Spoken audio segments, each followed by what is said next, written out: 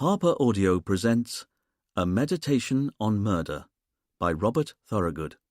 Read by Phil Fox. Prologue. Aslan Kennedy had no need of an alarm clock. Instead, he found he woke every morning quite naturally as the sun began to peek over the horizon.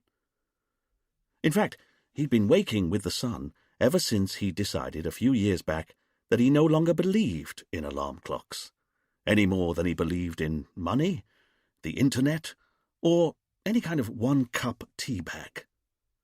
For Aslan, hotel owner, yoga instructor, and self-styled spiritual guru, the wristwatch, with its arbitrary division of seconds, minutes, and hours, was a potent symbol of enslavement, a manacle mankind wore while they worshipped the false idol they called progress.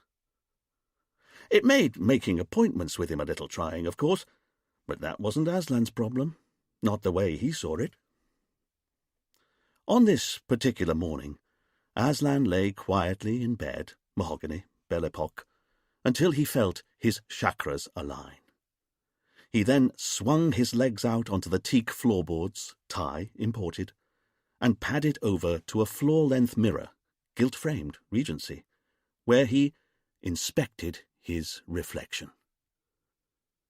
The man who stared back at him looked much older than his 56 years, if only because his flowing white hair, beard, and white cotton nightshirt gave him a Jesus Gandalf vibe. But, as Aslan would be the first to admit, the miracle was that he was alive at all. As far as he was concerned, the reason why he'd been able to turn his life around was entirely down to his wonderful wife, Rianka. Aslan turned back to look at Rianka as she slept, twisted in the cotton sheets of their bed. She looked so at peace, Aslan thought to himself, like a beautiful angel. And, as he told himself 1,000 times over the last decade and a half, he owed everything that was now good in his life to this woman. It was that simple. And debts like that could never be repaid. Once Aslan had got dressed, he swept down the mahogany staircase of the retreat, careful his white cotton robes didn't knock over any of the artfully arranged ethnic icons or trinkets that variously stood on pedestals or hung from the wall.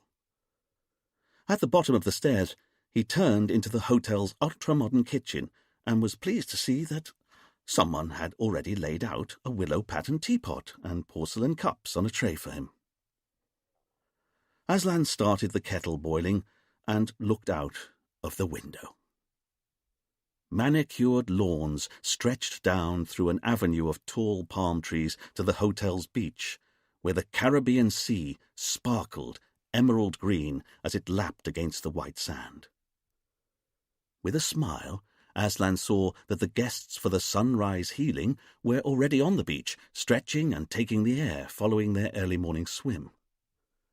Mind you, his eyesight wasn't what it once was, and as he looked more closely at the 5 people in their swim things, he found himself frowning.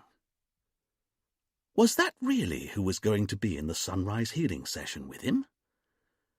In fact, Aslan realized, if that's who was attending the session, then something had gone seriously wrong. Aslan's attention was brought back to the room as the kettle came to the boil with a click. He poured the water into the pot and let the familiar smell of green tea calm him. After all, he had much more in his life to worry about than who was or wasn't attending one of his therapy sessions. Perhaps this was no more than karma realigning itself.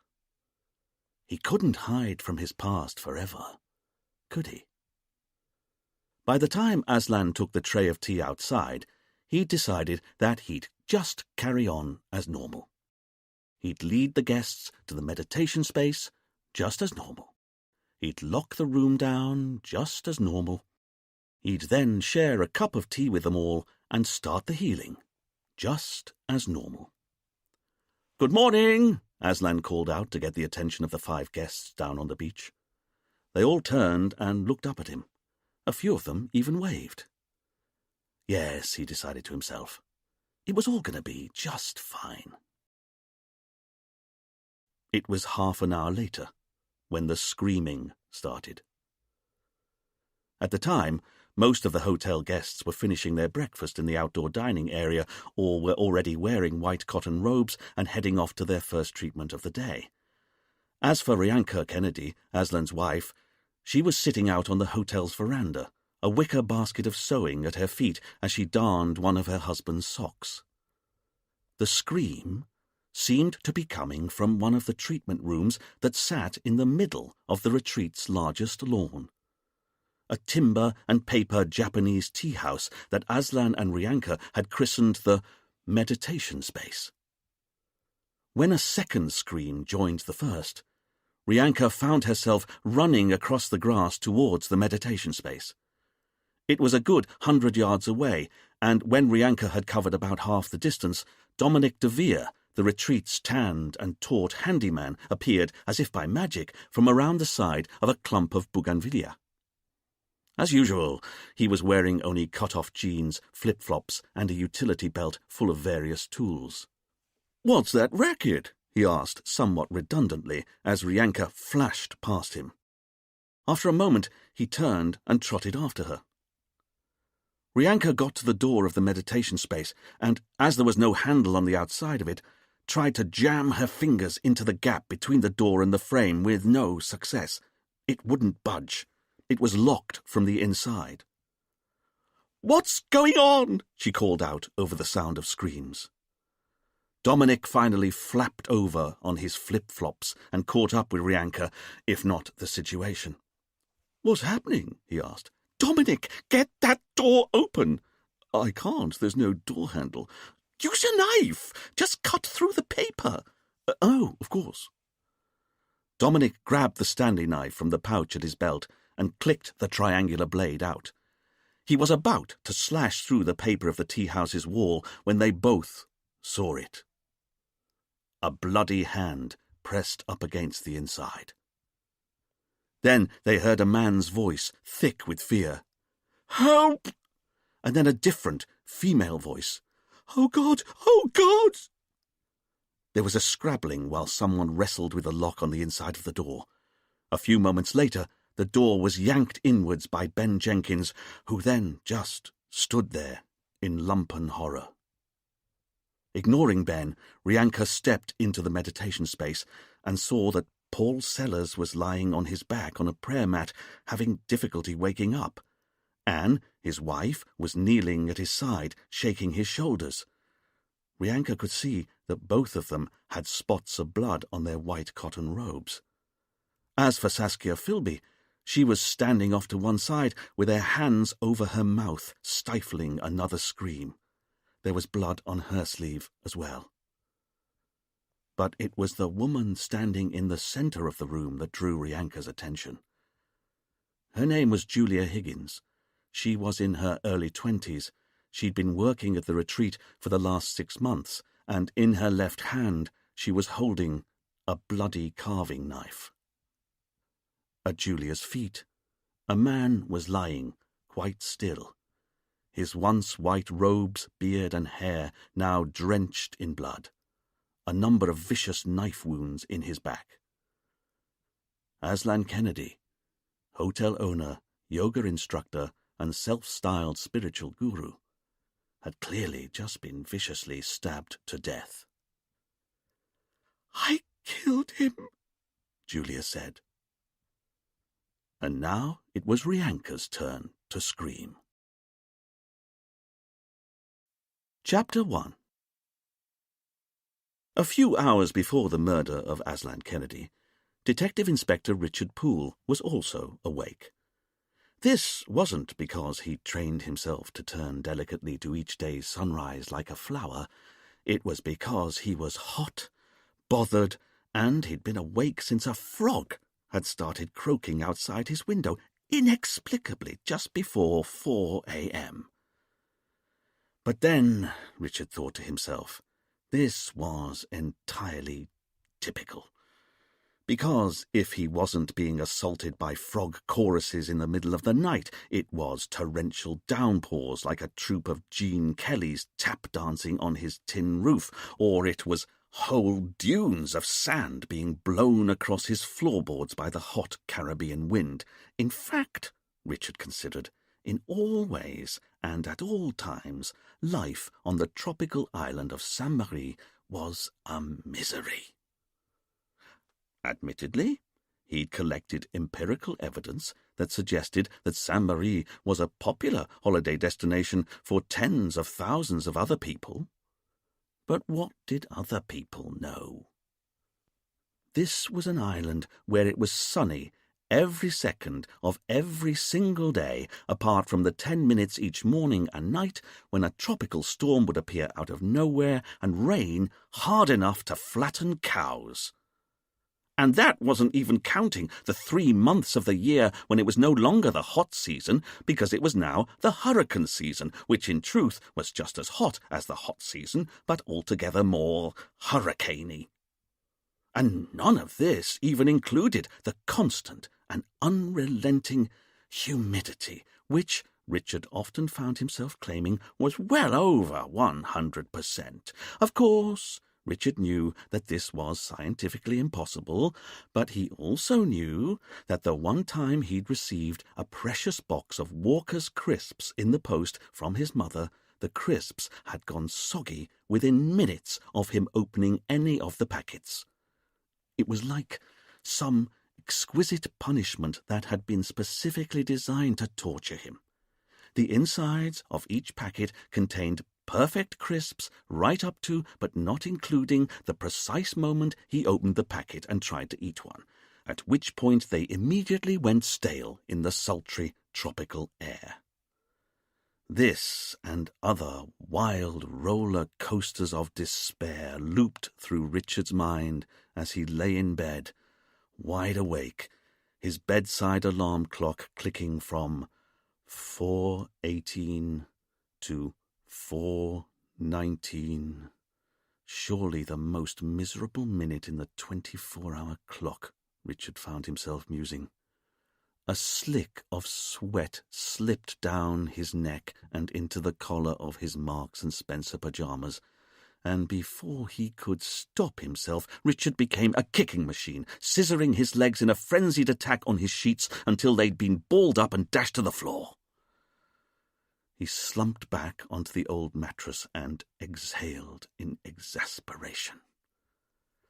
Why did everything have to be so hard? There was nothing for it. He might as well get up. He turned on the lights and padded into the tiny kitchenette and washroom that had somehow been crammed inside the inside porch of his shack, as if by someone who no doubt felt that the galley kitchens on sailboats were altogether too roomy. Surely there was a way of packing even more cooking and cleaning equipment into even less space. He went to the metal sink that was squashed in between his fridge and his front door and discovered that he wasn't the only person looking for a drink. A bright green lizard was already in the sink, catching drops of water as they fell from the tap above. The lizard was called Harry, or rather, Richard had named the lizard Harry when he'd discovered that the shack he'd been assigned to live in already came with a reptilian sitting tenant. And, like every flat share Richard had ever been involved in, it had been a disaster from the start. As Harry turned his attention back to catching drops of water with his pink flashing tongue, Richard found himself thinking, not for the first time, that he should just get rid of the bloody creature. But how to do it? That was the question. A few hours later, Richard was sitting behind his desk in Honoré Police Station, using the internet to research legal and possibly not so legal methods of household pest control, when Detective Sergeant Camille Baudet swished over to his desk, a gleam in her eye. "So tell me, What do you want for lunch?" Camille was bright, lithe, and one of the most naturally attractive women on the island, but as Richard looked up from his reverie, irked at the interruption, he frowned like a barn owl who'd just received some bad news. "Camille, don't interrupt me when I'm working." "Oh, sorry," Camille said. Not sorry at all. "What are you working on?" "Oh, you know." "Work?" he said suspiciously. "What do you want?" "Me? I just wanted to take your lunch order." Richard finally looked at his partner. She was young, fresh-faced, and threw herself at life with a wondrous abandon that Richard didn't even remotely understand.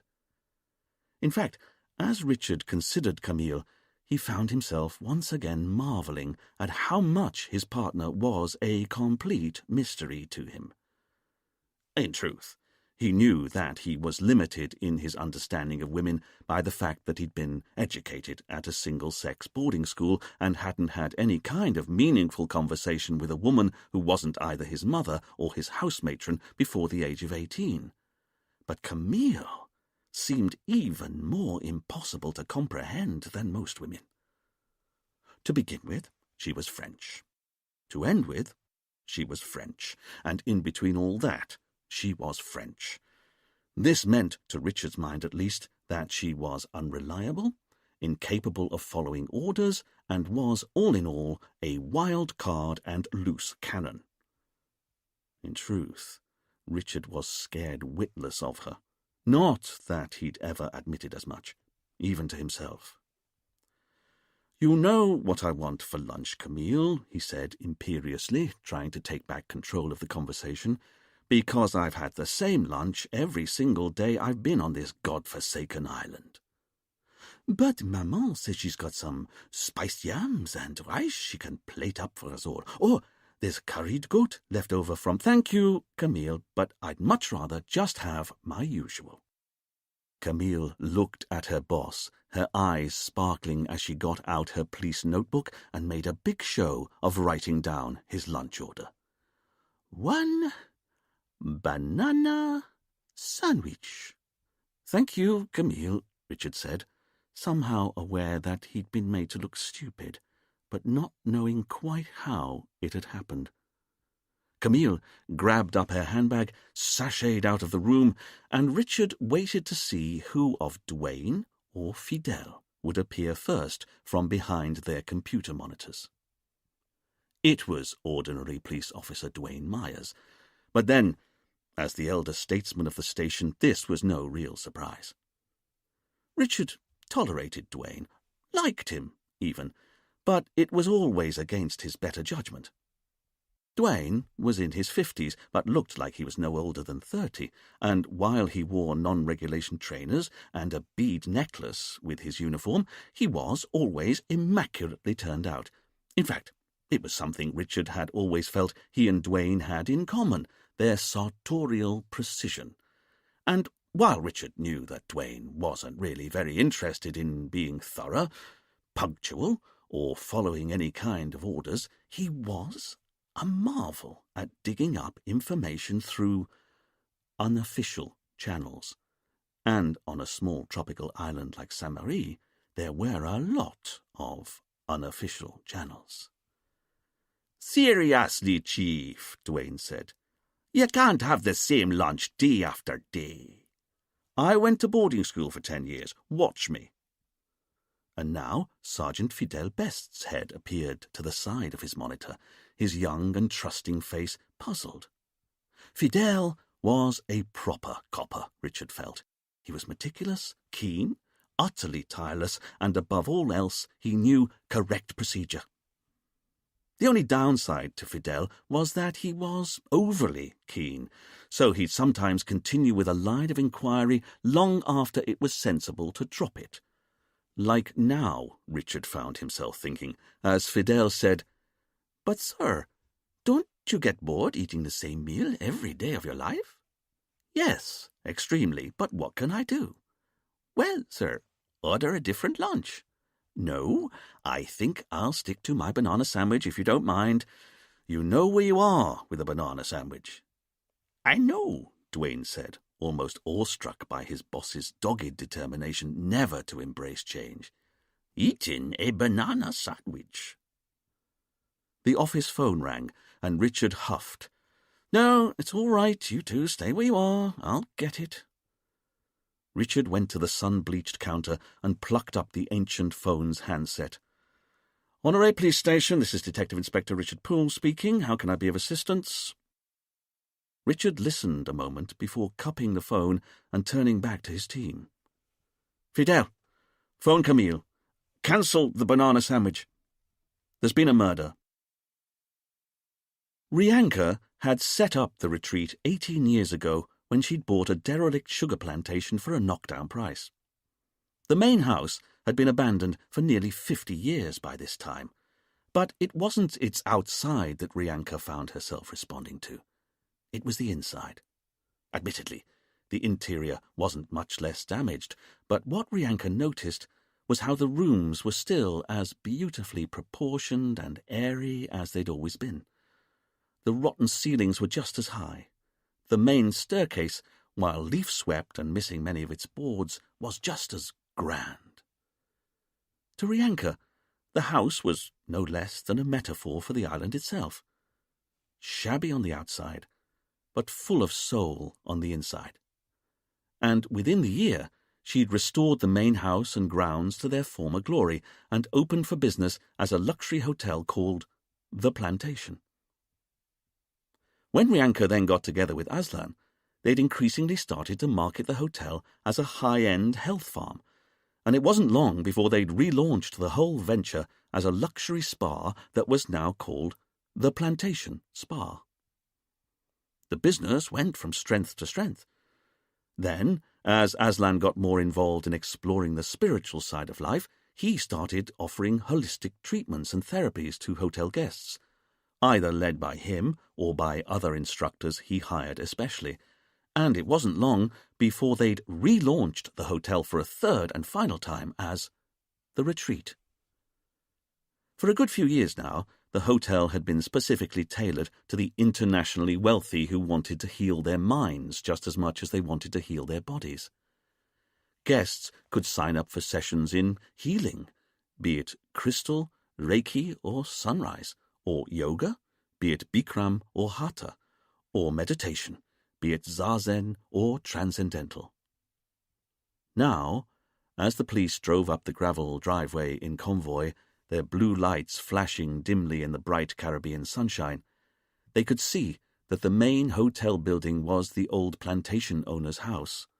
Manicured lawns swept down to a private beach, and there were incongruous, quasi-religious buildings dotted here and there around the grounds with hotel guests coming and going from them. Richard, Camille, and Fidel climbed out of the police Land Rover, and Dwayne dismounted from the force's only other vehicle, a 1950s Harley-Davidson motorbike that had an entirely illegal sidecar attached to it. No one quite knew where this bike with sidecar had come from, or how it had got tricked up in the livery of the Samari police force, but legend had it, and records seemed to confirm, that it had joined the Samari police force just after Dwayne did. Not that Dwayne was saying. Dominic came out of the house, still wearing flip-flops and cut-off shorts, but the gravity of the situation was such that he'd deigned to slip on a vest. "Man, I'm glad to see you," he said, running a hand through his lustrous hair before shaking his head a little so his mane would settle. "Yes," Richard said, "and who are you?" "Dominic DeVere, the retreat's handyman." Dominic was British, and Richard could tell from his drawling accent that he was from a moneyed background. In fact, Richard knew the type well. Posh, dim, wealthy, entitled, and therefore able to waft through life exploring the counterculture as a hobby. No doubt, if Dominic's money ever ran out, he'd make a phone call to one of his old school chums, land a high-paid job in the city, and then, for the rest of his life, complain that the youth of today were feckless layabouts. It was fair to say that Richard disliked Dominic on sight. "If you could just take us to the body," he said. "Sure thing." Richard had no interest in continuing the conversation with someone who wore a shark tooth on a string around his neck, so they all walked on in silence until they reached the corner of the house, which is when Dominic stopped and frowned. Richard looked at him. "Sorry, is there a problem?" Richard asked. It was clear that there was, but Dominic didn't know where to start. "Go on," Camille said, altogether more tolerantly. "Okay," Dominic said. "Well, it's just—" As Dominic stopped speaking, he started to waft his hands near Richard's body. "What on earth are you doing?" Richard asked. "I've never seen this before." "I'm a police officer. Would you stop stroking my arms?" "But this isn't possible." This got Richard's attention. "What's not possible?" Dominic exhaled as if he were about to deliver some very bad news. "You don't have an aura." Richard looked at Dominic a long moment. "I know I don't. Auras don't exist. Now, if you don't mind, I'd like you to stay exactly where you are while we go and inspect the body." "But your team all have auras." "We do?" Camille said eagerly, holding up her hand for her boss to wait. She wanted to hear this out. "Of course you do," Dominic continued, smiling easily for Camille's benefit. "Yours is yellow, golden. It's like sunlight, warm, impetuous, open, sexually adventurous." Camille seemed delighted by this analysis as Dominic held her gaze much longer than he needed to, and Richard found himself noticing that Dominic wasn't just tanned, muscly, and heroically square-jawed, he was also extremely good-looking. In a slightly obvious way, of course, Richard found himself adding as an afterthought in his head. Dominic next turned his attention to Fidel and considered the air that encompassed him. "As for you, you're blues and greens of kindness, valor, hard work. Hey, you're one of the good guys." Fidel blushed. He was clearly just as thrilled with his reading as Camille had been with hers. "Oh, for heaven's sake," Richard said. "Thank you, Mr. de Vere, but I can see that people are congregated over there," Richard pointed at the meditation space as it sat some way away on the lawn, "and I want to make this clear. My colleagues and I are going over to the crime scene right now, and you're going to stay right here." "But what about me?" Dwayne said, eager as a puppy dog. "What's my aura?" Richard huffed in indignation as Dominic turned to Dwayne and took his time to consider. But then a knowing smile slipped onto Dominic's lips. "You're like me, a shape-shifter." Dwayne beamed at what he perceived to be the highest of compliments. "I knew it!" Dominic turned back to Richard. "But I'm telling you, when I look at you, I don't see anything. Whereas I see a murder scene over there, so thank you very much for your help. Team, you're with me, but if you try to move even an inch," Richard said this to Dominic, "I'm going to arrest you for wasting police time." Richard strode off across the lawn, his team trying not to catch each other's eyes as they got into their boss's slipstream. After all, it wouldn't do to turn up at a murder scene giggling. But then there was no chance of Richard or his team laughing by the time they arrived at the meditation space, where they found 6 shell-shocked Brits sitting or standing on the grass. 5 of them were wearing white cotton robes that were variously spattered in drying blood. The 6th of them, Rianka, was sitting on the grass on her own. She was wearing a long Indian-style skirt with little mirrors sewn into the hemline, a light summer blouse, and leather sandals. "Okay, my name's Detective Inspector Richard Poole," Richard said, "and this is Detective Sergeant Camille Baudet. Can any of you tell me what happened?" "That's simple," said a well-tanned man in his 50s with a Yorkshire accent, a thick gold chain just visible around his neck. Richard also had time to notice a chunky gold watch on the man's wrist. Clearly, he was seriously wealthy. "The name's Ben Jenkins. the man said. "And you should know that woman over there. She says her name's Julia Higgins, and she's admitted it all. She killed Aslan Kennedy." Richard could see that Ben was pointing at a young woman in a bloodied white robe who was standing on her own in the grass. She was in her early 20s and had long blonde hair that was tied up in a ponytail, and she was looking back at Richard with doe eyes, seemingly as dismayed by the accusation as everyone else. But she wasn't denying it either, Richard noted. With a quick nod of his head, Richard indicated that Dwayne should ghost over to Julia and make sure she didn't make a run for it. As Dwayne started to move, Richard turned back to Ben. "And where's the body?" "In there." Ben pointed at the meditation space. Richard turned to the group. "Then if you'd all just wait here, please. The detective sergeant and I will only be a moment. Camille?" Richard headed over to the meditation space, Camille coming over to join him.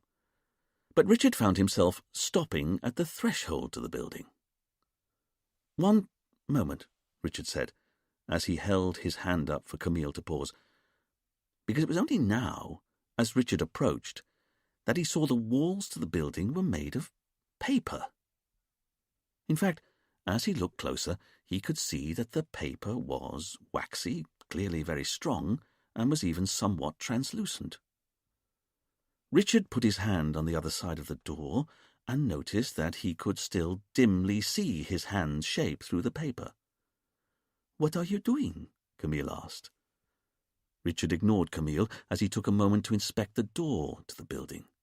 He saw that there was no handle on the outside, but there was a Yale-style latch lock on the inside of the door that was screwed deep into the wooden frame, and that there was a corresponding housing on the door frame that it slotted into when the room was locked. But without a keyhole on the outside, it appeared as though the door could only be locked and unlocked from the inside. Richard filed this information away for later consideration. Stepping into the room, Richard immediately understood why the walls and roof were made of translucent paper, because every inch of the walls glowed with brilliant sunshine. And not only was it brighter inside the room than it was outside, it was significantly hotter too. Like being at the heart of a supernova. Which was just bloody typical, Richard thought to himself. Camille joined Richard inside and looked at her boss as he prickled in his suit. "Hot, isn't it?" she said helpfully. Richard decided to ignore his partner and instead, squinting against the light, saw that the body of a man lay sticky with blood in the middle of the floor. His hair, beard, and white robes were now thick with blood, and there was a bloody knife on the floor by the body. Richard gave the room a quick once-over, but there wasn't much to see. The floor was polished hardwood planks. There were 6 woven prayer mats arranged in a circle around a tray of tea things, 6 pairs of fabric eye masks, and 6 wireless headphones were also lying here and there, but other than that the room was empty. No furniture, no cupboards, tables, chairs, statues, or other ornaments to hide behind or conceal murder weapons in. To all intents and purposes, the room was entirely bare. Richard bent down and picked up one of the wireless headsets. He put it to his ear and frowned. "What is it?" Camille asked. "I don't know," Richard said, listening but unable to work out what the noise was. It was a strange keening. He listened a bit longer, but as far as he could tell, it was just more of the same yawling noise, and then dread filled his heart as he realized what it was. With a shudder, he said, "It's whales singing." Richard lowered the headphones sharpish and put them back down on the floor before he joined Camille at the center of the room to inspect the victim. Crouching down, Richard could see that the murder weapon to the side of the body was a carving knife of some sort, utterly vicious. The blade was covered in blood, although The handle seemed to be clean. "We're going to need to get this bagged and tested for prints," Richard said. Camille was inspecting the body. "There are no signs of a struggle, no fabric or skin caught under the victim's fingernails, and no cuts to the hands, wrists, or arms. It doesn't look like he tried to defend himself from the attack." Richard looked at the tray of tea things on the floor by the pool of blood that had spread from the body. The teapot was willow pattern, and there were 6 bone china cups that had all been turned upside down on the floor, 1 cup in front of each prayer mat. Richard tried to work out what had happened. If the mats and cups were to be believed, there'd been 6 people in here. They'd all been sitting on the prayer mats around the tray of tea things. They'd all then had a cup of tea and turned their cup over and placed it down on the floor in front of them to show that they'd finished their drink. But how did the eye masks and headphones fit into this? And how exactly had the victim been killed? Camille inspected the stab wounds in the victim's back. "There appear to be 5 separate sharp force injuries in the victim's neck, shoulder, and back," she said. 2 wounds on the right side of the neck and 3 wounds on the right side of his shoulder and back. I'd say the assailant was standing behind the victim and was almost certainly right-handed. Richard came over and could see the sense of what Camille was saying. The pattern of wounds suggested that the victim could only have been killed by someone who was standing behind him and striking into his neck and back, holding a knife, right-handed. Richard made himself look at the face of Aslan as it lay in a pool of blood on the floor. Who was this man? What had he done to warrant such a violent death? Richard exhaled. This was his job. To start with the end of the story, the body, the murder, and then he had to uncover the evidence that would allow him to wind time back until he could prove, categorically prove, who'd been standing above the body when the victim was killed, who it was that had wielded the knife. Richard always made a silent promise to the victims of murder, and he made it once again now. He'd catch their killer, whatever it took.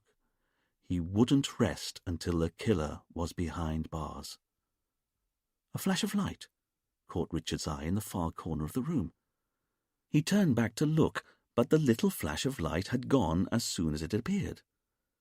So he moved his head a fraction. No, still nothing.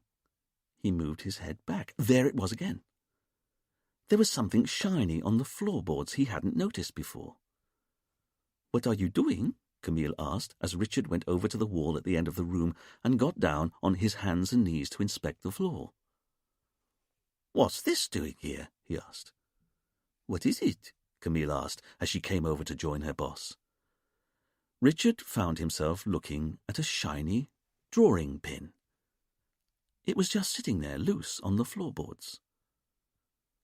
"It's a drawing pin." "And why is that of interest?" "Didn't you see all of the witnesses out there?" Richard said. "Of course. What about them?" Richard turned to his partner as though he was a magician about to reveal the end of a particularly impressive trick. "Because I'm sure you noticed, Camille, that most of the witnesses were barefoot." Camille was utterly unimpressed. "So?" "So?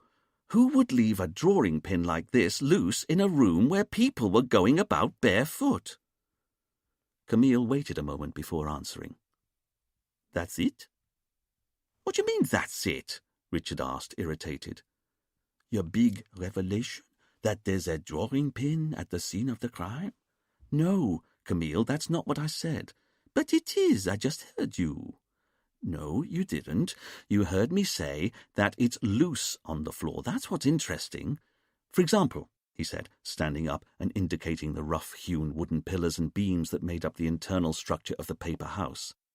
"If I found a drawing pin in one of these wooden pillars, that would be less interesting. It would just mean that someone had pinned something to a pillar. But here, Richard pointed at the drawing pin as it sat blamelessly on the polished hardwood floor. "How did it get there? Who dropped it?" "You're right," Camille said, deadpan. "We've got a dead body over there that's covered in knife wounds, so let's concentrate on a tiny piece of metal we found on the floor over here. In fact, I think you're right. What if the carving knife we found by the body is a double bluff, and the killer used this tiny drawing pin to stab the victim to death?" Richard decided to ignore his subordinate entirely. Without another word, he went outside again, pulling his hanky as he went and mopping his brow. Really, he thought to himself, his life on Saint-Marie was blighted by bloody sunshine. His shirt collar chafed at his neck. The dark wool of his suit trousers stretched hot and tight across his thighs, and his suit jacket pressed heavy and scorching against his shoulders and back. Wearing a suit in the Caribbean was like living inside a bloody Corby trouser press. But what could he do? He had to wear a woolen suit. He was a detective inspector, and detective inspectors wore dark woolen suits. That's just how it was. Richard saw that an ambulance had arrived over by the main house, and paramedics were getting out a gurney. "Very well, Camille," he said. "While I talk to our apparent murderer, I want you to take the remaining witnesses off, and I want you to get the paramedics to take samples of the witnesses' blood and urine." "You think the tea they were all drinking was maybe drugged?" "I don't know, but that was a pretty frenzied attack. I'd be interested to know if anyone was under the influence of anything." Richard next turned to the youngest member of the team. "Fidel, I want you working the scene, but be sure to bag the drawing pin that's loose on the floor by the far wall." Fidel looked at his boss. "You want me to bag a drawing pin, sir?" "Yes." "That's on the floor by the far wall." "That's right," Richard said again. Before Fidel could ask why his boss wanted a drawing pin bagged for analysis, Richard turned and started heading for Julia, who was still being guarded by Duane. As he approached, Richard pulled a little notebook and silver retractable pencil from an inside pocket. He clicked the lead out and said, "Hello, my name's Detective Inspector Richard Poole. I'm investigating the murder of the man we've just found in that paper and wood structure just there." Richard indicated the tea house, and Julia nodded slowly. She understood. Richard looked at Duane, and he shrugged as if to say that Richard was right. The witness was indeed this slow. Richard was at his most gentle and coaxing as he tried to find out who the woman was and what had happened. In truth, Richard didn't really have a gentle or coaxing side. His idea of doing either was to leave slightly longer pauses in between each of his questions. But he found his manner softened anyway, as Julia was so naturally beautiful. It brought out Richard's paternal side, or that's what he told himself. As she talked, he was able to notice how sparkling and blue her eyes were, and how her skin was bronzed by a golden tan, and how her blonde hair seemed to capture the Caribbean sunlight and radiate it back out in golden strands of light. It turned out that the young woman's name was Julia Higgins. She was 23 years old and had graduated from Bournemouth University the year before, having completed a degree in alternative medicine. Since then, she'd been working and travelling, but at the beginning of the year, she'd come out to the retreat for a holiday. She'd loved the experience so much and had got on so well with the owners, Rianka and Aslan, that she'd asked if she could stay on.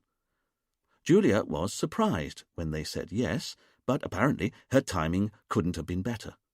Rianka and Aslan had been looking for help in the office for some time, so they offered Julia free lodging, a small wage, but most importantly, free access to all of the treatments and therapies.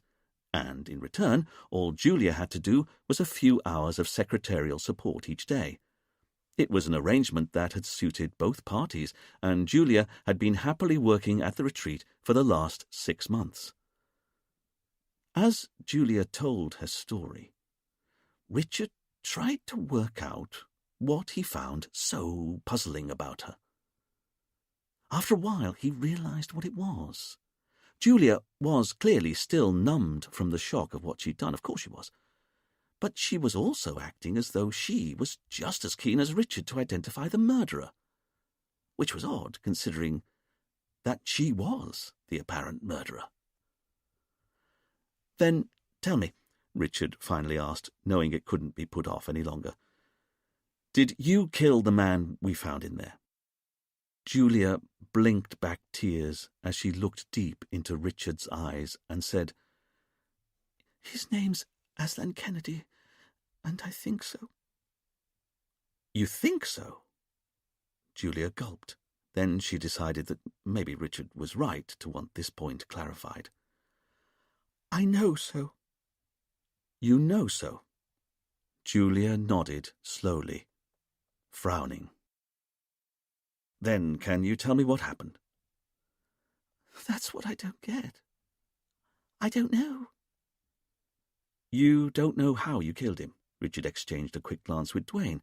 What was this? Julia explained how she'd been looking forward to the sunrise healing. It was the only therapy Aslan still had time to lead himself. "So we all went into the meditation space," she continued. "Meditation space?" Richard asked. Julia indicated the Japanese tea house. "It's what Aslan and Rianka called that building there." "And who went inside with you?" Julia thought for a moment. "Well, Aslan and 4 other hotel guests. Their names are Saskia, Paul, Anne, and Ben." "So there were only 6 people in total in there?" "That's right," Julia said. "The 5 of us plus Aslan when he locked us inside." Richard caught Dwayne's eye, both thinking the same thing. "I'm sorry," Richard said. "He locked you in." "That's right," Julia said, puzzled. "It's a Yale lock, you know, one of those latches that closes itself, and Aslan locked it before we all sat down. He said he didn't want us to be disturbed." "I see," Richard said, making a note in his book. "And then what happened?" "Well," Julia said, "we then all sat on our prayer mats and shared a cup of tea. It's a way of relaxing before the session starts. And then we put on our eye masks and headphones and lay down on our prayer mats. Although Aslan tends to stay sitting up, cross-legged, he's far more advanced in reaching an autogenic state than the rest of us." "I see," Richard said, not really seeing anything at all. "And what's an autogenic state?" "It's a state of perfect relaxation, and it's what the sunrise healing's all about. You lie down, put on some headphones and an eye mask, and the idea is to let your mind wander as the sounds of nature and the rays of sunlight overwhelm you. It's like being plugged into a recharging station. You wake up half an hour later full of energy. But this time, the next thing I knew, I was standing over Aslan's body, holding a knife. I killed him." As Julia was saying this, she lifted her bloodied hand and looked at it as if she couldn't understand how it was attached to her body. Richard noticed that Julia was holding up her left hand. "Tell me," he said, as though it wasn't of much consequence, "are you left-handed?" "That's right," Julia said, puzzled by the question. "Why?" Richard smiled blandly. "No reason." "It was like an out-of-body experience. I could see myself with the knife, but if I'm honest, I don't actually remember the moment. You know, I was just standing there, the knife in my hand, and that poor man was at my feet, not moving." Julia was overwhelmed by her memories and started to weep. Richard flashed a panicked look at Duane. What was he supposed to do now? Duane stepped in. Hey, we don't have to do this now. We can take you in, get you a lawyer, take your statement later. Julia turned to Duane with a look of gratitude, and she wiped her tears from her cheek. No, Julia said after a moment's thought. You have to know what happened. I owe that to Aslan. Richard was frankly baffled. Since when did self-confessed killers feel they owed anything to the corpse they'd just created? Duane looked over at his boss and shrugged that maybe they should just carry on. Okay, Richard said, but don't worry. Only a couple of questions, and then we'll be done.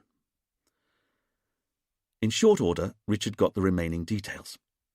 Julia was able to explain how she had no particular grudge against Aslan. In fact, she liked him, which was why she was stunned to discover that she'd just killed him.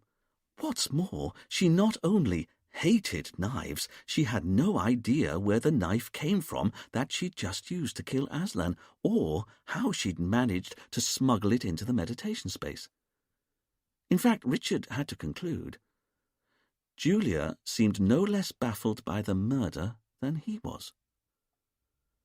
So, to sum up, Richard said, checking over the notes he'd taken, you say you have no motive, you have no idea where the knife came from, you don't know how you got it into the meditation space with you, you have no clear memory of actually killing the victim, but you'd nonetheless like to confess to his murder. Julia looked at Richard. But I have to. It was me. I killed him. Richard looked at Duane. Duane looked at Richard. Oh, well, a confession was a confession. Duane got out his handcuffs and started to bind them to Julia's wrists. As he did this, he cautioned her.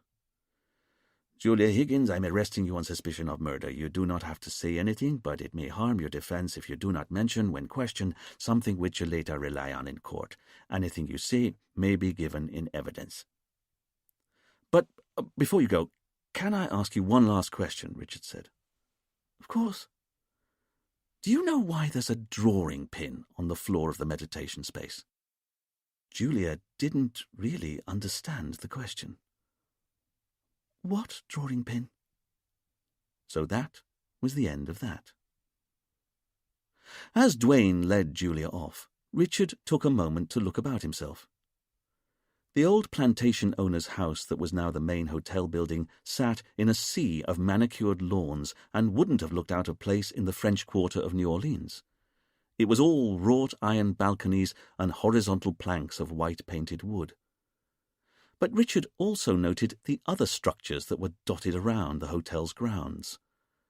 There was what looked like a red and gold Shinto shrine off in one clearing, a colonnade of vine-entwined Corinthian pillars straight out of ancient Greece in another, and up on a bluff that overlooked the sparkling sea, there appeared to be a Thai temple with sharply sloped roofs in copper green.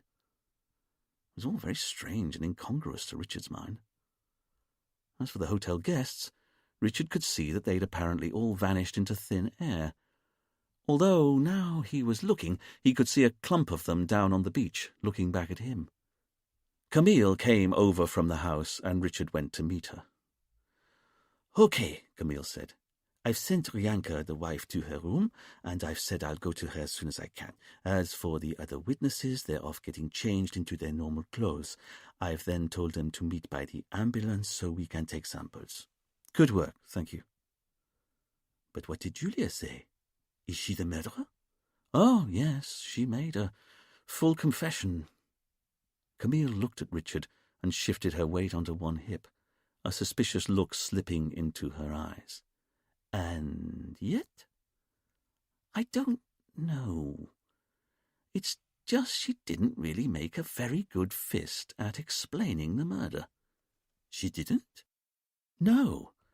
For example, she didn't say she had any reason to want to kill the deceased. In fact, she said how much she liked him. And she claimed she not only hadn't seen the knife before that she used to kill him, but she had no idea where it even came from. But she's the murderer. Of course she'd say that. She's lying.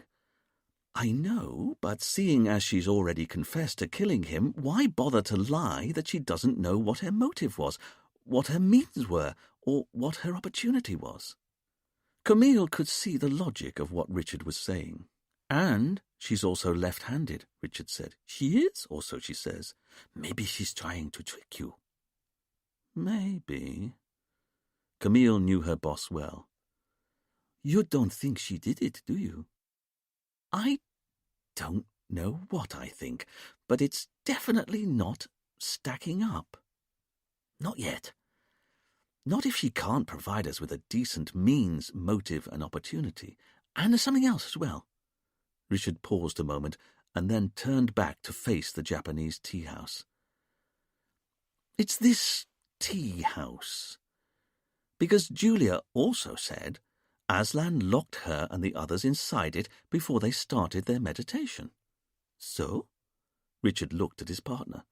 Well, it's obvious, isn't it? Camille refused to be drawn, so Richard explained for her. Because who in their right mind would allow themselves to be locked inside a room with 4 other potential witnesses before committing murder? Camille considered this for a moment, and then said, Oh, I see what you mean. Precisely. Why not kill him in the dead of night, or when he's on his own? Richard looked over at the meditation space again. If you ask me, there's something about that tea house that's important. Something we haven't realized yet. Either because of how it's made, or where it's located. But the victim had to be killed inside it in broad daylight, in front of a load of other potential witnesses. Why?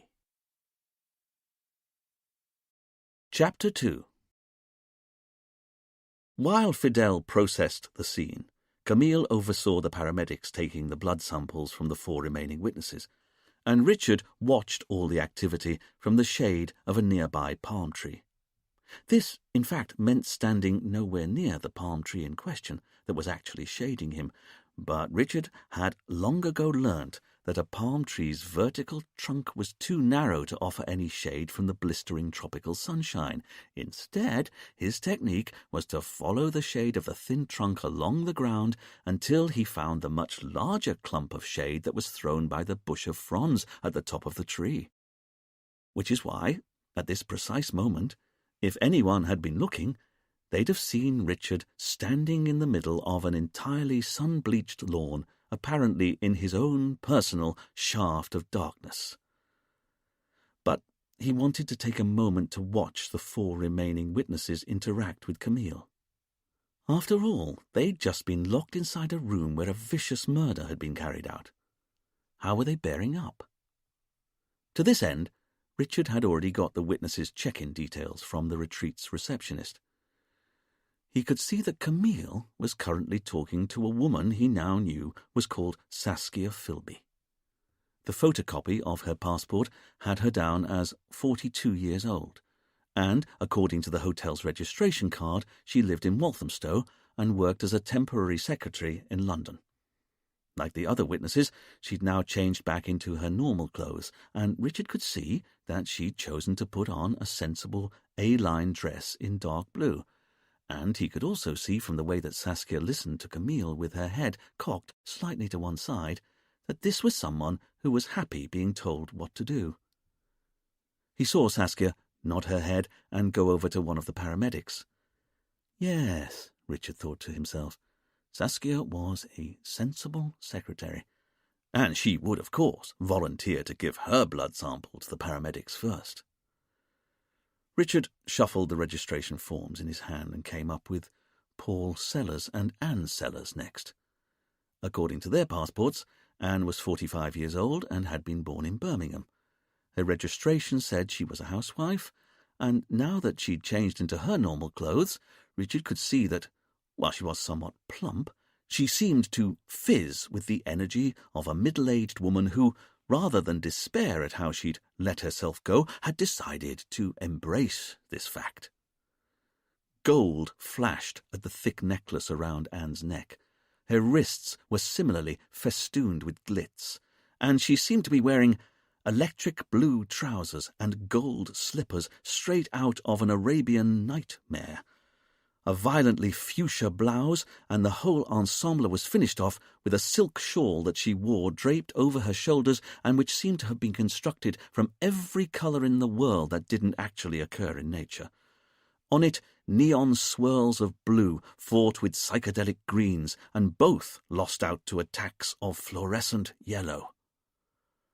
Richard could see from the way that Anne was now talking to Camille, with almost windmill gesticulations as she pointed from the house to the meditation space and back again at the paramedics, that Anne clearly had a personality as colourful and slapdash as her clothes. He watched as a man wearing tan chinos, brown deck shoes, and a white short-sleeved shirt joined Anne.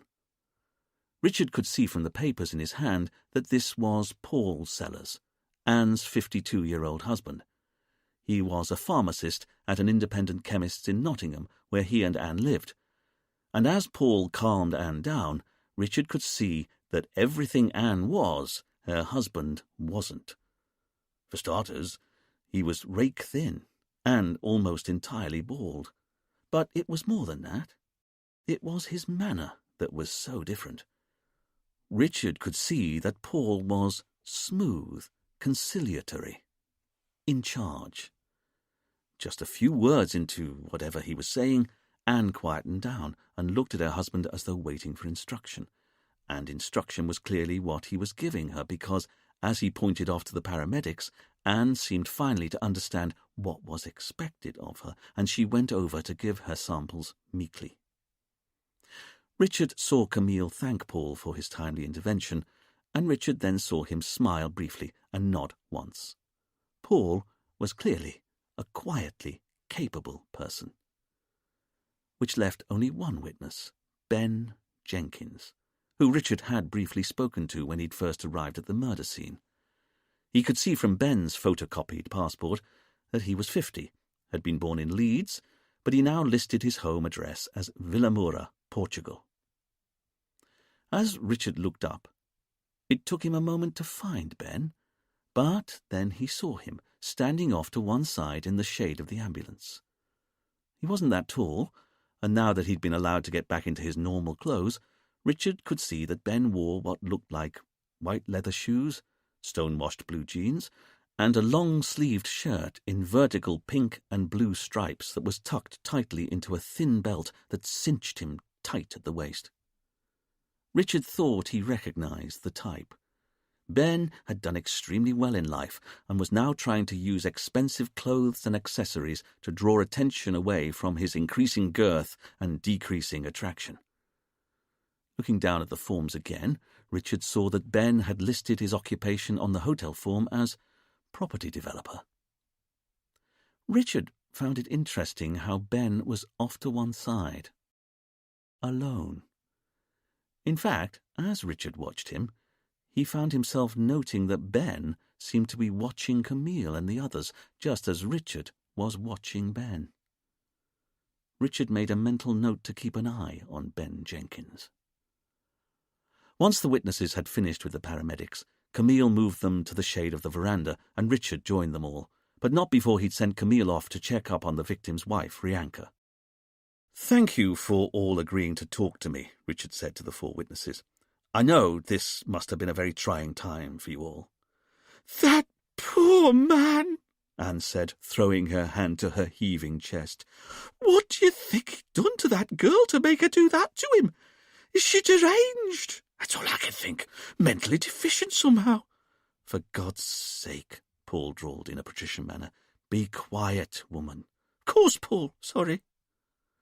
Anne pulled her mouth into a contrite moo, as if to demonstrate how she wouldn't be saying another word, not another peep.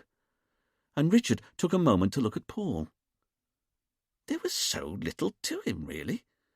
His face was almost skeletally thin, his skin was sallow, what hair he did have was grey and wispy and combed over his bald pate, and yet he seemed to have complete mastery of his otherwise far more punchy wife. But there was something else Richard could sense between husband and wife, and that was a look of subservience in Anne's eyes. Why should such a larger-than-life woman like Anne be intimidated by a skeletal squit like Paul? But then, Richard reminded himself, all relationships between men and women were essentially a mystery to him. He put these thoughts to one side. It was time to get on. I'd first like to thank you all for your help so far, but before we take formal statements, can I just try and establish the order of events? What happened this morning? Be happy to, Paul purred, comfortable to take centre stage. It was a terrible business, wasn't it? Just terrible. But I've been thinking it over, and I think I've got it. Paul looked to the other witnesses for their assent. Saskia was looking too quiet and withdrawn to mind who told their story, but Richard could see that Ben was twinkling, clearly amused at how Paul thought he was master of the situation. If you would, Richard said. So Paul told Richard how they'd all had to get up at sunrise, which was why it was called the sunrise healing. But before they got to the meditation space, they'd been expected to stretch on the beach and swim in the sea as a way of preparing their bodies for the treatment, which was hardly a chore because, as Paul put it, when someone tells you to go for a swim in a sea that's warm as a bath and teeming with tropical fish, you don't really need a second invitation. Richard quietly shuddered at the thought. Didn't Paul know that thousands of people around the world drowned from swimming in the sea every year? Paul went on to say that Aslan then came out of the house with a tray of tea things and called them over.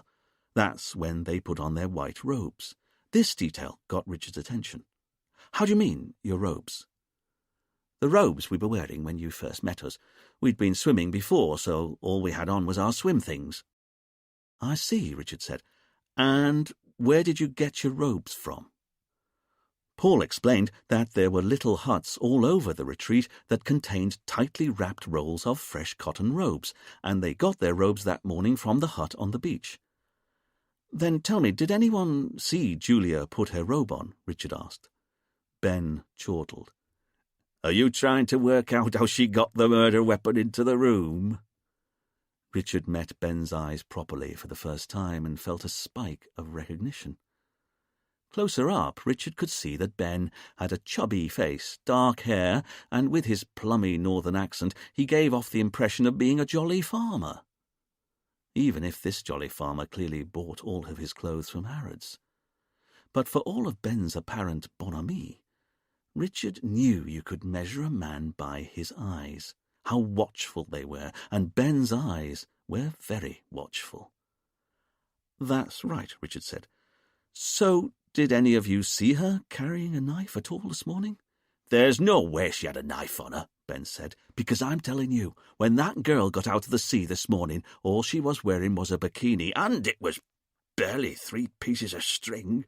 There's no way she had a 50-pence piece hidden about her person, let alone a bloody great carving knife. He's right, you know, Paul added. You see, it was me who handed out the robes to everyone this morning, after our swim. And there certainly wasn't anything like a knife wrapped inside the robe I gave to Julia. And seeing as she put it on then and there, and then stayed with us while we all walked to the meditation space together, I don't see where she could have got a knife from. Then maybe she'd already hidden a knife in the meditation space before you arrived? Richard asked. I don't think that's possible, Paul said. Are you sure? Richard asked. You've been in that room. It's just an empty box made of paper and wood, and I can guarantee the only things it contained when we arrived were 6 prayer mats, 6 pairs of headphones, and some eye masks. Richard was puzzled. So you're all saying that there was no way Julia could have been carrying the knife about her person when she got into the meditation space, and there was also nowhere in the room for her to have hidden the knife before you all arrived. The witnesses all agreed that this was indeed exactly what they were saying. In which case, Richard asked, Just how do you think Julia got the murder weapon into the meditation space?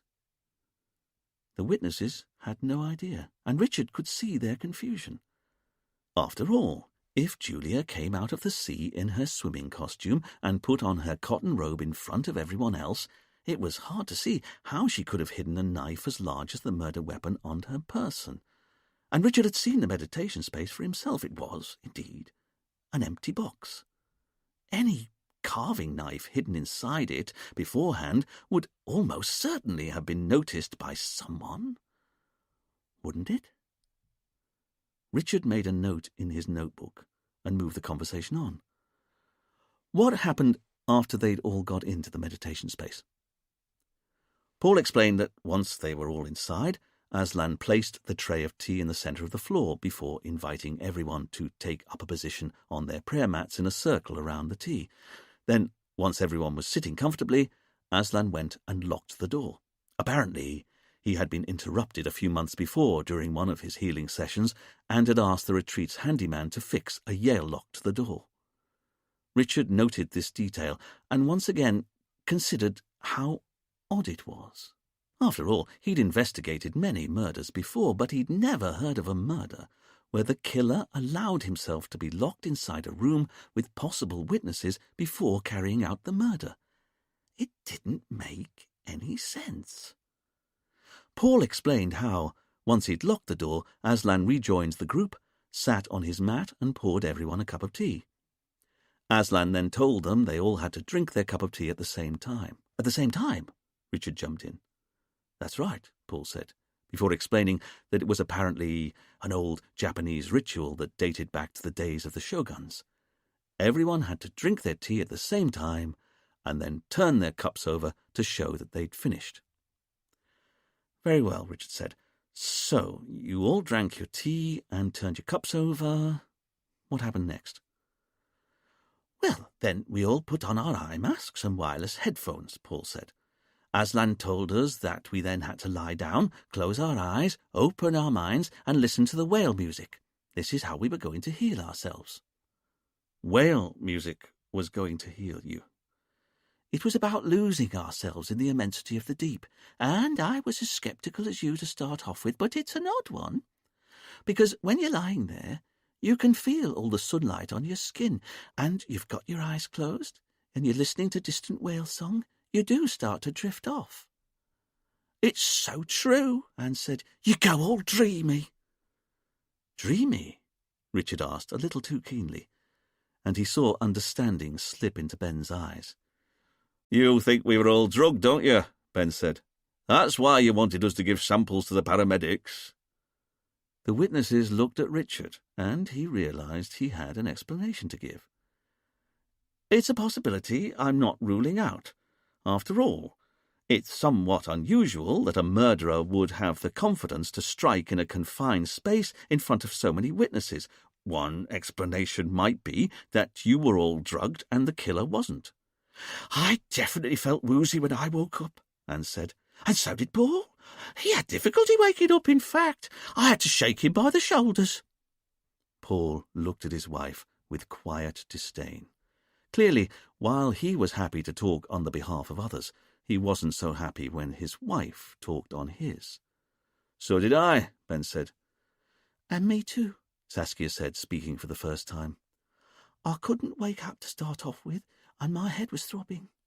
Although I soon forgot all about that when I saw what had happened while I'd been wearing my eye mask. Of course, Richard said, making a note. And what exactly did you see when you took it off? Saskia looked at Richard a moment, clearly reliving her horrifying experience and unable to put what she'd seen into words. That woman, Paul said.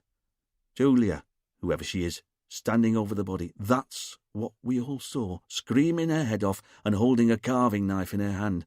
It was covered in blood. And is that the same for all of you? The witnesses all agreed that the first they'd known that anything was wrong was when they'd heard a woman scream. Then, at different times, they'd all taken their headphones and eye masks off and seen Julia Higgins standing over Aslan's body, screaming and holding a bloody carving knife. "I see," Richard said, making a note of this fact. "But did any of you see Julia stab the victim?" The witnesses hadn't. "So, you all agree," Richard wanted to clarify, "the first you saw of Julia, she was standing over the dead body, holding a knife, but none of you saw her stab the victim at any time?" Richard asked. "That's right," Paul said for them all. "I see," Richard said. "Then can I ask, are you all sure you were the only people in the room before you put on your eye masks and headphones?" "Of course," Ben said, a touch dismissively. "There's nowhere to hide in that box. I'm telling you, it was just the 5 of us in there when Aslan locked the door and we all sat down." Suggesting that it could only have been one of you 5 who killed him. This got all of the witnesses' attention. Paul was the first to recover. "Yeah, but that's okay. That other woman, Julia, or whatever her name is, she's already confessed to the murder, hasn't she?" Richard decided this was a question that did not need answering. "Then can you tell me," he continued, "how long were you all lying down and listening to the sounds of the deep before you started coming around?" 10 minutes, Ben said. 15 at most." "Really? That's quite a precise figure." "I checked my watch when we went into the room. It was 7:45. I reckon we all drank tea for about 10 minutes, so that means we lay down and put the headphones on sometime before 8. And when we started coming round, I looked at my watch and it wasn't much past 8:10 a.m. "So you were all wearing eye masks and listening to music on headphones the whole time you were lying down?"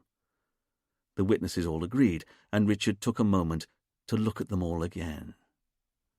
Saskia had only spoken once, but Richard could see that she was meeting his gaze evenly, her hands folded neatly on her lap, her back straight. She looked worried, upset even, but these were quite natural reactions. She didn't look like she was hiding anything.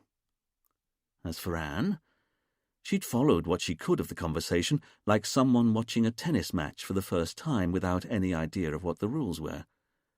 If she was guilty of anything, Richard mused to himself, it wasn't going to be of having a razor-sharp intellect. And then there was Paul. Richard still couldn't quite work out how someone so drab, so middle management could have such an apparent hold over his wife. After all, the way Richard saw it, Paul was just one toothbrush moustache away from being the spit of Roger Hargreaves' Mr. Fussy. Which left only Ben, and Richard continued to be quietly puzzled by him. Why was his manner so offhand? This made Richard remember what he had to ask next. "Can I ask," he said, "who here is left-handed?" The witnesses looked at Richard surprised, but they were all happy to tell him that they were all right-handed. Richard took a moment to consider the significance of this fact. After all, it already looked as though the wounds in the victim's neck and back had to be inflicted by someone who'd been wielding the knife right-handed. So how come the only person who'd confessed to the murder was the only person in the room who was left-handed? Then, one last question, if you don't mind. Can any of you imagine why Julia, or anyone else for that matter, would have wanted to harm Aslan Kennedy? The witnesses said that they had no idea. After all, as they put it, none of them had ever been to Sainte-Marie before. They barely knew Aslan. "And I only arrived on the island last night," Saskia said. "The first time I even met Aslan was this morning." "Really?" Richard said.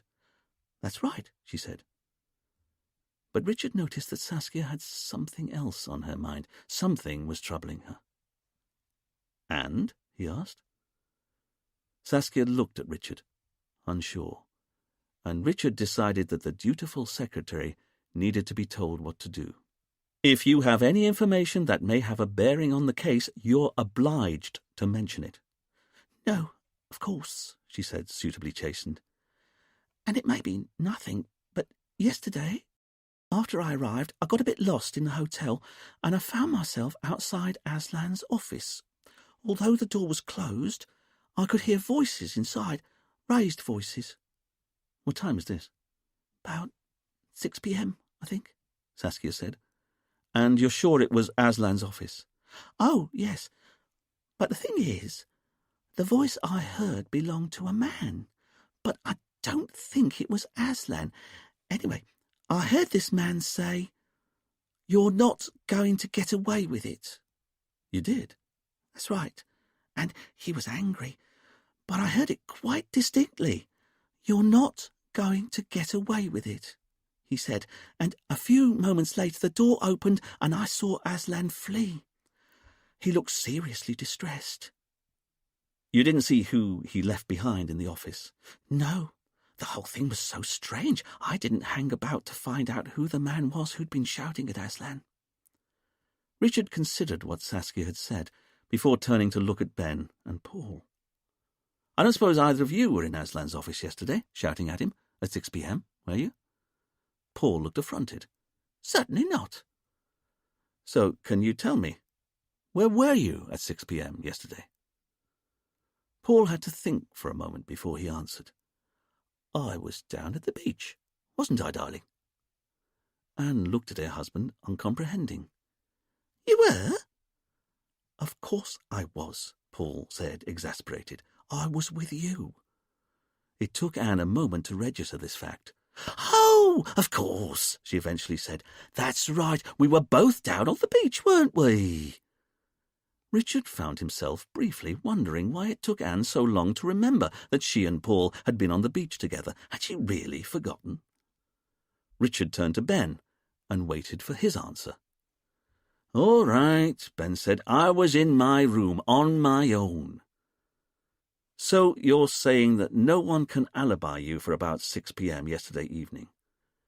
Ben looked at Richard with the first hint of irritation. That's right. I went to my room at about 5 for a bit of a lie down. I'd had too much sun. I then didn't leave my room until 7 when I came down for dinner. But I don't need an alibi. I didn't kill Aslan Kennedy. I see, Richard said, making a note of this fact. Richard decided he'd got enough from the witnesses for the moment. At the very least, he needed to corroborate what they'd said so far with Aslan's wife, so he thanked the witnesses for their time and told them that an officer would be asking them to write out their formal statements later on, and then he went off to find Camille. She was upstairs, comforting the grieving widow in her bedroom. Richard felt himself relax as soon as he entered Rianka and Aslan's bedroom. The shuttered windows let in only the thinnest stripes of sunlight. The dark floorboards were polished and cool, and a ceiling fan ticked lazily overhead. There was even an aspidistra in a pot in the corner of the room, Richard noted with a sigh of quiet approval. Camille and Rianka looked up as he entered. Mrs. Kennedy? Richard asked. Please, it's Rianka. Richard took a moment to consider Rianka. She was slender. Her hands were elegant and long-fingered.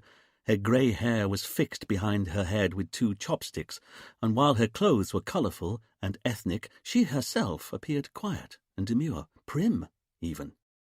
Even so, it was easy to see the beautiful young woman who had turned into this beautiful 60-something-year-old woman. A woman who was now experiencing the shock of sudden grief, her cheeks tear-stained, her eyes wet with pain. I'm sorry to intrude, but I do have a few questions. No, of course. I'll be as brief as I can. Rianka nodded. Starting, maybe, with last night. You see, we've got a witness who says that she heard a man arguing with your husband in his office yesterday at about 6 p.m. Do you happen to know anything about that? An argument? Apparently so, at about 6 p.m. Rianka had a good think, sorting through her confused thoughts. I'm sorry, I was in the kitchens then. I don't know anything about that. Then perhaps your husband mentioned an argument to you later on. No, Aslan didn't argue with people. He wasn't like that, and he definitely didn't mention any kind of argument to me yesterday. Now that was interesting, Richard thought to himself. Saskia said she overheard Aslan having an argument, so why hadn't he mentioned this fact to his wife later on? Then, can I ask, Richard continued, whether or not there was a man in your husband's study shouting at him yesterday, did anyone have any grievances against him? No, of course not. Aslan was wonderful. Everyone loved him. Rianka trailed off, and Richard could see that something was on her mind. Although, he prompted, well, it's maybe nothing, but he and Dominic haven't been getting on for a while. And who's Dominic? The handyman. It was Dominic who brought you to the meditation space. Oh, him, Richard said, surprised. Although Dominic was outside the meditation space when it was opened up, so I don't see how he could be involved. Don't worry, Richard said. We'll look into it. But if we come on to the events of this morning, can I just start by asking, when did your husband get up? At sunrise. That's when he gets up. I see. And you? I lay in bed for half an hour or so longer. Then I got up as well. I had some breakfast. And then I remembered there was some sewing I could be getting on with, so I went out onto the veranda to do it. Rianka gathered her courage as she forced herself to remember. I saw Aslan and the others go into the meditation space. They closed the door, and that was the last time I saw him. And do you know what time this was? I have no idea. Not really. Maybe 7:30, or just after? Then can I ask, did you stay on the veranda the whole time your husband and the other guests were inside the meditation space? Yes. Did you perhaps see anyone enter or leave the meditation space during that time? No, I didn't. Are you sure? Rianka seemed to piece together her memories as she spoke. I could see the whole lawn. The meditation space is in the middle of it. The only people I saw go inside it the whole time I was on the veranda were Aslan and the 5 guests. And once the door was shut, it didn't open again, not until later on, after I'd heard a woman scream, and that's when I ran. Rianka trailed off as the pain of her memories overwhelmed her. Thank you, Camille said. We won't be asking anything else. Just one more question, though, if that's all right, Richard said. Camille flashed a look at Richard that might have killed a lesser man, but Richard was impervious. He had a killer to catch, and Camille should have known by now that he wouldn't be wasting Rianka's time unless it was important. Do you have any idea how a drawing pin ended up on the floor of the meditation space? I'm sorry? Richard was surprised to see that Rianka had apparently said this without moving her mouth, and then he realized it had been his partner who'd spoken. Ignoring the look of fire in Camille's eyes, Richard turned back to Rianka. You see, we found a drawing pin on the floor of the meditation space, and it could be important. After all, why would there be something as dangerous as a drawing pin left on a floor where people are walking around barefoot?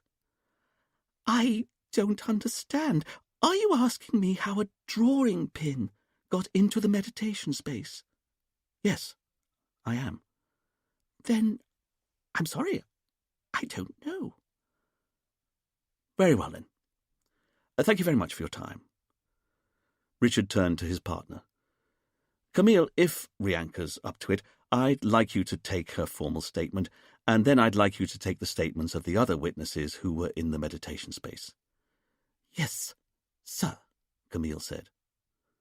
Richard could tell Camille was irritated, that he'd asked the grieving widow about her drawing pin, but he refused to apologize for what he felt was a valid line of inquiry, and that was that.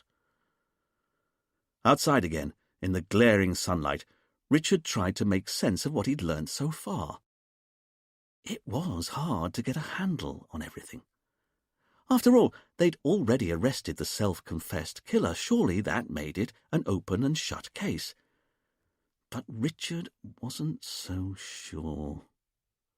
There was a long and ignoble history of weak-minded people admitting to murders they hadn't committed. And there was no getting away from it. Julia hadn't behaved like any kind of murderer he'd ever met before. After all, who'd confess to a murder and then be unable to explain to the police why they did it, how they did it, or where the murder weapon came from? It also didn't help her case that the wounds to the right side of the victim's neck and back strongly suggested that the killer had been right-handed, and Julia said she was left-handed. And then there was the mystery of the drawing pin. Richard didn't care that Camille thought it was irrelevant. He'd learned long ago that the most important object at a crime scene was sometimes something entirely humdrum that wouldn't be of interest except for the fact that it was in the wrong place. And a drawing pin that was loose on the floor in a room where people went around barefoot was definitely a humdrum object in the wrong place. He also couldn't shake the feeling that the location of the murder itself was important.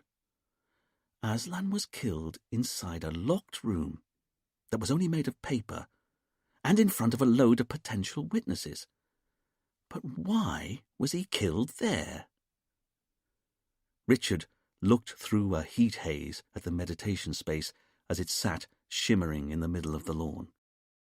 What had happened in there while it was locked down? Richard considered that maybe Julia was their killer. Maybe she wasn't. But if she wasn't, then that meant that one of Saskia Philby, Paul Sellers, Anne Sellers, or Ben Jenkins had, in fact, done it. But why on earth would any of them want to get a carving knife and viciously slay the owner of a hotel none of them had ever visited before? Chapter 3. "Right then," Richard said, when he and Camille had rejoined Duane back in the police station. "We have a killer to catch. Let's get this up on the board." Richard dragged the ancient whiteboard on its juddering legs across to the centre of the room and took a moment to marvel, not for the first time, at how rudimentary the Honoré police station was. There were 4 wooden desks for each of the station's police officers, each with a computer on, and that was about it. Everything else that was piled around, and there was a lot of everything else, was generally broken or defunct somehow. The office notice board carried rotors for officers who'd long since left the station. The wanted poster on the wall was for a man who'd apparently long since died. And there were ancient metal filing cabinets propped up around the walls like drunks at a party, their files spilling out of their drawers. And under all the mess of paperwork that littered everywhere, there were whole sedimentary layers of ancient office equipment that hadn't been discontinued so much as abandoned in place. Richard had come to the island of Saint-Marie just over a year ago, when he'd been sent out to solve the murder of the incumbent detective inspector, a man called Charlie Hume. Richard had hated the tropics from the moment he'd stepped off the plane, but he consoled himself at the time with the knowledge that he'd be able to go home just as soon as he'd solved the case. But Richard hadn't been counting on the political manoeuvrings of the island's Commissioner of Police, Selwyn Hamilton. And by the time that Charlie Hume's killer had been caught, Richard was astounded to learn that he'd been invited to stay on as the island's detective inspector. Richard had been horrified, not least because it finally confirmed a suspicion he'd held for many years, that his superintendent back in Croydon had been trying to get rid of him. But now Richard had had this fact confirmed, he decided he was too proud to ask for his old job back.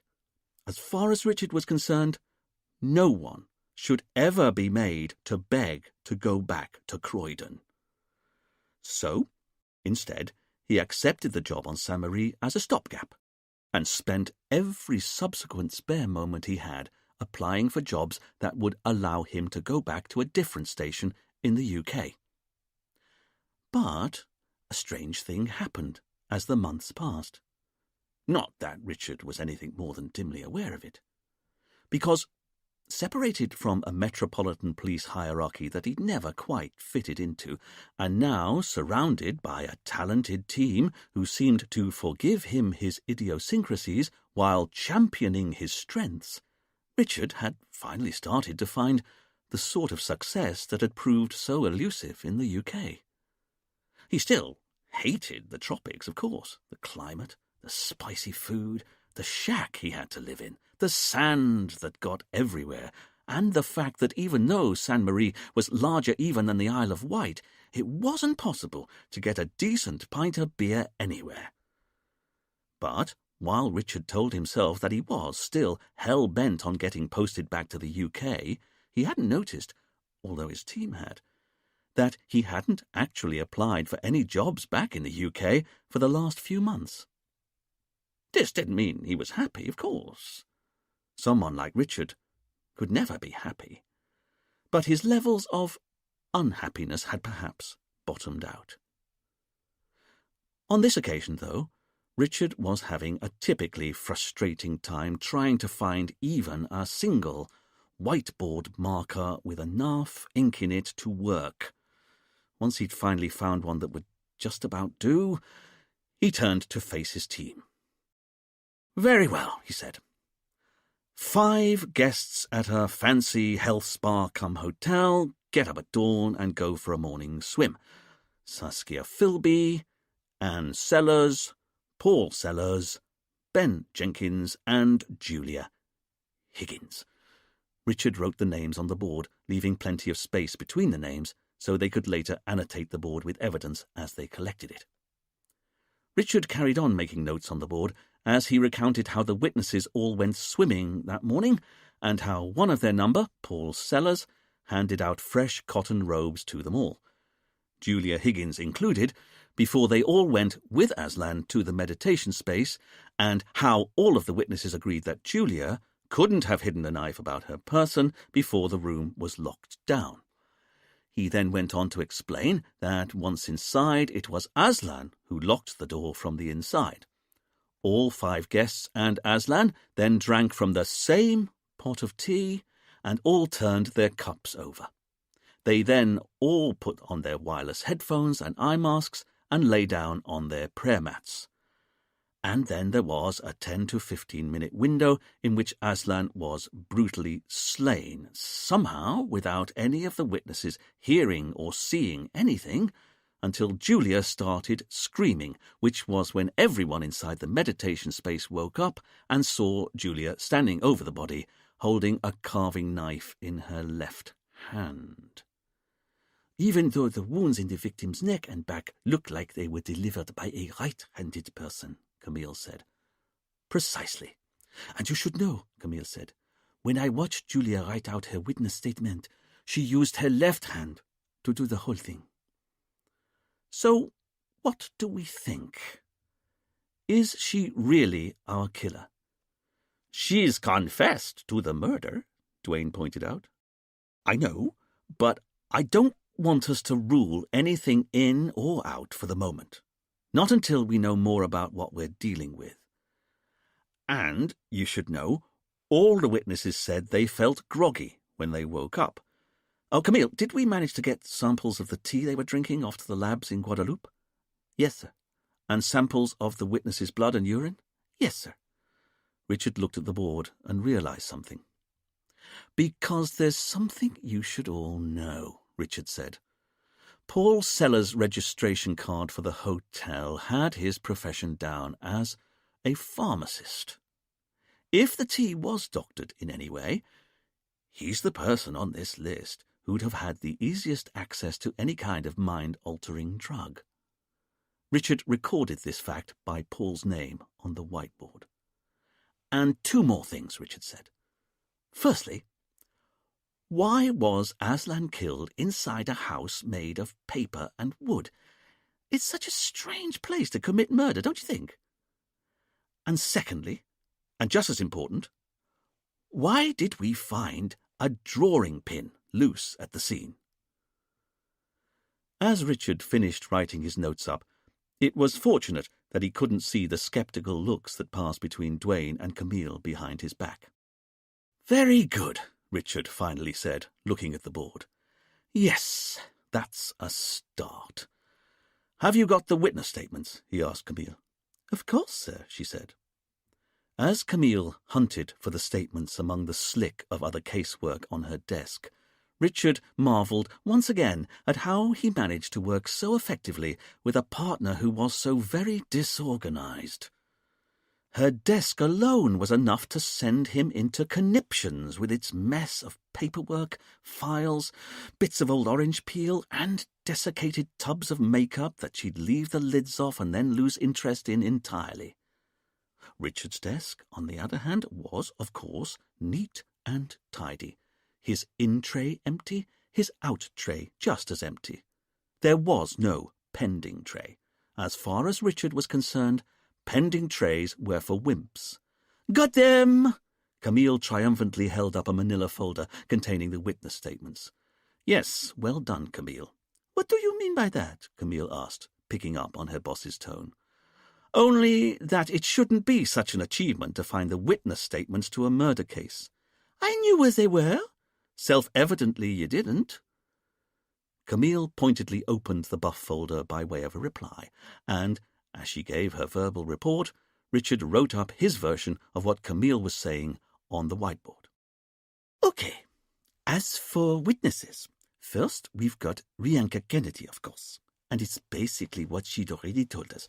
She sat down on the veranda to do some sewing at about 7:30 a.m., and no one other than Aslan and the 5 known witnesses went into the meditation space before 8 a.m.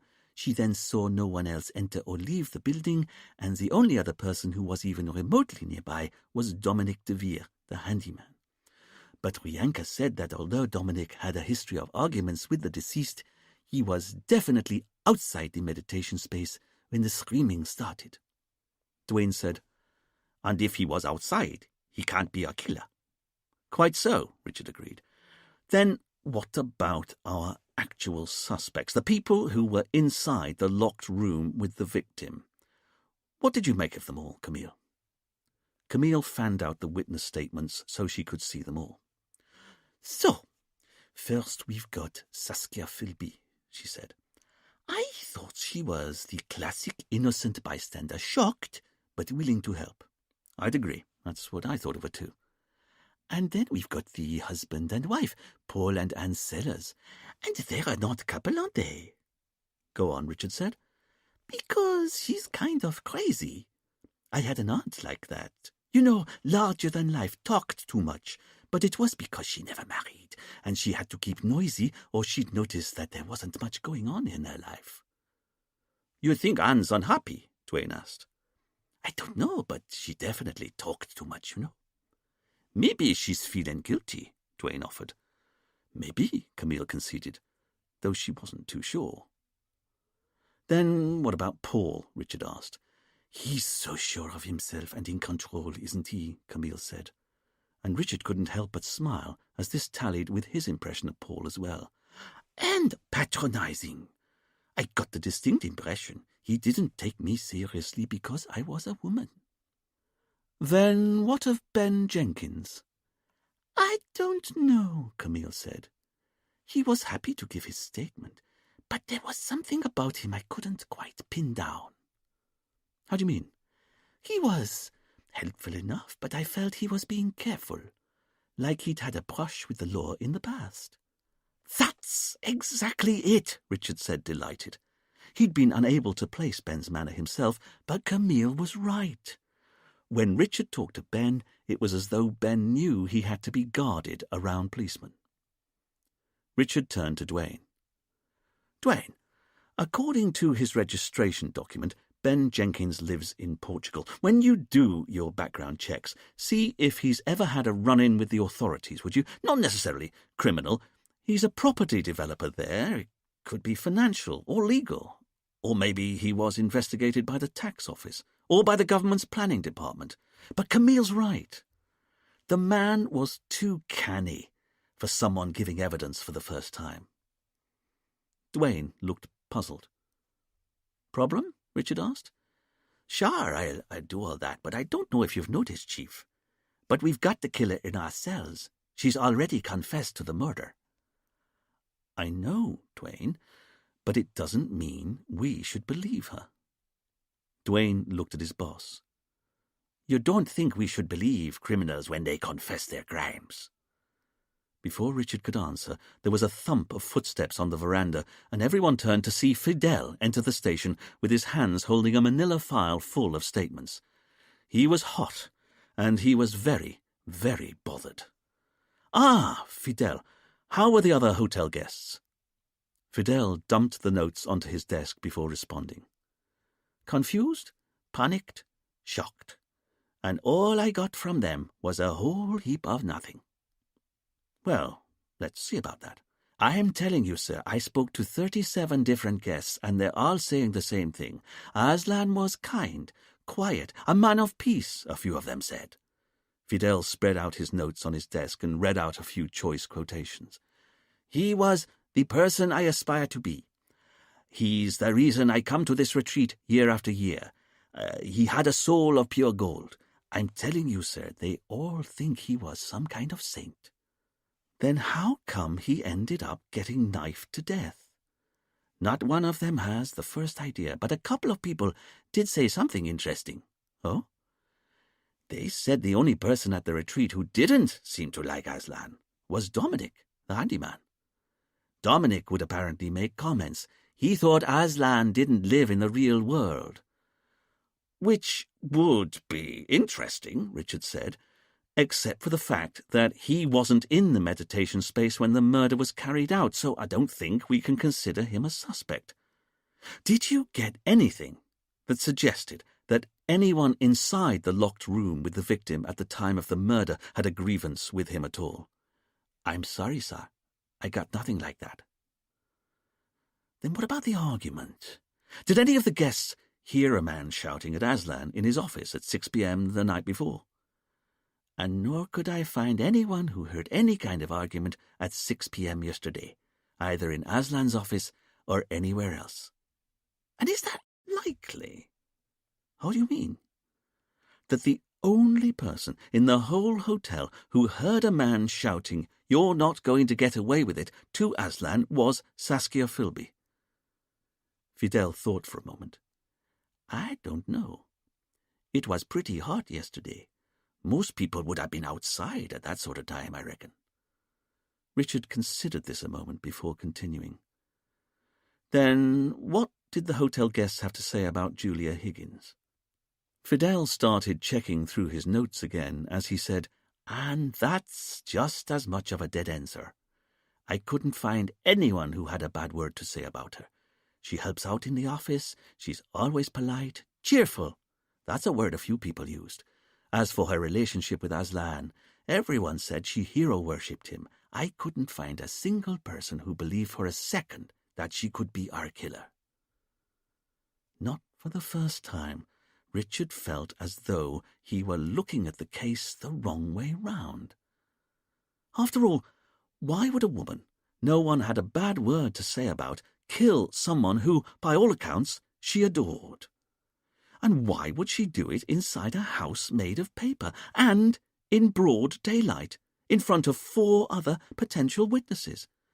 And having killed a man everyone said she hero-worshipped, why would she then confess to the murder, but then fail to provide the police with any of her means, motive, or opportunity? Well, Richard mused to himself, there was one way he could find out. Julia was currently in their police cells. He could ask her. "Very well," he said. "Duane and Fidel, I want you to finish processing the evidence, and Fidel, I want you dusting the murder weapon for fingerprints, of course, but first I want you to lift whatever prints you can find on the drawing pin I asked you to bag at the scene." Fidel looked at his boss. "You want me to lift whatever prints I can find on the drawing pin I found on the floor of the meditation space?" That's right, Richard said, a little irked. Hadn't he made himself clear? Whatever prints you can lift from the drawing pin. And you want me to do that before I start processing the actual weapon that was used to kill the victim? Yes, I said.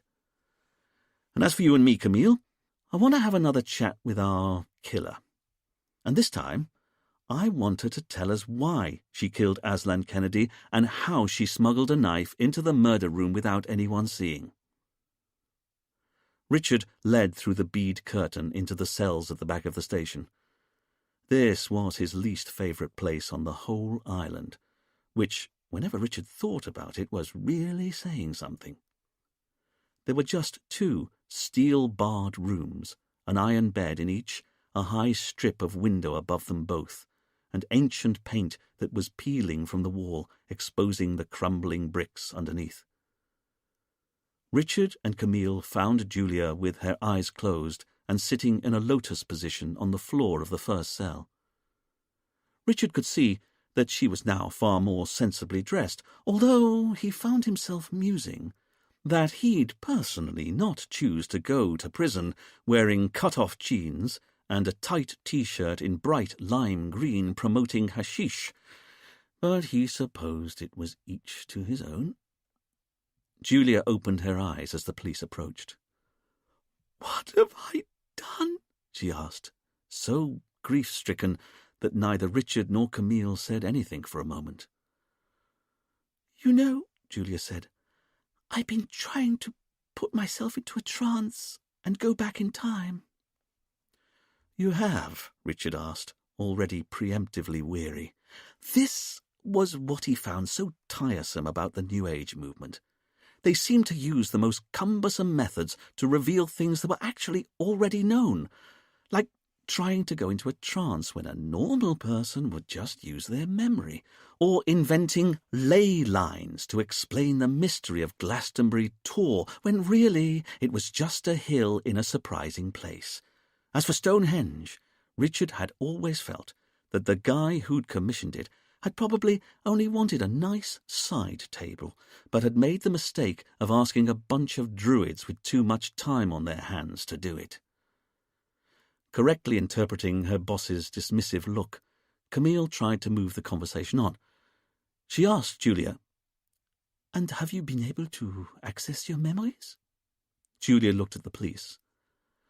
"Not consciously." "Not consciously?" Richard asked, exasperated. "But I could access them subconsciously, I'm sure of it, if I could just get Dominic's help." Richard's antennae twitched. For a man who wasn't a suspect, Dominic's name was appearing a little too often in the investigation for his liking. "You mean the retreat's handyman?" "That's right. He's a wonder." "Well, we can both agree about that. He's certainly a wonder. But this case is peculiar enough as it is, without bringing in a handyman to extract a confession." Julia smiled slowly. "But he's not a handyman. He's a seer." "A seer?" "That's right. Please, could you tell me what a seer is?" "He can see things." Richard took a deep breath and waited for the surge of irritation to wash away. It didn't, so Camille stepped in. "And what sort of things can he see?" she asked. "The future, of course, but he can also see the past." "And how does he do that?" "Well, in this case, he'd put me into a trance state. You see, he used to be the retreat's hypnotherapist." "Used to be?" Camille asked. "That's right. He stopped doing that just after I arrived." Richard and Camille shared a glance. "Is that why Dominic and Aslan have been arguing?" Julia was puzzled. "You know about that?" "Why don't you tell us?" Richard said, probing. Julia smiled sadly. "It's hard to talk about without making it sound worse than it is, but they weren't ever going to get on. You see, Dominic's a Capricorn and Aslan's a Libran," Julia said, as if that explained everything. And I think Aslan felt that Dominic was taking advantage of the guests in his hypnotherapy session. Not that he was. Dominic's hypnotized me often enough, so I know how gentle and supportive he is. He doesn't take advantage of anyone. But Aslan told Dominic he didn't want him offering any more hypnotherapy sessions. Dominic was furious, but there wasn't much he could do. The hotel belongs to Aslan and Rianka.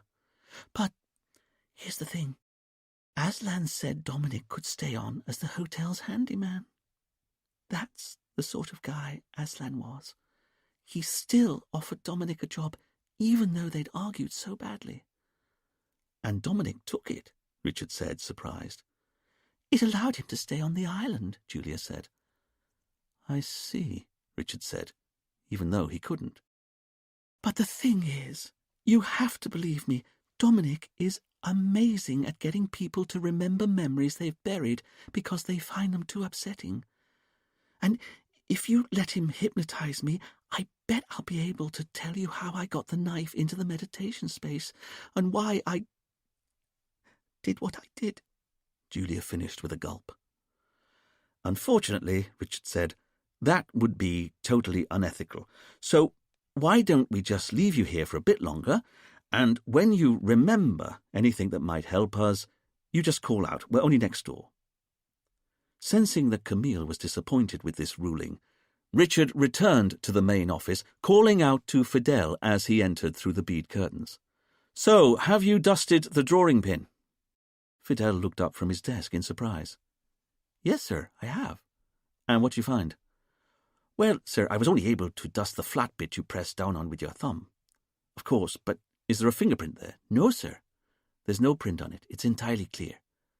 Now, that is interesting, Richard said excitedly. Yes, sir, Fidel said, baffled by his boss's sudden enthusiasm. But doesn't that just mean it's never been used? Dwayne asked. And that's where you'd be wrong, Richard said, as he started writing on the board. I would? Dwayne asked, puzzled. Yes, because I think that drawing pin was part of the killer's plans, and they then wiped it clean of prints once it was used. Richard wrote up this latest development on the whiteboard, and then he took a step back to look at his handiwork. The murder. 5 guests go for a swim.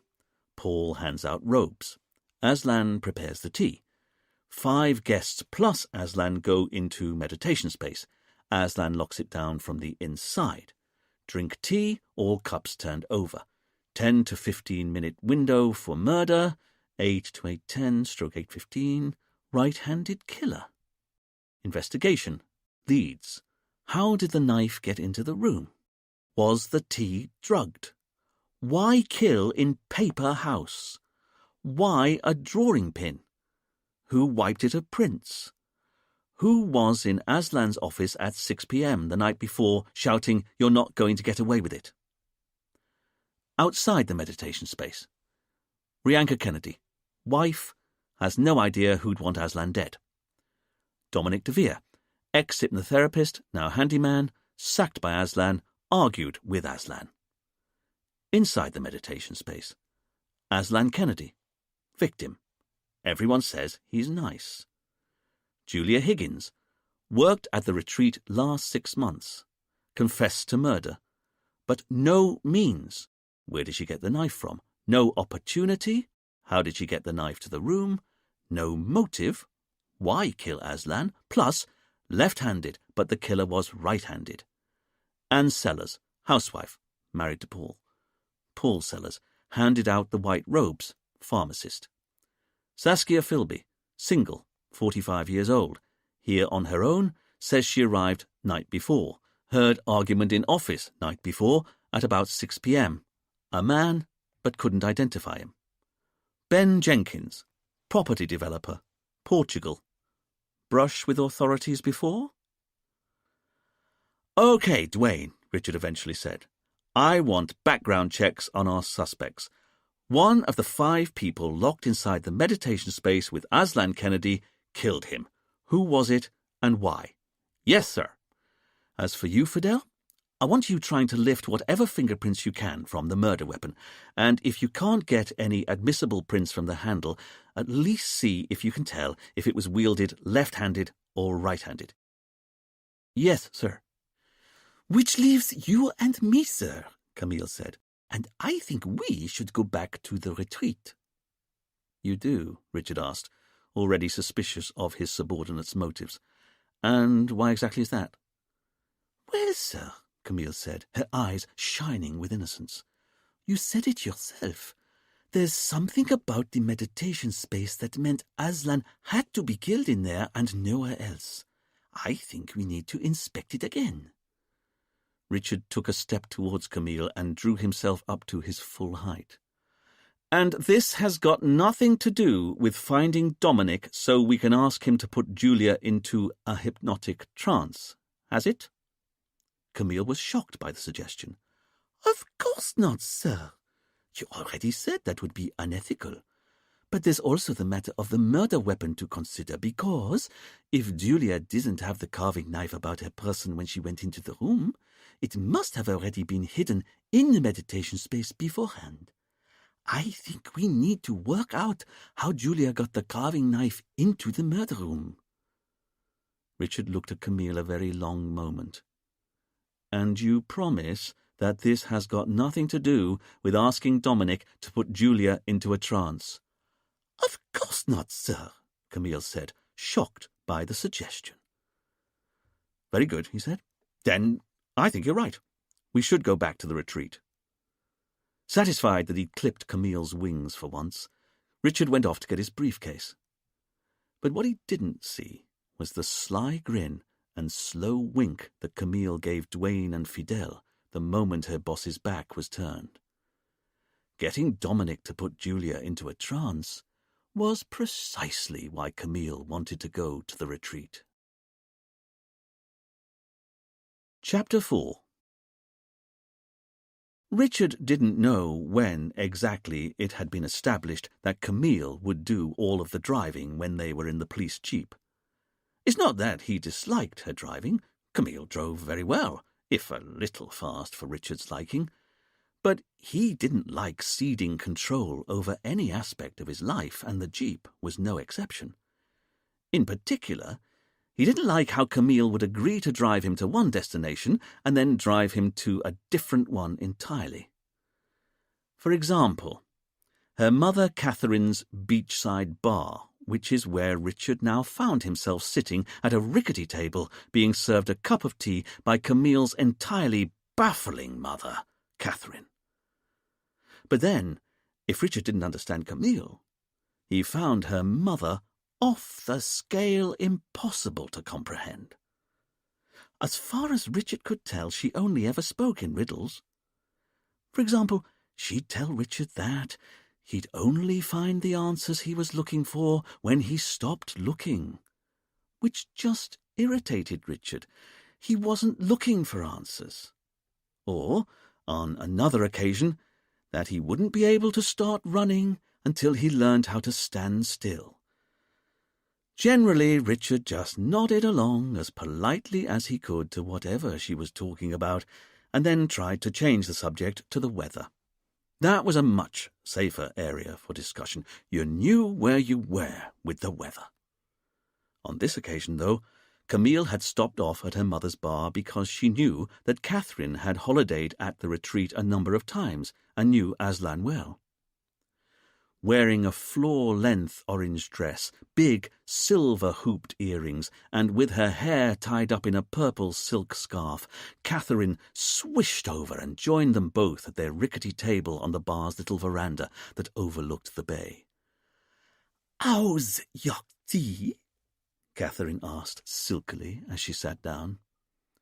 This was an area of conversation where Richard felt entirely on safe ground. Catherine, despite being French, made a cracking cup of tea. "Perfect, thank you." Catherine smiled in pleasure. "So, how can I help you both?" "Well, Maman," Camille said, "have you heard about the murder?" "Of course. Poor Aslan. I liked him very much." Camille said you knew him, Richard said. Of course, a little. Catherine had run her bar for years. There weren't many people on the island she didn't know. Then can you tell us a bit about him? Her daughter asked. Catherine was happy to. According to her, Rianka had come to the island a couple of decades before and had set up the retreat on her own. In fact, as far as Catherine was concerned, Rianka was an inspiration to all single women trying to run their own business. But Catherine then explained that it was only when Rianka met and fell in love with Aslan that the business really took off. It was such a sweet romance as well. Catherine remembered it well. They were both in their 40s, but found love, she said, with an encouraging smile that Richard noted seemed to be for his benefit. Why was Catherine looking at him like that? Catherine sighed at Richard's lack of comprehension and carried on with her story. It was Aslan who introduced a spiritual side to what they were doing at the retreat. Before then, it had just been a normal spa hotel, but Aslan's interest in mysticism transformed the place. What's more, the way Catherine explained it, Rianka and Aslan were a formidable team. Rianka was the brains behind the business, the person who did the books and looked after the money. Whereas Aslan was hopeless with money, had no interest in it. But he was the public face of the retreat, Catherine said. And what a face it was! You only had to look into his eyes to know the wisdom he had. He was soulful, you know. As Catherine continued to explain Aslan's various virtues, Richard found himself looking over the sparkling sea to the far distant horizon.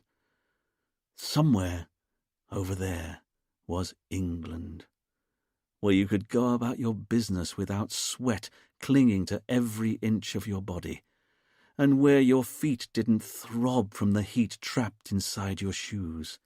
Richard felt his love for England like a physical yearning. Are you even listening to me?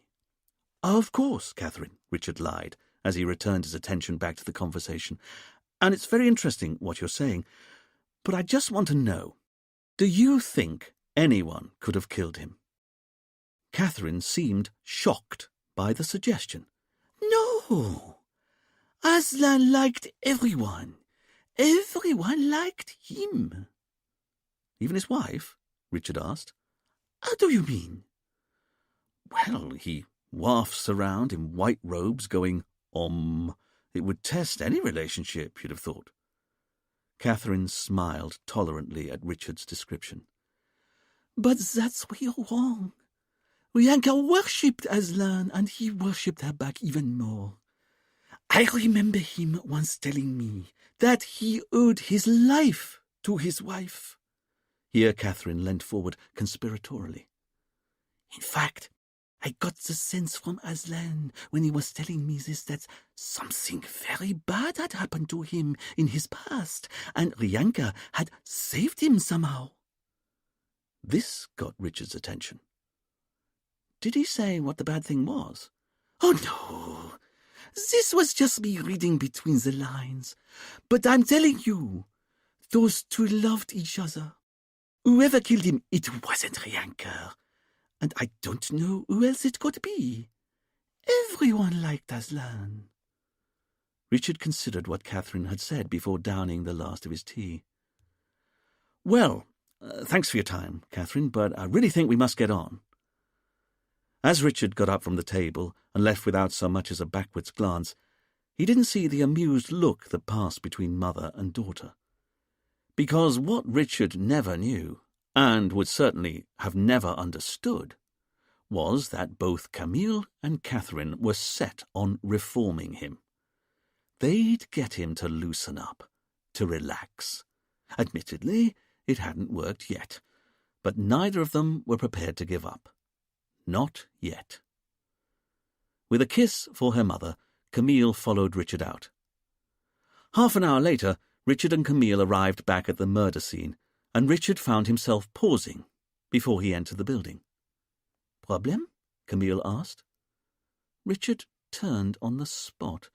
taking in how the meditation space sat isolated on the wide lawn, the main house standing bright white against the blue sky, and a few shrubs of colourful tropical flowers in bushes dotted here and there. "Why here?" he said. "You mean, why commit murder inside a Japanese tea house?" Richard nodded. It still didn't make any sense to him. The tea house was extremely exposed, but its translucency and lack of any kind of soundproofing also seemed to make it the least likely place you'd want to carry out something as private as a murder.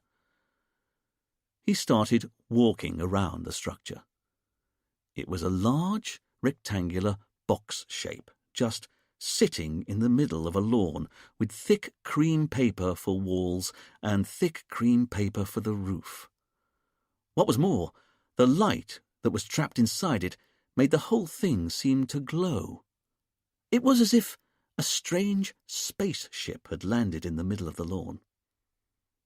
As Richard got closer, he could see thick vertical bands of dim shadows through the paper walls. These were the wooden pillars that made up the building's internal structure. There seemed to be about a dozen such vertical pillars along each of the long sides of the room. But how was the paper attached to each of these pillars? Richard looked closer at the wall and saw hundreds, if not thousands, of staples attaching the paper to the pillars. The staples were deeply embedded into the wooden frame, were all quite rusty, and had all clearly been there for some time.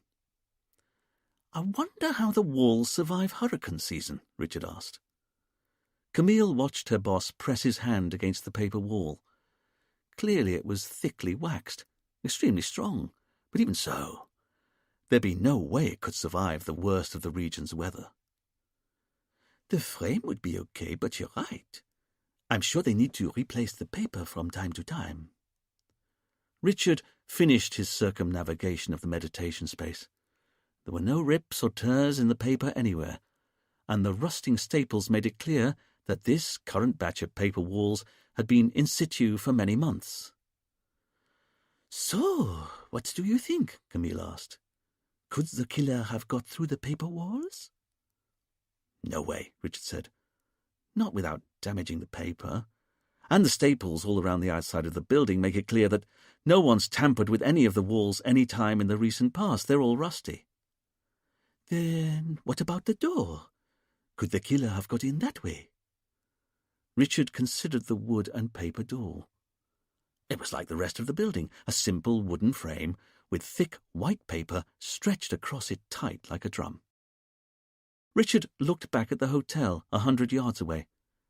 A considerable distance, perhaps, but he could see that the meditation space was slap bang in view, not just of the veranda, but of everyone who'd been up at the hotel.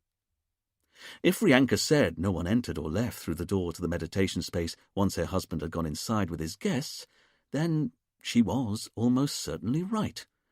No one had entered or left through the door. Richard said, "The door's kind of a moot point, isn't it? As everyone says, the room was locked down by Aslan before they even sat down. But let's see anyway."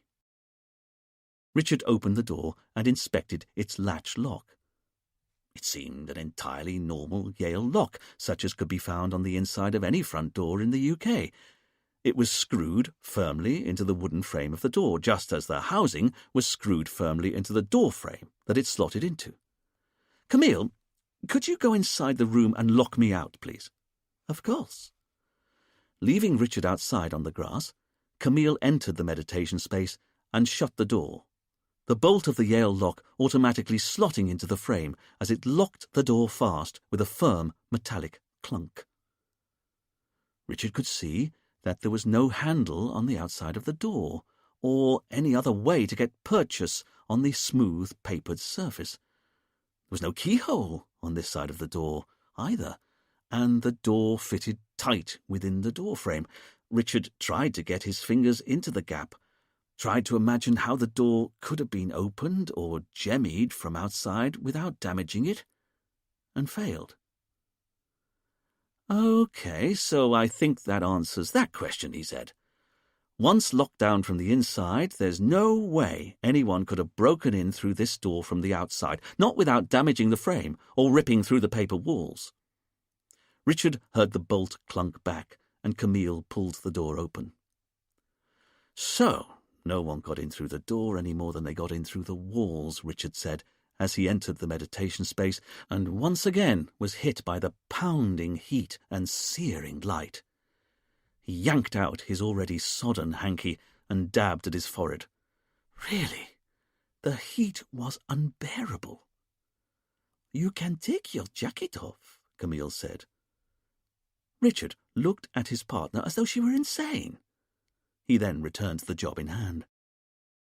The room was a perfect rectangle, and Richard was pleased to see that he'd been right. There were 12 vertical wooden pillars running down each of the long sides, just as he'd expected. The paper attached to the outside of the pillars was translucent. Of course, it was cream paper. The floor was highly polished hardwood planks, and there was nothing else in the room to break the perfect geometry of the space, apart from half a dozen prayer mats, the wireless headphones, and the cotton eye masks. There was no way the killer could have been hiding in the room before the witnesses arrived, and Richard had just proven to his own satisfaction that it wasn't possible to break into the room after the door had been closed and locked down from the inside. This meant that there were only 5 possible people who could have killed Aslan Kennedy. The 5 people of the Sunrise Healing who were already in the room with him when he closed and locked the door. Richard's irritation spiked. He could feel in his bones that there was something about the room that was important. Something to do with it being made out of paper. After all, why was it inside this building that Aslan was killed? At the very least, it offended Richard's sense of the natural order of things that paper could prove so impregnable. It was only paper, for heaven's sake. But Richard knew that for all that it was possible to break in from the outside, the meditation space's wall and ceiling might as well have been constructed from stone and the door from iron. "It really is a locked room, isn't it?" Camille said. I'd agree with that. Which means that if Julia's not our killer, then it has to be one of Saskia, Paul, Anne, or Ben. "But why would any of them want to kill Aslan?" "Precisely," Richard said, just as he saw a flash of light across the room where the wooden floor met the paper wall. "Camille, what? You know what? I think there's another one." Richard went over to the paper wall and dropped to his knees to inspect the floor. "Another what?" Richard got out his silver retractable pencil and used it to flick the tiny metal disc away from the wall. I don't believe it. It was another drawing pin. But whereas the first pin they'd found had been pristine, this one's spike had been bent to the side before it ended up over by the paper wall. Even Camille had to concede that the presence of a second drawing pin at the scene of the crime was beginning to look less coincidental. "Okay, Camille, on our hands and knees, please. I want every inch of the meditation space searched for drawing pins." It was a few minutes later that Camille found the third drawing pin. It was pressed into one of the vertical wooden pillars only a few inches up from the floor. "Why is it being pushed into the pillar so near the floor?" Camille asked. It was only when Richard looked over at the door to the room that he began to realize what it might have been doing there. "You know what? I think this was how the knife was hidden in here beforehand," Richard said. Camille looked at her partner. "I find a drawing pin in a wooden beam, and you say that's how the knife was hidden?" "But think about it," Richard said. "Do you think anyone would have been able to smuggle a carving knife in here without any of the others noticing?" "Seeing as they were only wearing swim things and cotton robes that were handed out by Paul's sellers, I don't think so." "And nor do I. So Logically, the murder weapon must have been in here before the room was locked down. Okay, agreed. Even though there's nowhere to hide the knife, is there? Or so it would appear at first. Richard explained how there were 12 vertical wooden pillars along the longer sides of the room, and the drawing pin they'd just found was stuck into the 11th pillar along, and on the side of the pillar that wouldn't have been visible as the hotel's guests came in through the door. In fact, Richard said, with increasing excitement, how wide would you say the murder weapon was at its very widest? 3 inches, maybe 4. Richard got down on his knees, pulled out a little metal ruler he always kept in his inside jacket pocket for just such occasions, and measured how far the pillar stuck into the room. And this pillar is a good 5 inches wide, but you'd have to make sure that any knife hidden here was tight up against the wood and perfectly vertical, which wouldn't be easy. So, if you wanted to hide a knife in the shadows here, how could you stop it from falling over or being seen? Camille looked at Richard. You'd maybe get a few drawing pins and pin the knife blade to the wood so it didn't fall over. Exactly. And I think that's exactly what happened. All it would take is a couple of pins under the handle or around the blade to make sure it stayed flush against the beam, and having pinned your knife behind this pillar, just off the floor a bit, it would have been all but impossible for witnesses to see as they came into the room. Unless they came to this end of the room. But we know they didn't do that. Richard indicated the door in the opposite wall. They all came in through that door and went straight to the centre of the room, where they then sat down in a circle and started drinking tea. Richard strode to the centre of the room as he continued to explain. All the killer had to do at some point before then, either the night before or very early that morning, was come in here and pin the knife to the further side of that pillar. And then he or she was at liberty to enter the meditation space later on wearing whatever skimpy clothes they wanted, and they didn't even have to worry about the room being locked down while they were all inside, because the murder weapon was already planted in the room. And while everyone else was meditating, wearing eye masks so they couldn't see, and listening to whale music on headphones so they couldn't hear, the killer gets up, comes over here, liberates the murder weapon, and in the process, 2 of the drawing pins ping off, and the 3rd drawing pin stays pinned into the pillar. But with the knife now freed from its hiding place, the killer approaches Aslan as he sits cross-legged on the floor and knifes him in the neck and back. Knifes him 5 times. Richard sighed.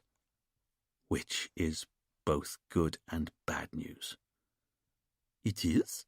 Camille said. Because what we're increasingly seeing is a premeditated murder, Camille. A rational murder. So? Well, isn't it obvious? No, or I wouldn't have said so. So? Richard looked at his subordinate a moment. So? Why on earth would an otherwise rational killer plan to kill someone inside a locked room which also contained a load of other potential witnesses? And if Julia is indeed our killer, why would she commit this carefully premeditated murder only to start screaming the moment she'd done it, so that the witnesses, who had previously had their eyes closed, now took off their masks and saw her standing over the body with the murder weapon in her hands? It doesn't make sense. Richard let this settle for a moment. But that's the bad news. Okay, Camille said. Then what's the good news? I was right about that first drawing pin we found, wasn't I? It was important. Camille considered Richard a moment and realized that, yes, he was indeed the most infuriating person she'd ever met in her life. But who's our killer? Richard continued. Saskia Philby, our meek secretary from Walthamstow, Paul Sellers, our self-regarding pharmacist, his flamboyant wife, Anne, Our property developer Ben, who we both think has maybe had a brush with the law in the past. Or is it, Camille finished, stealing Richard's climax, Julia Higgins, that woman who's actually confessed to the murder? Richard was about to reply to Camille's interruption when he saw a shadow fall on the wall of the meditation space. He held up his finger for Camille to be silent, and together they watched the shadow of a person move furtively along the side of the paper. Clearly, whoever was out there had no idea that they could be seen by Richard and Camille from the inside. Richard pulled out a little penknife from his pocket. It was ivory-bodied, steel-bladed, and it had been given to him by his great-uncle Harold to mark the occasion of his first day at boarding school. Richard had been 8 years old at the time, and Uncle Harold's rambling rhapsody on the wonders of boarding school had left the 8-year-old Richard with the distinct impression that, from now on, he'd have to be hunting for all of his food, which wasn't far from the truth, of course. And Richard had kept the knife close ever since. You never knew when you'd need a pocket knife. Like now. In 5 long steps, Richard strode across the room, stabbed the penknife high into the wall, and slashed down through the paper. It wasn't easy. The paper was thick and waxy, but the knife was whetstone sharp, and Richard soon had a slit down to the floor. Stepping through the rip in the wall, Richard found himself on the outside of the building and face to face with a very shocked Dominic DeVere. What the hell are you playing at? Dominic all but shouted, looking at the tiny but vicious knife in Richard's hand. Camille appeared around the side of the building, but she also kept her distance a little. If Dominic tried to bolt, she'd have him covered. I could ask you the same question, Richard said, increasingly irritated that Dominic had once again appeared in the middle of their investigation. What are you talking about? What are you doing here? Dominic thought for a moment, collecting his thoughts. But it's obvious what I'm doing here. Then perhaps you'd like to explain. It's simple. I saw, like, shadows inside the meditation space, and it freaked me out because, it's like a crime scene. Then I remembered, what if it was the killer, and he'd come back to revisit the scene, like killers are supposed to do. They return to the scene of their crime. So I thought to myself, if it was the killer inside the meditation space, maybe I could unmask him. Richard didn't believe a word of Dominic's explanation, and he risked a glance at Camille. It was clear that she was just as sceptical. I didn't know you were the police, did I? Dominic continued. I just didn't want to be seen before I made my citizen's arrest. Dominic indicated the long rip that Richard had cut into the paper. And now I'm going to have to repair this wall, aren't I? Oh, Richard said. Where you've ripped it, Dominic said, indicating the long slit in the wall. Yes, can I ask about that? Richard said. Because we've been wondering, what happens if one of these walls gets damaged? You mean like when someone cuts through it with a knife? Dominic said in a feeble attempt at sarcasm. Or they get damaged in a hurricane. Well, we've got spare rolls of paper in the basement under the hotel. But we've not had to replace any of the paper walls for nearly a year, since the end of the last hurricane season, in fact. But I'll have to mend this wall now. I don't think you will, Camille said. Oh? Because it's a crime scene. You can't go near it. That's very much the thrust of what we've been saying, Richard added. Oh, Dominic said. Right, I see. But there's another reason we don't want you fixing walls here, Camille continued. And that's because we'd like you to accompany us to the police station so you can put Julia into a hypnotic trance. Dominic was amazed by the suggestion, but not as amazed as Richard was. Looking at his partner, he had to resist the urge to stamp his foot like a middle-aged Rumpelstiltskin in a suit. Camille had promised him she wouldn't do this. For her part, Camille was avoiding her boss's stare as she waited for Dominic's response. And you're okay with that? Dominic asked, surprised. Sure, Camille said. Julia's asked for you specifically. She said she'll be able to remember the murder if you hypnotize her. Richard was desperate to stop the madness, but he knew he couldn't countermand Camille's offer, not now she'd made it. This was because of the very many self-imposed rules and regulations by which Richard led his life. The commandment that you never disagreed with your partner in front of a witness was one of the most unbreakable. So it was through gritted teeth that Richard allowed Camille to lead Dominic over to the police jeep. Once Dominic was in the back seat, Richard caught up with Camille before she got into the driver's side. "What do you think you're playing at?" he hissed.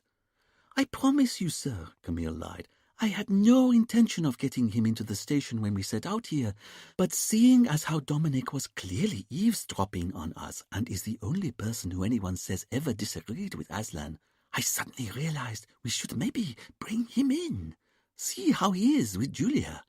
After all, it's interesting that she asked for him, don't you think?" Richard knew that what Camille was suggesting was totally unprofessional, and yet she was right about one thing. Here was Dominic again, turning up like a bad penny. And although nothing Julia said under hypnosis would ever be admissible in court, they could maybe use whatever she said as a jumping-off point for their investigation. Once back at the station, Richard was interested to see that while Dominic was pleased to see Julia, she was a touch awkward with him, which was odd, considering that it was her who'd asked for Dominic's help. But then, Richard considered, from Julia's point of view, she was about to go into a trance to try to remember the precise moment she'd committed a murder. It was perhaps unsurprising. She was on edge. As for Dominic, as far as Richard was concerned, he was his usual preening peacock self, even going so far as to warn the police that he might inadvertently put one of them into a trance. Such were his powers. By this point, Julia was lying on the old mattress in her cell, Dominic sitting in a chair to her side, talking gently to her, and Richard, Camille, and Duane were all crammed in behind. Fidel had also wanted to attend the hypnosis session, but Richard had insisted he stop trying to lift prints from the murder weapon so he could lift whatever prints he could from the 2 extra drawing pins Richard and Camille had just found at the murder scene as a matter of urgency. "You can feel a heavy, relaxed feeling coming over you," Dominic murmured to Julia as she lay on the bed, her eyes closed. "And as I continue to talk, the heavy, relaxed feeling will only get stronger and stronger, and the deeper you go, the deeper you are able to go, and the deeper you go, the deeper you want to go, and the more enjoyable the experience becomes. Now you are resting comfortably in a deep, peaceful state of sleep." Dominic looked up at Richard. Clearly it was done. Julia was ready. "We want to know what happened in the meditation space," Richard whispered as quietly as he could. "Shh," Camille said. Richard was a little hurt. He'd never been able to whisper quietly, and he was sensitive to this unacknowledged failing. But Dominic didn't seem too bothered by Richard's inability to whisper as he turned back to Julia. "Okay, I'm going to ask you a few questions, and you're going to answer because you feel so safe, so secure. Starting with, what is your name?" "Julia Higgins," Julia said. "And where have you been staying?" "At the retreat. Happy." Julia spoke in a quiet, sing-song voice, almost like a child's, and Richard once again found himself thinking that if this was an act, it was a very convincing one. "You're happy there?" Dominic continued. "Happy." "That's great. Well done. And what do you like doing at the retreat?" "Working, meditating, swimming." "You went swimming today?" "Yes, swimming." "And then what did you do?" In her hypnotic trance, Julia frowned as she considered. "It was the sunrise healing." "What happened?" "We talked, we drank tea." "And then?" "We lay down, and then—" Julia trailed off. "What can you see?" "I can see light. It's bright all around me. Well done. You're lying down. It's bright all around, but there are others in the room. Eventually. Yes, I see people. Are they standing up? No, they're all lying down like me. How many people? Richard barked like a seal trying to get the attention of a passing oil tanker. Yeah, Dominic said, altogether more smoothly. Who else was there? Julia seemed to smile as she considered, and then she said, 5 people. Paul and Anne, Saskia, I like her, and that man Ben. She doesn't like him, Richard whispered. Shh, Camille once again said, and Richard briefly recoiled. That time, surely, he'd been quiet. And what about Aslan? Dominic asked. He's the 5th person, isn't he? No, Aslan's not the 5th person. Dominic and the police exchanged a quick glance. What was this? Surely Aslan's there? No, there's a man there, sitting cross-legged, white beard, white hair, but his name's not Aslan. Then who is he? His name's David. What? This time it was Duane who interjected. And there's blood everywhere. He's dead. Julia was beginning to panic in her trance. Help me. I've killed David. Julia, don't worry. There's blood on the knife. He's dead. David's dead. Julia's increasing panic was too much for Dominic. You're waking up, Julia. You're coming out of your sleep. You're safe, and you're waking up on my count. 1, you're feeling calm. Dominic counted up to 5, saying soothing words as he went, until he finally snapped his fingers, and Julia woke with a panicked intake of breath. Dominic grabbed hold of her shoulders. You're safe.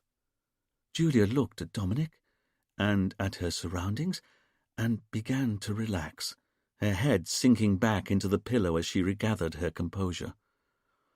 What did I say? You did great, Dominic said, trying to be positive. But did I do it? Did I kill him? Dominic said, I'm sorry, Julia. Julia squeezed her eyes shut in pain, her worst fears confirmed. But there was something else, Richard said. You said the person you killed was called David. Julia opened her eyes, puzzled. I'm sorry? You said you could see only 5 people in the room, Paul, Anne, Saskia and Ben, but the 5th person was called David, which I can't help feeling is a bit odd, seeing as his name's Aslan. I did? Very clearly, you said his name was David. Julia was flummoxed. I'm sorry. I don't know why I did that. His name's Aslan. Of course it is. A few minutes later, Richard had dispatched Dominic with barely a thank you, which he'd been pleased to see had hurt Dominic's feelings, and he and his team were trying to work out whether they'd just got a new lead or not. Okay, Richard said.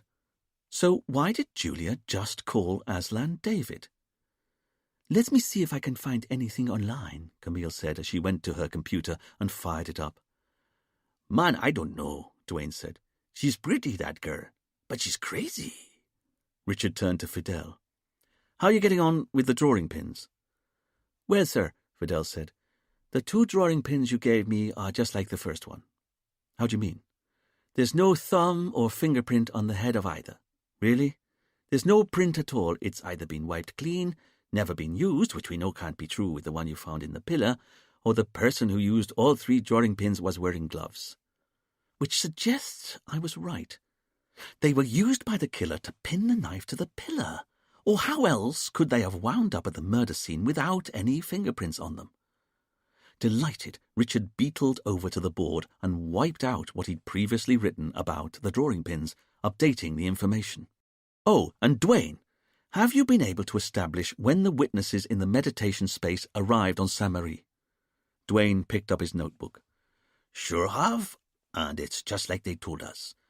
According to the airport, Julia got here nearly 6 months ago, Anne and Paul Sellers arrived a week ago, Ben Jenkins 4 days ago, and Saskia Philby only got in on the 4 p.m. flight the day before Aslan was killed.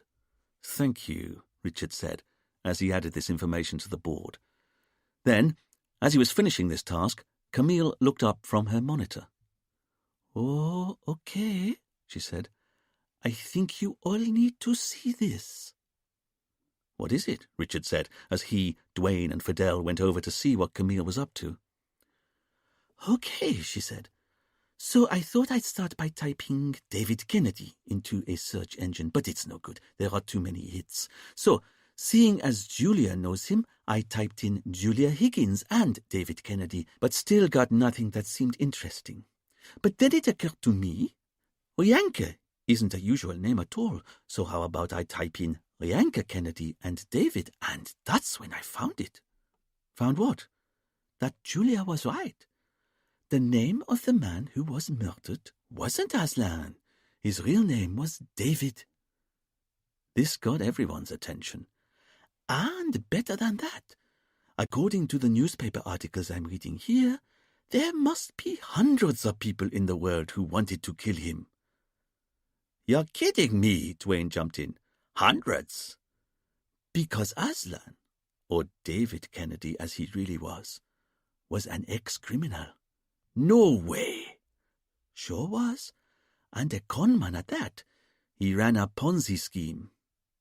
And what's one of those? Fidel asked. According to this, Camille said, pointing to the newspaper article she was reading on the screen, it had something to do with leasing artworks to businesses. I'm just trying to work it out, but it was 20 years ago. He was accused of stealing over £2 million from a whole bunch of people, and he was convicted and sentenced to serve 7 years in prison. Hang on. Camille scrolled down the article until her mouse hovered over a picture of a plump man in his late 30s with a shock of black hair, dressed in a smart business suit. He was beaming, as though he didn't have a care in the world. They all looked at the photo of the man. Doesn't look anything like him, Dwayne said. The team looked at the photo some more, and it was true. At first glance, the man in the picture bore no resemblance to Aslan. But this photo was taken 21 years ago, Camille continued, before his hair went white. And he grew a long white beard, Richard added. I mean, to all intents and purposes, he has no face now. It's just white hair, a nose, a pair of eyes, and a tanned forehead. And he's lost a hell of a lot of weight since then, Dwayne added. But yes, look at the eyes, Richard said. You know what? It is him. He's got the same eyes. As they all considered the changes that 20 years could wreak on a body, the picture began to make more sense.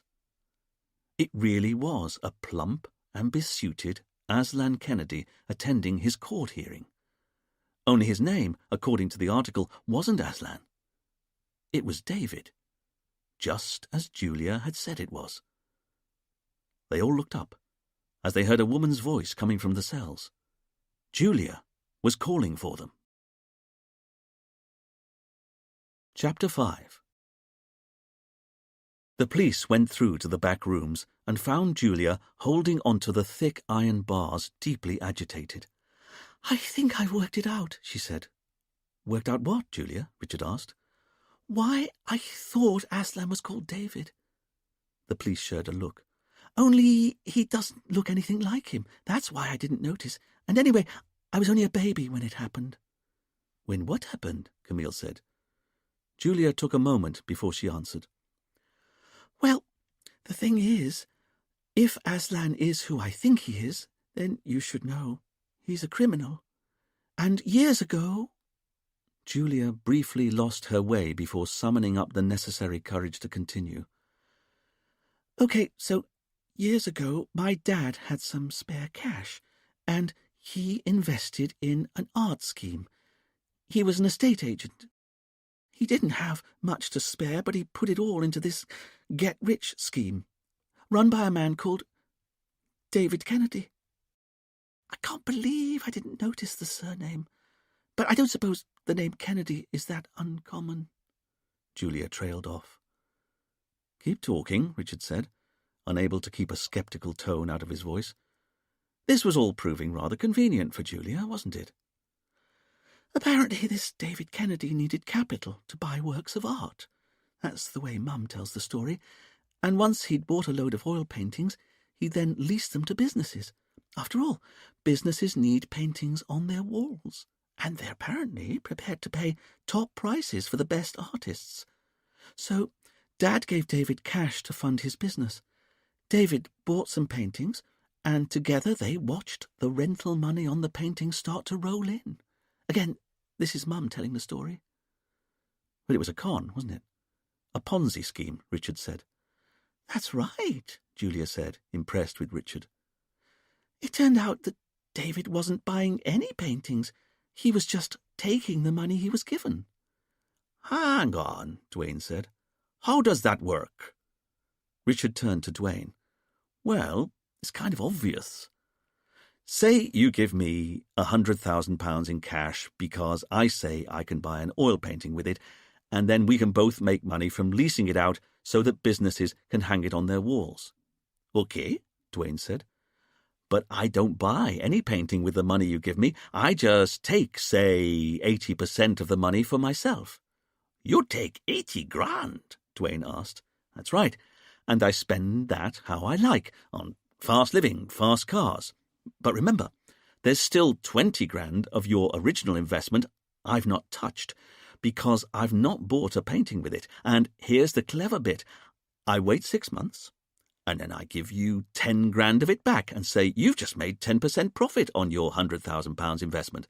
And 6 months later, I then give you the remaining 10 grand and say, you've just made another 10%. Wow! Dwayne was clearly impressed. Now that's my kind of con. But Fidel had already seen the flaw in the system. But, sir, what happens now you've spent your 80 grand and given the other 20 back to the investor? Haven't you run out of money and you've still not bought a work of art? Quite so, Richard said. And that's why Ponzi schemes are also called pyramid schemes, because the whole thing relies on ever more layers of people investing so that money can keep flowing up the pyramid and the con man can continue to pay out apparent returns while creaming the majority of the cash off for himself. But the point about Ponzi schemes is that there always comes a point when the crook at the top of the pyramid simply runs out of people he can touch up for cash. The money stops flowing, and the collapse is always stunning. Camille was looking at Julia with sympathy in her eyes. She'd seemed to live every moment of Richard's description. You're right, she said. Dad gave David everything he had. Not at first, but by the end of the year, he'd remortgaged the house and taken out loans so he could invest even more. He'd also told all of his friends how much money he was making from David. The following year, when David was arrested and the scheme collapsed, Dad discovered he'd lost everything. Our house, his job, his friends. He'd been an estate agent, and now he was a laughingstock who'd just been declared bankrupt and had his house repossessed. Then, just before Christmas, Dad went into the woods in his car. He ran an exhaust pipe up. He took his own life? Camille asked, horrified. Julia nodded. This was her pain, her sorrow. I'm so sorry, Camille said. The police looked at Julia a moment, but Richard was still puzzled. Are you saying you didn't know any of this before Dominic hypnotized you? Julia looked at Richard and nodded once, seemingly as upset by the thought as him. But it means I've got a motive to want him dead after all, doesn't it? And it's why you killed him. Julia looked appalled at the idea, but she knew what the truth was. Yes, I killed him because, at a subconscious level, I must have known his true identity. Richard wrinkled his nose a bit. Then can you tell us where you got the carving knife from? This gave Julia pause. What? Where did you get the carving knife from that you used to kill Aslan, or David, as your subconscious knew him to be? Julia thought for a long moment before answering. I don't know. You still don't know? No. But if you're prepared to admit to murder, Richard said, failing to hide his irritation, and now to having a motive, why won't you also tell us where you got the carving knife from? I'm sorry, it's because I don't know where it came from or how it got into the meditation space. Richard shuddered a little before regaining his strength. All right, Julia, then tell me this, and I want you to think very carefully before you give your answer. If I said drawing pins to you, what would you say? Julia was entirely baffled. I'm sorry? Richard was undeterred. If I said drawing pin to you, what would you say to me? I don't know what you're talking about. Richard looked at Julia and tried to work out what was going on. After all, why would she admit to only some elements of the murder but not others? And there was something else that Richard was beginning to realize. Then can I ask, because now I know you had a motive to kill Aslan, can you tell us how you ended up on Sainte-Marie? How do you mean? Because I don't believe in coincidence, and this takes coincidence to a whole new level. It does? Julia asked, confused. If you're saying you didn't consciously know that Aslan Kennedy caused your father's suicide 20-odd years ago, then can you explain how on earth you just happened to be on the other side of the world and inside a paper house with Aslan Kennedy at the precise moment he was killed? This gave everyone pause. That hadn't occurred to me. Julia, how did you choose the retreat for your holiday? Julia took a moment before answering. But that's the thing, she said. I didn't. What? Everyone looked at Julia. I didn't choose the retreat. I was offered a holiday here for free. You were? How do you mean? I was chosen as a competition prize winner. Richard and Camille exchanged a glance. Go on, Richard said. Well, there's not much to say. It was just one of those envelopes that arrived through the post. You know, it said, "You have won a prize" on the front. I opened it, and it was from this place on Sainte-Marie called The Retreat. It said I'd filled in a form online and had been entered into a monthly prize draw, which I'd won. They were offering me an all-expenses-paid holiday as my prize. I didn't believe it at first. These things are never real, are they? But it looked so authentic, I decided I'd phone the number that was listed and just check. And when I called, I got through to a guy who said his name was Aslan, and he confirmed I'd won a free holiday to Sainte-Marie. It was Aslan you spoke to? Oh, yes. And it was true. The flight tickets arrived. I came out here. This was about 6 months ago. I had a wonderful holiday, and I just fell in love with the whole place, and Aslan was so kind, so welcoming. When my week's holiday was up, I asked if I could stay on. Rianka told us you now help out in the office. That's right. Just a couple of hours a day. And in return, Aslan let me have a guest room for free. I can attend whatever sessions I want, and they've even been giving me a weekly salary. Not much, but enough to get by. And at no time did you know you were getting all this from the man who'd caused your dad's suicide? Richard asked, still amazed at what he was hearing. Julia bit her lip as she considered what to say. And Richard had a sudden memory of being taken pheasant shooting by his dad when he was 10. His father didn't shoot that often, and Richard had always hated it. The damp woods, that feeling of rain down the back of his raincoat, and he and his dad had come across a rabbit that was cowering, ravaged with myxomatosis. His dad had told Richard to shoot it with his .410 shotgun. Up to this point, Richard had managed to avoid ever actually killing anything in his life by pretending he was just a bad shot. But when his dad, by that stage a detective inspector in the West Midlands Police, told him to shoot the rabbit at point-blank range, he knew he had no choice. He had to shoot the rabbit. But he didn't. He couldn't. And in disgust at his son's lack of backbone, Richard's dad had trodden on the rabbit's head with his size 12 police boots himself and stamped the life out of it. But that's the image that now popped into Richard's mind as he considered Julia. She was looking as forlorn as the poor rabbit from his childhood. "I'm sorry," she said eventually. "I had no idea who Aslan really was. Not until Dominic regressed me just now." Rianka was in the retreat's office when Richard and Camille found her. "Mrs. Kennedy?" Camille said kindly. "Oh," Rianka said as she looked up from her monitor somewhat listlessly. "Don't worry, we only have a few questions." It was clear that Rianka had been crying, a balled-up tissue in her hand. While she took a moment to compose herself, Richard gave the retreat's office a quick once-over and decided he liked what he saw.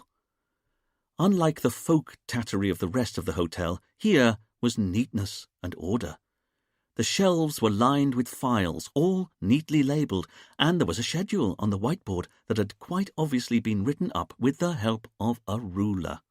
An entirely different shelf only contained staplers, a hole punch, reams of paper, and other critically important stationery, and, above all else, Rianka was working at a desk that was entirely clear, apart from her keyboard and monitor. Richard saw 3 differently coloured bins lined up next to each other, and his heart gave a little leap of joy. There was even a clear recycling policy. Right then, Richard thought to himself, that was surely long enough. "Rianka," he said, "we'd like to know a bit more about Aslan's past."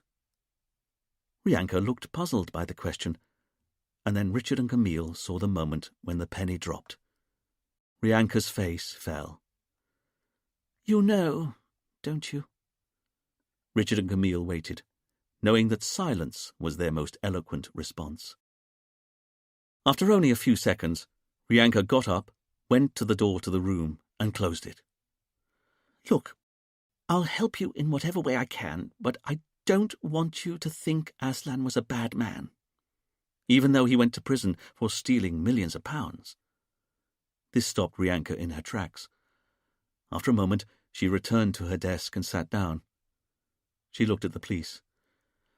"Okay, what do you want to know?" Richard pulled out his notebook and clicked out his silver pencil. "For starters, what was your husband's real name?"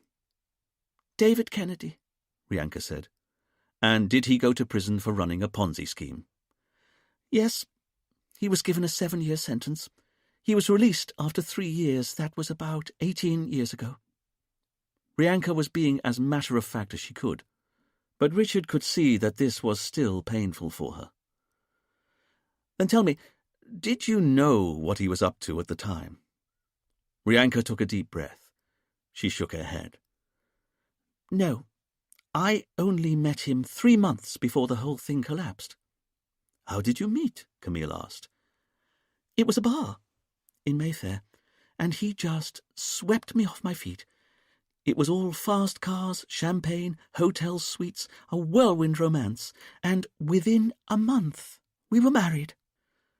In Chelsea registry office, and I was wearing a designer dress we'd bought only that morning from the old Brompton Road. Looking back, I think he already knew the whole thing was about to collapse, and he was looking for stability. That's why he proposed to me. But that was also what he was like in those days. Impetuous, always making snap decisions, and I know it will be hard for you to believe. But he was almost an innocent." "He was stealing millions of pounds. That's hardly the behaviour of someone who's innocent." "No, of course, I don't deny he was a criminal. But have you ever put your hand in the biscuit tin, promising you'll only take one biscuit?" "No," Richard said, only for Camille to kick his chair leg. "Of course," he corrected, recognizing what was expected of him. All the time. Rianka looked at Richard in accord. "Because it never stops at one, does it? You take a second biscuit, and then you take another and another, don't you? And before too long, you realize you've taken so many you might as well keep going until they're all gone. That's what I think Aslan was doing when he stole from all those people, because, don't get me wrong, he was a weak man, I now realize, but there was no malice intended. He took money from all those people because he realized he could. He was like a child with his hand in the biscuit tin." "And you really had no idea what he was up to?" Richard asked. "None of us did." "So when did you find out?" Camille asked. Rianka looked at Camille, ashamed. "When the police came to our suite at the Savoy and arrested him. And that's how crazy those days were. We didn't even have a home. We just lived in a suite at the Savoy." Rianka frowned as the hot shame of her memories flooded through her. "That moment when I answered the door and saw two men standing there in suits, I thought they were from hotel management." Rianka looked at Richard, prepared to face the truth. "But that's when my life came crashing down, when I discovered that everything my husband had told me was a lie, that there was no art business, that he wasn't this great success. He was a crook who had stolen millions of pounds from hundreds of innocent people who trusted him. I was so angry, you have no idea. We'd only been married 3 weeks. I felt so cheated. I'd given my heart to a crook. I couldn't believe it. By the time of his trial, I couldn't face it. I scraped together the last of my money and left the country. I didn't care where I went. I just had to get as far away from him as possible. I felt so ashamed, so hurt. I went to South America at first, staying in cheap hostels where I knew no one and where no one knew me. I got a job working in an orphanage, but I was just getting through the days, you know? And all I kept thinking was, the man I'd loved was a crook, a hateful crook. When I discovered he'd been convicted and sent down for 7 years, I decided I had to move on again. So I took the money I'd been able to save and went travelling. Just going from place to place, not making friends, not doing anything, just waiting, really. I didn't know what I was waiting for until I wound up on Sainte-Marie and found I liked it here. But that's no surprise. There's something about this island that's special, isn't there? Camille smiled in agreement. And seeing as I liked it here, I got a job working in the office of the Bay Cove Hotel, and I found I was good at it, and little by little I started to piece my life back together, partly because my work was giving me back some of my self-esteem, but, if I'm honest, it was Sainte-Marie itself. Whether it's the people, or the quality of the air, or the light, but I felt like it was the island that was healing me as much as what I was doing. After a year or so of this, the manager of the Bay Cove asked me if I'd take over the running of the whole hotel, and I realized something about myself. David had so hurt me. I didn't ever want to put my future in the hands of anyone else ever again. And I'd already seen that there was an old derelict plantation house that was going for a song, so I went to the banks, asked to borrow a frightening amount of money, and I couldn't believe it when they agreed. I opened the Plantation Hotel only 9 months later, and I'm proud to say it was pretty much a success from the start. This is what I was meant to do. This is where I'm meant to be. And your husband had nothing to do with it? Camille asked. No way. He was in prison, and as far as I was concerned, he could stay there for the rest of his life. So how did you get back together? I'd been running the hotel for 3 years when this man arrived one day by foot. He'd walked from the airport, and he had no luggage. I recognized him at once. It was David, in a plain T-shirt, jeans, and old trainers. I didn't know what to say or do. But he said that he was sorry for what he'd done, that he loved me, he'd always loved me, and that he'd changed. I didn't believe him. How could I? He'd caused me so much pain. But he'd come all this way. He didn't have any luggage. I couldn't just send him away, could I? So I let him stay as a guest for a couple of days and tried to ignore him. But the thing was, it was clear that he had changed. He'd obviously been through a lot while in prison, and a couple of days turned into a couple of weeks, and a couple of weeks into months. Because you have to believe me when I say Aslan was an innocent. He was. So when he saw what I was up to here, he started to get involved in the life of the hotel. And he'd clearly been developing the spiritual side of his nature while he was in prison. He was hugely knowledgeable. He started going to these meditation sessions in Honoré and doing yoga. It wasn't long after that he changed his name to Aslan. I didn't quite trust him yet, but his sincerity was heartbreaking. He clearly wanted to be a better person, and, well, the thing I never thought could ever happen again started to happen.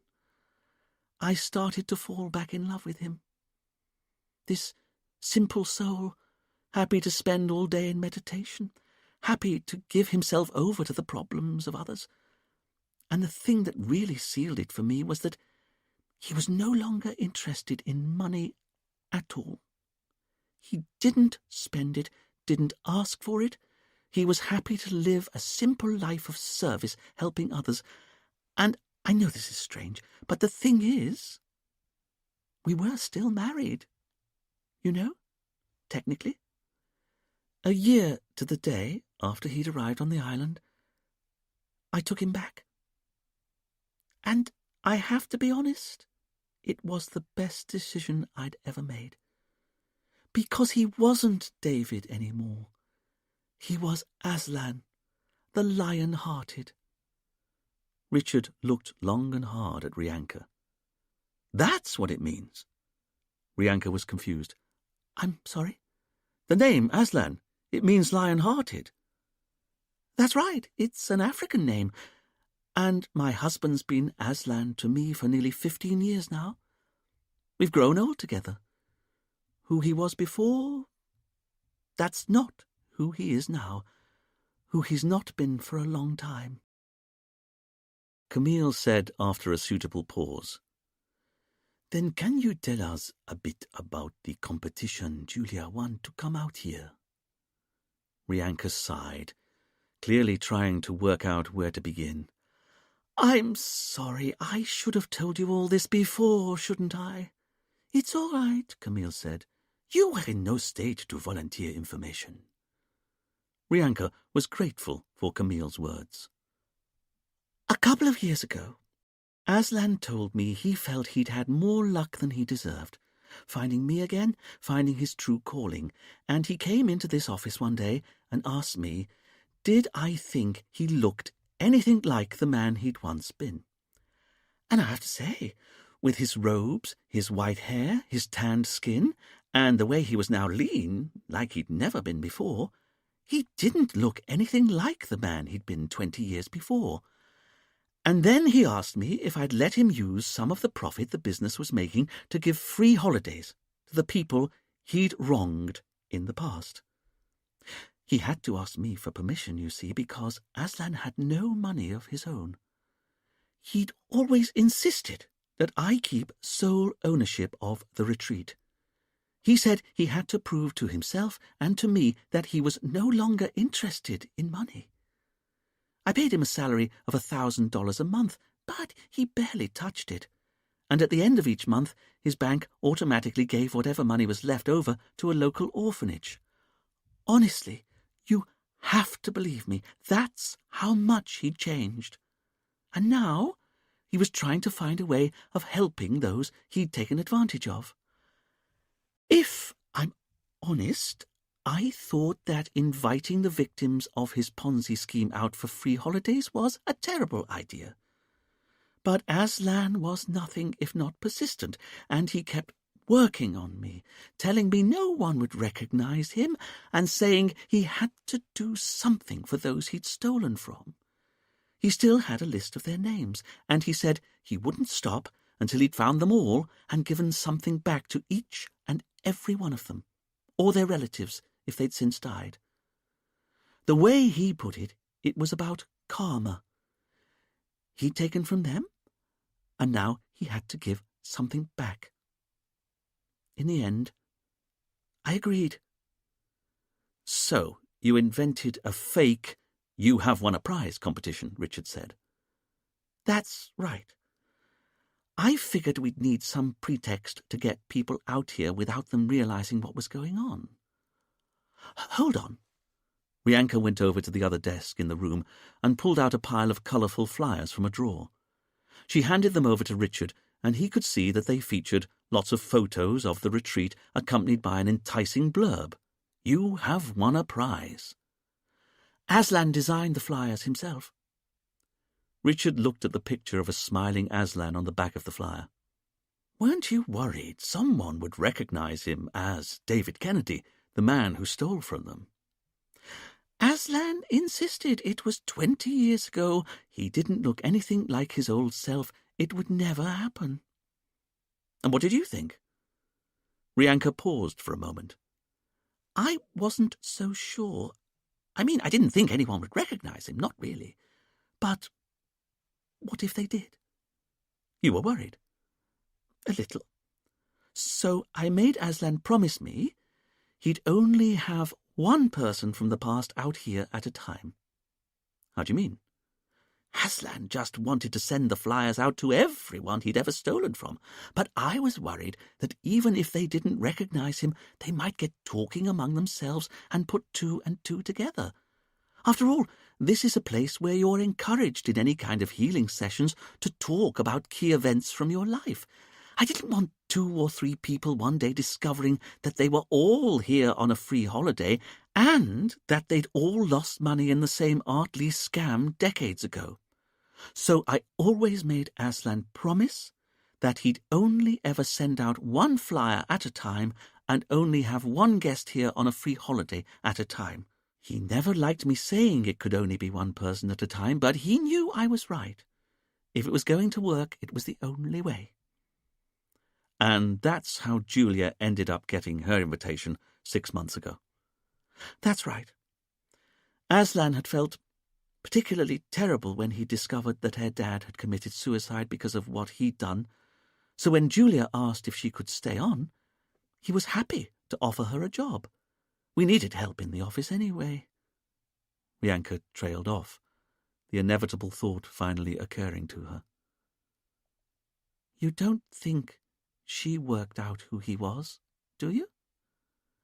It's too early to say for sure, Richard said.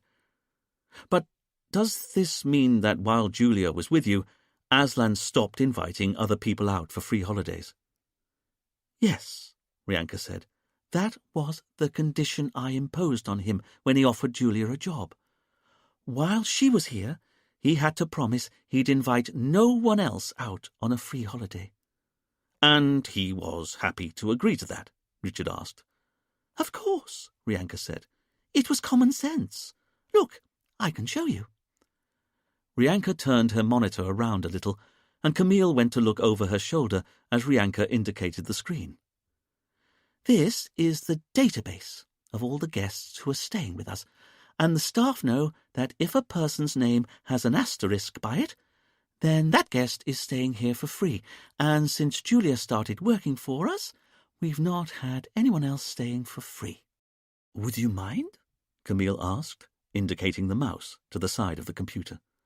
Of course, Rianka said, moving the keyboard over so that Camille could check over the names of the guests for herself. While Camille did this, Rianka looked back at Richard, worried. Tears started to well up in Rianka's eyes again. "This was what I was always worried about," Rianka said. "That someone would uncover the truth of Aslan's past. But Julia, I thought she liked him. She was always so nice to him, so nice to us both." Looking at Rianka's screen, Camille said, "Sir, I think you should see this." "What's that?" Richard asked. Camille indicated the screen. "Julia isn't the only person with an asterisk next to her name." Rianka didn't quite understand what Camille was saying. "How do you mean?" "In fact," Camille said, "there are 3 other names here, each with an asterisk by their name, suggesting they're here as part of the You Have Won a Prize competition." "There are? But that can't be possible." "But who are they?" Richard asked, with a creeping sense of foreboding. Camille said, "They're Paul Sellers, Anne Sellers, and Saskia Philby." Richard and Rianka were stunned. "No," Rianka eventually said. "Aslan promised me no one else while Julia was staying with us." "I'm sorry," Camille said, "but it says here that Paul, Anne, and Saskia were all here on free holidays." "What about Ben Jenkins?" Richard asked. "Is there an asterisk next to his name?" "No," Camille said. "He's here as a normal fee-paying guest." Camille turned the monitor so Rianka and Richard could see for themselves. "Aslan," Rianka said to herself in horror, "what have you done?" In the list of hotel guests, the names of Paul Sellers, Anne Sellers, and Saskia Philby all had asterisks next to them, just as Julia's name did. But did that mean that they'd all lost money to Aslan 20 years ago? Luckily for Richard, he knew there was an easy way to find out. He could ask them. Chapter 6. While Camille went looking for Paul, Anne, and Saskia, Richard sat out on the veranda and waited as patiently as he could, which wasn't very patiently at all. As his foot beat out a restless tattoo on the tiles, he could see the meditation space clearly in the middle of the lawn, just as Rianka had done on the day of the murder, and he could see how difficult it would have been for anyone to approach it without being seen. It really was marooned in the middle of a vast lawn. Richard could see a few guests in white robes walking through the garden and others sitting on sun loungers down on the beach, but the place was noticeably less busy than it had been on the day of Aslan's death. No wonder, frankly. But Richard didn't blame those who decided to stay on despite the murder. Their holidays had cost too much, and Richard supposed that it had helped that the self-confessed killer was already behind bars in Honoré police station. But was Julia the killer? That was the question. Or was it one of the other 4? Richard found himself wondering why a load of Brits would go to the ends of the earth just to go to a health farm. After all, if you wanted to lose weight, you could just try eating less food. And if you wanted to swim in the sea, Britain was an island nation, for heaven's sakes. There was sea galore. And even in landlocked Leicestershire, where Richard grew up, he'd only ever been a few hours' drive from the wide open beaches of Norfolk. Not that he'd admittedly ever been to them, not with his phobia of sand. He was mopping his brow with his hanky as Camille led Paul, Anne, and Saskia over. Paul wasn't very happy. "I don't understand," he said. "We've already given our statements to your officer here. What do you want with us now?" "I'm sure this won't take long," Richard lied easily. "Is it better not?" Richard took a moment to wonder why Paul was so irked at having to help the police again. "Very well," Richard said. "Could the 3 of you tell us, how you ended up choosing the retreat for your holidays. Well, that's easy enough, Paul said, apparently relieved by the question. Anne and I won a competition. You did? Saskia said, surprised. That's right, Anne said breathlessly, and then proceeded to fill them all in on the background. They'd got a letter out of the blue that said she and Paul had won a prize. It was something to do with a form they'd filled in online, and they'd won an all-expenses trip to a health farm in the Caribbean. Saskia was surprised to hear this. But that's how I ended up here as well, she said. I also got a letter saying I'd won a prize. Richard and Camille shared a glance. Bingo. Saskia explained how the covering letter had told her to ring a number in the Caribbean, which she'd done, and she'd ended up speaking to a man who called himself Aslan, and he explained how she'd won a free, all-expenses holiday in the Caribbean. And it was definitely Aslan you spoke to. Of course. Who else could it be? But I spoke to him as well, Anne said, acting as if she and Saskia now shared a bond that would unite them forever. And he was so nice, so friendly. He told me we'd won a week's holiday in the Caribbean. When was this? Richard asked. How do you mean? Anne said. When did you receive the letter? I don't know, Anne said, turning to Paul. He patted her hand, happy to help. About 6 weeks ago, I'd say, he told the police. That's right, Saskia said. That's when I got the letter, 6 weeks ago. Then why did you choose this particular week to come out here? Richard asked. Paul and Saskia both said that this was the first week they were offered and they were happy to take it. After all, Saskia said, how often do you get given a free holiday in the Caribbean? I jumped at the chance. Richard decided it was time to find out if the reason why these three were at the retreat was the same as the reason why Julia was originally invited out for free. But then, Richard said easily, you all recognised Aslan when you got here, didn't you? This threw the witnesses. How do you mean? Saskia eventually replied. Aslan Kennedy.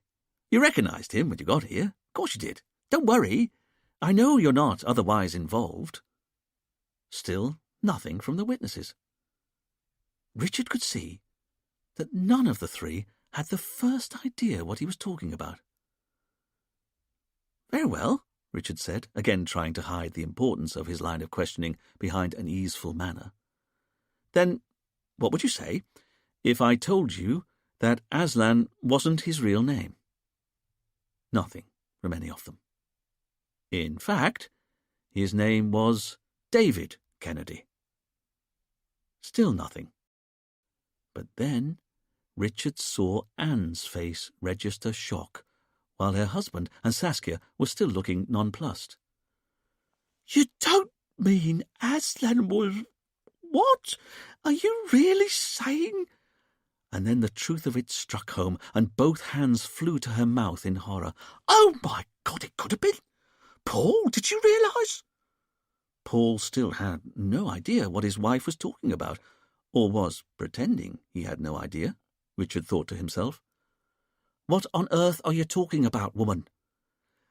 Aslan Kennedy wasn't Aslan Kennedy. He was David Kennedy, the man who took our money. Paul continued to look nonplussed. What on earth? And then he got it, turning to the police in amazement. No, he said, that's not possible. But you admit it, Camille asked. You were one of the people David Kennedy stole from 20 years ago. Anne looked full square at the police, happy to give testimony. We were. So was I, Saskia said in a quiet voice, utterly amazed, Richard noted. But that wasn't him. I'm sorry, but it was, Camille said. Saskia had been standing, but at this revelation she went to a nearby chair and sat on it, the strength seeming to go from her legs. Richard could see that the bafflement of the three witnesses seemed entirely heartfelt. Paul, though, was still puzzled by what Saskia had said. He turned to her and said, "You were caught up in all that as well, were you?" Saskia nodded slowly, still a bit too overwhelmed to use words. Paul turned back to the police. "Then can you tell us what on earth's going on?" "Of course," Richard said. "But first, can you all tell me how much money you lost to Aslan Kennedy, or rather, David Kennedy, as he was, 20 years ago?" Paul turned to his wife for confirmation. "It was about 10 grand, wasn't it?" "It was £20,000, Anne said, clearly amazed that Paul had forgotten the exact amount. "And it was his art leasing scheme you invested in?" "That's right, or what we thought was an art leasing scheme," Paul said. "The whole thing was a scam. Or so we later found out when the police arrested him. We never saw a penny." "And was it the same for you, Saskia?" "Pretty much," she said, a touch tremulously. "I gave him £50,000. Richard was surprised that the figure was so large. After all, Saskia wouldn't have earned a huge amount in her job as a temporary secretary. "And where did you get those sorts of sums from?" he asked her. "From an inheritance," Saskia replied. Richard picked up an odd vibe from Saskia as she said this, but he couldn't quite place what it was. "I see." Richard turned back to address the group. "But all three of you agree you all lost money to David Kennedy 20 years ago? And you're all here on a free holiday because David, or Aslan, as he became, sent you literature saying you'd won a free holiday, but you're also saying that none of you recognized that David was now Aslan." Anne, Paul, and Saskia looked at each other, as unable to believe this as the police were. "It would seem so," Paul said. "But I don't understand. Why did he invite us?" Saskia asked. "We aren't sure," Richard said. "Rianka said it was because Aslan felt guilty for his actions in the past, so he was trying to make amends to those he'd wronged. So, can we ask one more time? Did any of you recognize Aslan Kennedy for the man who stole from you 20 years ago?" "No," Paul said forcefully, and it was clear he was speaking for the other two as well. "Are you sure?" Richard asked. The three witnesses all looked at Richard. "Absolutely." "But now you know," Camille asked. "How do you feel?" Saskia looked at Camille. "How do you mean?" "The man who stole £50,000 from you has just been murdered by the only other person in the room he'd also stolen from." "What?" Paul asked, stunned. "Julia was just like the three of you," Camille explained. "She was invited here for a free holiday because Aslan had stolen from her in the past." "But that's not possible," Paul said. "Julia can't even have been alive when that man was running his scam." "You're right," Camille agreed. "She was a baby at the time. It was her father who gave David all his money. He lost everything and apparently committed suicide soon after." "Poor man," Anne said, almost to herself. This was the first time that Richard had seen Anne be anything less than her usual on-the-surface flamboyant self. He had to remind himself that there was a thinking, feeling person under the kaftan, after all. "Then let me ask you another question. How well do you all know each other?" "I'm sorry?" "For example, have any of you met before this holiday?" "No," Saskia said. "Then have any of you met Julia before?" "No. The first time we met Julia was on this holiday." "And I didn't meet her until the morning that Aslan was killed," Saskia said. "Remember, I only arrived on the island the afternoon before he was killed." Yes, Richard said. I've been wondering about that, because you all say you don't know each other, and I know you all came out at different times, and yet all of the people on this island who Aslan once stole from were in the meditation space with him when he was killed. Can any of you imagine how that came about? No, Paul said, except for the fact that we didn't choose to be here. You didn't? Camille asked. No, Paul continued. It was explained to us when we got here. We could sign up for any of the courses on offer, apart from the sunrise healing. There was a charge for everything else, of course, but the sunrise healing was a special treatment that Aslan offered for free, and it was always his choice who attended. Anne said, We were told that most people got to attend at least one of the sunrise healings, but we weren't to be offended if Aslan didn't choose us. He didn't offer the course to everyone. Aslan would only hold it with people he thought would benefit from it, Paul finished. Richard was puzzled. You're saying it was Aslan who chose you? That's right, Anne said. But why on earth would he choose the only 4 people on the whole island who had a grudge against him and then lock himself in a room with them all at the same time? The witnesses had no idea. But then Richard had to consider he could just as easily ask, why on earth had Aslan invited 4 of his Ponzi victims out to the retreat all at the same time? What was Aslan playing at?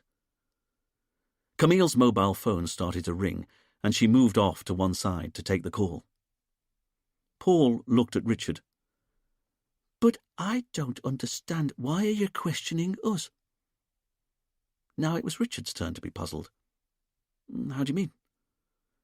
Because if you're saying Julia's dad killed himself after losing money to Aslan, then clearly that's all there is to it. I know she's been here for months. She must have worked out Aslan's real identity and decided he deserved to die, just like her dad had died. It's understandable, but I imagine she knew that if she killed him, her motive would soon be discovered. So she worked on Aslan, got him to invite the 3 of us out to the Caribbean at the same time, and then she also made sure that he chose us all to be in the meditation space with her that morning. That way, when she killed him, she'd know that the scene would be confused by the presence of 3 other people, all with the same motive as her. Against his better judgment, Richard was impressed with Paul's logic. What he was saying made sense. If it wasn't for the fact that Julia wasn't right-handed and therefore almost certainly hadn't been the person wielding the knife. They'd just have to wait on the autopsy report to confirm whether the killer struck right-handed or not. And then there was the small matter of the argument Saskia overheard the night before Aslan was killed. Because if Julia was the killer, how come it had been a man threatening Aslan that he wouldn't get away with it? Camille returned to the group, putting her phone back into her little leather handbag as she did so. Anne Sellers, would you accompany us to the station, please? Panic slammed into Anne's eyes. I'm sorry, Paul said on his wife's behalf. We'd like your wife to accompany us to the station. Certainly not, Paul said firmly. If you've anything to say to Anne, you can say it to her right here and now, in front of me. Camille looked at Anne, but she was still rooted in panic to the spot. Camille looked at Richard, and he raised an eyebrow. It was Camille's call. Okay, Camille said. Anne, one of our officers has been able to lift 7 fingerprints from the handle of the murder weapon. 4 of them belong to Julia Higgins, but they're prints from her left hand, and we believe the killer was right-handed, whereas the other 3 prints we've been able to raise from the handle of the murder weapon all belong to you, and they're all from your right hand. Anne was stunned, unable to speak. What's more, We already know that the killer held the knife with the blade pointing downwards, so he or she could strike down into the victim's neck and back, and the prints we've been able to lift show that you were holding the knife in a way that is consistent with a downward stabbing motion. Can you even begin to explain to us why this is?" Everyone looked at Anne as she slowly crumbled, and Richard noticed an odd look slip into Paul's eyes. It was almost a look of respect, as if he was reappraising his wife. Anne turned in desperation to her husband. "Paul, you've got to help me." Paul continued to look at his wife, fascinated. "Paul, don't look at me like that. You know I didn't do it. I couldn't have done it."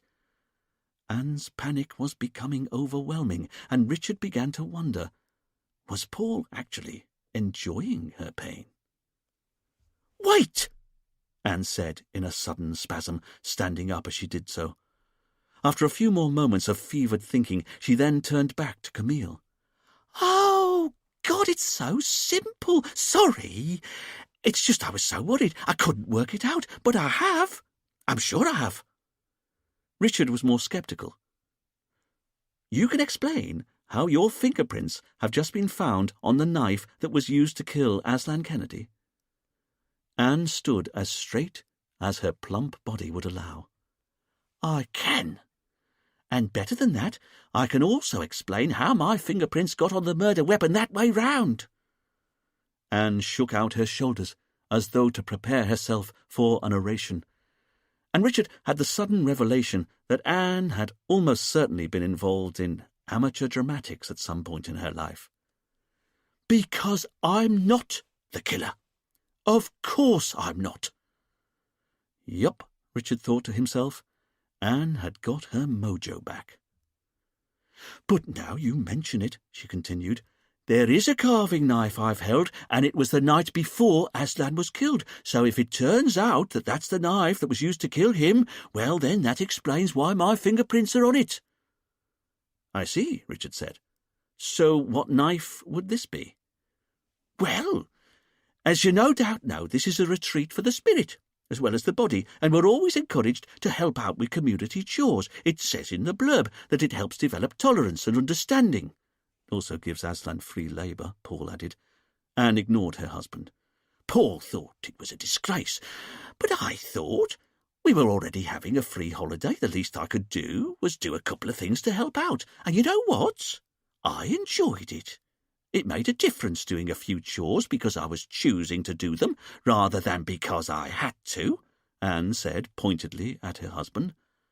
"Anyway, the night before Aslan was killed, I helped with the washing up after dinner." "You did?" Richard asked. "Only for half an hour or so, and I dried lots of different pots and pans. I remember doing those, but I also dried various kitchen knives and put them back into their wooden block. And that's the thing. The wooden block I put the knives into was on a shelf. The only way you could get the knives in was if you slotted them in with a downwards motion."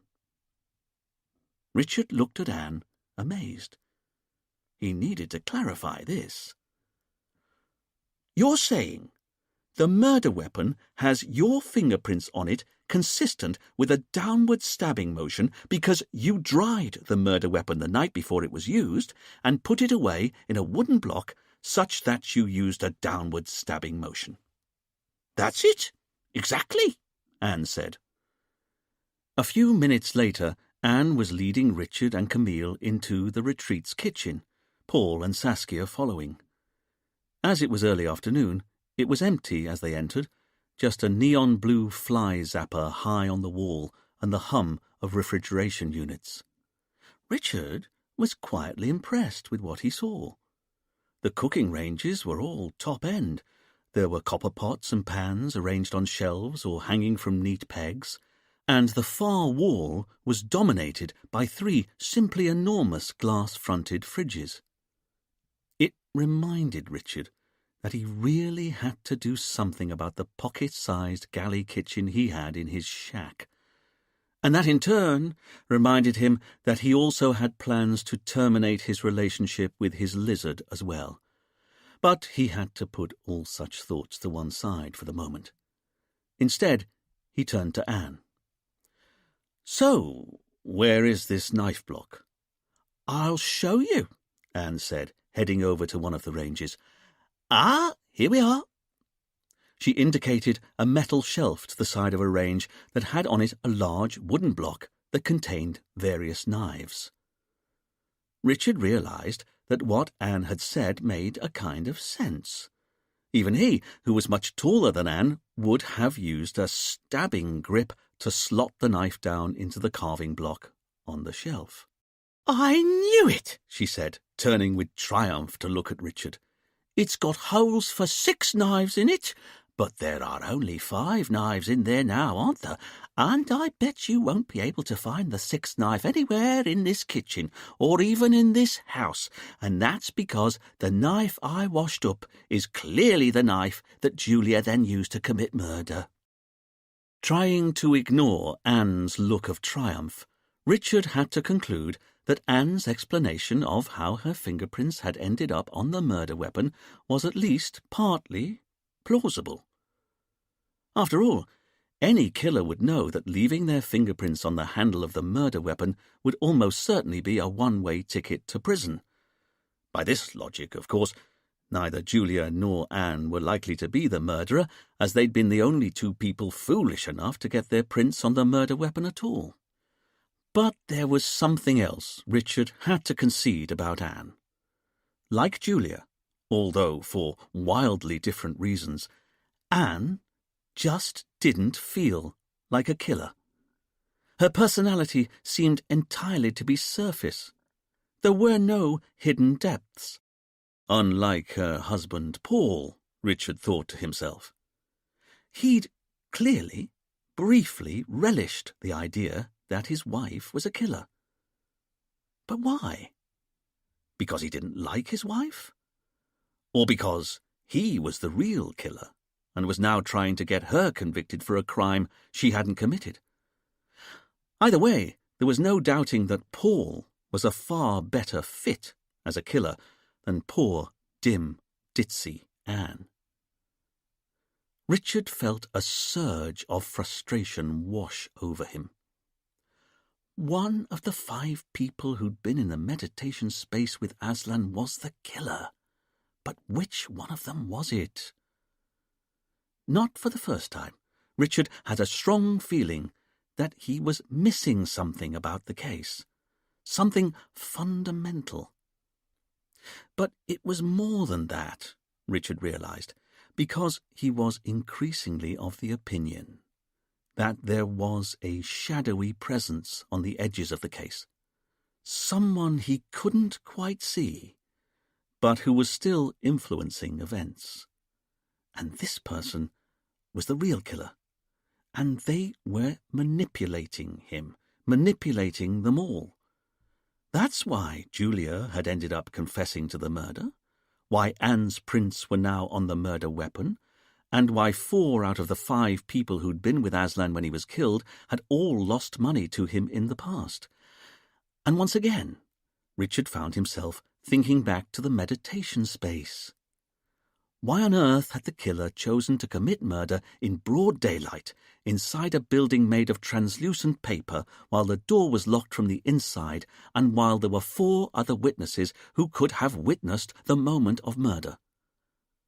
It was almost as if the killer was throwing down a challenge to Richard.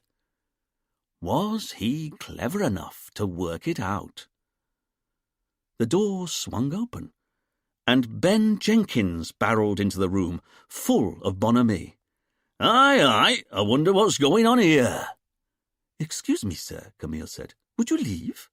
"And miss whatever you're up to? No way." "I'm sorry," Richard said. "Don't be. I paid for this holiday, so I reckon I can come into the kitchen of the hotel whenever I like, unless you have a problem with that." Richard looked at Ben and realized that Ben was right. Not that he could come into the kitchen as and when he chose, but that he had indeed paid for his holiday. Which was interesting, if only because the other 4 people in the murder room with the victim hadn't. Richard watched Ben go over to a metal bowl that contained a pile of fresh fruit. He plucked himself up a crisp green apple. "Doesn't look to me like you're getting very far with this case, Inspector," he said, before taking a bite out of the apple with a crunch. Richard decided that enough was enough. "Tell me, Mr. Jenkins," he said entirely politely, "what would you say to me if I told you that Aslan's real name was David Kennedy?" Ben wasn't too fussed as he finished his mouthful. "I'd say I'm not that surprised. Aslan was never going to be his birth name, was it? But did you know that Aslan was, in reality, David?" "Nope." "Have you ever heard of a David Kennedy?" Ben seemed to think for a moment, but Richard thought he saw the tiniest flicker of indecision. "No, name doesn't mean anything to me." "Then tell me, what do you know about Ponzi schemes in general, Mr. Jenkins, and art lease Ponzi schemes in particular?"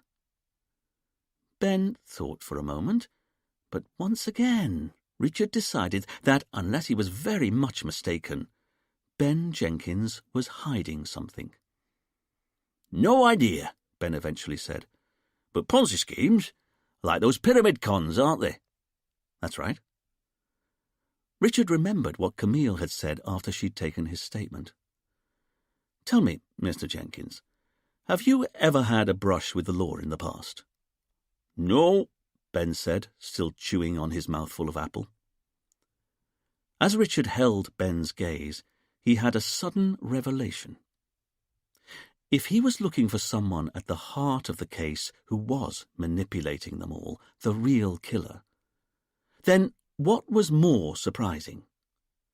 That 4 out of the 5 people in the murder room with Aslan all shared the same motive to want Aslan dead, or that the 5th person, Ben Jenkins, didn't.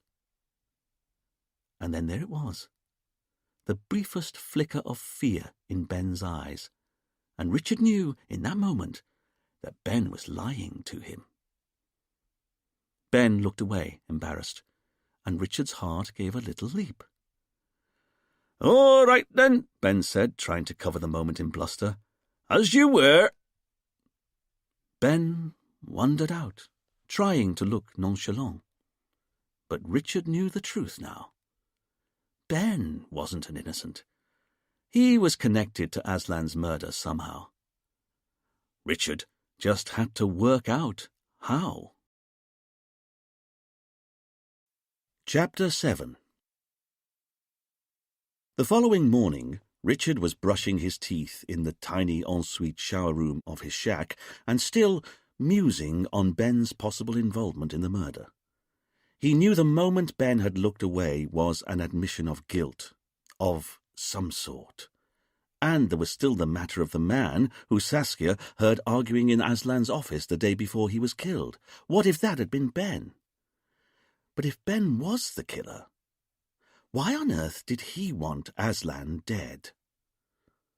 Richard caught a sudden movement out of the corner of his eye, and he jumped in fear like a suddenly yanked marionette, biting down on his tongue in the process.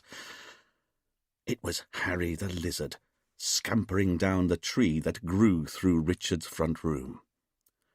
As Richard's heart tried to calm itself, and his eyes watered at the screaming pain in his tongue, he struggled to work out what he found more irritating: being hounded by a lizard who wouldn't leave him alone, or having a tree grow through his front room. At a deeper, more honest level, Richard of course knew that it was perhaps him, with his china wash basin, toothbrush, and smart pyjamas, that was encroaching on the tree's personal space far more than the tree was encroaching on his. But it didn't change the fundamentals of the situation. There was a tree that grew through his floorboards and disappeared into the roof, and frankly, as far as Richard was concerned, it was an affront to all known standards of decency, let alone building regs. What Richard couldn't understand was why someone would build a house around a pre-existing tree rather than just chop the bloody thing down and throw it away first. Or, better still, kill two birds with one stone and cut the tree down and use the planks from it to then build the house. But then, at least the tree was always there, where he expected it to be. It didn't jump into his eye line at inopportune moments with its arms and suckers flapping and then just as suddenly run off again. As Richard rinsed his mouth of menthol froth, Harry the Lizard watched on, his little chest rising and falling with each breath, and a certainty began to form in Richard's mind. The shack wasn't big enough for the both of them. So he was going to get rid of his lizard. And he was going to get rid of the creature permanently. Before he arrived at work, Richard slipped into the local hardware store, hoping no one would see him. It wasn't that he felt embarrassed trying to buy lizard poison, far from it. It was a home owner's inalienable right to dispose of vermin in whatever way they saw fit. But as he flicked through the ancient boxes of various poisons, he also knew he didn't much want to have to explain exactly what he was up to. As even a cursory glance at the relevant website made clear, Richard's lizard was a protected species. "Good morning, Richard," a mellifluous voice purred nearby, and Richard looked up with a start, only to find himself staring into the face of Selwyn Patterson, the island's Commissioner of Police. "Oh, good morning, sir." Selwyn saw that Richard was holding a tatty box emblazoned with "Rat Attack kills all rats. Guaranteed to kill 100% of all rats" across its front. "Not planning a murder, are you?" Selwyn asked with a deep chuckle. "Of course not," Richard said, laughing so suddenly that he now knew he looked as though he was indeed planning to commit a murder. "So, what are you up to?"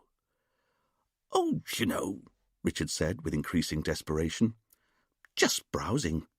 "Browsing in the poison section of a hardware store?" "That's right, sir, just browsing." Richard got out his hanky and wiped at the sweat at the back of his neck. "Hot, isn't it?" "Only I saw you acting furtively over there, and I thought to myself, that man is up to no good." "You did, sir, but I'm not being furtive." "I think you are, Detective Inspector." "Oh, I wouldn't say that." "Then why are you wearing a pair of sunglasses inside?" Richard took a moment before he answered. "Oh, these, sir." Richard lifted the dark shades he'd been wearing as if he'd only just noticed they were on his nose. "Yes, those." "Well, thing is, when I put them on this morning, I thought they were my reactor shades, sir. You know, the sort that are shades outside in the sun and stop being shades when you go inside. But they're not those shades, are they? Now I'm looking. They're the shades that stay shades even when you're inside." Selwyn gently took the other box Richard was holding from him and read what it was called. "Cockroach Killer." "I understand Aslan Kennedy's been murdered," Selwyn said. "That's right, sir."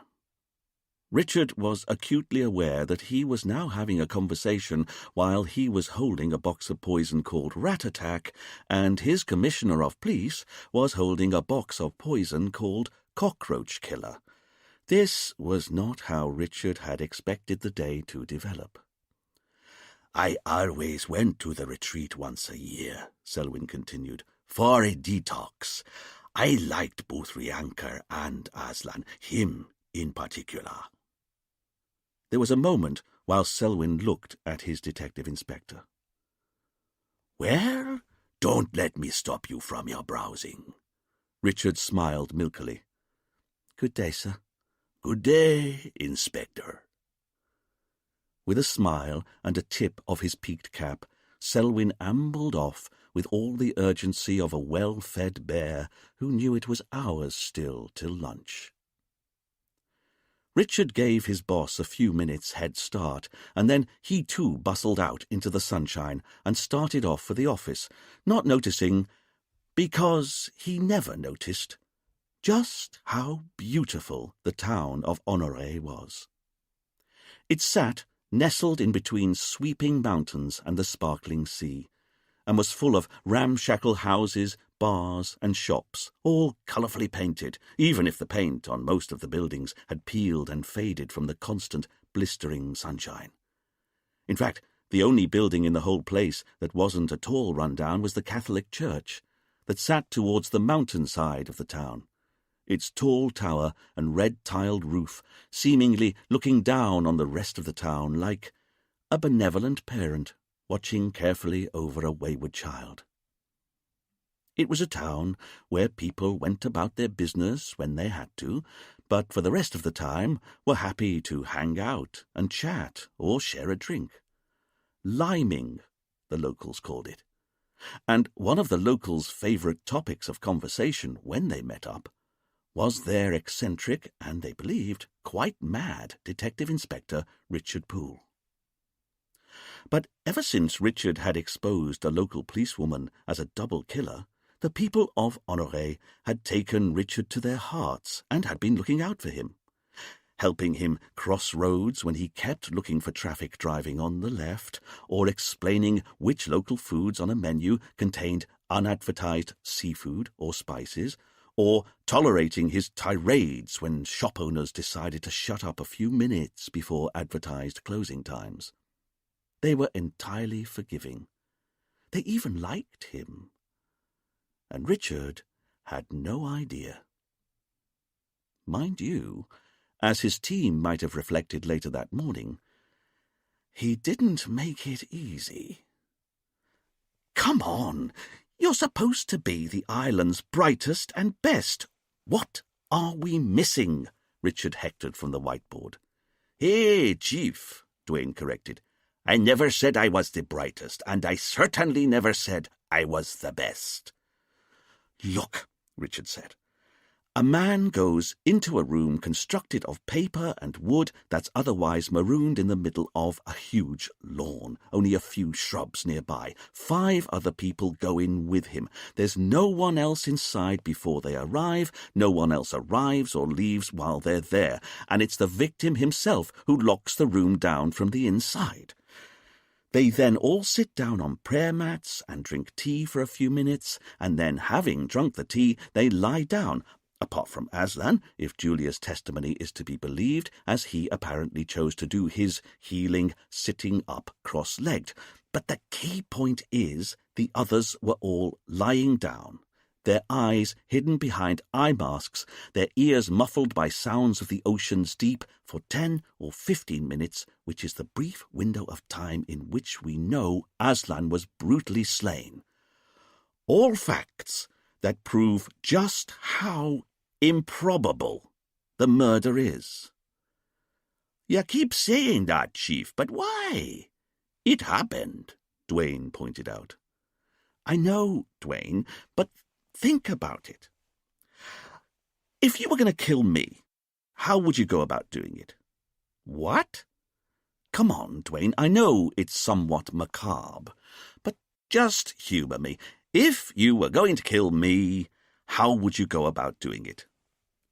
"Well, first I'd check out what was playing at the cinema tonight." "I'm sorry?" "You're asking how I'd kill you."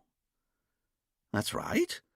Not that you've ever thought about it before, of course." Dwayne looked at his boss and answered very carefully. "Not that I've ever thought about it. But, and I'm just plucking this from thin air, you understand, if I had to do it, the first thing I'd do is sort out me alibi for the time of the murder. And that's where the cinema comes in, because I'd make sure I watched a film today that I knew would also be on tomorrow night at 10 p.m., say. Then, having already seen the film, The next day I'd go to the cinema and buy a ticket for the 10 p.m. screening and go in to watch it. But here's the clever part. Because if you grew up on the island, you'd know you can still get out of the cinema through the old projectionist booth, so I'd slip out of the building during the film and come down to your beach. Now, you're generally asleep by 9:30, aren't you, Chief? Richard was looking increasingly wan. Yes, Dwayne. And your locks aren't worth spit, not to someone with my skills. So I reckon I could get into your house unseen and unheard and kill you in your bed before heading back to the cinema, where I'd slip back inside and wait for someone else to discover the body, because the thing is, if anyone asked where I was at the time of the murder, I'd not only be able to say I was in the cinema, I'd be able to prove it with my detailed knowledge of the film I'd already seen the day before. Richard looked at his subordinate a long moment. Not that you've ever thought about it. Dwayne realized he'd maybe revealed more than he'd meant to. That's right. Not that I've ever thought about it. But, sir, Fidel asked, why do you want to know how Dwayne would kill you? Because, Fidel, Dwayne's right, if a little too specific for comfort, because if you're planning to commit a murder, the first thing you do is sort out an alibi, if you can. And yet, with Aslan's death, Richard said, going to the board, we've clearly got a premeditated murder. The knife pinned to the pillar in the corner of the room proves this. But the killer doesn't bother to sort themselves out with an alibi. In fact, they not only fail to make it look like they were elsewhere at the time of the murder, they actually make sure they're locked inside the room with the victim and a load of other witnesses when it happens. It just doesn't make sense. Why would you premeditate to commit murder in front of a load of potential witnesses? This hung in the air a moment. And why was Aslan killed inside a paper house set in the middle of a lawn? Because of all the places to choose to kill someone, why there? What are we missing?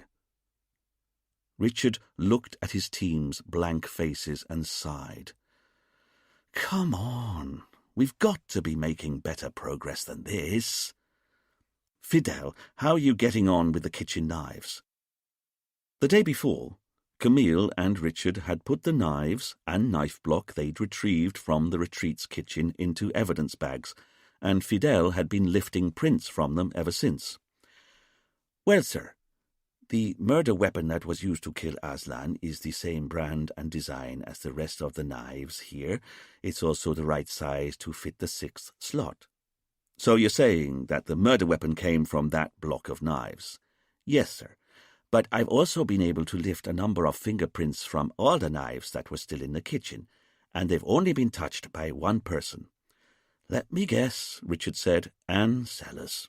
That's right, sir, which is consistent with her drying the knives with a tea towel and then putting them away. And how do the fingerprints on the handle suggest she was holding the knife handles? Richard asked. It's consistent with her stabbing the knife down into the slots of the wood block. But there's more, sir, because I also rang Rianka, and she confirmed that she'd seen Anne doing the washing up the night before her husband was murdered. So, that's a dead end, Richard said, as he updated the whiteboard. Anne can explain how her fingerprints were on the murder weapon after all. Camille came and stood by her boss. What do you think? She asked. I don't know, he said. But I'll tell you what I keep coming back to. Why on earth did Aslan invite 4 Ponzi victims out to San Marie at the same time? I know what you mean, Camille said. It's pretty risky. So, either Aslan willfully set up the circumstances of his own murder, which I find unlikely, Richard said, or Someone convinced him to change his policy and start inviting more than one Ponzi victim at the same time. So the question is, who on the island knew about Aslan's "you have won a prize" scheme and the fact that he was really David Kennedy? Well, that's easy, sir. It's Ryanka and no one else. And yet, Richard said, I can't imagine why she'd risk having a load of Ponzi victims all out at the retreat at the same time. If word got out that Aslan was an ex-criminal, it could be the end of the business. Unless it was Ryanka who killed Aslan, Duane offered. Of course, Richard agreed as he looked at the board. But I just don't see how she benefits from her husband's death. And, remember, she was outside the meditation space when it was locked down. Only one of Saskia, Julia, Paul, Anne, or Ben can possibly be our killer. It's one of them who must have known that Aslan was really David Kennedy, and one of them who somehow nobbled him, so he ended up inviting all of the Ponzi victims out to the Caribbean at the same time. Then it has to be Julia Higgins, Fidel said. Of those 5, she's the only one who's been here long enough to have found out Aslan's real identity. I know, Richard said. Paul Sellers had the same theory, that only Julia could have discovered who Aslan was in time to implement a plan to kill him. But somehow I think that's too easy. Too easy? Camille asked. Because, can't you feel it? Richard asked. There's someone behind the scenes here. Someone who's so devious we can only infer their existence from the shadow that's cast by their actions. But I'm telling you this much. I don't think Julia's our killer. She's too young, too... what's the word? Beautiful? Camille offered, an eyebrow raised. No, Camille. Facile. She believes in hypnotherapy. She's a hippy-dippy loon. I don't think she's sharp enough to pull off a murder this meticulous. Just as Anne wears her heart on her sleeve and then covers it in diamante jewels. She's so big and blousy, I can't imagine she'd carry out a murder like this any more than Julia would. What we're looking for here is a spider. Someone who spins a web and then waits in the shadows for the victim to be caught. And, if I were guessing, I'd say that could only be one of Ben, Paul, or Saskia. But which one is it? Fidel joined Richard at the board. So you're saying you don't think that either Anne or Julia is our likely killer? I don't think so. Neither of them has the right temperament for a murder this manipulative. And remember, Julia's left-handed. In fact, why haven't we had the autopsy report on Aslan's body yet? It still irked Richard that he'd been posted to an island in the Caribbean so small that it didn't have a single forensics lab on it. They had to do all of the forensic work themselves or send anything more complicated off-island for the labs on neighbouring Guadeloupe to get back to them. It was no way to run a case. But Richard knew there was nothing he could do about it. It was a bit like life itself. You just had to soldier on. I rang them first thing this morning, Fidel said. They've not booked it in yet. Very well, Richard said with a sigh. Duane, if Julia's innocent, then I think that Paul's theory is correct. Our killer must have worked out Aslan's real identity long before they arrived on the island. There wouldn't have been time to plan and carry out a murder like this otherwise. So, I want you to get on to the various phone companies, both here and in the UK. I think we'll find that one of the people in the meditation space has been in touch with Aslan or the retreat a number of times over the last few months. Someone's been planning this a long time. Maybe we'll find the answer in the suspect's phone records. Yes, sir, Duane said. And Fidel, I want you to do the same with Aslan's laptop. Maybe our killer's been in touch with him via email. Yes, sir, Fidel said. As for you, Camille, can you please get onto the labs on Guadeloupe? I want to know why they haven't carried out Aslan's autopsy yet. Yes, sir, Camille said. After a couple of phone calls, Camille reported back that she'd been able to reschedule the autopsy for later that afternoon. She also made sure the pathologist knew that he was to call them with a preliminary report the moment it was completed. But in chasing the lab on Guadeloupe, she'd managed to get hold of the toxicology tests that had been carried out on the suspect's blood and urine samples and on the residues of tea that they'd all been drinking that morning. Really? Richard said eagerly. And you're going to like it, Camille said, handing over the report fresh from the office printer. Richard scanned through the document at speed, gathering the salient details. You're right about that, Camille, he said. According to this, the tea they were drinking was drugged. It was, sir? Fidel asked. They found traces of gamma-hydroxybutyric acid in it. But what's that? Duane asked. I'll look it up, Camille said, returning to her computer. Richard carried on reading and, turning the page, saw the results of the blood and urine tests the paramedics had carried out on the witnesses. And better than that, not only was there gamma-hydroxybutyric acid in the tea the witnesses drank, trace elements of it were also found in all of the witnesses' blood. That's Paul Sellers, Anne Sellers, Saskia Philby, Ben Jenkins, and also Julia Higgins.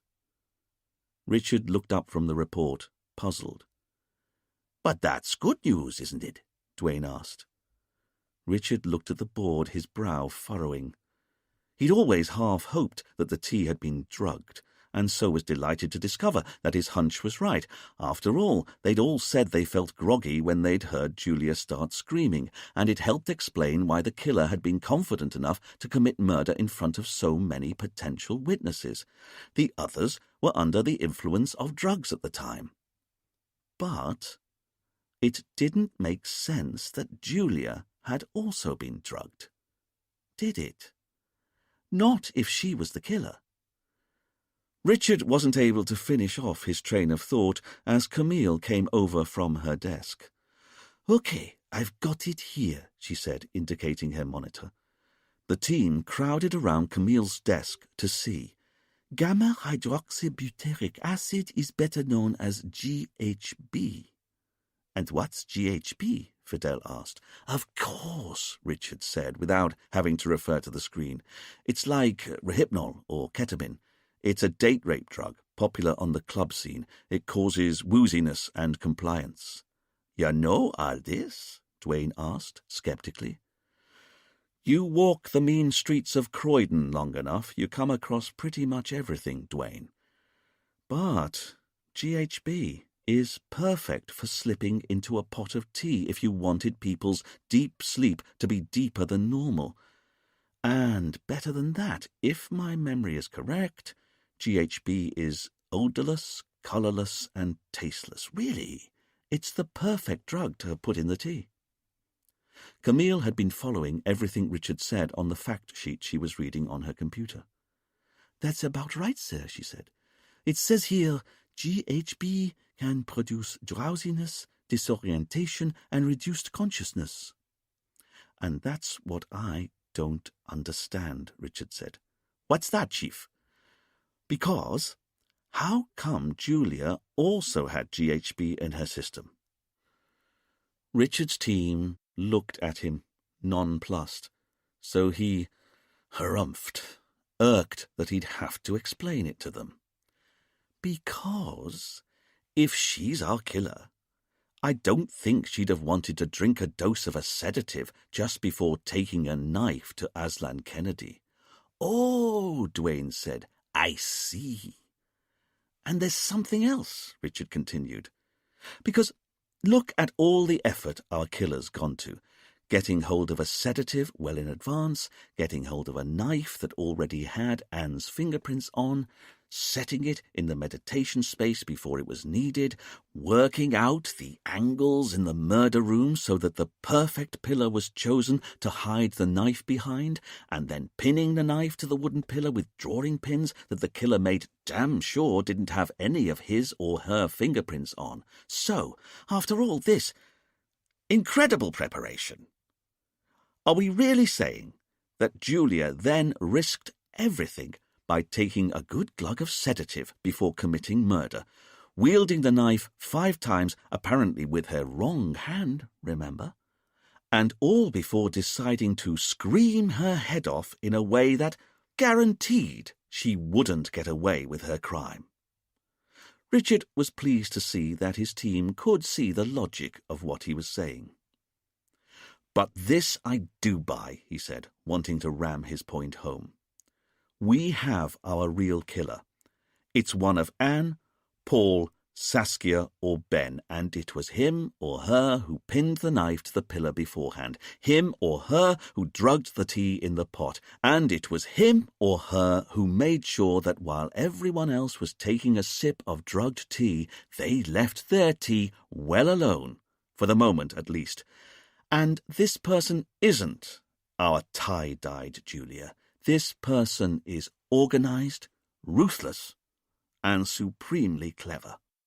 And then when everyone else is woozy as hell and lying down with their headphones and eye masks on, the real killer gets up, gets the knife from the hiding place, kills Aslan, returns to their prayer mat, and only now do they drink down their cup of drugged tea. They then put on their headphones and eye mask again and wait for someone else to discover the body, a process that's made altogether simpler for the killer because Julia not only discovers the body first, but in her hopped-up confusion, she thinks that she's the killer." Everyone looked at Richard. "Hopped up?" Camille asked, amused. "Yes, Camille," Richard said, going back to his desk. "Hopped up, you know, high on drugs." Despite his team's obvious amusement at his expense, Richard was pleased he'd got his point across so effectively, and later that afternoon, when the report finally came in from Aslan's autopsy, it seemed to confirm everything he'd said. The victim was killed by 5 sharp force injuries, which is how the autopsy referred to the knife wounds in Aslan's neck and back. The first 2 wounds went into the right side of the neck, the second strike of which severed the carotid artery. Then the next 3 strikes travelled down the victim's shoulder and into his back as the body toppled forward. The report was unequivocal. To carry out all 5 injuries, and considering the angles of the wounds in Aslan's neck and back, the killer was standing behind the victim and wielding the knife, right-handed. Having read the report, Richard looked at his team. "You know what? I'm fed up of playing into the killer's hands. I think it's time to push back." "You want to release Julia?" Camille asked. "We'd have to anyway," Fidel said, and everyone turned and looked at him. "We're coming up to the 36 hours we can hold her without charge, so either we charge her with murder, release her, or apply to the commissioner for an extension to hold her without charge, and I don't think he'd grant one, not the way the evidence is stacking up." "So, how about we send the murderer a message?" Richard said. Everyone looked at him. "Because if we release Julia, the person who actually killed Aslan will realize that we're widening our nets again, and maybe that will put a bit of pressure onto them." "Because when people feel pressure," Camille agreed, "they make mistakes." "Precisely," Richard concluded, and he could see that his team agreed with him. Half an hour later, Richard was showing a bemused Julia out of the police station onto the veranda outside. "I don't understand." Julia couldn't have looked more forlorn if she tried. "I know what I did." "But that's the thing, Julia. We now know you were drugged on a mind-altering drug at the time. I don't think you do." "I killed him. I know I did." "You really must stop saying that," Richard said. unable to keep a spike of irritation out of his voice. But I must have done. No, Julia, you only think you did. The facts suggest you're just mistaken. Julia looked at Richard with hope in her blue eyes. You really think so? You were drugged and confused. You got up and you saw the blood. By the time you knew what was going on, you'd picked up the knife. That's why you started screaming. You couldn't believe what you were seeing. You're not the killer. A fat tear rolled down Julia's cheek. Please, don't cry. No, I'm not crying. I'm happy. Is it really true? It would appear to be so. Then you saved my life. Thank you.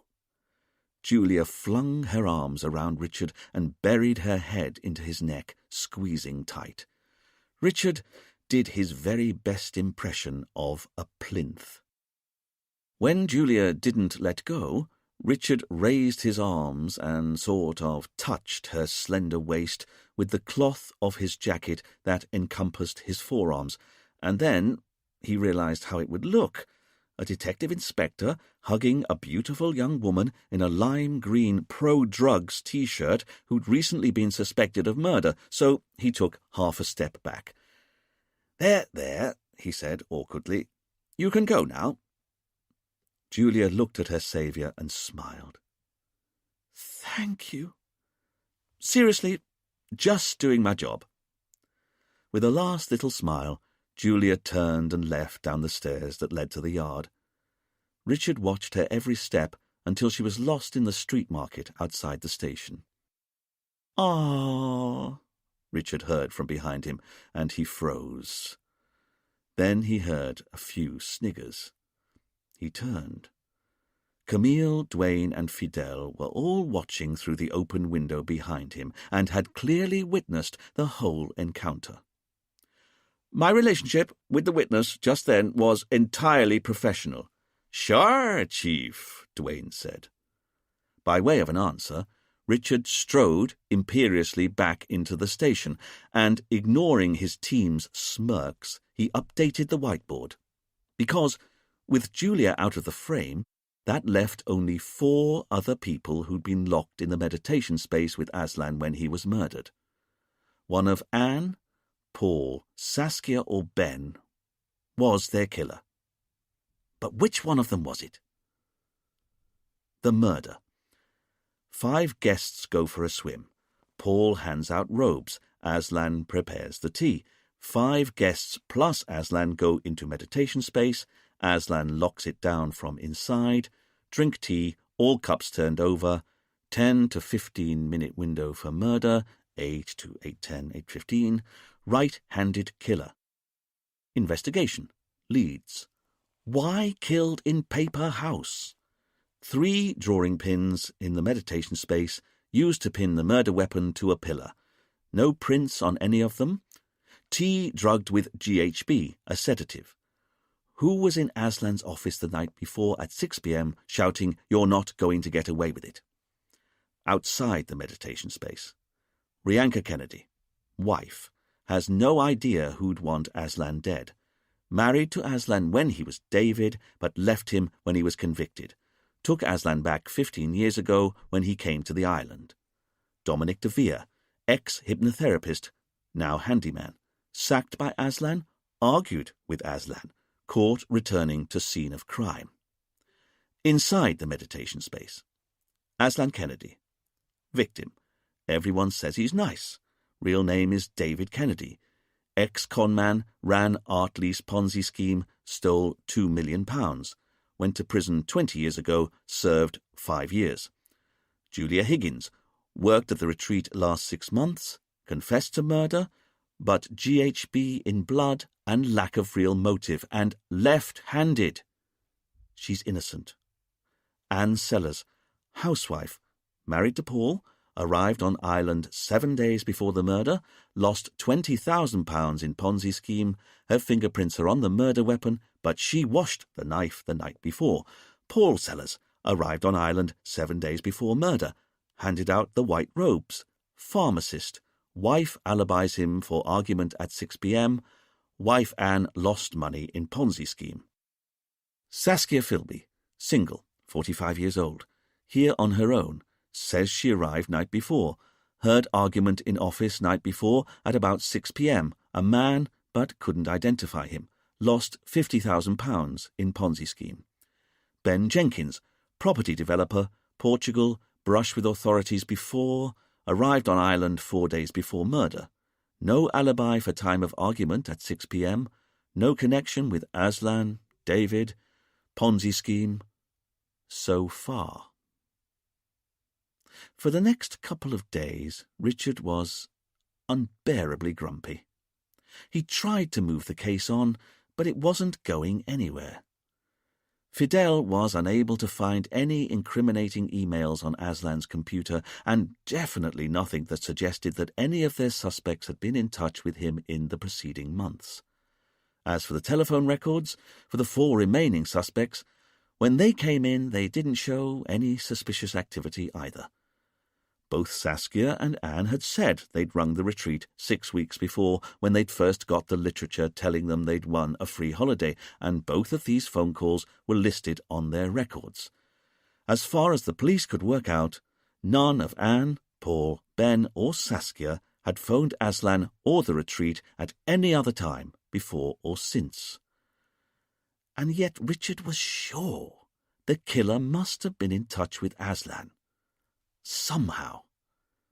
Nothing else could explain the sudden arrival of so many Ponzi victims in the Caribbean all at the same time, and the fact that they'd all been lined up in the meditation space at the precise moment that Aslan was killed.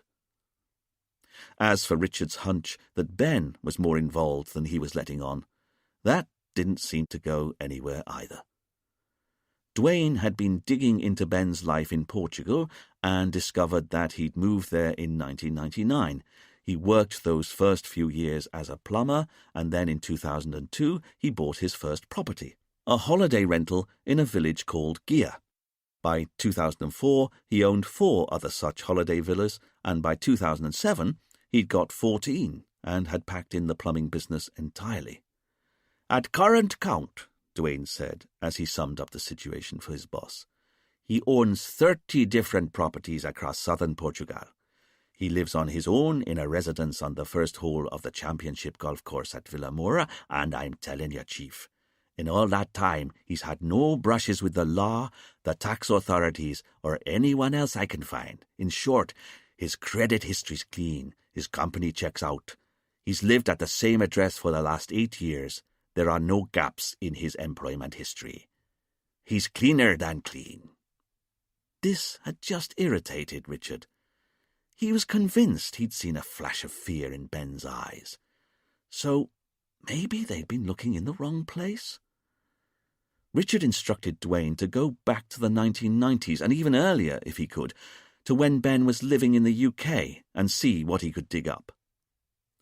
And it wasn't just the murder case that was infuriating Richard, because he'd finally plucked up the courage to buy some rat poison and smuggle it back to his shack. But the question was, could he now really act as judge, jury, and executioner on Harry the Lizard? After all, as a policeman, Richard's job had only ever been to identify behaviour worthy of punishment. He'd never had to hand out a sentence before, let alone a sentence of death. And the more Richard dithered about delivering the coup de grace, the more he felt the very tangible presence of the box of poison in his house. He'd be surfing UK news sites on his laptop, or doing the crossword in his chair, and he'd suddenly remember the box of death that he'd hidden behind the J-cloths under the sink in his kitchenette. It must have been how killers felt before they disposed of the body, Richard found himself thinking. The only difference between him and a proper killer being that he was managing to wind himself up into paroxysms of guilt before he'd even committed a crime. Not that it was a crime, he had to keep reminding himself. Only he paid the rates on the shack. He wasn't obliged to share it with anyone. On the third day, Harry scampered into the shower with Richard, and he was finally stung into action. Grabbing up a towel, the soap still in his hair, Richard thudded across to his kitchenette, too irritated to remove the sand that was by now sticking to his wet feet, and he grabbed up the packet of poison. This was it. The lizard was going to die, and Richard had the means of dispatch in his hand. He was Ozymandias. He was the bringer of death. But then he noticed a caption on the side of the packet. Most vermin die outdoors, and it briefly troubled him. No one should have to die on their own, not outdoors, not even a lizard. Richard found his resolve evaporating as quickly as it had arrived. He put the box back under the sink and washed his hands, but as he did so, he started to berate himself. He was such a wimp. He didn't want the lizard in his shack, but if he couldn't get rid of it, how could he even begin to achieve anything else in his life? "You all right, Chief?" Duane asked later on that morning when Richard was at work. "Sorry?" Richard looked up from his desk, distracted. "You seem quiet. You all right there?" Richard realized he hadn't been paying attention, and he looked at the concern on Duane, Camille, and Fidel's faces. "Of course I'm all right," he said irritably. "Why are you all looking at me like that?" "Because I said the Metropolitan Police's case files on Aslan's original conviction have just arrived, and you didn't seem to hear me." Richard jumped to his feet, delighted finally to be able to learn more about Aslan Kennedy's original multi-million-pound con from the past.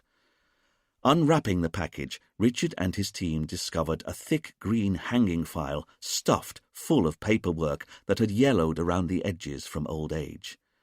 Here was Aslan's photo, or David, as he was back then, his original statement, the notes of the arresting officers, the case against him, and witness statements by the dozen. Richard pulled out 3 pages of typed notes at the end of the document.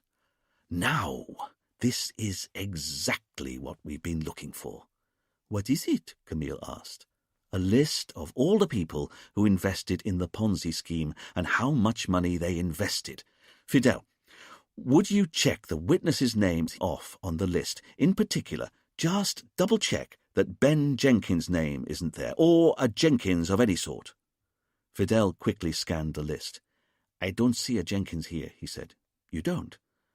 But that's hardly a surprise, is it, sir? After all, Aslan put asterisks next to the name of everyone who was here as part of the You Have Won a Prize competition, and there wasn't an asterisk next to Ben Jenkins' name."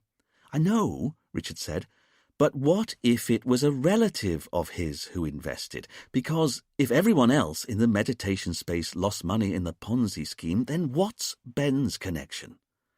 "Okay, sir, but you should know the list's organized by surname, and there aren't any surnames here that begin with the letter J at all. There's a Daniel Higgins.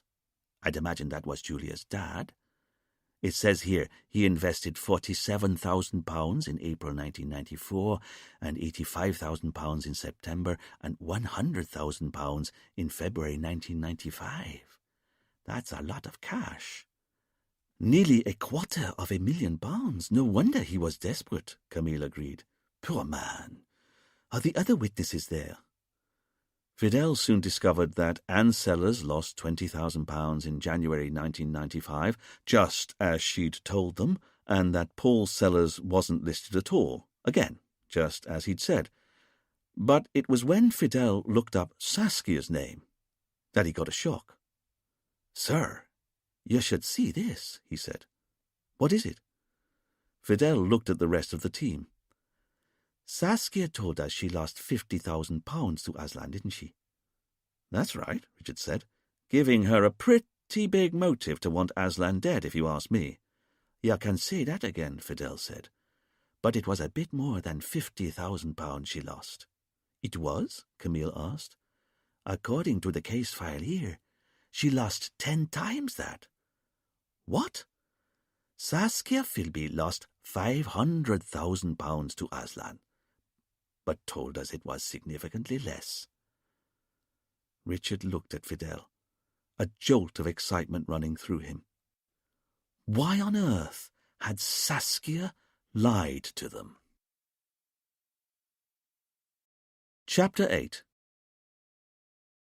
While Richard and Camille waited in the grand hallway of the hotel for Saskia to come down from her upstairs bedroom, Richard found himself checking over the cork notice board that was by the main entrance. It was covered in handwritten notes, schedules, and adverts for courses, seminars, and various therapies guests could sign up for, including Pilates, yoga, massage, water aerobics, and aromatherapy. It all reminded Richard a little too much of the college notice boards he used to look at when he was at university. Back then, he'd stand in front of the mess of papers pinned to the board and marvel at the busy lives everyone else seemed to be enjoying. He'd wanted to join in with this social whirl of clubs and hobbies, but he didn't know how to. The notices always seemed to be written in a private language he didn't understand. To this day, he still didn't know what korfball was. You wanted to see me? Saskia clipped down the main staircase, and Richard once again found himself noticing how sensibly dressed she was. Today she was in a pair of white cotton trousers, a tan-coloured top, and a wide-brimmed straw hat, fresh-faced, clean and simple. That's how Richard found himself categorising Saskia as she approached. "Yes," Richard said. "We just wanted to follow up on our interview with you the other day." "Of course," Saskia said, and indicated a clutch of wicker chairs that stood by the main door. "Shall we sit down?" As they went to the chairs, Richard remembered that Saskia was a career secretary. She was probably used to coping in lots of different social situations. So, what was the best approach? Softly?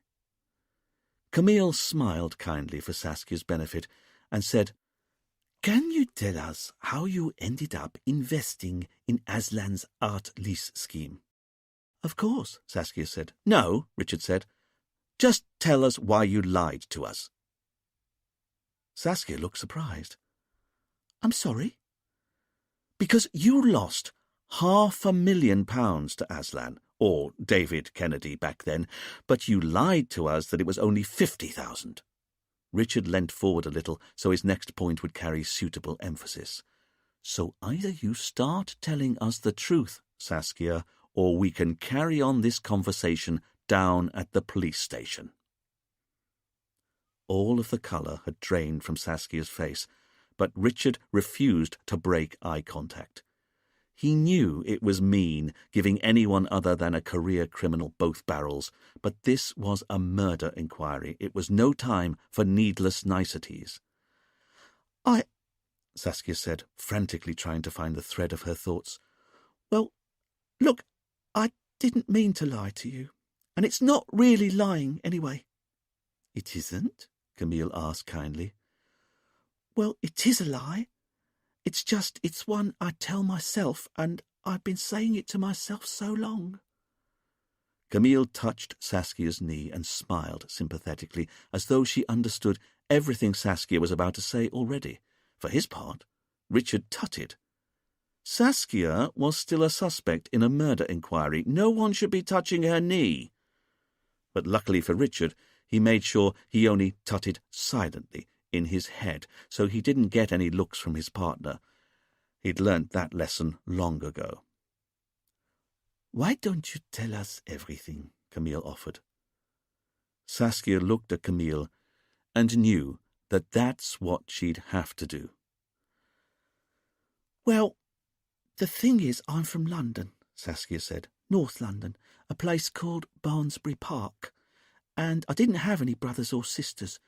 My mum was a housewife, but Dad worked on the railways and was a union man, you know. It's why we lived in Barnsbury. It was near Dad's train depot on the Caledonian Road. It was a brilliant childhood. I had my school and my friends and these Great big hulking men covered in dirt would come and visit in their filthy fluorescent jackets and sit in the garden, smoking their roll-ups and talking politics with Dad. Saskia smiled at the memory. I could have stayed on at school until 18, but Dad left school at 14 and I was desperate to get on, so I left at 16 and ended up getting a job as a secretary for the ladies' wear buyer for a department store on Oxford Street, and I really enjoyed the work and the friends I made, and I thought that was what life was going to be like, living at home, working in town, being happy. Then, just after I turned 17, Mum got diagnosed with breast cancer. Saskia's eyes welled with tears as she explained how her mum had promised to fight the illness, but in the end, it had made no difference. By the time I turned 19, Dad and me had buried Mum in a cemetery just off the North Circular, and Dad was never the same after that. He retired from work and just sat in a chair. He lost weight, he wouldn't eat, he stopped inviting his friends around, he just shrank, and there was nothing I could do. Mind you, I wasn't much better, just getting up and going to work, just existing. We were like ghosts that year, Dad and me, both in the same house, but barely speaking, barely alive. And then the following winter, Dad got flu. It developed into pneumonia. He had to go to hospital, and he just faded away. By the time I was 21, I'd buried both my parents. Richard was grateful when Camille said, "I'm so sorry," as he knew from bitter experience that he sometimes sounded sarcastic whenever he offered someone his condolences. "Thank you," Richard said, nonetheless wanting to get on.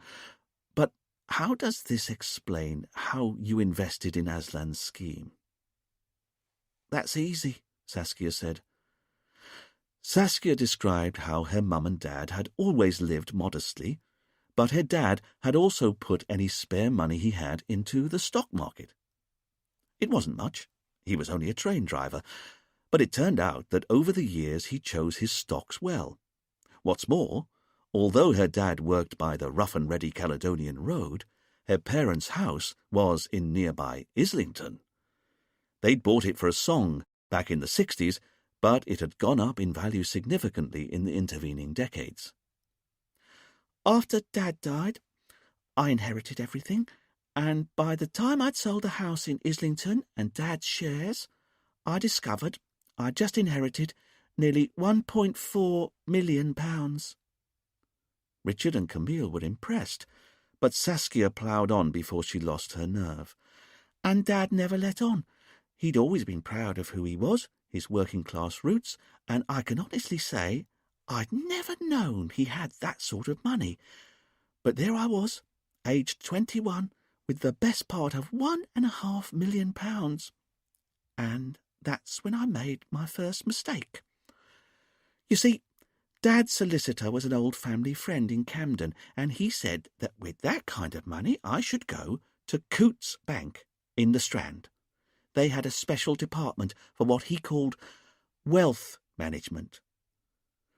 Saskia told the police how she'd felt out of her depth on her visit to the glass-fronted splendour of Coutts, and how she'd got into a tangle with a well-dressed businessman in the revolving doors. He'd introduced himself as David Kennedy. They got talking, and she liked him. He was attractive, witty, self-deprecating. Within the hour, we were having lunch at his club in Mayfair. "He picked you up?" Richard asked, amazed. Saskia reddened in embarrassment. "He was so charming," she said, "and he made it sound so easy. His club was just around the corner in St. James's. Could he buy me lunch? That's what he said. It's the least he could do, having nearly knocked me to the ground." "And you agreed?" Camille asked, as delicately as she could. This was a different world to me. Coutts Bank? A private club with doormen and oil paintings? I didn't know what I was doing. How soon after meeting David did you tell him you'd just inherited £1.5 million? Richard asked, a lot less delicately than Camille had asked her own question. That first day, Saskia said. The second martini. It was just after he'd said how he was making a mint from his art lease business, and he was so charming, so believable. Before the end of lunch, I'd tried to hand over £10,000 to him as my first investment. Richard was stunned. You gave David Kennedy 10 grand the same day you met him? Oh, no, he was cleverer than that. He turned me down. He said I'd only just met him. I was still emotional after the discovery that I'd inherited so much money. I should wait. How clever of him. And it made me all the more desperate to invest. So I met up with him a week or so later, and this time I told him to bring all of the figures with him. They were very impressive. Of course they were. They were made up. But he explained how top-end companies wanted art to put on their walls, and how he paid next to nothing to artists to make canvases with big blocks of colour. But the key thing, he told me, was that he had to make sure that he charged a fortune to the companies who wanted to lease the paintings. It was reverse psychology, he said. He even called it a confidence trick. That's how clever he was. After all, if he tried to lease the art at a low price, the big multinationals wouldn't want the paintings on their boardroom walls, but as long as he kept the prices high, and he wore the right clothes, and talked the talk, it was just a license to print money. He sounds quite businesslike about it all, Richard said. Oh, he was businesslike, all right. He was utterly focused when it came to stealing money. Richard glanced at Camille, knowing they were thinking the same thing. After all this time of people saying how New Age Aslan was, here, finally, was someone who was prepared to say he had a streak of ruthlessness. And what could prove his ruthlessness more than the fact that he loitered outside swish London banks trying to pick up wealthy single women? But he wasn't leasing his paintings to anyone. That's what I found out when his case came to trial. He just pretended to be my friend to get my money. And that's what hurt so much. I thought he and I had become really good friends. You fell for him, Camille said. Saskia dipped her eyes in shame. Of course I did.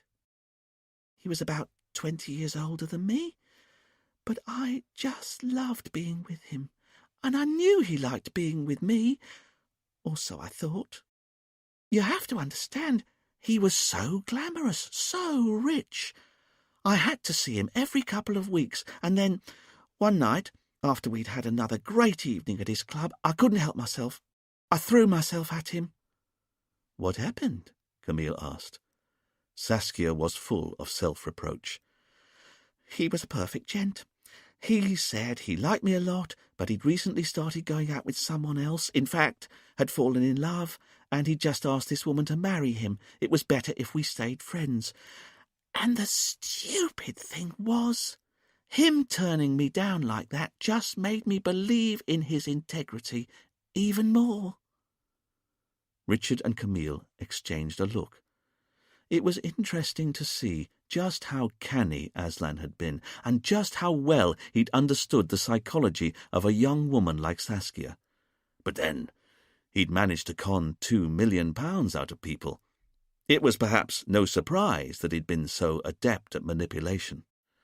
Then can you tell me, Richard said, how did you manage to hand over so much money?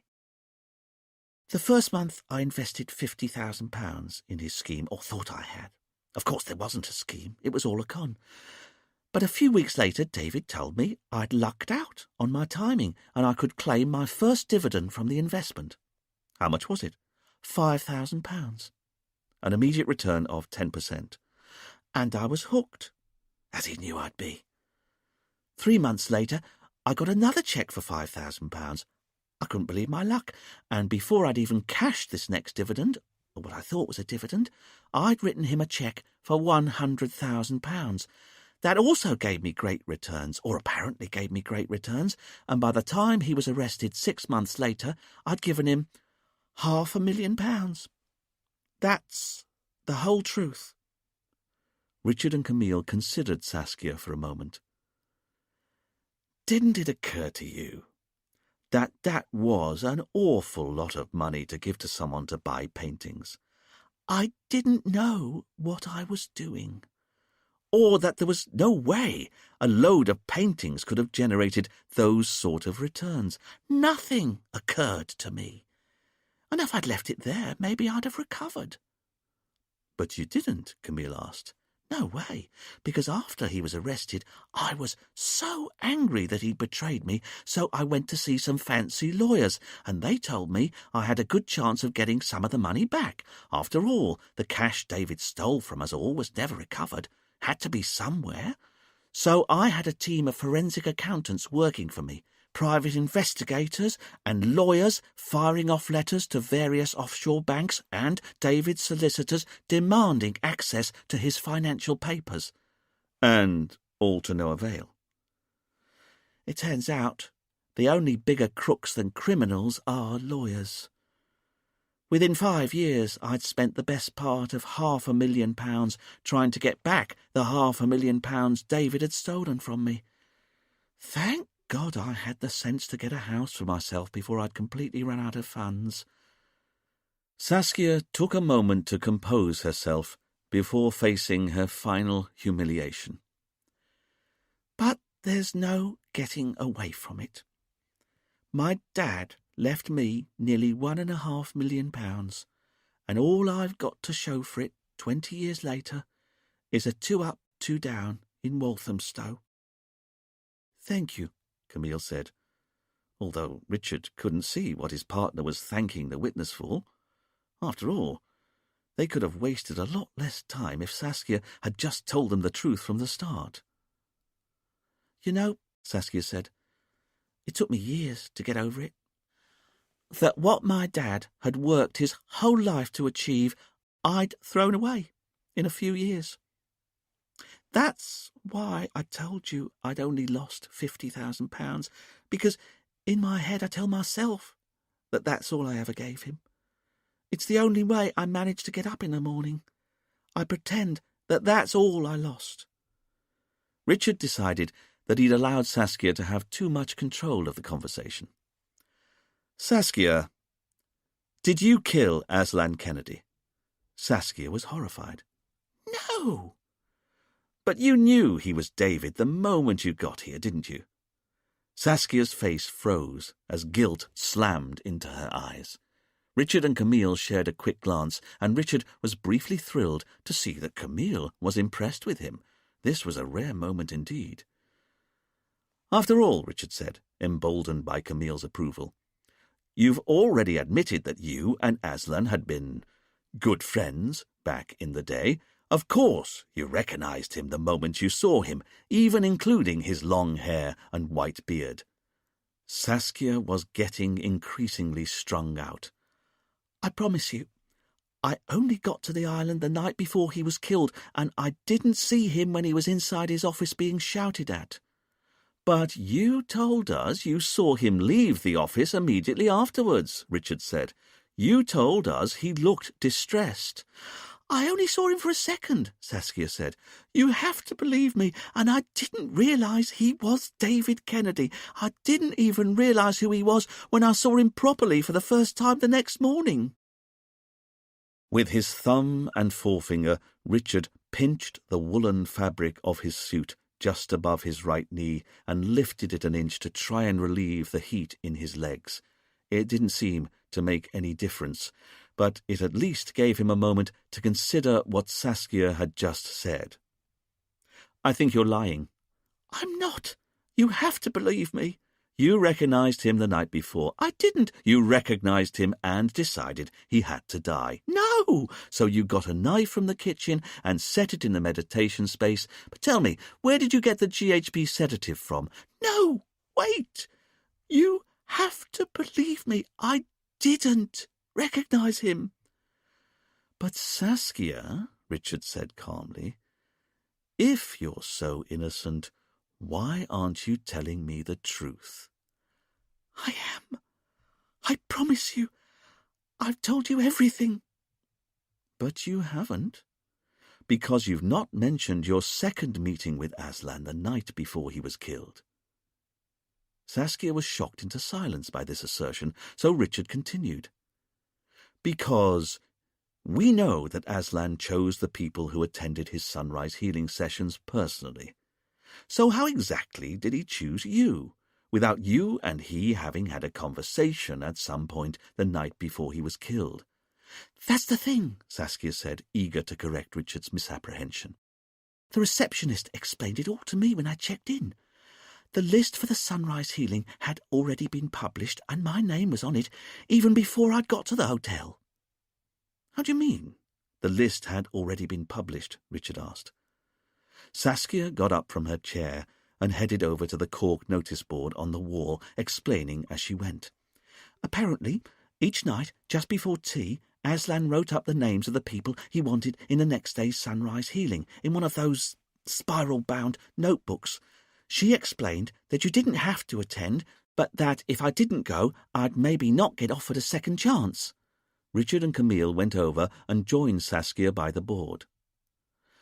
"Are you saying you found out you had to attend the sunrise healing because your name was on a list?" "That's right. The notebook should be here." "Oh." Saskia trailed off, and Richard and Camille could see that she was pointing to an old nail that was sticking out of the wooden frame of the board. "It's not here," Saskia said. "It isn't?" Camille asked. Saskia turned to the police. "I don't think so. Maybe I'm mistaken." "But you're sure it was there the night before Aslan was killed?" "There was a notebook on this nail. A spiral-bound notebook with all of our names written out in blue pen. 'The sunrise healing,' it said at the top. 'Aslan Kennedy invites.' That's how it started. I'll remember that much. And then it was a list of our names. Mine, Julia's, everyone's." "Hang on. You're saying that the list that chose who'd be in the meditation space the morning Aslan was killed was handwritten?" "Yes." "And it's no longer on its nail?" "That's right." "Then can you tell me, did you by any chance recognize whose handwriting it was?" "I'm sorry. I'd only just arrived. I've no idea who wrote the list. I presumed it was Aslan, but it was definitely handwritten, and it was definitely here."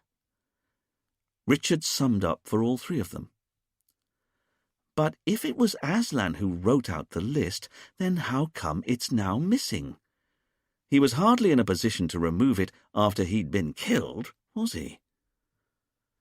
As Richard was speaking, a couple of guests entered the front door with Rianka. Seeing the police, Rianka finished talking to the guests and then came over to join them. "Can I help at all?" she asked. Camille said, "We are looking for the notebook Aslan used to announce who would be doing the sunrise healing with him." "Well, it's here," Rianka said, indicating the board before she realized it wasn't. "It's supposed to be here. It's always here. It's a little reporter's notebook, you know, with a curly metal top. You flip the pages over." "But now it's missing," Camille clarified. Rianka was quite clearly at a loss for words. "Then can I ask," Richard said, "was it always Aslan who chose the people who attended the morning session?" "Of course. Or rather, he'd ask people first if they wanted to attend during the day, and then he'd put their names up on the list by supper that night." "He didn't ask me first," Saskia said. "He didn't?" Rianka was confused. "No. The first I knew about it was when I saw my name on the list here. Not that the list's here anymore." Richard caught Camille's eye and knew they were both thinking the same thing. Because if the handwritten list was missing, then it had almost certainly been removed because it was incriminating, and that suggested that it was perhaps the murderer who had handwritten the list, which made sense, Richard thought to himself. After all, They'd been trying to work out why on earth Aslan had chosen only Ponzi victims for the sunrise healing, and here was evidence that suggested perhaps he didn't. Maybe it was the killer who'd written out the list that filled the meditation space with Ponzi victims the morning that Aslan was killed, and who'd subsequently removed the incriminating notebook afterwards. In fact, Richard realized with mounting excitement, it was possible that if they could find the notebook, they'd be able to identify the handwriting of the list and therefore reveal the identity of Aslan's killer. With Saskia's permission, Richard and Camille went to her room to search for the missing notebook. As Richard looked for it, he couldn't help but notice that Saskia had regathered some of her composure. If she'd lied to them about anything, she was hiding her nerves well. What's more, Saskia's hotel room was so neat and tidy, and she'd brought so few clothes with her, that they were able to establish that she'd not hidden the missing notebook anywhere in only a few minutes. Then, with Rianka's permission and her passkey, Richard and Camille went on to search Paul and Anne's bedroom. Paul and Anne were down on the beach, so the police were able to work unimpeded. But it took well over half an hour because, although Anne had come on holiday with 3 suitcases stuffed full of clothes, the suitcases were now empty and their contents were scattered all over the room. But again, neither Richard nor Camille could find any reporter's notebook. As for Ben, he was in his room, and he tried to stop Richard and Camille from searching it. "You can't come in here without a warrant." Richard could see how worried Ben was, but he knew he had the law on his side. As the police had the hotel owner Rianka with them, all they needed was her permission to search the room, and then they wouldn't need a warrant. Seeing how Ben was so reluctant to let the police in, Rianka was happy to give her permission, but although Richard and Camille spent over an hour searching, their every move watched over by Ben like a hawk, they weren't able to find anything incriminating in Ben's room either. Richard hadn't necessarily expected to find the missing notebook in Ben's room. If Ben was their killer, he would have destroyed it by now. But Ben's manner still puzzled Richard. If Ben had nothing to hide, then why was he now so on edge about the investigation? Even though the police couldn't find the missing notebook in any of the 4 suspects' rooms, Richard then wondered if the killer had maybe removed it from the board and hidden it somewhere much nearer. After all, the hallway was stuffed with any number of oriental ornaments, bookcases, and other nooks and crannies a notebook could have been hidden behind or inside. This time, Richard and Camille were joined in their hunt for the notebook by Fidel. Although Richard was cross to discover that Duane was refusing to leave the station to help with their search. He apparently had a lead he wanted to pursue. But Richard imagined he just didn't want to leave his desk. So Richard asked if Rianka would help Fidel identify places to look in the kitchen, the nearest room to the notice board, while he and Camille tried to find the notebook in the hallway. "So, what do you think?" Camille asked her boss quietly, as she went through a pile of old flyers in a little oak dresser underneath the notice board. "Could Saskia be our killer?" This gave Richard pause as he looked through a shelf of well-thumbed travel books and guides to Saint-Marie. "She's certainly got a motive," he said. "Aslan stole £500,000 from her, and she definitely tried to hide that motive from us, so normally I'd say yes, she could be our killer. But," Richard sighed, "but everything about this murder is pre-planned, isn't it? The knife being placed in the meditation space beforehand, the fact that the killer must have got hold of the GHB drugs beforehand, and known there was a tea ritual that allowed the GHB to be administered. I don't see how Saskia could have carried out such a site-specific murder less than 24 hours after touching down on the island for the first time in her life." "I know what you mean," Camille said, as she went back to looking for the notebook. "Because if she's our killer," Richard continued, she also managed to doctor the list for the sunrise healing before she could possibly have known such a list even existed. You're right. Everything suggests that Saskia was manipulated into being in that room just as much as everyone else was. So, if we're ruling Julia out because she is left-handed, and I agree with you when you say Anne's too slapdash to have carried out a murder disorganized, then maybe we should now rule Saskia out because there's no way she could have written out the list of names before she'd even touched down at the airport. I tend to agree, Richard said. In truth, although Richard agreed with everything Camille was saying, it didn't mean that he even remotely ruled any of the witnesses out. This was because of the peculiar way he had trained himself to think about all of his cases. When Richard had been at Cambridge University, he'd studied history, mainly because he felt it was his patriotic duty to learn everything about the history, culture, and people of the British Isles. But it had been a toss-up at the time as to whether or not he should have studied science, and although he hadn't read a single history book since leaving university, Richard had continued to be an avid reader of science books. In particular, he had long been fascinated by the infinitely strange world of quantum mechanics, where the impossible to believe was often entirely routine, and he'd found one experiment, Schrödinger's cat, that was even useful in his criminal investigations. Back in the 1930s, Schrödinger had invented a thought experiment to illustrate the inherent absurdity at the heart of much of quantum mechanics. In it, he said that you could put a cat inside a locked box with a vial of cyanide that had either killed the creature or not.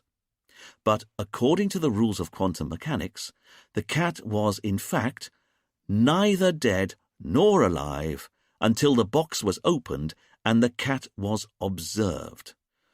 Although the experiment was purposefully supposed to be a paradox, this was exactly the intellectual position that Richard always tried to take with every clue, every fact, every lead, and every witness he encountered when he was running a case. Everything was true and not true, both at the same time, and every witness was always both innocent and guilty, again, both at the same time until proven otherwise. In effect, Richard was sceptical of everything he was told and tried to keep all possible outcomes open at all times. So he was happy, as Camille was suggesting to him now, to rule Julia, Anne, and Saskia out as possible murderers. But that didn't mean he'd actually ruled them out. Not definitively.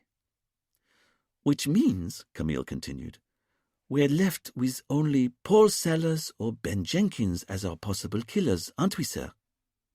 It would seem so, Richard agreed, while also keeping the option in his mind open that he wasn't, in fact, agreeing.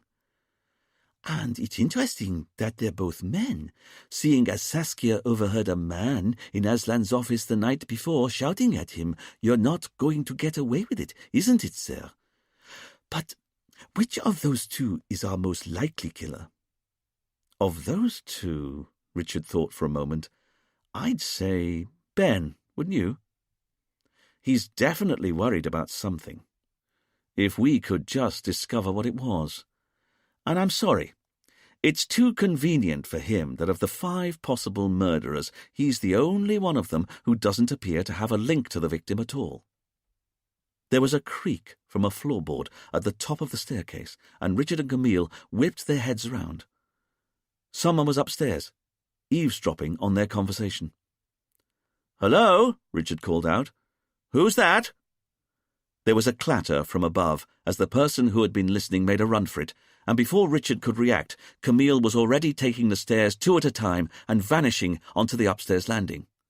Richard didn't know what to do. Should he also give chase or wait here? In the end, he decided that discretion was the better part of valour, and he'd guard the bottom of the stairs in case whoever had been listening into them tried to make a bolt for it back down the stairs. A minute later, Camille returned, out of breath. "Whoever it was got away," she said. But there was definitely someone up there. "Definitely. The door to the corridor was closing when I got up onto the landing, but when I got through to the corridor, there was no one to be seen." So you didn't see who it was? "Sorry, sir. Whoever it was too quick." "Never mind," Richard said, frustrated. Richard went into the kitchen where Rianka was still helping Fidel look for the notebook. "Rianka, is the staircase out there the only one up to the floors above?" Rianka looked up from where she'd been searching under a sink. "No, there's an old servant staircase at the back of the house, and the door to the fire escape's normally left ajar as well, for the through draft." "So there's two other ways someone could get down from upstairs apart from the staircase here, is that what you're saying?" "That's right. Why?"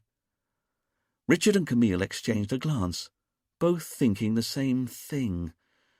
Whoever had been listening in on their conversation could easily have got out of the building by now. There was a slapping of bare feet on wood, and they all looked around as Dominic came down the main staircase of the hallway, whistling tunelessly to himself, a pile of clean laundry in a basket in his hands. Chapter 9. Richard, Camille, and Fidel all exchanged glances. Was it a coincidence that Dominic should appear at this precise moment? Dominic slowed down to a stop, a frown creasing his face. "Hey, why are you all looking at me like that?" "Just wondering how long you've been upstairs." "What are you talking about? I've been doing my laundry." "Is that so?" "Yeah. The washing machines are all on the first floor. Rianka lets me use them. Tell them, Rianka." "It's true," Rianka said. "Everyone who works here uses the laundry facilities." "But how long have you been up there for?" Richard asked. "I don't know. An hour." "And you were in the laundry room the whole time?" "Yeah. And if you don't mind, I'd like to get past. I want to get all this home." Dominic lifted up his basket of clean washing to indicate his bona fides before carrying on down the stairs and heading for the main door. It was only once he'd reached the door that Richard had a sudden feeling that he'd just missed something important. "Hold on a second there, Dominic." Dominic paused by the door and Richard looked at him. What was it? There was something about Dominic that had just spiked his interest, if he could just work it out. Was it something he'd said? Or was wearing? Richard tried to chase the thought down, but he knew, from bitter experience, that the harder he pursued it, the more elusive the thought would remain. "What?" Dominic eventually asked. Richard realized he had to say something. "Tell me, if you had to get rid of a notebook, and get rid of it fast, how would you go about doing it?" Dominic looked at Richard, puzzled for a moment, and then his face cleared. "That's easy. I'd burn it in the furnace." "The furnace?" Richard asked. Dominic looked at the policeman as though he was stupid. "Under the house, there's a bloody great furnace for heating the hot water for the retreat." "There is?" Richard asked, turning to Rianka. "Yes," she said. "Can I go now?" Dominic asked. "Of course. Thank you." As Dominic left, Richard turned to Rianka. "Would you mind showing us the hotel's furnace?" "If you want to see it," she said, "of course." Rianka led Richard, Camille, and Fidel out of the front door and around to the side of the house where there were worn stone steps that led down to an open archway under the house. Going down the stairs, the police soon found themselves in a huge storeroom, and, unlike the rest of the pristine, gloss-white building, it was dark and cobwebby and stuffed full of clobber piled pell-mell as it had accumulated over the years.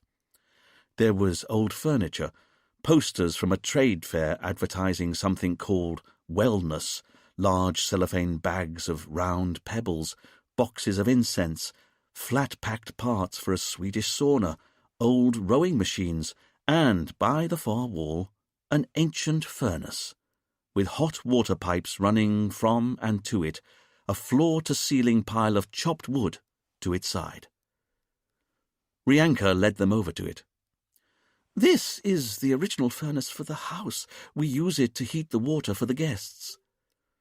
Richard inspected the old cast-iron machine and was impressed with what he saw. This was more like it. Proper levers and valves. Proper engineering. Rianka got up an old metal rod and opened the hatch so Richard could look inside. There was a thick layer of white ash inside and quite a few remaining slivers of logs, their edges glowing into flame as the extra oxygen that now filled the furnace briefly revived them. "Dominic loads it up with wood every morning and afternoon," Rianka said. "It's one of his jobs." Camille called over from the far side of the room. "Sir, I think you should see this." Richard and Fidel went over to join Camille, and she showed them how she'd found 4 rolls of white paper leaning against the wall. Each one was about 12 feet tall, the height of the meditation space, but rolled up as they were only about a hand's width across, and they were secured with thick rubber bands at the top and bottom of each roll to stop them unravelling.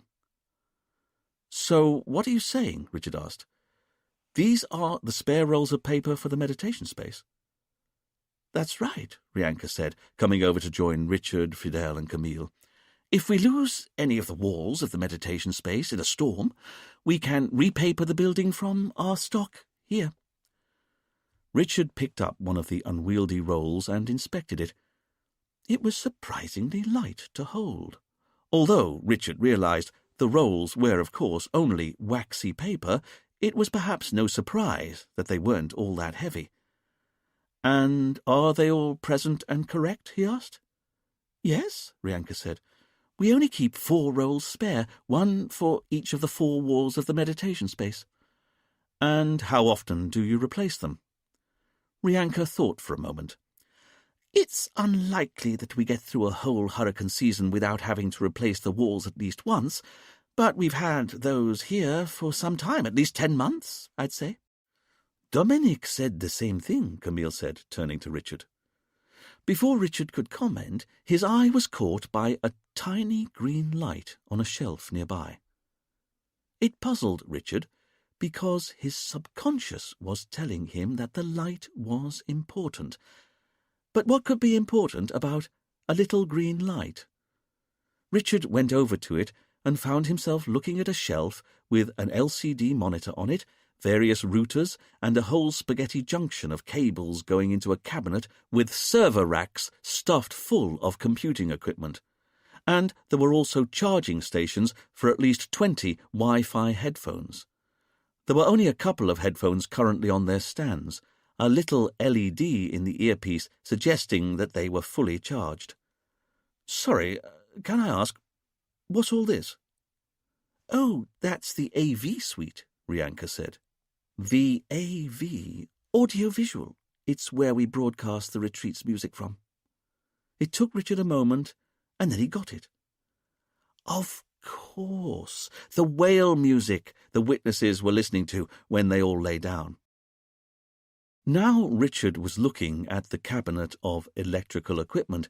He could see dozens of little green lights that were all winking at him, and his subconscious continued to scream at him. There was something important about the lights, but what was it? Richard decided there was only one way to track the thought down, and that was if he ignored it entirely. He turned to Rianka. "Can you tell me how all this works?" Rianka was a little puzzled by the question, but was happy to answer.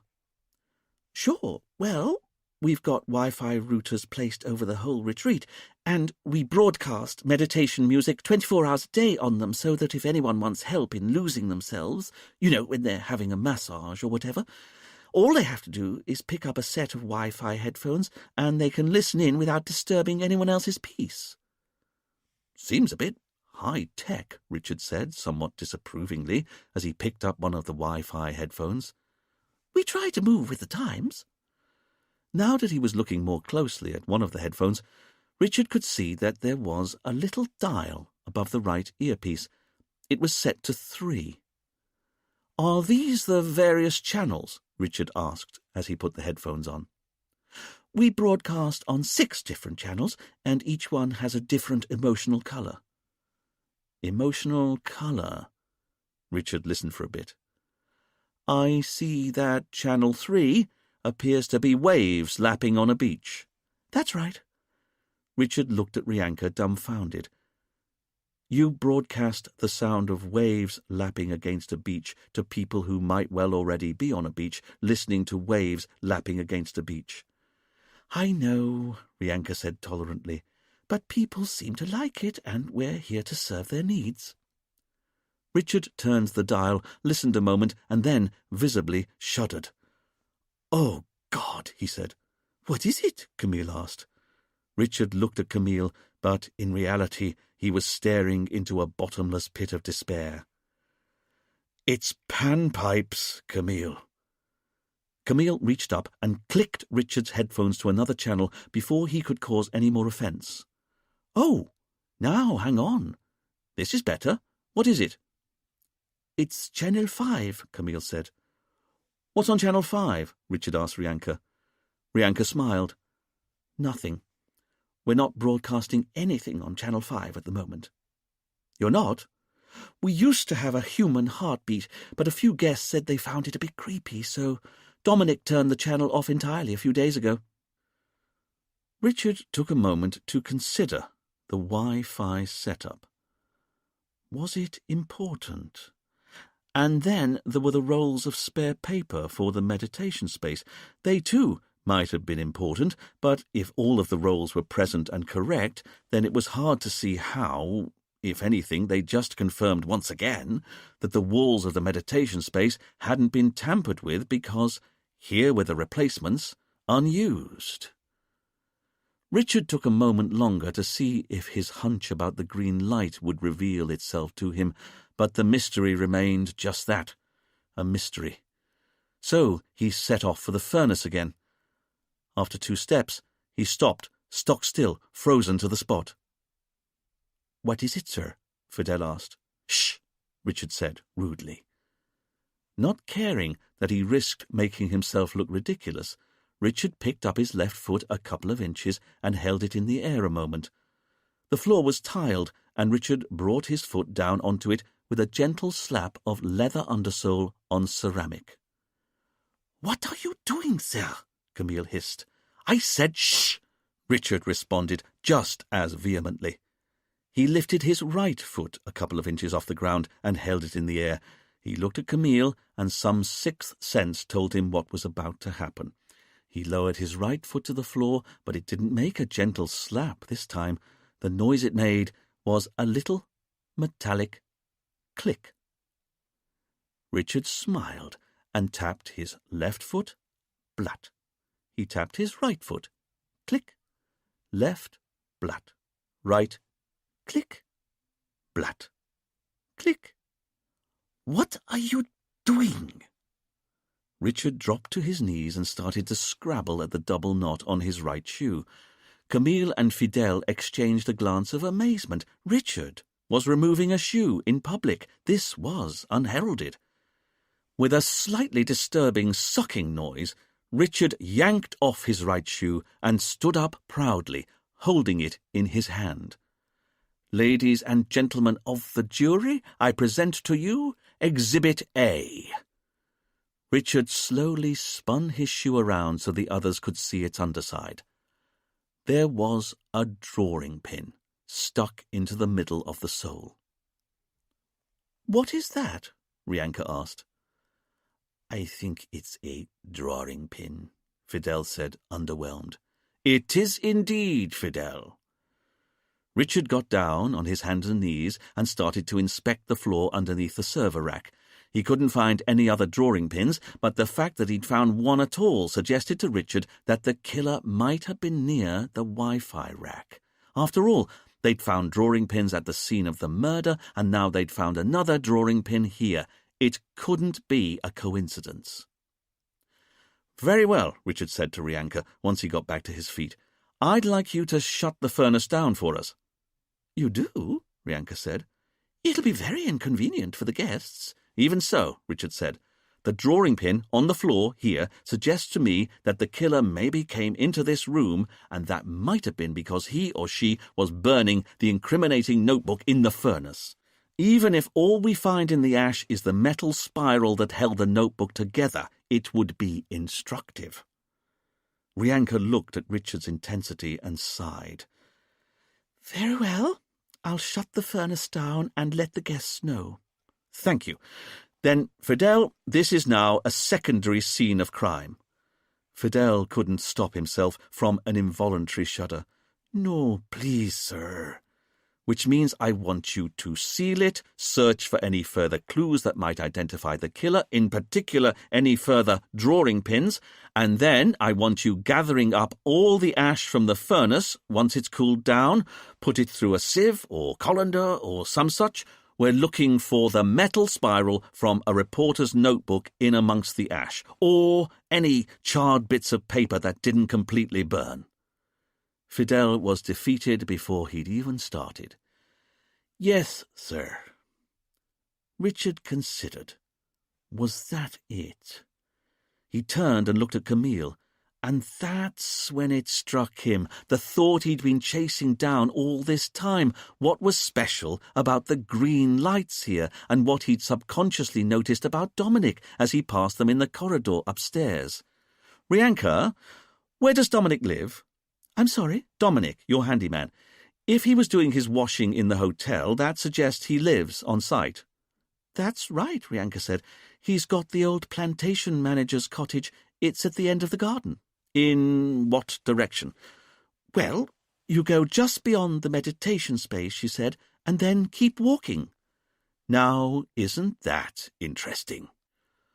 Once Richard had got his shoe back on again, not an easy job considering how tight and sweaty his sock still was, and once he'd left Fidel and Rianka behind to shut the hotel's furnace down, Richard was soon leading Camille out into the blinding sunlight and across the lawn towards the meditation space. Following Rianka's instructions, they passed the wood and paper tea house and carried on walking away from the main hotel, down a slight incline, around a clump of bushes surrounding 3 palm trees, and then there it was, a small, pink-tiled house at the far end of the gardens, flanked on either side by rhododendron bushes. Richard went up to the old door and knocked once on it before turning back to look at the house and gardens. The meditation space was well over 100 yards away, but it was in a direct line between Dominic's house and the main hotel. On the morning of the murder, Richard could see it would have been possible for Dominic to walk from his front door all the way up to the back of the meditation space without anyone at the hotel seeing. Even so, Richard had to concede that even if Dominic could have got that close to the meditation space, he still wouldn't have been able to get inside it without ripping through the paper walls. The door opened, and Dominic looked at the police. "Ah, what do you want?" "Just a quick question. May we come in?" Dominic looked at them a moment longer. "All right," he said, not exactly enthusiastically. Richard pushed past with a fake smile and entered Dominic's sitting room. It had been painted white and was entirely minimalist. There was a joss stick in a jar on a little table. There were only bean bags to sit on, and on a windowsill there was a tower of wide, flat pebbles that Dominic had stacked in decreasing width so they formed a gentle pyramid. Richard wanted to push them over. "I don't have long," Dominic said. "What do you want?" "Oh, it's simple. I just wanted to know the exact nature of your relationship with Julia Higgins." Dominic was surprised, but then so was Camille. "I'm sorry?" "You and Julia. Why don't you tell us what's really going on?" "What is this?" Richard could see that Dominic had been unsettled by his question. "Only when Julia was in custody, she was wearing a distinctive top, advertising illegal drugs, but that's not what's important about it, because it was also lime green. In fact, pretty much the bright green of the green lights on a load of Wi-Fi routers, and unfortunately for you, I noticed that precise and rather distinct colour in your washing basket. As he'd been speaking, Richard had ghosted over to Dominic's basket of washing, and now he reached into it and pulled out the very same lime-green, hash-promoting T-shirt Julia had been wearing when she'd been in the police cells. Dominic looked at the T-shirt, and Richard could see that he had no quick answer as to what it was doing in his washing. "Don't worry," Richard said, pretending to be reasonable. "We know you can't be the killer. You were outside the meditation space at the time of the murder, but we do need to know the nature of your relationship with Julia Higgins." "All right," Dominic said, a little hurt. "I've got nothing to hide. But you're right. Julia and I used to be a thing." "A thing?" Richard asked. "That's right. And what thing would that be?" "Lovers." Richard looked at Dominic a long moment while he let this fact settle. He then pulled out his notebook and silver pencil. He clicked the pencil, and a tiny needle of lead jumped out of the end of it, ready for spiking down onto the page. "And when did your relationship start?" Richard asked. "Within days of her getting here." Richard started scratching in his notebook. "So that's 6 months ago?" "That sounds about right. 6 months. Want a drink?" "No." Richard was surprised that Dominic hadn't yet noticed that he had a new one-man nemesis, and his name was Richard Poole. "How did you meet?" "She was interested in my work." "As a handyman?" Richard asked, unable to keep the contempt out of his voice. "As a hypnotherapist. This was back when Aslan still let me practice, and she was receptive. Man, that woman was so receptive." "To hypnotherapy?" Camille asked. Dominic turned back to Camille. "There's an intimacy you develop if you explore someone's psyche together. It's inevitable. Look, this has got nothing to do with anything. I don't even have to answer your questions." "I know," Richard said, "but you will, as a concerned citizen, be helping the police with their inquiries." "All right," Dominic said, and Richard noticed that he flicked a nervous glance at a door in the corner of the room as he said this. "Very well," Richard said, now edging over to the door that Dominic had just looked at. "To start off with, just for the record, can you tell me a bit more about your relationship with Aslan Kennedy?" "Well, that's easy. We didn't have one."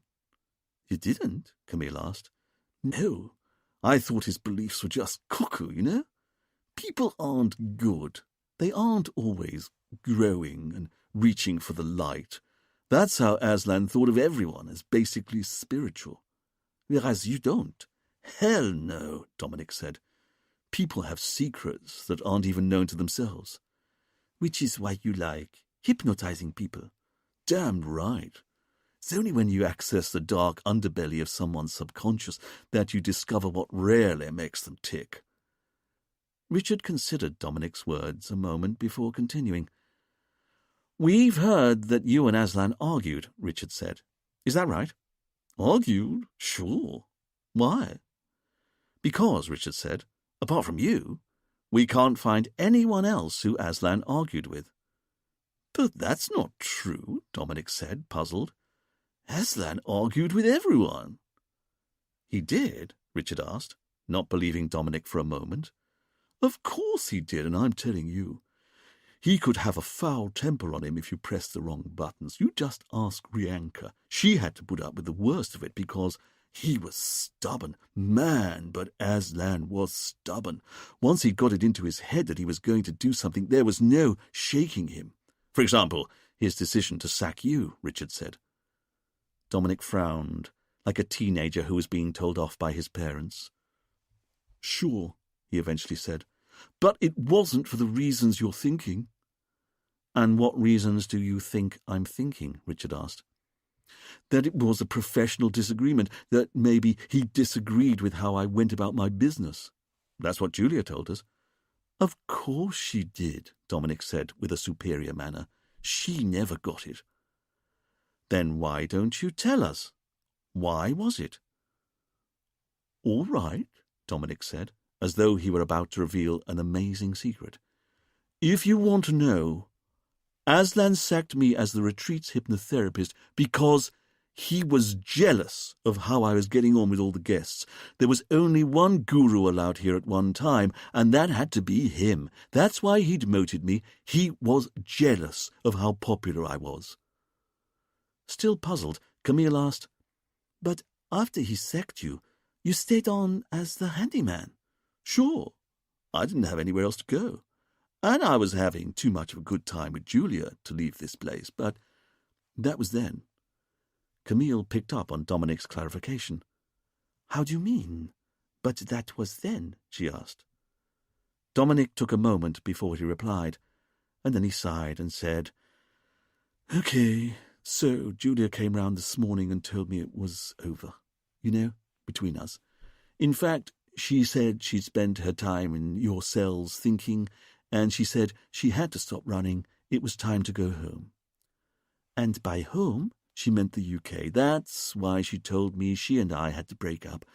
She brought back some of my stuff, including a few of my clothes, like that T-shirt." "I see. And how did you feel when she dumped you?" Richard asked. "She didn't dump me." "Oh, sorry," Richard read back over his notes. "I thought that is what 'it was over' meant." "Sure, and it does, but there was no dumping. She told me we were done, that's all. She was going home." "And yet it was still you she wanted to see when she had to be hypnotized." "Of course, that's my skill, with her at least. But anyway, that's why I've got that T-shirt and why I washed it today. Is there anything else?" "Just one more thing. Why do you keep glancing at this door here?" It was true. The more Richard had edged closer to the door in the corner of the room, the more Dominic had continued to flick nervous glances in its general direction. "No reason," Dominic said, lying. "Oh, okay." As Richard said this, he pushed the door open and went into the room next door before Dominic could stop him. And what Richard found in there was everything he'd felt was absent from Dominic's pristine room next door. There was a mess of old plates of food, old bottles of beer, overflowing ashtrays, but best of all, the place was littered with test tubes, beakers, and a Bunsen burner attached to a gas bottle, retort stands and rubber pipes, and various brightly coloured bottles of household cleaner, many of them cut open and entirely empty. Although it was a complete mess, it was also quite clearly a functioning chemistry lab for the brewing of exotic drugs and mind-altering substances. Richard was rather pleased with himself when he recognised a rig for fractional distillation. "Everything here is legal," Dominic was quick to say as he followed Richard in. "It's all bought over the counter or grown organically." Richard picked up a bottle of bleach. "What do you do with this?" "Very little. It's hydrogen peroxide, to be used sparingly. Look, I'm interested in the mind, about accessing memories, feelings, emotions we suppress. Nothing I brew in my home is illegal. This is just about creating potions that give you legal highs or loosen your grip on reality." "Is this really why Aslan sacked you?"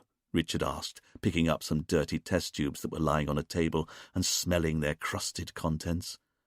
"Because you were drugging the hotel guests?" "No way," Dominic said. "All this is for personal consumption only. When I hypnotized the guests, I did it naturally, like you saw me do it with Julia." "Is that really so?" Camille asked. "Have you never used any of these mind-altering chemicals on her?" "No way," Dominic said, affronted. "You just ask her for yourself. But then, Julia never needed any help going into a trance. She could pretty much regress at will, like you saw her do in the police station." Richard said, "And you reckon that all of the ingredients you've got here are legal?" 100%. I know what I'm doing." "Then can you tell me what you know about GHB?" "I'm sorry?" GHB, Richard clarified. Gamma hydroxybutyrate. Dominic thought for a moment. I'm sorry, I don't know that one. Really? Sorry, no idea. Richard looked at Dominic and decided that he was almost certainly lying. After all, it was hardly credible to believe that someone who created homemade, mind-altering drugs didn't. Either way, it was his duty as a serving police officer to make sure that all of the ingredients in Dominic's lab were legal. "I'd like to make a list of all your ingredients here." Dominic was shocked. "What?" "Don't worry, won't take long. We can photograph all of the evidence in situ with our phones." "What? Why?" Richard looked at Dominic. "To make sure you've not been breaking the law." There wasn't much Dominic could say to that. His shoulders slumped. "All right, take photos of whatever you like. But you should know, I think I was burgled last week." This got the police's attention. "You were?" Richard asked. "Yeah, it's not normally this messy, seriously. But last week I came back from work and I could tell someone had been searching through my lab." "Do you know if they took anything?" "I couldn't tell." "You couldn't?" "No. I don't really keep a proper list of what I've got here. But it was just a feeling. Someone had been through everything and maybe taken some stuff." Richard and Camille exchanged a glance, not believing a word that Dominic was saying. "Did you report this burglary to the police at the time?" Camille asked. Dominic had the good grace to look bashful as he explained that, seeing as he didn't know what, if anything, had been taken, he hadn't bothered to go to the police. It was in that moment that Richard decided that Dominic had almost certainly been making GHB in his home lab, had just guessed that it related somehow to Aslan's murder, and he was now trying to cover for himself by inventing a burglary, so that if any of his GHB turned up as part of the investigation later on, he'd be able to blame the phantom burglar. But that meant Dominic was perhaps a bit more quick-witted than Richard had previously given him credit for. Either way, Richard knew that his next step should be to inventory all of the chemicals they could find here and see if Dominic had the ingredients to make doses of GHB. There was a clatter from next door. A voice shouted, "Chief!" and then Dwayne bombed into the room. He saw the homebrew chemistry lab, and his eyes widened in wonder. "Wow!" "What are you doing here?" Richard asked. "Sorry, I went up to the house, found Fidel searching some room underneath it. Man, but that's a tough job you've given him." "A job you might have offered to help him with." "And not tell you what I've just found out." Dwayne looked at his boss, delight in his eyes. "Because I'm telling you, I think I've worked out who our killer is." "You have?" "Who is it?" Camille asked. "Not in front of a witness," Richard said. "Dominic, would you go next door and shut the door behind you as you go?" Dominic tried to look affronted as he indicated his homebrew chemistry lab. "But what if you tried to plant evidence on me?" "Just go next door, would you?" Richard said, exasperated. Really? Dominic was like a surly teenager sometimes, he thought to himself. Once Dominic had finally left the room and closed the door behind himself, Dwayne went in close to Richard and Camille, keeping his voice low as he filled them in on his breakthrough. "Well, Chief, you were right to make me look into Ben Jenkins' time in the UK before he went out to Portugal," Dwayne said, "because it turns out that he's been in prison, and he wasn't locked up for just any crime either. He was convicted of wounding with intent back in 1996. But get this, because this is where it gets good. He served the second year of his sentence in 1997, and guess where he was banged up?" "Don't tell me it was Brixton Prison," Richard said. Dwayne beamed. "Got it in one." Camille was amazed. "Why is that important?" Richard turned to her. "Because in 1997, Aslan Kennedy, or David Kennedy, as he was then, was serving the last year of his prison sentence, also, by a startling coincidence, in Brixton Prison." Camille looked at Dwayne in wonder. You're saying Ben Jenkins and David Kennedy were both in the same prison at the same time? But it gets even better, Duane said. Because for the last year David Kennedy was in prison, he and Ben Jenkins shared a cell together. You're kidding me. Then we've got to go and interview him at once. And that's where we have a problem. Because I've just been up to his room, and the door was already open. It's completely empty. None of his things were there. So I went downstairs and spoke to the receptionist, who said that Ben Jenkins had settled his bill and checked out half an hour ago. He did? Camille asked. Where did he go? The receptionist didn't know. He didn't even order a taxi. He just paid his bill and walked out of the front door with his suitcase. That's the last she saw of him. But she did say this. He was in such a rush to settle up and go, he didn't even turn around as he left when she offered to get him a taxi.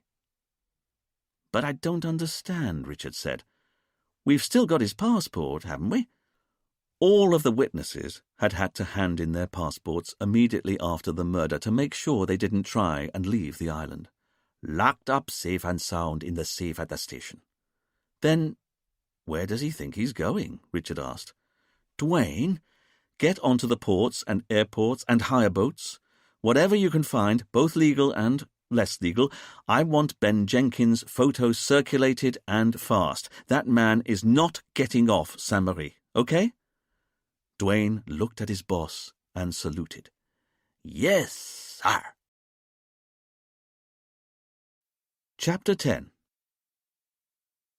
While Fidel continued to search for drawing pins and burnt notebooks in the hotel cellar, and with Richard photographing all of the ingredients in Dominic's chemistry lab, Duane and Camille tried to track down Ben Jenkins. For his part, Duane went out on the road to the airport and nearby harbours to get the word out. If anyone saw a man answering to Ben Jenkins' description trying to get off the island, they were to call the police. As for Camille, she went back to the station to see if she could uncover any more leads that could explain why Ben Jenkins had suddenly done a runner. "So, what have you got?" a hot and bothered Richard asked Camille as he returned from the retreat later that afternoon with a smartphone full of photos of the ingredient labels from Dominic's lab. Camille explained that, according to the court records Duane had been able to dig up, Ben had had a disagreement with a local garage owner back in 1995. Ben had said that he'd been sold a second-hand car that had had its odometer tampered with, but the local garage owner denied it. When Ben discovered that the car had in fact been clocked, he went to the garage owner's house and beat him viciously with a baseball bat. Ben had already been done for criminal damage twice before. He clearly had a history of violent behaviour, and when the judge came to convict him, she gave him 6 years. He was imprisoned in Brixton Prison, just as David Kennedy had been, and it was in Ben's second year that the two men shared a cell. At the end of that year, David was released, and 1 year later, so was Ben. But everything else they'd learnt about Ben still seemed to stack up. He hadn't got into trouble with the authorities in Portugal since moving there after he left prison, and Camille couldn't find any record of Ben having been to Sainte-Marie before. Then what about contact between Ben and Aslan? Richard guessed that it must have been the killer who'd persuaded Aslan to invite all the Ponzi victims to the island at the same time. Therefore, if Ben was the killer, there should have been evidence somewhere that he had been in touch with Aslan at some point over the last few months. Camille said, "I've gone through Ben's mobile records again, and his landline in Portugal. He's made no phone calls to Sainte-Marie and received no phone calls from Sainte-Marie, and I've been through the retreat's phone records, and as far as I can see, there have been no phone calls to any kind of Portuguese number." Then what about emails? Fidel's already been through Aslan's laptop. There was no email trail from any of the witnesses, let alone Ben Jenkins. Then what if Aslan's deleted the email trail? Then maybe it's still on his service provider's server. Richard considered what his next steps should be. Trying to get the local service providers to release their customers' emails was nigh on impossible, even with a warrant. However, it was worth a try. "Very well," he said. "You keep going through whatever phone records you can find.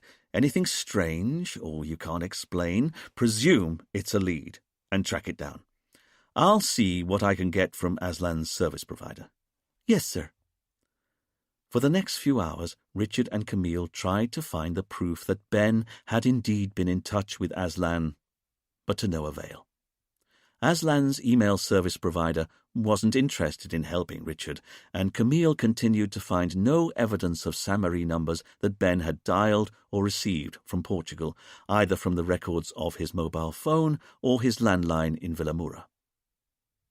It was one of those sultry afternoons, when the clouds seemed to gather thick in the sky and press down, pressing torrential rain, and Richard had difficulty staying focused on his task. As he sat at his desk, marking out the passing minutes with each drop of sweat that rolled down his forehead, his thoughts began to drift into a soupy dream state. He thought about his lizard, about how much he had to get rid of him, how awful it had been bumping into the commissioner. But above all, his thoughts kept slipping back to images of Julia Higgins, of her in her cut-off jeans and tight lime green T-shirt in the cells, of the look in her eyes when she went to hug him outside on the veranda, and how her golden hair seemed almost to be on fire when the sun caught it.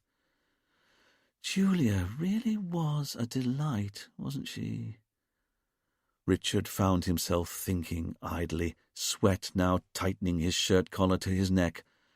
Unlike his partner Camille, who, while by all accounts and by all known biometrics was beautiful, was too stroppy. That was her problem. Too feisty. Too bloody rude, Richard mumbled out loud, completely unaware of the look of surprise Camille shot him. Pretty, mine? So pretty. Richard slowly toppled off his chair and fell to the floor. Camille was over to her boss in a second. "Sir!" Richard lay in a crumpled heap, his chair spilt off to the side. Camille loosened the tie around her boss's neck before grabbing his collar and pulling it open, Richard's top 2 shirt buttons pinging off as she did so. Richard was out cold, and Camille grabbed up an old case file from his desk and started wafting air at his face.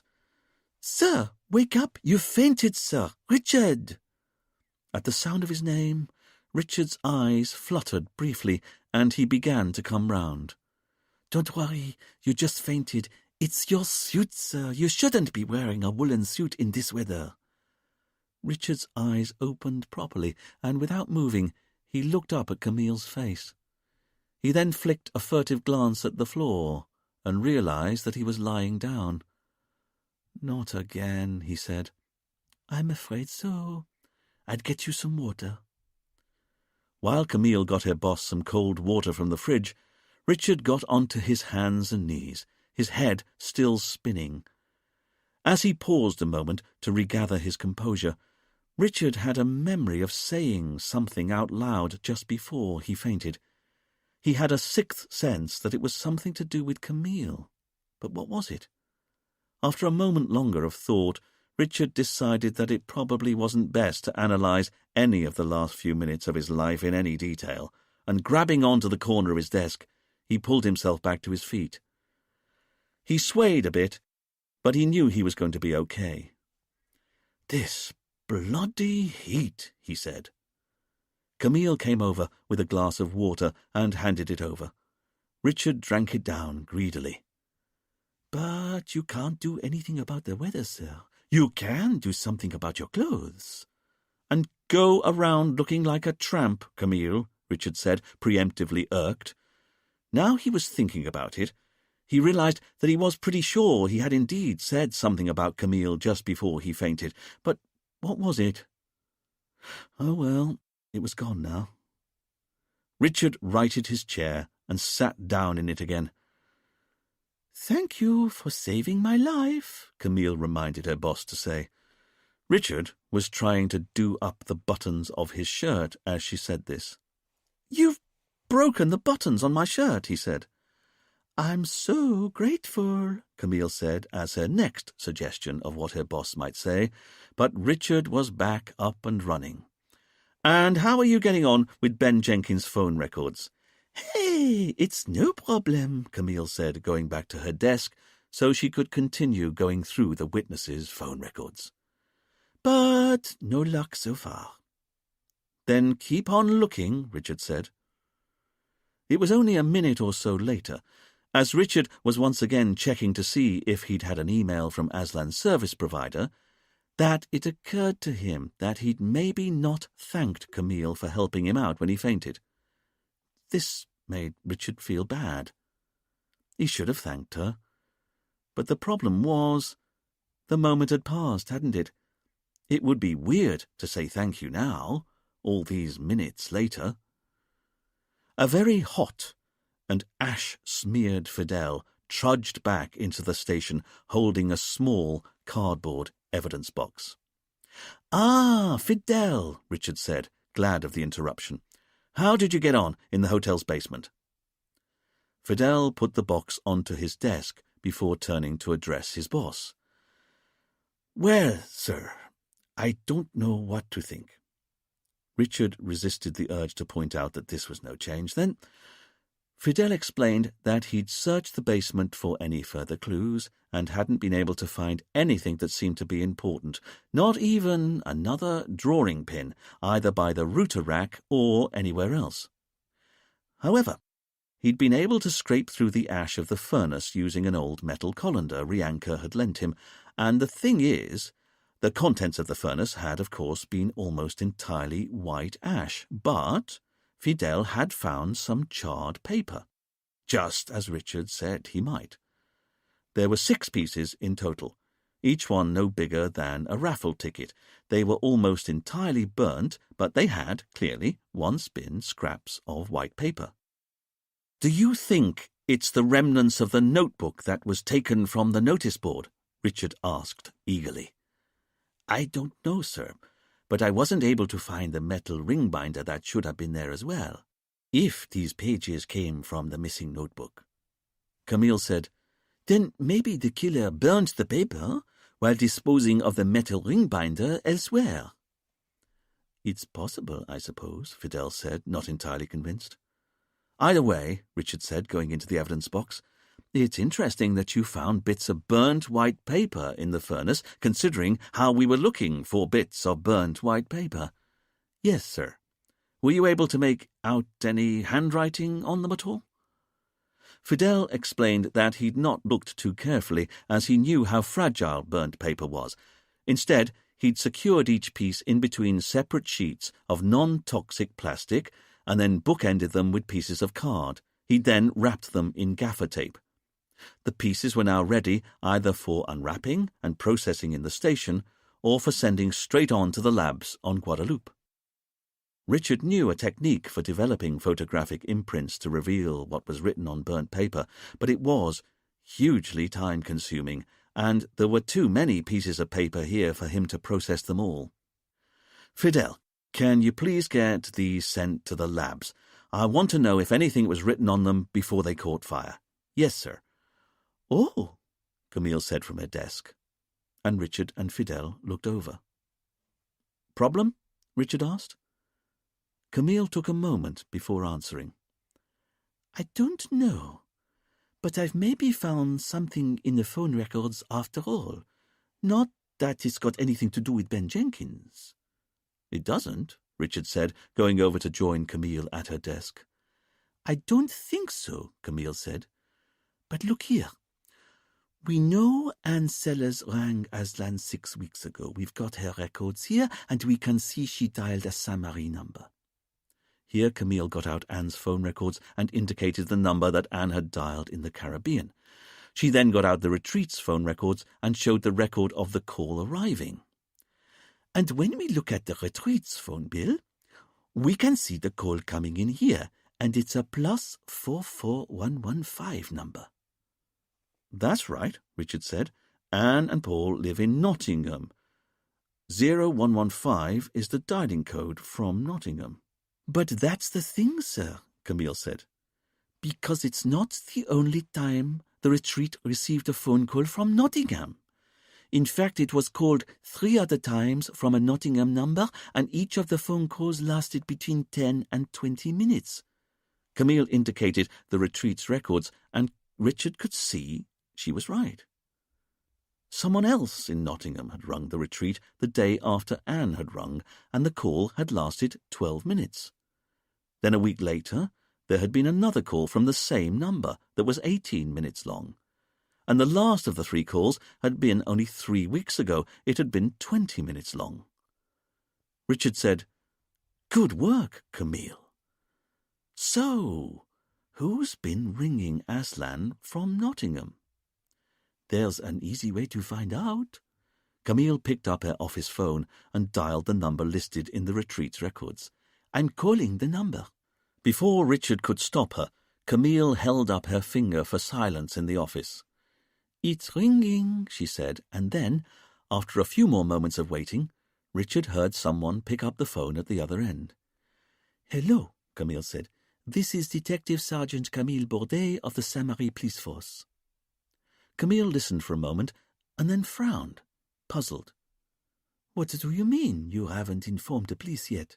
she said into the phone.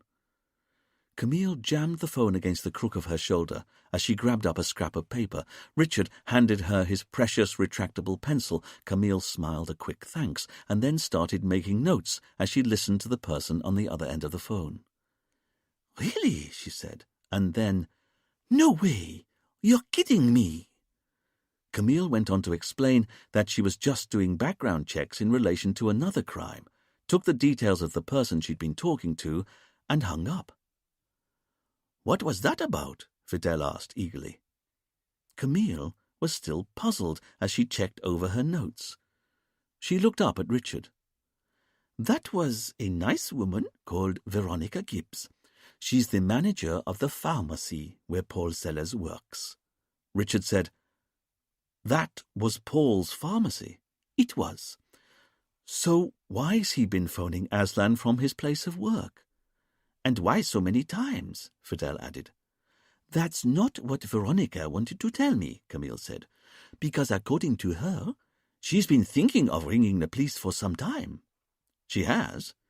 "She's long suspected that Paul's been stealing drugs from the storeroom."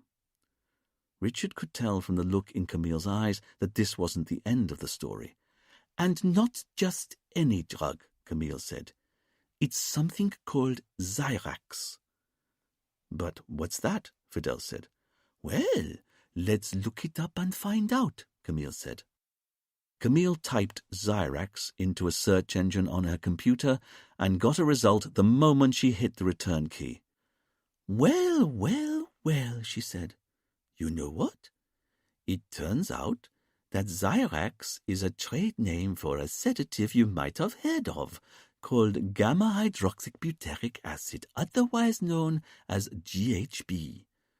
"No way," Fidel said, stunned. Richard was no less amazed. "You're saying that Paul's boss suspects he's been stealing a drug that just happens to have been the very same drug that we found in the suspect's tea when Aslan was murdered?" "Got it in one." Richard and Camille were both waiting outside a pine-clad building at the retreat as Paul and Anne emerged, having just had what Richard could see from the label next to the door had been an aromassage session.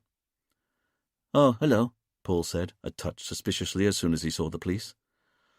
"We'd like to search your room again," Richard said, just as easily. Anne was surprised by the request, but Paul was shocked. "Why? Rianka's already told us you've looked once. Why do you need to look again?" "Don't worry," Richard said. "That was looking for a notebook. We're looking for something else this time. It should only take 30 seconds. Paul and Anne didn't have much choice, so they accompanied Richard and Camille back to the main house and up to their room. As they went, the other guests at the hotel kept looking at Anne and Paul as they walked in between Richard and Camille, and Richard could see how troubled Anne was by all their stares. After all, it was well known by now who Richard and Camille were and why they were there. Being seen with the police was clearly making Anne deeply uncomfortable. But not Paul. He just seemed irritated. As they entered their hotel room, Camille went straight into the bathroom to start looking for any contraband Xyrax pills. "What are you looking for?" Anne said, worried. "We're just pursuing a lead," Richard said evenly. "But in the meantime, let me tell you a story, because we've known for some time that one of the people locked in the room with Aslan must be our killer, and fortunately for us, we've found a cracking motive for 4 of you.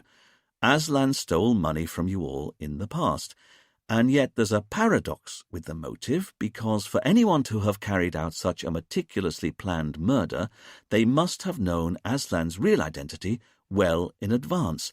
At the very least, they would have had to come to the Caribbean with an idea that they already wanted him dead. So remind me, when did you both arrive at the retreat?" "I don't remember exactly," Paul said carefully, and Richard wondered if he'd already worked out where he was going with his story. 7 days before he was killed, Richard reminded Paul and Anne. "In fact, you were both due to finish your holiday and go back to the UK the afternoon that Aslan died. But the previous 7 days was plenty of time to learn how bookings for the Sunrise Healing worked, plenty of time to see how there was a tea-drinking ceremony, plenty of time to see that guests sometimes did the washing up after meals, and that included the chance to dry the kitchen's carving knives. Tell me," Richard said, turning just as conversationally to Paul, "did you kill Aslan Kennedy?"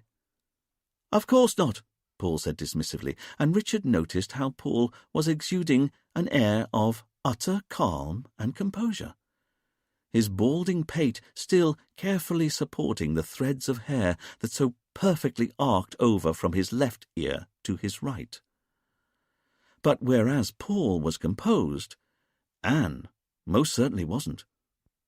One moment she was sitting on the end of her bed, the next she was up and looking to see what Camille was doing in the bathroom, and Richard once again took a moment to marvel at the outfit that Anne was wearing. With her hair boofed and her voluptuous body encased in an electric blue jumpsuit that was elasticated at her wrists and ankles, Anne looked like Margaret Thatcher crossed with a flying squirrel. "Stop fussing, woman," Paul said as Anne straightened the corner of a bedspread.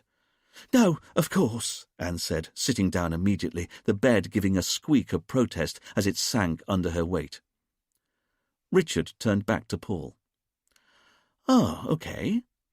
Then can you tell me why you've been in contact with Aslan so much over the last couple of months?" Paul seemed puzzled by the question. "I haven't." "You haven't?" "That's right," Anne chipped in. "I was the only person who spoke to Aslan, and it was only a quick call just to confirm the details of the holiday." "I know," Richard said to Anne. "You rang the retreat on the 4th of May at 12:10 p.m. for just over 7 minutes. Anne was surprised that the police could possibly have known this, but Paul was beginning to look at Richard a lot more carefully. "That's right. We've been through your phone records, Mr. Sellers." "Then you'll know I've not been in touch with Aslan Kennedy." "Not from your home, but you have from work." While Paul remained a blank, surprise slowly registered on Anne's face. 3 times in the last 2 months, the shortest phone call being 12 minutes, the longest 20 minutes. Or are you denying it was you who phoned Aslan on those occasions and for those lengths of time? Paul barely missed a beat as he said, "Look, it's not what it seems," as smoothly as he could. "I was intrigued by what I'd seen in the brochures we'd been sent. I was bored at work, so I rang up and spoke to this guy who said his name was Aslan, but I only wanted to confirm what was on offer. You know, the various remedies and treatments, and whether they were all free, or whether we'd have to pay for some of them. I'm sure it didn't take 3 conversations totaling over 40 minutes to establish that everything would be free, Mr. Sellers. Paul paused for a moment before giving his answer. It did. No, I don't think so. So how about you tell me why you really needed to talk to Aslan Kennedy for so long? Richard asked. Paul gathered his thoughts and then tried to soldier on. Well, no, perhaps, if you put it like that. But the thing is, I rang him the first time to find out what treatments would be included in the price, but I really liked Aslan when I spoke to him, and Paul didn't quite have the heart to continue with the lie, so Richard decided to help him out. So you rang him another couple of times just because you liked chatting to him. That's right, Paul said, before licking his lips. You're lying. Paul took an in-breath to protest, but before he could speak, Richard said, You recognized his voice that first time you spoke to him, didn't you? Or you recognized his face on the brochures you were sent for the retreat, but either way, you knew perfectly well that Aslan Kennedy was really the man who'd conned you and Anne out of your money 20 years ago. No, Paul said. It wasn't a question, Mr. Sellers. It was a statement of fact. Nothing else would explain the repeated calls, and not from your home, where they could be easily traced, from your place of work, and before you consider continuing to lie, you should know that if you don't start telling me the truth, I'm planning to arrest you on suspicion of murder. There's not much suspicion, Camille said, as she entered from the bathroom holding a little white tub. We have all the proof we need here, she said, as she handed the tub over to Richard before turning back to Paul. You see, your manager told us that someone's been stealing a sedative called Xyrax from your pharmacy. Richard looked down at the tub in his hand and could see that there was no label, which suggested it hadn't been legally prescribed. But the lid was already off, and Richard was able to pour some of the orange chalky tablets onto his hand. Each pill had Xyrax carved into its surface. So, can you tell me, Richard said, seeing as your boss says she's been suspecting you've been stealing Xyrax from work, what you're doing with a tub of unprescribed Xyrax in your hotel room in the Caribbean? Paul didn't even begin to know what to say, so Richard decided to help him out again. Because you should know that we now know the tea you were all drinking just before Aslan was brutally stabbed to death was laced with gamma-hydroxybutyric acid, which I don't need to tell you is the active ingredient of Xyrax. As Paul's face fell, Anne stood up from the bed as though she'd been stung. No! Paul, tell me it isn't true. You didn't. Violence seemed to engulf Paul from nowhere as he spat at his wife. Just shut up, would you?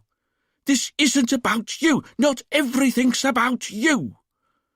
Richard could see how furiously bottled up Paul was, so he discreetly nodded to Camille, and she got his message at once. Camille went and sat on the armchair next to Paul's. It's simple, Paul, she said calmly. If you're the killer, you're welcome to carry on lying to us. That's okay. That's what killers do. They lie. But if you're innocent, you really need to start telling us the truth right now. As Paul looked at the kindness in Camille's face, a little tear appeared in the corner of his right eye, and he angrily rubbed it away with the palm of his hand. Camille waited. All right, he said eventually, only just keeping his emotions in check. You're right.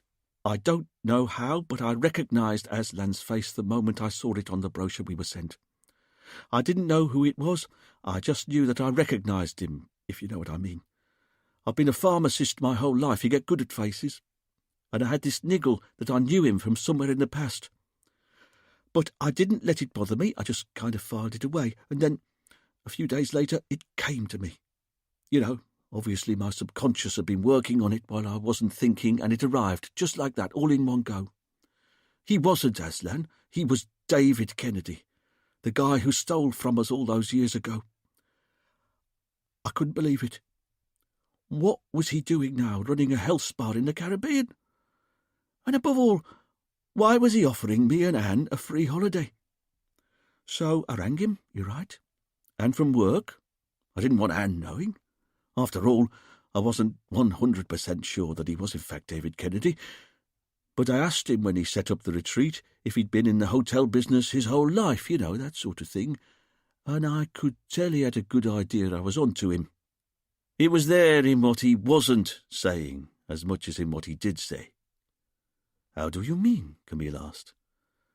Like he said he'd been at the retreat since 2000, but he wouldn't tell me what he was doing before then, and he wouldn't say exactly what the competition was supposed to be that Anne and me had entered online and won.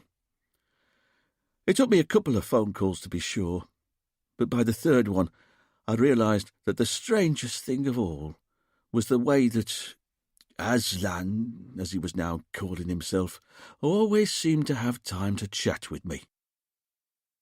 At which point you stole the Zyrax from work as part of your plan to kill him. Paul looked at Richard and shook his head slowly. That's got nothing to do with this. Even though the gamma-hydroxybutyric acid all of the suspects had in their bloodstream the morning Aslan was killed must have come from crushed-up Zyrax pills that could only have come from you. Paul didn't know what to say to that, so Camille asked him much more gently, Then tell us, if you didn't steal Zyrax as part of your plan to kill Aslan, why did you steal it? Paul knitted his brows, and Richard noticed that he'd started rubbing the palms of his hands together like a man in the middle of some kind of psychological trauma. And for a long moment Camille just held the man's stare. Richard couldn't help but admire this quality in his partner, because, while he knew Camille to be almost infinitely irritating, he couldn't deny that she had the most uncanny ability to make others think she was kind, compassionate, and someone you'd want to tell your problems to. "Come on, Paul," Anne bullied. "Tell them." "Because of her." Paul's arm shot out as he pointed his finger accusingly at his wife. Anne was stunned by the accusation, but Paul hadn't finished. "Because I live with this pointless woman. Just look at her. She hasn't got a thought in her head. She believes everything she's told, and she talks and talks and talks the whole time. Have you any idea what that's like, living with someone who just won't shut up? So yes, I took the Zyrax. It's a sedative, and have done for years because it's not addictive like Valium. It just takes the edge off the constant barrage of noise, you know? Although you can't possibly know what it's like living with her." Paul was panting as he finished this tirade, and Richard finally managed to place Paul's supposed superior drawl from the earlier interviews, how he seemed to be hiding behind an entirely standoffish manner. Paul wasn't superior, and nor was he standoffish. He was on sedatives. "So, yes, I'll admit to everything. I knew who Aslan was long before I came out here, and I've even been stealing Zyrax from work, but for my own use, you understand. If there was any trace of gamma-hydroxybutyric acid in the tea we drank during the sunrise healing, then I've no idea how it got there. Because you've got to ask yourself, why on earth would I want to kill Aslan?" "He stole from you," Camille pointed out. "No, he didn't. He stole from Anne. And now you know what I think of her. Do you really think I'd cross the street for her, let alone commit murder for her?" Richard looked over at Anne and saw that she was staring at her husband as though at a stranger, the tears rolling silently down her cheeks. "And anyway," Paul said with grim satisfaction. "If you're looking for someone who's known for a long time that Aslan was really David Kennedy, you need look no further than my wife." Anne started to shake her head in horror. "No," she mumbled. "Because if I could recognise David after all these years, I bet she did. She's got a better memory for faces than even I have, and she's always known about my Xanax pills. Not how I get hold of them, of course, but she knows that they're a sedative and why I take them. And the thing is, I wouldn't kill over 20 grand, not even if it were my money, not after all these years. But Anne would. Because it wasn't just 20 grand you lost, was it?" This last comment was aimed squarely at his wife. "It was your whole future David Kennedy stole from you when he took your money, wasn't it?" Richard and Camille shared a glance, both of them knowing that, as much as they were disgusted by the triumph Paul was showing at spiking his wife like this, they wanted to know more. "It's not true," Anne said aghast. "I didn't know Aslan was anyone other than who he said he was, and I didn't know that Paul's drugs were a sedative. He's lying about that. He always told me his pills were for his heart." Paul didn't feel that he needed to rebut his wife, and Camille and Richard waited for Anne to continue, but she was clearly too lost in the pain of her husband's accusation.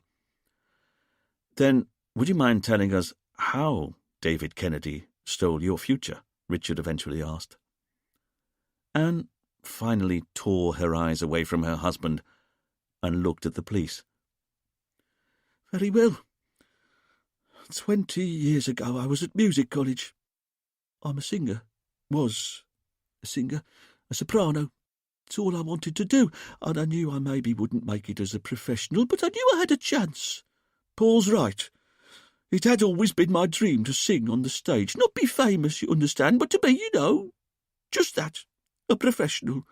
And I'd saved and saved so I could do the course. Paul didn't understand what it was about. He never understood. He was off training to be a pharmacist. He had these big plans. Not that he ever achieved them." "Now, look here," Paul started, but Anne wasn't having any of it. "You've had your say, Paul Sellers. Now it's mine," she said, standing imperiously as she did so and commanding the room. Having done so, she wafted over to the French windows, and Richard found himself wondering how much of the melodrama in Anne's life was real and how much of it was play-acting. Because now he'd learned she'd always wanted to be on the stage, he found that he was finally beginning to understand her, her flamboyant clothes, her larger-than-life persona. This was someone who was desperate for an outlet for their passions, but who didn't have one. "You see, I only just had enough money saved to complete the course, and then a friend of a friend recommended this art lease scheme to me. They said it was a licence to print money, and I ended up handing over all my savings, all £20,000 I'd managed to set aside for the course. By the end of the first year, I discovered I'd lost everything. Every penny. I was devastated. This was it, my vocation, and I couldn't carry on." Anne took a moment to steady herself, the pain still clearly cutting her like a knife, and Richard was interested to see the anger in her eyes as she turned to look at her husband. "So I asked the college to hold my place open for me for a year because Paul said he'd get the money together for me to finish the course. But the following year I discovered that Paul hadn't been saving anything for me. The college couldn't hold my place open for 2 years, and I had to let it go. And I know it doesn't sound like much, but this is all I'd ever wanted to do my whole life. I was that close, and that man took it from me." Richard was surprised to see that Anne was looking at her husband as she said this. "You mean David Kennedy?" Richard asked, confused. "No, he was a crook. I'd expected of him. But Paul was my husband. His duty was to help me, and he never even lifted a finger." Richard took a moment to let the tension dissipate between Anne and Paul. When it didn't, he stood up, signalling that the interview was coming to an end. Then, one last question, Anne, if you don't mind. You see, looking at it from our point of view, Paul's right. If he recognized Aslan's true identity, it's possible that you did as well, and despite you saying you didn't know what Xyrax was, I could well imagine a jury believing that you'd look it up and learn that it was a sedative, and, as you've just admitted, you had more reason than most to want revenge on Aslan Kennedy. As you readily admit, he took away your chance of ever being a professional singer. But my question to you is this, and I want the truth this time. How did your fingerprints get on the murder weapon? Anne looked at Richard as though he'd just betrayed her. But it's just like I told you. I did the washing up and put it away the night before. That's the last time I ever touched one of those knives. Even though you'd never done the washing up on any of the previous nights you'd been here? Even so, Anne said darkly, because there's something you're forgetting. How can I be the killer? It was a man in Aslan's office the night before shouting at him that he wouldn't get away with it, wasn't it? Which makes me ask, was that you, Paul?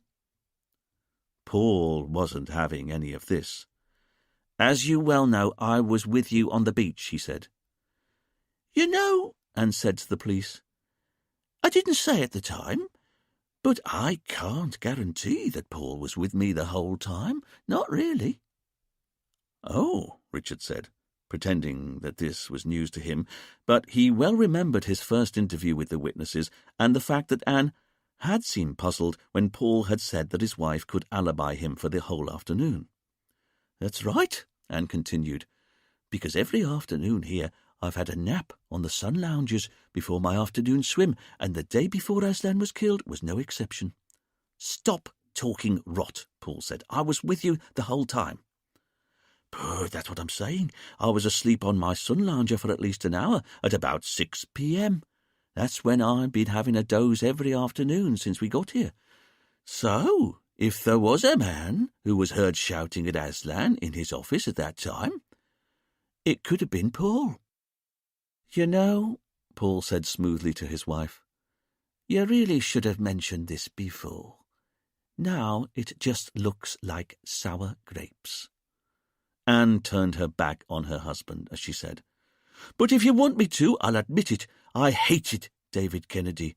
Not because of the money he stole from me, not really, but because of what I was doing with that money, and losing it meant I never got to follow my heart. But please believe me, I had no idea that the man running this hotel was him. Richard looked at the two suspects and didn't even know where to begin. Because Paul was right. There's no way he would kill Aslan to revenge his wife, not unless he was lying about his relationship with Anne, and that hardly seemed possible, did it? The animosity he was showing towards her was too real, altogether too keen. And as for Anne, Richard could well imagine her recognizing Aslan as David from the Flyers, just as Paul now admitted he did, but if she were the killer, then why on earth did she allow her fingerprints to be found on the handle of the murder weapon? Richard once again found himself feeling manipulated. What was he missing? Who was the killer? Was it, in fact, Anne, trying to get revenge on the man who'd stolen her future from her? Or was it Paul who killed Aslan, either because he loved his wife after all and was wreaking revenge on her behalf, or maybe because he hated her and was now trying to frame his wife for the murder? But that didn't seem possible either. If you hate your wife, Richard found himself thinking, you divorce her. You don't commit murder to get her locked up. Then maybe it was Saskia Philby, because of the £1 million she lost to Aslan and the lawyers. But if she was the killer, how did she arrange it, seeing as she only arrived on the island the night before the murder, and after the list of names had been published for the sunrise meditation? And then, finally, Was it Ben? For reasons still unknown. After all, if he wasn't the killer, why on earth had he run away? And who was the man who'd been threatening Aslan that he wouldn't get away with it the night before he was killed? Richard realized that the whole case was at risk of unraveling, but in truth, he didn't have even the first idea how much worse things were about to get.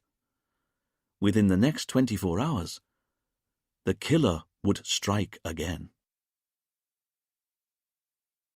Chapter 11.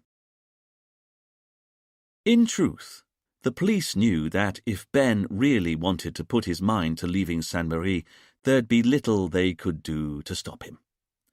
A few $100 to a local boat captain, and you could be on either of the neighbouring islands of Guadeloupe or Martinique in a couple of hours. But the police had to carry on as though they'd be able to find him, and the fact that they had his passport in custody was their one sliver of hope. Without his passport, it would be that bit harder for Ben to vanish.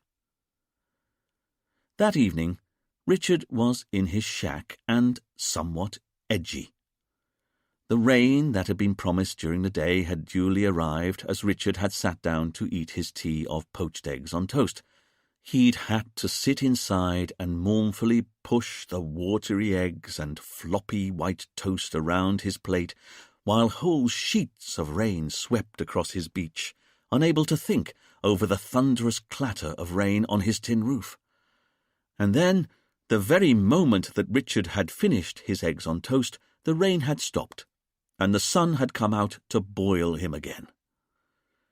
Having done the washing up, swept the floor of sand, had his early evening shower, swept the floor again, got into his pyjamas, and then decided that the floor needed a quick sweep, Richard had since been checking through the photos he'd taken of the chemicals and cleaning products they'd found in Dominic's house. After all, just because Paul Sellers had a heap of Xyrax pills in his hotel room, it didn't mean that it was Paul's stock of Xyrax that had been used to drug the witnesses. What if Dominic also had the ingredients to make GHB in his lab? What's more, 30 seconds of research on the internet had shown that Richard's first instincts had been right. Gamma-hydroxybutyric acid could easily be manufactured in a home lab. All Dominic would have needed was some butyrolactone, some sodium hydroxide, tap water, pH paper, and basic knowledge of GCSE chemistry. Dominic definitely had the chemistry knowledge and the ability to make sodium hydroxide, but did he have the necessary butyrolactone in his lab? For the last few hours, then, Richard had been identifying each cleaning product or chemical he'd photographed in Dominic's lab, looking up its active ingredients on the internet, and then trying to work out whether that chemical could then be used to synthesize the butyrolactone Dominic would have needed to create GHB. As Richard kept checking the ingredients in the photos he'd taken of the chemicals and cleaning products, he also found his mind wandering over Dominic's role in the case. After all, Dominic was the only person who'd not got on with Aslan. Aslan had even recently sacked him, and Dominic had also kept his relationship with Julia a secret. What's more, could Dominic really be believed when he said that someone had burgled his chemistry lab the week before the murder? What was Dominic really up to? Mind you, Richard had to concede, Dominic had never been inside the meditation space, so if he were the killer, how on earth could he have done it? It was boring work, and it didn't help that although it was nearly 10 o'clock, it was still boiling hot. Richard had got all of the windows open, the old French doors were thrown open wide, but there wasn't even the hint of a breeze. It was one of those humid, still tropical nights when the sweat would sit proud on Richard's skin, and he knew he'd barely get any sleep. The only small mercy was that Harry the lizard didn't seem to be anywhere, so at least Richard didn't have to come face to face with the physical embodiment of his lily-livered inability to act decisively. And that's when he found it. At first, the photo had seemed just as innocuous as all the others he'd been looking at. The picture showed a spray bottle cleaning product called Wheel and Rim Cleaner that had a photo of a sparkling car wheel on the front of it. The blurb on the bottle said, "Guaranteed to remove 100% of all rust." But it was when Richard looked at the next photo on his phone, which showed the bottle's active ingredients, that he realized he'd hit pay dirt. The cleaning product was listed as being 99.9% pure butyrolactone, which Richard knew was the last remaining ingredient Dominic would have needed to make gamma-hydroxybutyric acid in his home lab. Which rather complicated matters, because Richard now had to consider, did the GHB that was used to sedate the suspects come from Paul's supply of stolen Zyrax, or did it come from Dominic's home lab? Richard's reverie was interrupted when he heard someone outside, and he looked up in surprise. Julia Higgins was standing on his veranda. It took Richard a few moments to process this information, and then he jumped to his feet, nearly knocking his smartphone to the floor as he did so. "Oh, hello, Julia, what a surprise. Sorry you find me like this." Richard indicated his Marks & Spencer pyjamas, very sensibly striped with alternating bands of dark blue and maroon. "Wow," Julia said in wonder. "This is the most beautiful house I've ever seen." Richard looked about himself and wondered what on earth Julia was talking about. Thanks to a quick once round with the broom only a few minutes before, the floorboards were at least mercifully clear of sand, but the furniture was so dilapidated that Richard had always presumed the place had been furnished from a charity shop's closing down sale. And now that he was looking, Richard found himself once again remembering that he really should hire a skip to get rid of all the tat that the previous owner, D.I. Charlie Hume, had left behind. "It is?" Richard replied, somewhat surprised. "Ja." Julia stepped into the light of the room, and Richard finally got to see that she was wearing what was, frankly, an indecently tiny dress. Made of the local madras, a bright yellow, green and red gingham, Richard realized that there was probably more material in one of his favourite hankies. And as his eyes were drawn to Julia's tanned legs, Richard noticed in a panic that she was barefoot. "Sorry, I've only just swept the floor. Would you mind not bringing any sand?" But Julia didn't hear Richard's words as she stepped over to the old sideboard, reaching up on tiptoes and pulled down a carved onyx head from the top of an old dresser. "What's this?" she asked. The carving was of a traditional Arawak tribal elder. "I've no idea," Richard said, still panicking at the trail of sand Julia had left behind on the floor. "It's beautiful." Richard tried to look at the onyx head, but there were two problems with this. Firstly, it was a carved onyx head. Why on earth would you look at one of those? And secondly, there was sand on the floor. "Look, I'm sorry," Richard said, bustling over to the far wall, yanking his dustbuster from its charging station and turning it on, at which point it started to emit a very loud and high-pitched drone. Getting down on his hands and knees, Richard stabbed at the sandy footprints Julia had left on the floorboards. "You'd be amazed how useful these things are," Richard called out over the banshee wail. "There's almost no space it can't get into. There we are. That's better." Richard stood back, pleased that he'd managed to restore order to his world. He then returned to the docking station and clunked the little vacuum cleaner back into place. Only then did he realize he'd maybe spoiled the mood of intimacy. "Anyway," he said with a conversational tone he certainly wasn't feeling, "what are you doing here?" "Do you want to go for a walk?" Richard didn't really understand the question. "Sorry?" "Do you want to go for a walk?" Richard was still flummoxed. "Where?" Now it was Julia's turn to be taken aback. Along the beach? You mean outside? Richard was appalled at the thought, and then he indicated that he was only wearing pyjamas, while saying as breezily as he could, "Unfortunately, not really dressed for a nighttime ramble." "Come on," Julia said. "It's such a beautiful evening. I want to look at the stars." And so it was that Richard found himself walking in his pyjamas and tan leatherette slippers across a white sand beach with a beautiful young woman who, by her own confession, wanted to go for a walk with him and look at the stars.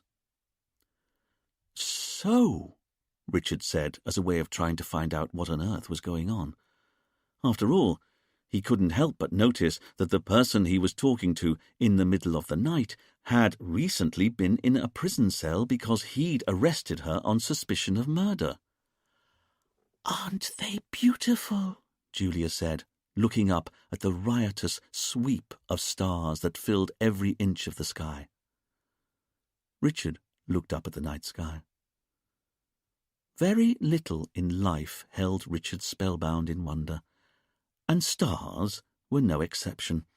As far as he was concerned, they were just great big balls of gas that were a very long way away. But he had to admit to himself that he'd always liked looking at them, if only because they reminded him that the universe was ever expanding, or at least was expanding for the moment, and one day, many thousands of eons after he'd died, the whole thing would collapse back in on itself until everything that had ever existed was crushed down into a ball of almost infinitely small size. The actual pointless futility of existence somehow made coping with its apparent pointless futility more manageable, he found. Richard glanced at Julia, and could see that she was now looking at him with an expression he couldn't read. It wasn't irritation. Richard knew how to decode that one well enough, or disappointment, or frustration. So, what was it? "I just wanted to thank you." "Oh, right, and why would that be?" Richard asked, still none the wiser. "You never thought I'd killed him, did you?" That wasn't strictly true, of course, but Richard had an instinct that now was not the time to get bogged down in the minutiae of the case. Even so, he couldn't let her believe a lie. "Well, I don't know about that," he said as breezily as he could, "but I knew we hadn't got the full story. After all, you never seemed to know how you'd done it, or where the knife had come from, or why you'd done it, really. And then there's the fact that the wounds were inflicted by someone right-handed, which we knew you weren't." Richard stopped speaking as he realized that he was in fact getting bogged down in the minutiae of the case. Julia smiled and pointed at a little tower of smooth pebbles further along the beach. "Oh, look," she said, "a wishing tower." There was a local custom on Saint-Marie that if you wanted a wish to come true, you first collected a cluster of flat pebbles and made a tower out of them. You then made a wish, and if the spirits of the island willed it, your wish would come true. The tower, which had been built a little way off along the beach, was a pretty typical example, about a foot high.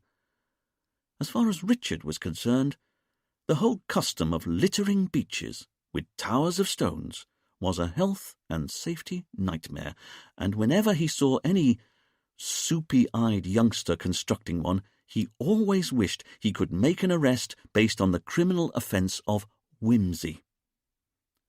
"Yes," Richard said, unable to keep a note of disapproval out of his voice. "I saw Dominic had a similar wishing tower in his house." At the sound of Dominic's name, Julia sighed. "I should tell you," Julia said. "I broke up with Dominic." Richard looked at her a long moment and then gave a quick shrug to indicate that he didn't really understand what this fact meant. "Weeks ago, in my mind, I just hadn't told him, or me, for that matter. I still didn't know, but I knew, if you know what I mean. you know. Richard didn't, of course, so he very carefully shook his head side to side in a nodding in agreement kind of way. And being in that prison cell, I began to realize I only came out here for a holiday. What was I still doing on the island? Dominic was never going to be long-term. Being here was never going to be long-term. I think if I'm honest, I was just running away. What from? The future. Oh, God, Richard found himself thinking to himself. Here we go again. The future? You know, Julia said, for once being entirely straightforward. Getting a job, using my degree, because all this, Julia indicated the beach and the sea, this can't be long-term. She turned back to Richard. I'm going back to the UK just as soon as I can. Which is obviously once the murder investigation concludes, Richard pointed out as lightly as he could. Of course. That sea looks so inviting. I'm sorry? Julia took a few steps into the sea and let the water gently lap at her bare feet. Richard was, of course, standing a yard or two further up the negligible slope of the beach. It was bad enough being out on the sand in his slippers, but he couldn't risk them getting wet or salt damaged in any way. The sea. Don't you just want to dive in? Richard took a tentative step nearer to the water's edge and indicated the expanse of sea as it glistened in the moonlight. But there are sharks out there, he explained. Julia looked at Richard. Of course, but they're out there. Julia pointed further out to sea, and Richard was once again struck by the collective insanity that seemed to grip otherwise rational humans when they declared a view of the sea beautiful, even though it must, perforce, contain a quantity of sharks. Hadn't they realized? Sharks were like German U-boats. They could be anywhere. Come on. We could go in, Julia said. Richard froze. I'm sorry? We should go for a swim. If he'd been wearing a suit, Richard would have straightened the knot of his tie. Don't tell me you've never been for a midnight swim, Julia asked, amazed. I haven't been for a swim. Now it was Julia's turn to be surprised. I'm sorry? I don't even own a pair of trunks. What? I don't like swimming in the sea. But you've swum in the Caribbean, Julia asked, amazed. As it happens, no. You've got a private beach here, and you've never felt what it's like to go swimming in that water. Looking at Julia's surprise, Richard began to realize how ludicrous his non-swimming policy must appear to others. He wanted to explain that the one time he went paddling in the sea, he'd trodden on an anemone and ended up having to go to hospital to get a tetanus jab, but he had an instinct that maybe this wasn't the time or place for a lengthy speech on the inadequacies of what passed for the island's accident and emergency provision. Well, that's going to change, Julia said decisively. You're going for a swim right now? Richard began to panic. What? I am? Come on. No one's around. You have to go for a swim. It's like a bath out there. But I said I don't own any trunks. Julia looked at Richard as though he were entirely stupid. You don't need to wear trunks. I think you'll find that I do. You don't need to wear anything at all. Come on, Julia said, a look of delight in her eyes. There's no one around. We can go skinny dipping. Just you and me. Time seemed to slow down for Richard at that moment, but it also seemed to speed up and bulge in the middle, and all the while Richard seemed to have an out-of-body experience where he was looking at himself on the beach, talking to a beautiful young woman who'd just suggested that they both take their clothes off and go swimming together. "What do you say?" Julia asked again, her eyes sparkling as Richard just stood there like a statue of himself. "There's no reason to be inhibited. It's just our bodies. Come on. I'll go first, then you can follow." Julia reached down, clutched at the hemline of her skirt, and was about to pull her dress up over her head when Richard's hand shot out and grabbed her arm. "You can't do that!" Julia looked at Richard, surprise in her eyes. She then began to realize that maybe this wasn't a trivial matter or, in any way, fun for Richard. "I'm sorry," Richard said, "but I don't do this. You know, go for walks with beautiful women or have them offer to take their clothes off." Richard couldn't have looked more confused, and Julia's heart went out to him. "You're stressed." "Seriously, you have no idea." "At the thought of swimming naked with me." Richard bit his lip a bit. "Mm-hmm." Julia thought for a moment and then smiled. She let go of the hemline of her dress. "Hey, then it's all right, if it would make you unhappy." Richard didn't say anything. His flight and fight mechanisms had both kicked in at the same time, and now he couldn't move. Julia looked at Richard. "Maybe I shouldn't have come. But anyway, I just wanted to thank you for believing in me. You're very lovely. You know that?" After a moment, Richard's left hand wafted an inch from his body. It was all he could manage. Julia leant forward and gently kissed Richard on the lips. A butterfly kiss. She turned and walked away, and still Richard didn't move. He was too stunned. Not that his encounter had ended with a kiss. He hadn't even got to the bit in his memory where Julia gave him a kiss. He was still stuck on the bit where he told the beautiful woman not to take all of her clothes off in front of him. Self-reproach filled Richard. Why was he such a stick in the mud? Why was he so boring? Why couldn't he ever be spontaneous? What was he so frightened of? Where did this overdeveloped sense of propriety come from? He was a man, wasn't he? A red-blooded male and single, to boot. He turned and called out before he could stop himself. "Julia, would you like to go for a drink sometime?" Julia stopped and turned, moonlight briefly flashing across her golden hair. In the few hours Richard felt it took Julia to answer, he found himself remembering each of the 3 times in his life he'd asked a woman out for a drink. The first had said no. The second had barked a laugh and the one-word answer, "You!" after which he'd felt so damaged by the experience that he'd waited nearly 10 years before daring to ask anyone out again. And she'd said no as well. That was 15 years ago. But as Richard looked now, he saw a smile appear on Julia's lips. "I like that very much," she said.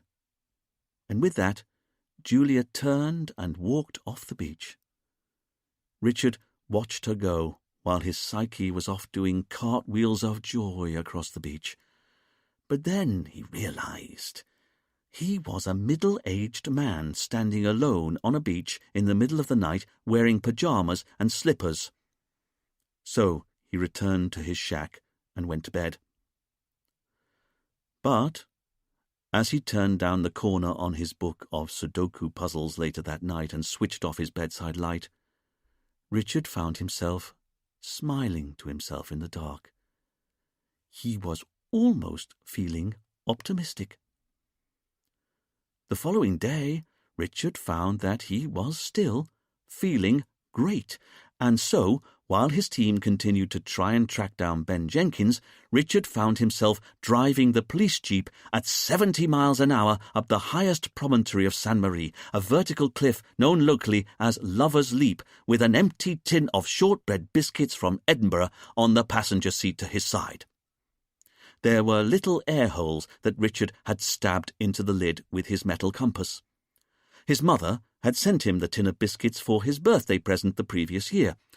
Unfortunately, the tin hadn't arrived in time for his birthday, as it had got lost in customs, and it had taken all of Richard's detecting skills and the judicious flashing of his police warrant card to any number of officials to track the precious gift down. But a short 3 months after it had arrived on the island, Richard had finally got possession of his birthday present.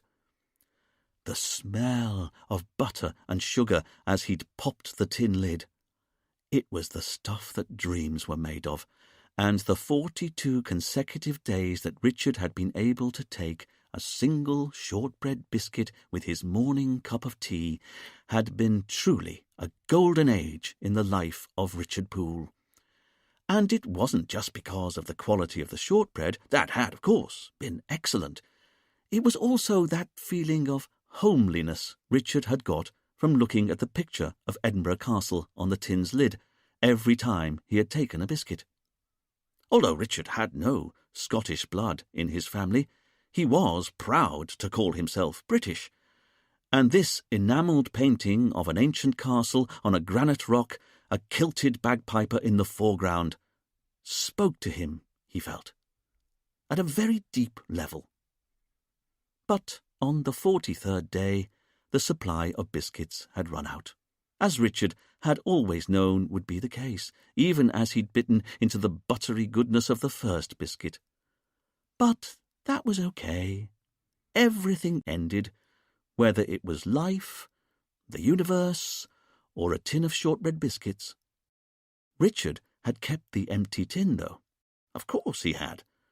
And that morning he'd used it to catch and trap Harry. All it had taken was a bit of vim and vigour, and Richard had found that he'd been blessed with both the morning after his encounter with Julia. In the end, it had been easy.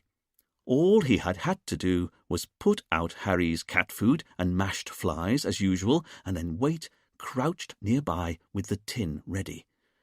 Only a few minutes later, Harry had skittered across the floor to his food, as Richard knew he would, and he'd been able to pounce, slamming the upturned tin down on top of the unsuspecting lizard with a cry of "Aha!" For a brief moment, Richard had panicked that he'd maybe banged the tin's edge down through the little creature's tail, but a quick search around the boundary of the tin's edge showed no evidence of a guillotined tail. He had Harry trapped. Richard hadn't known why it had taken him so long to realise that he didn't need to kill Harry to get rid of him. He just had to release him back into the wild, that's all. And releasing Harry back into the wild was even the right thing to do. Lizards shouldn't be domesticated. And if the place he released his lizard was both a good few miles away from his shack and also near the highest cliff on Sainte Marie, well, then that was just one of those things. But as Richard took the hairpin bends up to Lover's Leap with the occasional squeal of protest from the jeep's tyres, his thoughts weren't really on the lizard, and nor were they on the murder case, because he still couldn't get over the fact that a beautiful woman had tried to go skinny dipping with him the night before, and just as impossibly, she'd then agreed to go out for a drink with him at some unspecified time in the future. Bombing into the car park by Lover's Leap, Richard slammed on the brakes and the wheels briefly locked as the police jeep slid across the gravel and came to a stop with a judder. Richard was briefly startled. He must have been driving much faster than he'd thought, but equally, he didn't want to overthink what he was doing here, not now he was a man of action. Richard grabbed up the biscuit tin, stepped out of the jeep, and was instantly buffeted by what felt like a violent gale. This high up, there was always a strong, hot wind coming in off the sea and racing up the cliffs. As his suit jacket flapped and his tie flew out behind him, Richard pushed against the gale and carried the tin over to a grassy area nearby. Crouching down, he popped the lid of the metal tin with his thumbs. He then very carefully eased the lid off and looked inside. The shortbread tin was empty. The lizard had vanished. Richard looked inside the tin again. But there was no getting around it. The lizard was no longer there. So where was he? Cold dread began to trickle through Richard's body as he realized what must have happened. He looked at the lid he'd removed and, oh, so slowly turned it over so he was looking at the underside of it. Harry the lizard was holding on with his suckers and looking at Richard with what was a frankly insolent grin. Yeah, well, Richard thought to himself, that was the last time Harry would trick him. Richard carefully lay the lid down on the grass so Harry could scamper off to his new life. Only Harry didn't move. Instead, he just looked up at Richard with a cheeky grin. Oh, well, Richard thought to himself, Harry was hardly Richard's responsibility any more. He could just leave him here. But as Richard turned away, he realized that Harry was still standing on the underside of the biscuit tin lid, a biscuit tin lid that Richard liked looking at. Richard's irritation spiked as he returned to the tin lid, pulled out his hanky, got back down on his haunches, and started to waft it near to Harry's face. "Shoo!" he said. The lizard didn't move. "Go on!" "Skedaddle!" he said. Harry looked up at Richard as though he was expecting to be fed. "Look! You're a lizard! Would you please leave me alone?" Still, nothing from Harry. Richard decided that desperate times called for desperate measures. He carefully picked up the tin lid at the edges and gently tried to shake Harry off. Harry seemed to hunker down and hold on as though it were a game. "Oh, come on," Richard said, and shook the lid a bit harder. Harry's suckers on his feet were equal to the task. "Please, for the love of God, won't you just bugger off?" And as Richard said this, he flicked the lid as though he was shaking a sheet out. The lizard popped into the air, got caught by a gust of wind, and sailed off and over the edge of the cliff. Richard watched the little green creature disappear from view. "No!" Richard was up and running, but he already knew it was too late as he threw himself to the ground just short of the cliff's edge. And as he looked over at the vertiginous drop to the sea hundreds of feet below, Richard now knew what it felt like to be a murderer. He'd just killed a blameless lizard, and remorse filled his body. Harry the lizard emerged from a nearby clump of grass and scampered up Richard's arm and onto his head. Richard froze as he realized that Harry hadn't gone over the cliff edge as he'd first thought, and as he spun over to swat the lying and cheating creature away, Harry scampered down Richard's suit jacket and disappeared off into the long grass, his tail swishing happily behind him. "Always have to have the last word, don't you?" Richard shouted out at his lizard's departing back. Richard got back on his feet, dusted himself down, grabbed up the biscuit tin lid and returned to the jeep. And only then did it dawn on him. He'd done it. He'd finally got rid of his lizard. Richard was still feeling full of pep as he strode confidently into the office, firing out, "So, have we found Ben Jenkins yet?" as he went straight to the board. Fidel and Camille looked up from their desks. "And a good morning to you too, sir," Camille offered. When Richard didn't say anything more, Fidel realized he hadn't answered the question he'd been asked. "Not yet, sir," he said, "but Dwayne's still out spreading the word." "Then tell me, have we been able to find out any more about him or why he might have gone on the run?" "I am sorry, sir, and I'm checking both in Portugal and the UK. As far as I can tell since leaving prison, Ben Jenkins hasn't even got so much as a parking ticket." Richard shot back. "Then what about the labs on Guadeloupe? Have they worked out if there was any handwriting on the burnt pieces of paper you sent them?" "I don't know, sir. They've not been in touch," Fidel said. "Then get on the phone to them at once. I want that lab test given top priority and carried out ASAP." Fidel sighed to himself as he picked up his phone to make the call. Richard was impossible at the best of times, but when he started snapping out orders he could be insufferable. But Fidel also knew that Richard's get-up-and-go moods tended to get up and leave him after a while. They just had to be ridden out like a tropical storm. Richard turned his attention back to the board. What had they got so far? What were they missing? Who was their killer? The murder. 5 guests go for a swim. Paul hands out robes. Aslan prepares the tea. 5 guests plus Aslan go into meditation space. Aslan locks it down from inside. Drink tea, all cups turned over. 10 to 15-minute window for murder. 8 to 8:10, 8:15. Right-handed killer. Investigation leads. Why killed in paper house?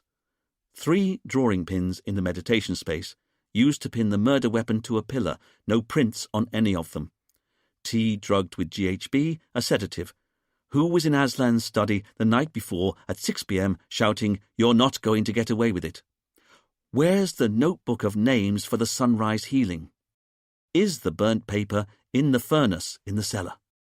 Outside the meditation space, Rianka Kennedy, wife, has no idea who'd want Aslan dead, married to Aslan when he was David but left him when he was convicted, took Aslan back 15 years ago when he came to the island. Dominic De Vere, ex-hypnotherapist, now handyman, sacked by Aslan, argued with Aslan, caught returning to scene of crime, has drugs lab in his house, could have manufactured GHB. Inside the meditation space, Aslan Kennedy, victim. Everyone says he's nice. Real name is David Kennedy. Ex-conman, ran art lease Ponzi scheme, stole £2 million, went to prison 20 years ago, served 5 years. Julia Higgins, worked at the retreat last 6 months, confessed to murder, but Xyrax in blood and lack of real motive, and left-handed. She's innocent. Anne Sellers, housewife, married to Paul, arrived on island 7 days before murder, lost £20,000 in Ponzi scheme. Her fingerprints are on the murder weapon, but she washed the knife the night before, had her dreams as a singer ruined when she lost £20,000, clearly hates her husband Paul, says she didn't recognise Aslan David.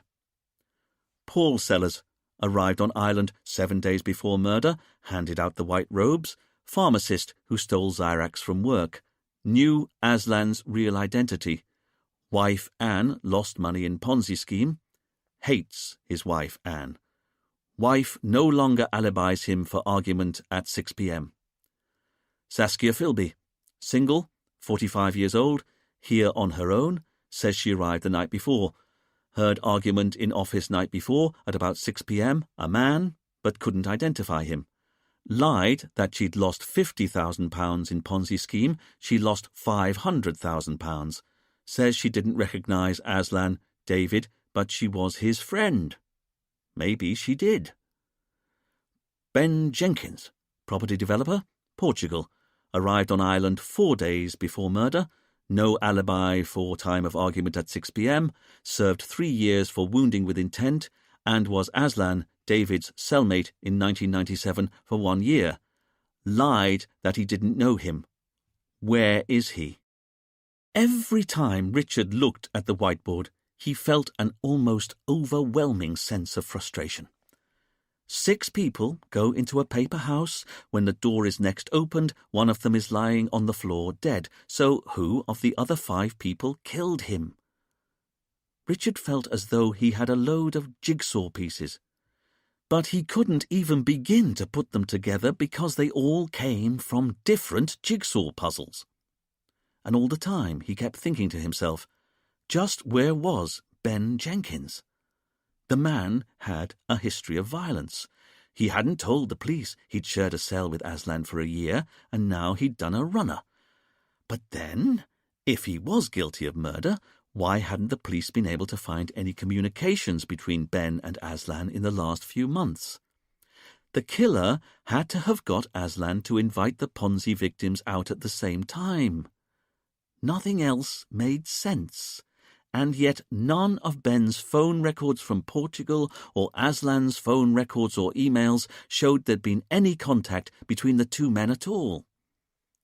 Unlike Paul Sellers, who had also, it turned out, been lying to them, because not only had he been in contact with Aslan with regular phone calls over the last 2 months, Paul had even admitted that he'd always known that Aslan was in fact David Kennedy, and Paul had been stealing GHB in the form of Xyrax from his place of work.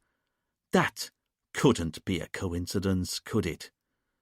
But then, Paul was also right when he said he didn't have a motive to kill Aslan. It wasn't his career that had been ruined by the Ponzi scheme, it was his wife's. And it was her money that had been lost when Aslan was arrested, not Paul's. If Paul was the killer, he'd have to have another motive, one that the police didn't yet know about. But what could it be? But then Richard found himself thinking it was only when he was interviewing Paul that he discovered that Anne was maybe a hell of a lot more psychologically damaged than she'd ever let on before. And there was no getting away from it. The only right-handed fingerprints they'd been able to raise from the murder weapon's handle belonged to Anne. But why would she leave her prints on the knife if she really were the killer? As for Saskia, she'd also lied to the police. And if losing £500,000 was enough of a motive to want Aslan dead, and it was, wasting the rest of your fortune on trying to get the money back just gold-plated that motive. And out of all the available motives, Richard felt that Saskia's was still the most powerful. Losing a fortune like that, and after it had taken her dad so long to earn it, could drive anyone to murder. And yet Richard had got no sense of present anger from Saskia when they'd last interviewed her. Yeah, she was bitter and ashamed, but Richard felt that Saskia had mostly put the past behind her. Unless she'd been tricking the police, of course. But even if she'd come out to the island with the express intention of killing Aslan, just how could she have done it, seeing as she only arrived the night before he was killed? It seemed to boil down to Julia confessed to the murder but couldn't have done it. Paul could have done it but didn't have a motive. Anne had a motive, in which case why were her prints on the murder weapon? And no one's motive was bigger than Saskia's, but she'd only arrived on the island the night before the murder. Saskia was the only one of the 5 who couldn't possibly be their murderer. And none of this mattered, Richard knew, because it wasn't any of these suspects who'd just done a runner.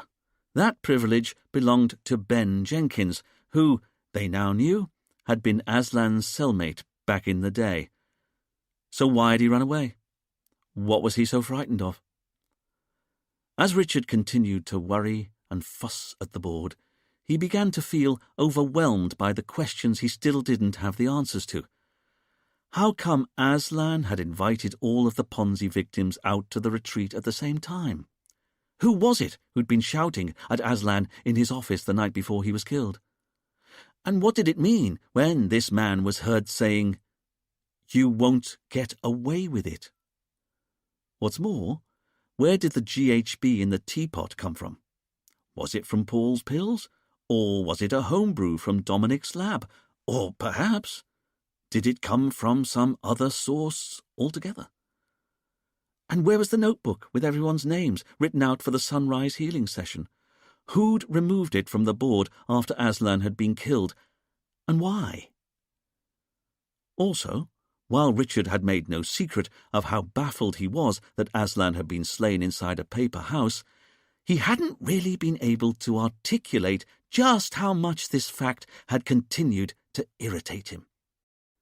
Because not only did it seem to overturn all the usual rules of murder, that premeditated killings happen in private, away from possible witnesses, but it also, to Richard at least, seemed to be a personal challenge to him. Aslan had died in a room that had been locked down from the inside, and the only 5 possible suspects were all locked inside the same room with him, and to make things easier, one of them was even left-handed, so that left only 4 possible suspects. As far as Richard could tell, one of Ben, Saskia, Paul or Anne was the killer, was laughing at the police. But which one of them was it? As Richard continued to study the whiteboard, he hadn't noticed Camille sidle up to him. "So tell me, how did you get on last night?" Richard panicked, graphic images of his encounter with Julia flashing into his mind. Eventually, he managed to let out a "What?" like a duck quacking. Camille was puzzled.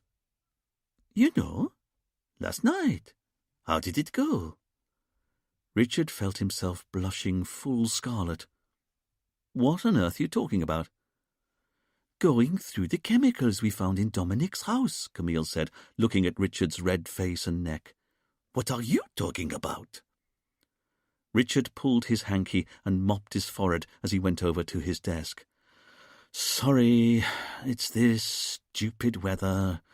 Just a hot flush." "Then take your jacket off." Richard wondered if Camille was about to spill the beans to Fidel about his recent fainting fit, but looking into Camille's eyes, he saw only compassion there, even kindness. This only proved to Richard's mind that Camille was about to set him up for a bit of public teasing, so he quickly moved the conversation on by pretending to sort through his notes. "Well, in answer to your question, Camille, there's no doubt that Dominic has all the ingredients to make any amount of GHB, and the knowledge, frankly, because I'm sure he was lying when he said he hadn't heard of it. But what I can't fathom is how he'd have administered it, because you're right. He's able to have made the drug, and he's even possibly got a motive, seeing as Aslan recently sacked him. After all, Dominic stayed on as the retreat's handyman, which is odd, don't you think? So maybe he only stayed on so he could plan the murder of the man who sacked him. But even if that was so, our killer has to have been inside the murder room with Aslan, which we know Dominic wasn't. So he can't be our killer." Richard was about to announce that they should switch their attention back to Ben Jenkins when he noticed Fidel, deep in thought. "What's that, Fidel?" Richard asked. "Have you got something?" Fidel looked a little surprised at being called out. He took a moment before answering. "Well, sir, it's something of a long shot. I'd rather not say." "Don't worry. Speak up. As long as the killer's still on the loose, there's no such thing as a stupid idea." "Okay, sir. Well, the thing is, I was wondering, what if Dominic hypnotized Julia to commit the murder?" Richard looked at Fidel. "No, I take that back. There is such a thing as a stupid idea." "No, I know, sir," Fidel said, paddling fast. "But the thing is, I think there's a way he could have done it." Richard looked at just how eager Fidel was and sighed. "Very well," Richard said, "but only because it will take considerably less time listening to your idea than it otherwise would trying to stop you from telling it." "Thank you, sir," Fidel said. "So, here's what I was thinking. Well, we already know how Julia drank the drug tea along with everyone else." "That's right." "And we know that Dominic's a hypnotherapist who's been dating Julia." "Also true." "So, how about a few days before the murder, Dominic puts Julia into a trance, like we saw him do with her when she was in the cells, and then he implants some kind of trigger word, and tells her that when she hears the trigger word, she has to get a knife from behind a pillar in the corner of the room and kill Aslan Kennedy. Then, on the day of the murder, Dominic creeps up to the meditation space, unseen from the main hotel, say, and says the trigger word through the paper walls. And Julia hears it and kills Aslan, although now I'm saying it out loud, I can hear how stupid this sounds. Yes, it is, Richard agreed. But let's not let that hold us back, shall we? Instead, let's imagine you're right. Dominic waits until everyone's lying down. He creeps up to the meditation space unseen, and then he says the magic trigger word, at which point, what are we saying?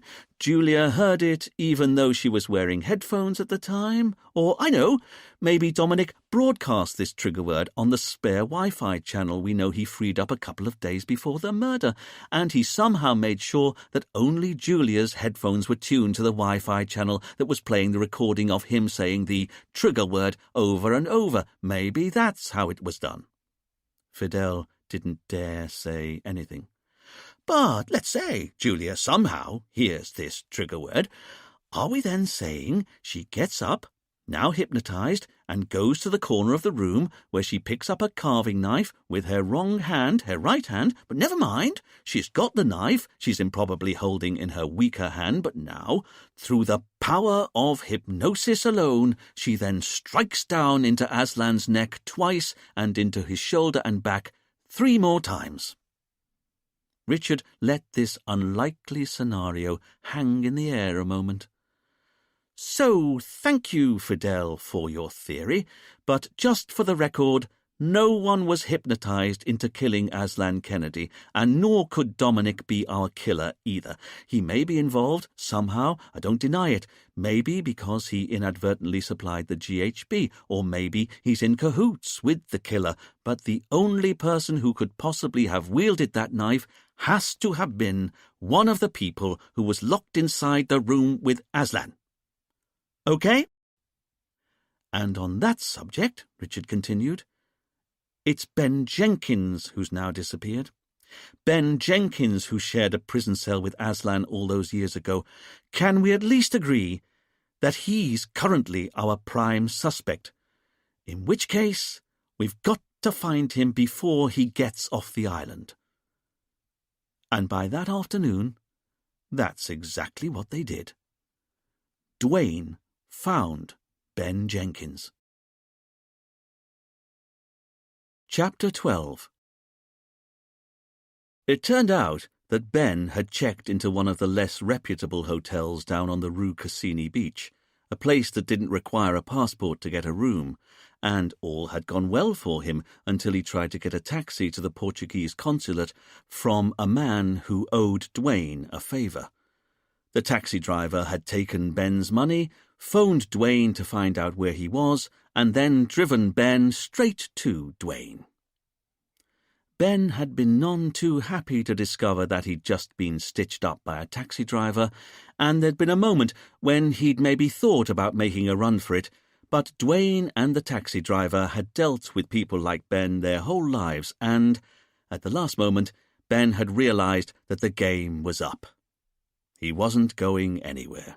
So he allowed Dwayne to gather up his luggage and bring him into the station to help the police with their inquiries. After all, as Dwayne pointed out to him, the alternative was that he'd arrest him on the charge of murdering Aslan Kennedy. Now Dwayne dumped Ben's canvas bag onto the floor of the police station before yanking Ben over to Richard's desk, where Fidel had already lined up a chair for the witness. "Here he is, Chief," Dwayne said as Richard looked up from his work. "Thank you, Dwayne," Richard said. "Great work." Dwayne beamed from ear to ear, but Richard was already taking in Ben and noticing how his hail fellow well-met bonhomie had vanished entirely. "Fidel, lock the doors," Richard said. "I don't want Mr. Jenkins bolting a second time." Ben looked at Richard, glowering, and Richard stared back at him, with exactly the sort of superiority that he knew would needle him further. Now for the olive branch. And Camille, come and join us, if you would. Of course. Camille brought over her little chair and set it up to the side of Richard's desk. Richard surveyed his domain. Fidel had closed and locked the main doors and returned to his desk. Duane had already started rummaging through Ben's luggage looking for evidence, and Camille was sitting demurely on a chair to the side of his desk. Good.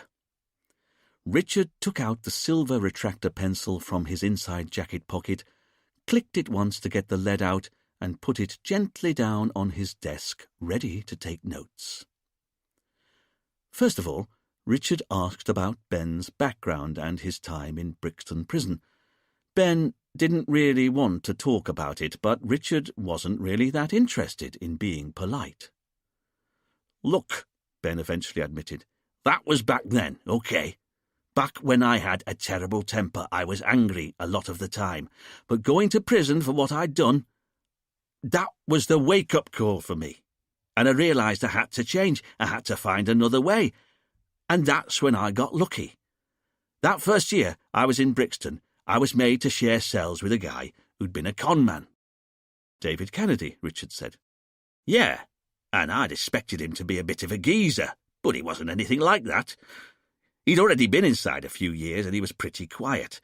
But when he looked at you, it was like he knew what you were thinking. And he spent all his spare time reading self-help books from the prison library, and religious books too. In the year I was locked up with him, I saw him read the Bible, the Quran, and the Mahabharata, all from cover to cover. You sound like you liked him, Camille said. Like him? He's the reason why I'm here today. It was him who taught me I had to accept responsibility for what I'd done, and he showed me how he was trying to retrain his brain to reject his need for money. He said he had to find a different set of values. Ben shifted his weight in his seat, a little uncomfortably, but he made himself carry on. If you must know, I found David one of the most inspiring guys I'd ever met, and I count that year I spent locked up with him in a cell as one of the most important in my life. Richard flashed a quick glance over Ben's shoulder and caught Duane and Fidel's eyes. Duane shrugged, summing up the feelings of all of them. This wasn't quite what they'd expected Ben to say about his time in prison with David Kennedy. Ben continued his story.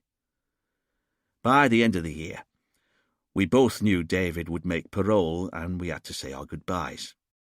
That wasn't a good day. He'd become so important to me, and I knew I'd be saying goodbye to him forever. You see, David and I had decided we had to cut all ties with our past lives if we were ever going to make a fresh start. So I knew that once he'd gone, he wouldn't try to contact me, and once I got out a few years later, I never tried to contact him. But then I wanted to make damned sure it would be hard for me to keep up with my old life. That's why I moved abroad. I'd been a plumber before I got sent down, and I kind of went to Portugal on a whim. It was a hot climate, it was popular with Brits, buying up holiday properties on the coast, and I had this idea that if everyone needs a plumber, and they do, then a load of Brits in a foreign country would probably want a British plumber. I wasn't wrong. It was like a gold rush back then. Portugal couldn't build villas fast enough, and it was boom times for me. Within a couple of years, I'd got enough cash set aside to buy a rental property for myself. Within a few years, I had a few more. Since then, I've done pretty well for myself, as I'm sure you've been able to find out for yourself. But you have to believe me.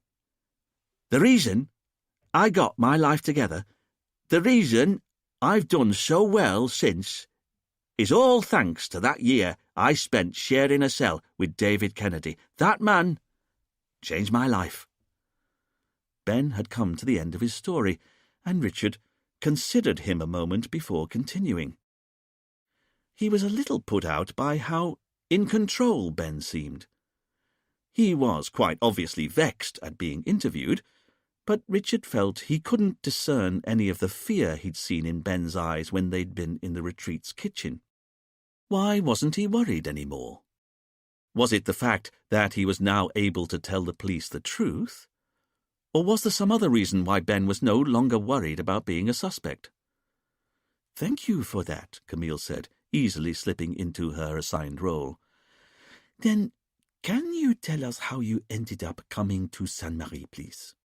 "And perhaps you can tell us," Richard said, placing his palms down on his desktop, "why you've just spent the last 24 hours on the run."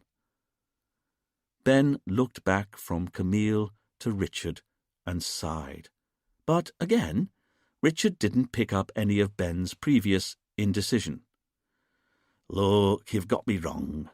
I wasn't on the run, but I was evading you." "And why was that?" Camille asked, as though Ben was a good friend who'd maybe made a choice in life that she didn't yet understand. Ben gave his answer to Richard.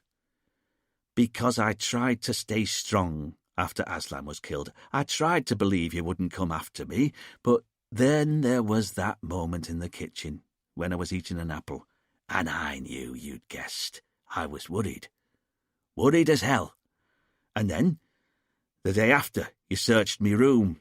It was like you were both closing in. And then I was upstairs and I saw you both downstairs and I heard you say you reckoned I was your prime suspect." Richard said, "It was you who was upstairs eavesdropping on us at the hotel, was it?" "That's right." Ben turned to Camille. "And I just knew I had to get away. I had to get me head together, work out what me options were." "You knew how it would look, you trying to get away." "I knew how I already looked to you. What difference did it make?" "Then, can I ask," Richard said wearily to make it sound like the question wasn't that important, "what do you know about the notebook that had all your names written out for the Sunrise Healing where Aslan was killed?" Ben cocked his head, puzzled by the line of questioning. "How do you mean?" "For example," Richard explained, "was it you who removed it from the board after Aslan was killed?" Ben was puzzled. "No. Has it been removed?"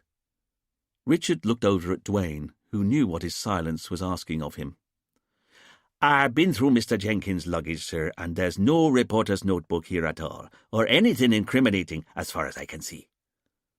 With a quick nod of thanks, Richard turned back to Ben, but now it was Ben's turn to ask a question. "Why are you interested in the notebook?"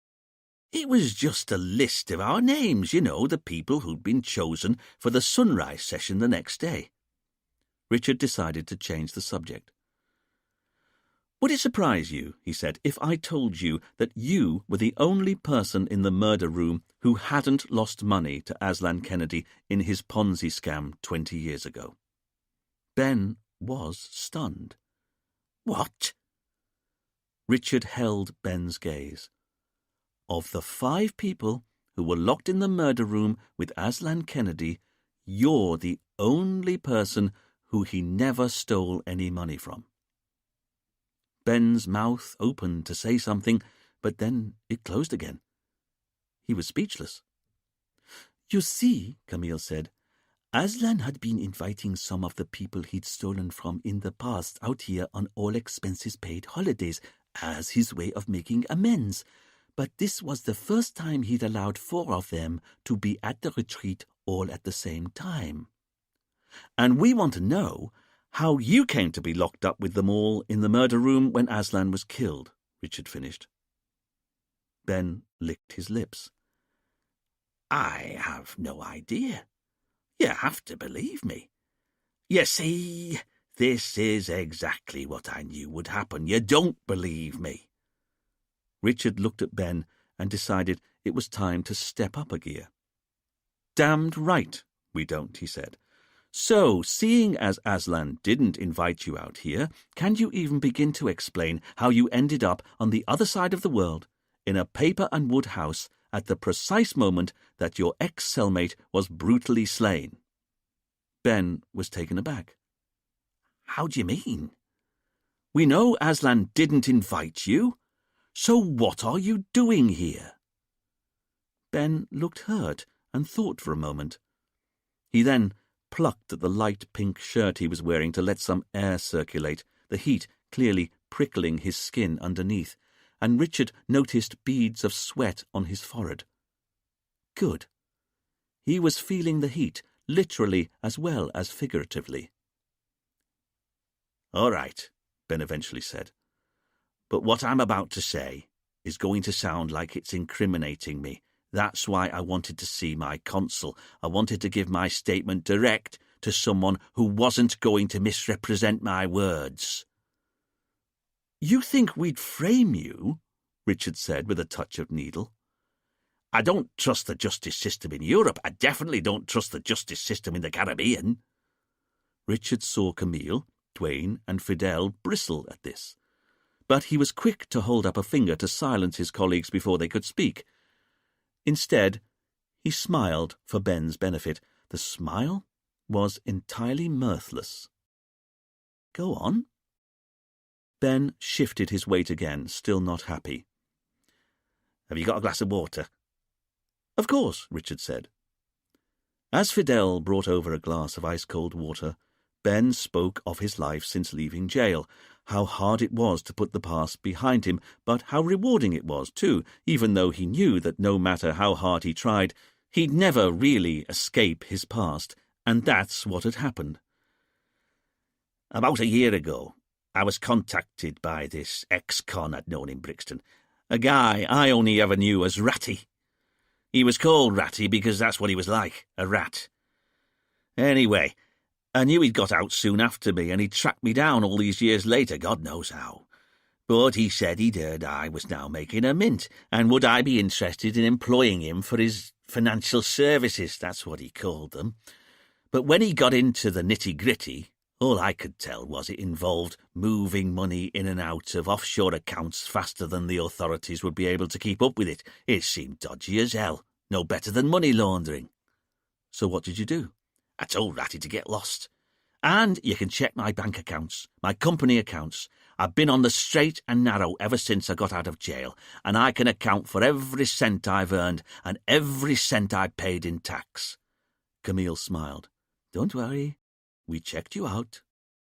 "Thank you," Ben said, but a little warily. "Anyway, so I was telling him thanks, but no thanks on the financial services. But just before he hung up, he said, had I heard that my old mate David Kennedy was up to his old tricks?" This got the police's attention. Even Fidel and Duane stopped what they were doing so they could listen in. "I'm sorry," Richard said. "Ratty told me that David Kennedy had changed his name to Aslan, that he was pretending to be a spiritual guru out in the Caribbean and was on the con again." The police all froze. Eventually, Richard said, "He said that, did he? That David was now called Aslan and he was conning people again?" "That's right. Ratty said he knew the offshore accounts David Kennedy had used back in the day, and not only were they active again, but he'd heard on the grapevine that he was up to his old tricks again." "Did your friend Ratty say how Aslan was conning people?" Camille asked. "No, and I didn't ask. He had to be lying, that's what I told myself. But the thing is, I couldn't get it out of my mind. What if I was wrong? What if David had really gone back to his old ways? So I went to the internet to see if I could find anyone called Aslan working as a guru in the Caribbean, and there he was.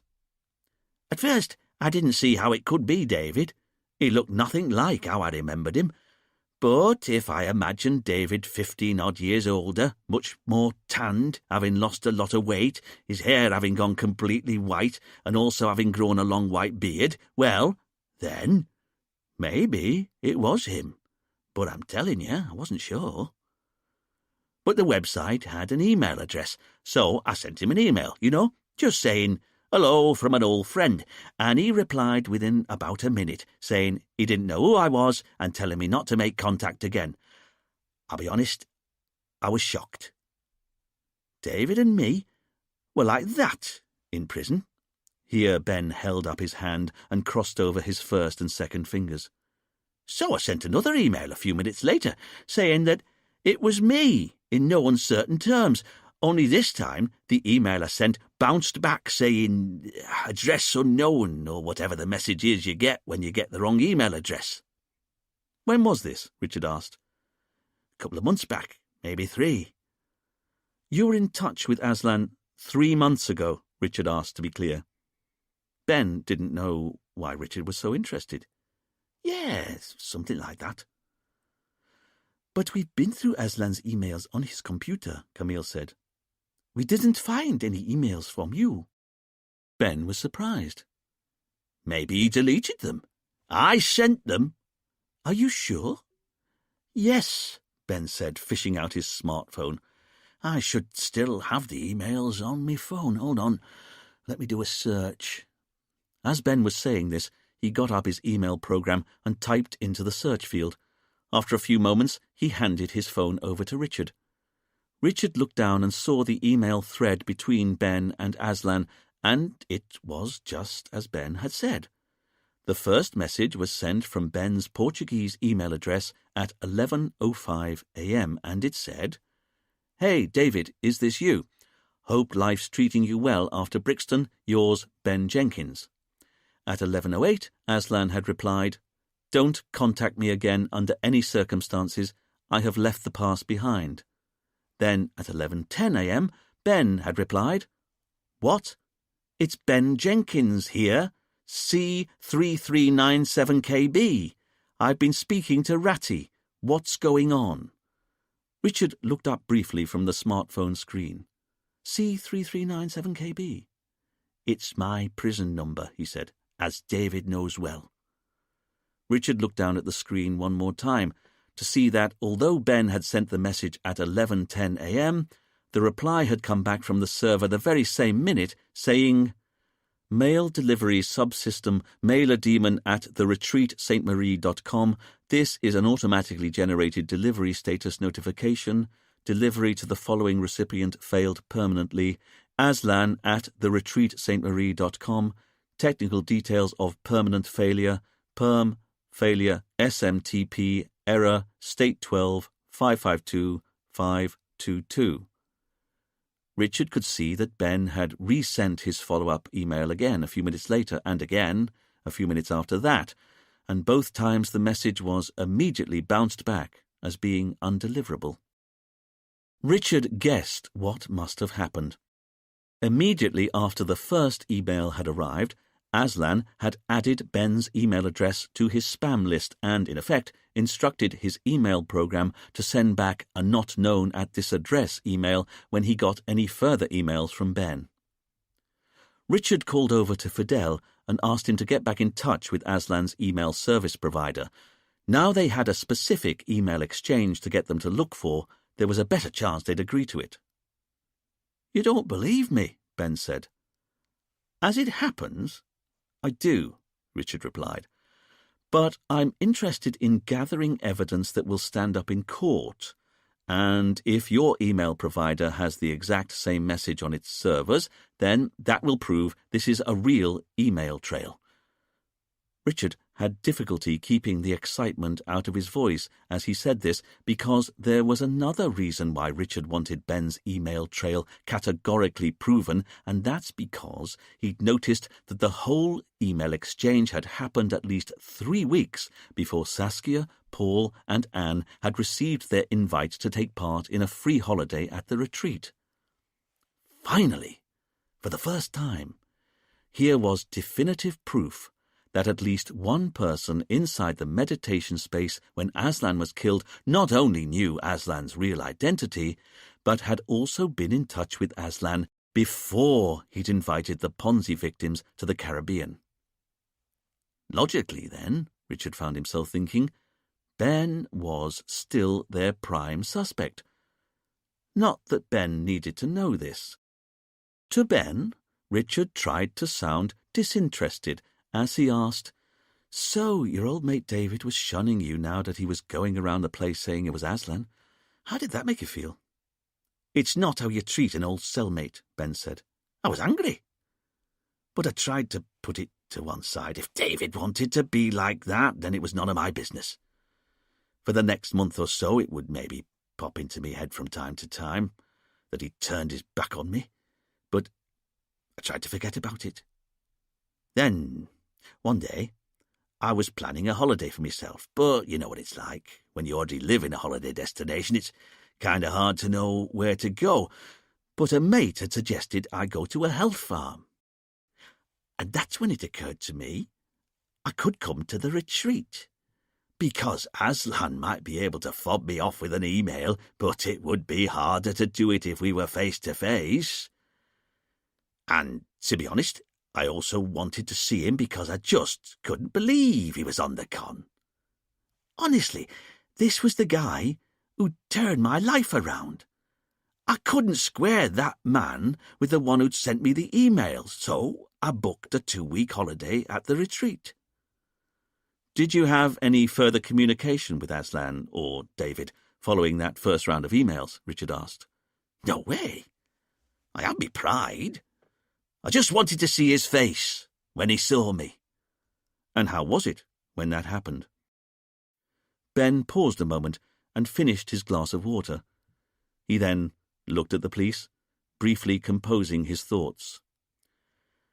OK, so I checked in, didn't see him. Went down to me room, still didn't see him.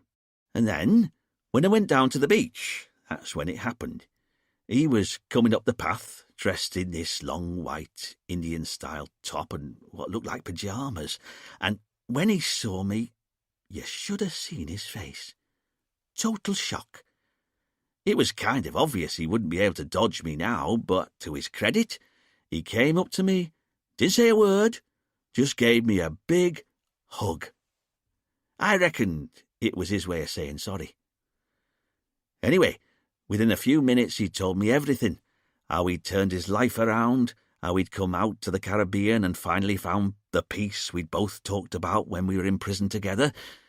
But I had to know if what I heard was true, and I told him outright there wasn't any point in lying to me.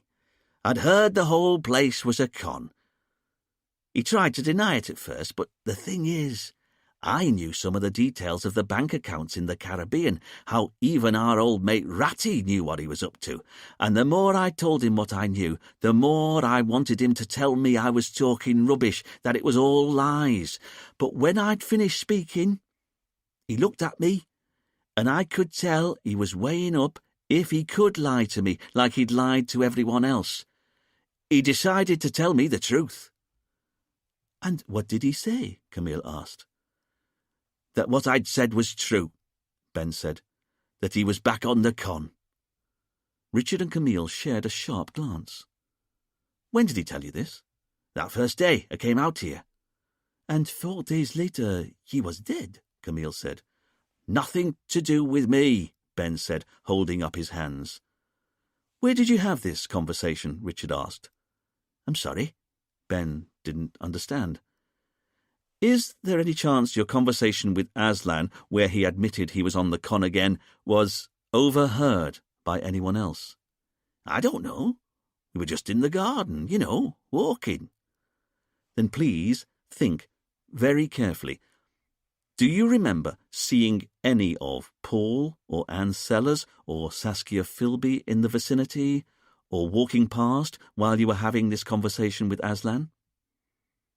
Ben thought long and hard before answering, I'm sorry, I've no idea.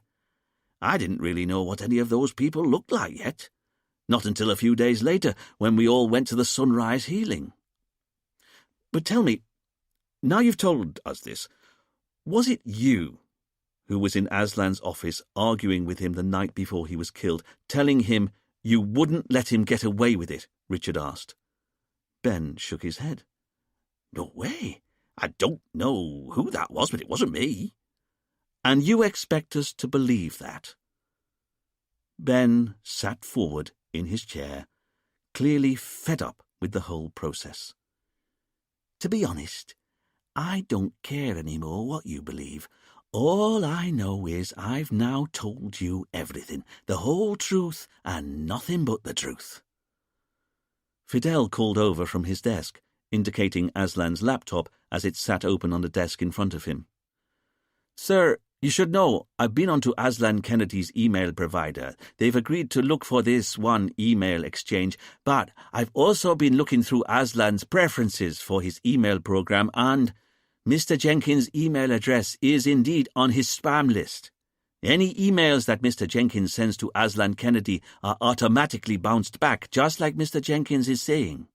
You see, Ben said, turning back to Camille and Richard. David Kennedy might have changed his name to Aslan, but he's still the same crook he's always been. He admitted as much to me himself. Richard and Camille looked at each other. If Aslan had started conning people again, this changed everything, didn't it? But what was the con this time? The office phone rang, and Dwayne ambled over to answer it.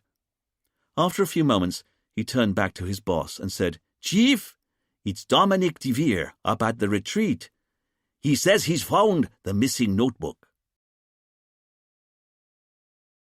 Chapter 13. I was just walking past, Dominic said to Richard as he stood in the main hallway of the retreat, and then I realized it was back. Dominic pointed at the notice board, and Richard could see that what he was saying was true.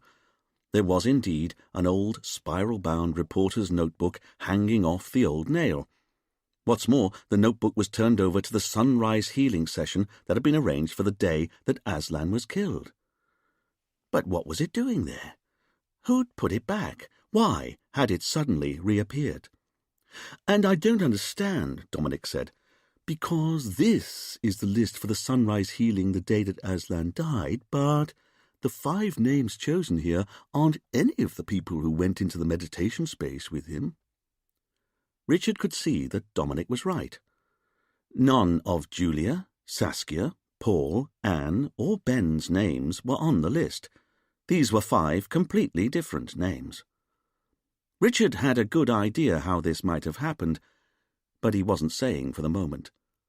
Instead, he put on a pair of evidence gloves to bag the notebook and, as he did this, he tried to work out how best to proceed. First, Ben had been missing, then they found him. Then Ben had told them that Aslan had admitted that he was back on the con again, and now a crucial piece of evidence had suddenly turned up, but with a different list of names to those that had attended when Aslan was killed. On the way back to the police station with the notebook, Richard got Camille to stop off at a local general stores where he bought a children's silvered helium balloon with the words, "For today," on its outside. Richard knew how odd it must have looked. A middle-aged man in a suit buying a helium balloon, but he wasn't saying. And he knew how intriguing this must have been for Camille. But seeing as she already knew that Richard was trying to tantalize her, she refused to mention the balloon, which suited Richard just fine. So Detective Inspector and Detective Sergeant drove all the way back to the police station in silence with a silver helium balloon bobbing on its string between them both. Camille lasted right up to the moment that they started walking up the steps to the station. "All right," she finally said, utterly exasperated. "I have to know. Why have you got a kid's balloon?" Richard looked at the balloon as though he was just as surprised as Camille to find that he was holding it. "What? Oh, this?" "Yes, the helium balloon." "Well, that's obvious, Camille. We're going to use it to reveal the identity of our killer," Richard said, and continued on and into the station. Once inside, Richard found Fidel with all of Aslan's financial papers spread out. "Honestly, sir," Fidel said before he'd realized that his boss was holding a balloon, "I'm going through Aslan's bank accounts for the 100th time, and he only gets that $1,000 a month from the business, most of which goes to an orphanage at the end of each month. And as for the hotel, I've never been able to identify any kind of financial wrongdoing there either. It does well, but every cent seems to be accounted for, if you ask me. Then what about Ben Jenkins' service provider? Richard asked. Have they been able to confirm if the email correspondence Ben showed us between him and Aslan was real? Sure have, Chief, Dwayne said from his desk. And they confirmed that Ben sent 5 emails to Aslan Kennedy's account 3 months ago, just like he said. Which is interesting, Richard said, as he went over to his desk and tied the balloon to the back of his chair. Because that suggests that Ben's telling us the truth. In which case, maybe Aslan's back on the con again. But if he is, then how come we can't find any evidence? Richard looked at his team, knowing how desperate they were to ask about the silver balloon that was now bobbing on its string just behind his right shoulder. Chief, Dwayne eventually asked. He's going to use it to reveal the killer, Camille said, trying to spare them Richard's grandstanding. And that's where you're wrong, Camille, Richard said, delighted to have a chance for some grandstanding. Because the children's balloon will reveal our killer's identity, but we're also going to need the toner cartridge from our photocopier and the office's stun gun.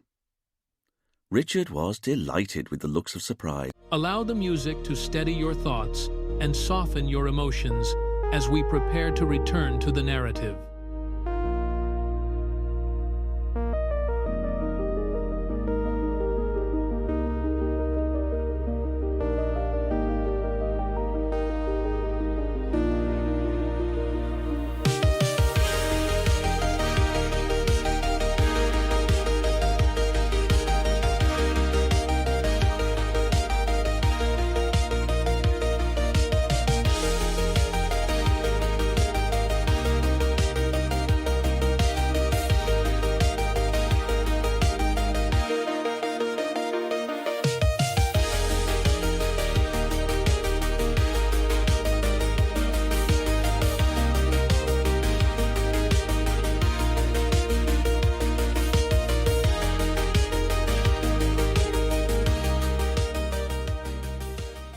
On his team's face. So, go on, Dwayne, if you would. Could you get the stun gun from the office safe? Camille, could you get the toner cartridge from the photocopier? Still, no one moved. But that was because they were still trying to process the picture they now had of their uptight boss in a woolen suit asking for a stun gun while he stood next to a jolly helium balloon that said 4 today on it. Sorry? Am I invisible? Richard said, having more fun than he'd had in months. Or perhaps you've all suddenly gone deaf. Camille, toner cartridge, please. Dwayne, the stun gun. Thank you. Putting on his evidence gloves again, Richard got out the reporter's notebook from the cellophane evidence bag. It was still turned to the list of names that had been written out for the sunrise healing session on the day Aslan was killed. And, as Dominic had pointed out, there was no getting away from it. None of the names that were there had been in the meditation space when Aslan was killed. So, what had happened that meant that this group of people hadn't attended, and an entirely different group had instead? As Richard got the notebook nice and straight on his desk, he took a moment to marvel at how decisive he'd become since he'd finally managed to get rid of his lizard. There was no doubt about it in Richard's mind. His lizard had been the albatross around his neck. Camille managed to clunk the toner cartridge out of the photocopier and bring it over, and Richard decided it was time to explain what he was up to. Right then, Camille. It's clear from the notebook here that Aslan wrote out a list for the sunrise healing the day before he died, all as normal.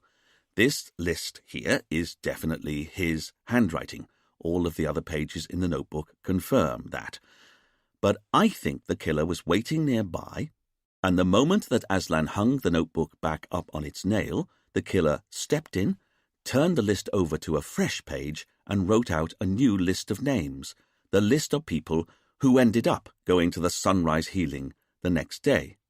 A list that's now missing, Camille said. Agreed, Richard said. which suggests that after the murder, the killer came back to the notebook and tore off the incriminating page with their handwriting on, and then turned the page back to reveal Aslan's original list. Fidel interrupted, excited. Then how about they went down to the cellar and burnt the incriminating page of names in the killer's handwriting in the hotel furnace? My thinking exactly, Richard said, which is why you found a few remnants of burnt paper in the furnace. But, sir, Fidel continued, if the killer tore off the one incriminating page with their handwriting on, why did they then have to remove the rest of the notebook? Well, I'd say that was obvious, Fidel. The page that Aslan wrote on, as we can see here, Richard indicated the notebook on his desk, quite clearly shows him choosing a completely different set of guests for that day. But I bet the next page still carries the indentations from the killer's list of names that was on the page after it, and I want to reveal those indentations. Using a helium balloon, Duane said, unable to keep a skeptical tone out of his voice as he entered the room holding a small silver flight case, some photocopier toner, and a stun gun. Richard smiled. Indeed. He then looked at his team and knew it was time to explain. So, my theory is that the killer flipped over to a fresh page to write the incriminating list of names out, and in doing so, the pen he or she was writing with would have made indentations on the page underneath Aslan's original list. That makes sense, Duane said. But it was more the balloon I wanted to know about. All things come to those who wait, Richard said. First, can you get out the stun gun? Duane opened the latches on the flight case and lifted the lid, revealing a grey foam interior that housed the stun gun. The weapon itself was like something out of a sci-fi movie, a grey plastic box about the size of a chunky mobile phone with two metal prongs sticking out of it. It looked both humdrum and entirely scary, especially when Duane turned it on and electricity arced between the two prongs with a nasty crackling sound. This thing is evil, Duane said, summing up the feelings of them all. Have you ever had recourse to use it? Richard asked. No way. This is not how we roll on San Marie. Richard looked at Duane and knew it was true. There was no way any of his team would ever use such an instrument on another human being. Right, Richard said. So, let's find out who wrote the missing list. Richard pulled his penknife from his pocket, carefully opened it, turned, and stabbed the balloon with it. There was a wet pop as the blade went in, and then Richard held the silvered balloon in his hand as it deflated. Have any of you ever wondered what they make these helium balloons out of? Richard looked at his team, but they had the good sense to stay quiet. Because they're not rubber, like a normal balloon, and although it looks like silver foil, it isn't metal either, is it? Again, a dramatic pause that his team were canny enough not to prolong by asking any questions. Well, silver balloons like this are made out of a substance called mylar, which is a metallized polythene, and as such, it's perfect when used alongside a stun gun and some photocopier toner for creating an electrostatic detection device, or EDD for short. Fishing out a pair of scissors from his desk tidy, Richard started to cut a square from the balloon that was quite a bit larger than the reporter's notebook. And, as I'm sure you all know, electrostatic detection devices are perfect for picking up even the faintest of indentations in paper. So, if the killer flipped over to a fresh page to write out a different list of names, as I'm sure must have happened, then whatever pen he or she used will have left indentations on the page underneath. Richard indicated the blank page following the list of names that Aslan had written out, and briefly paused for his team to ask any follow-up questions. A little disappointed that there weren't any, he continued. So, what you do is place a square of mylar polythene over the paper that you think has got indentations on it, just so. Richard placed the square of silver over the blank page. "You then turn the stun gun on."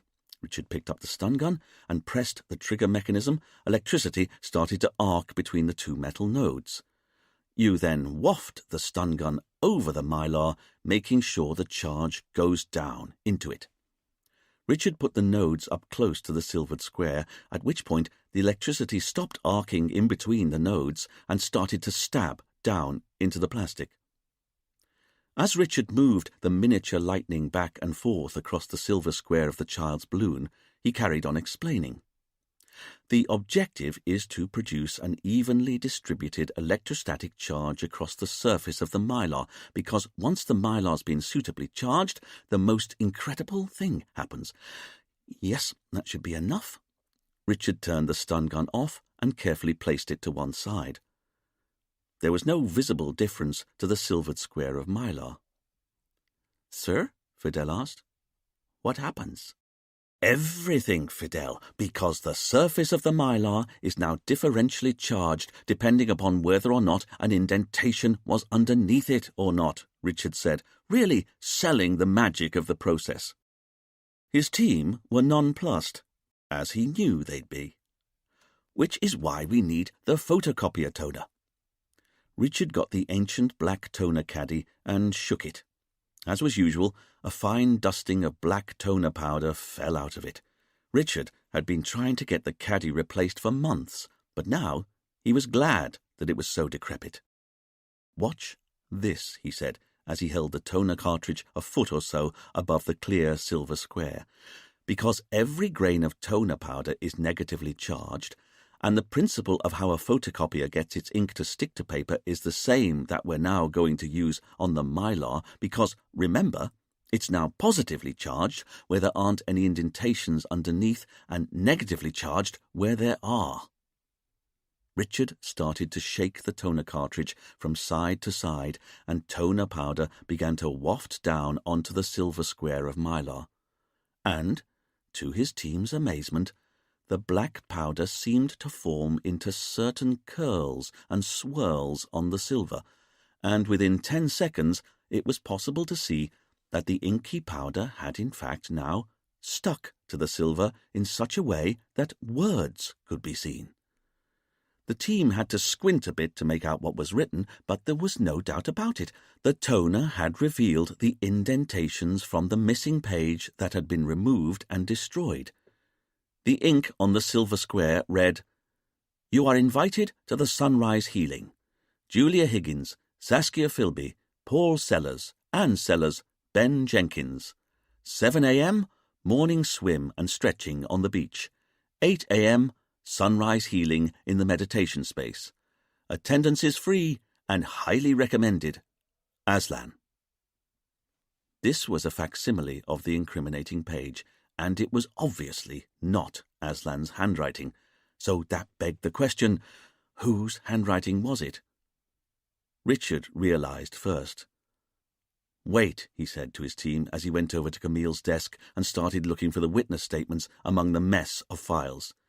"What are you looking for?" she asked. "Hold on," he said, having difficulty keeping his irritation in check, but now was not the time to lecture Camille on her clear desk policy, and instead he grabbed up the witness statement he was looking for.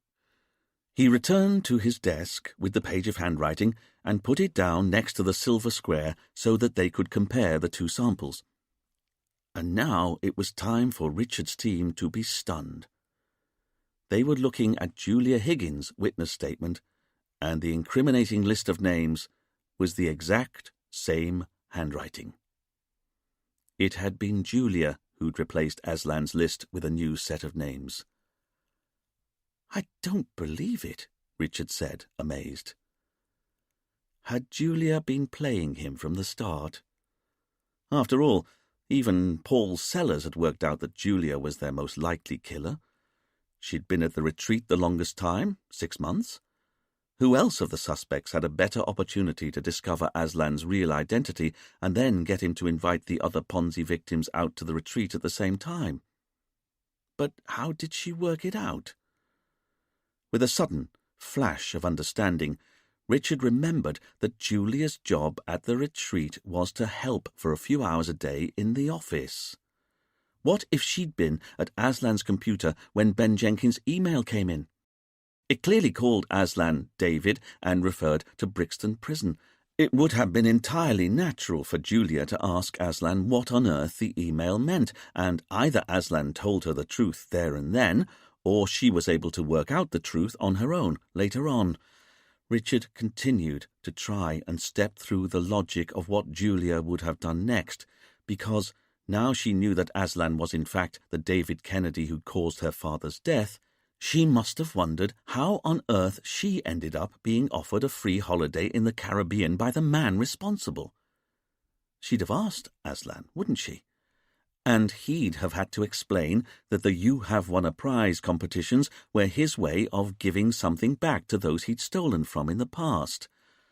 God knows how Julia took this news, but she obviously didn't let her real feelings show because Aslan continued to employ her at the retreat. Richard banged the palm of his hand down on his desk at his own stupidity. He'd never really considered what it must have been like growing up without a dad because he'd committed suicide. The shame Julia and her mum must have felt, and as Julia had been forced to admit, and the Met police files confirmed, Julia's dad had lost everything, including his house, before he took his own life. So not only had Aslan taken Julia's dad from her, he'd also taken all of his money and the house they lived in.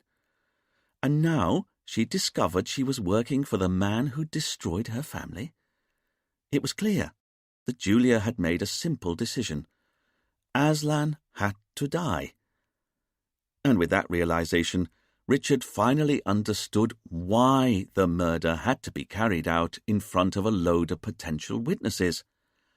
After all, if Aslan had still been living in the UK, Julia would have been able to make it look as though she was miles away at the time of the murder.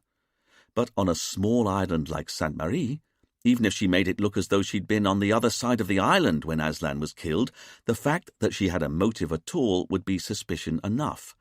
And seeing as she was the killer, the police would no doubt be able to break her alibi. So, if you're the only person on a tropical island with a motive to kill someone, what's the best way of using this fact to your advantage? Richard realized a daring and, though he had to admit it to himself, quite brilliant plan was born. Julia decided that she would try and hide herself in plain view.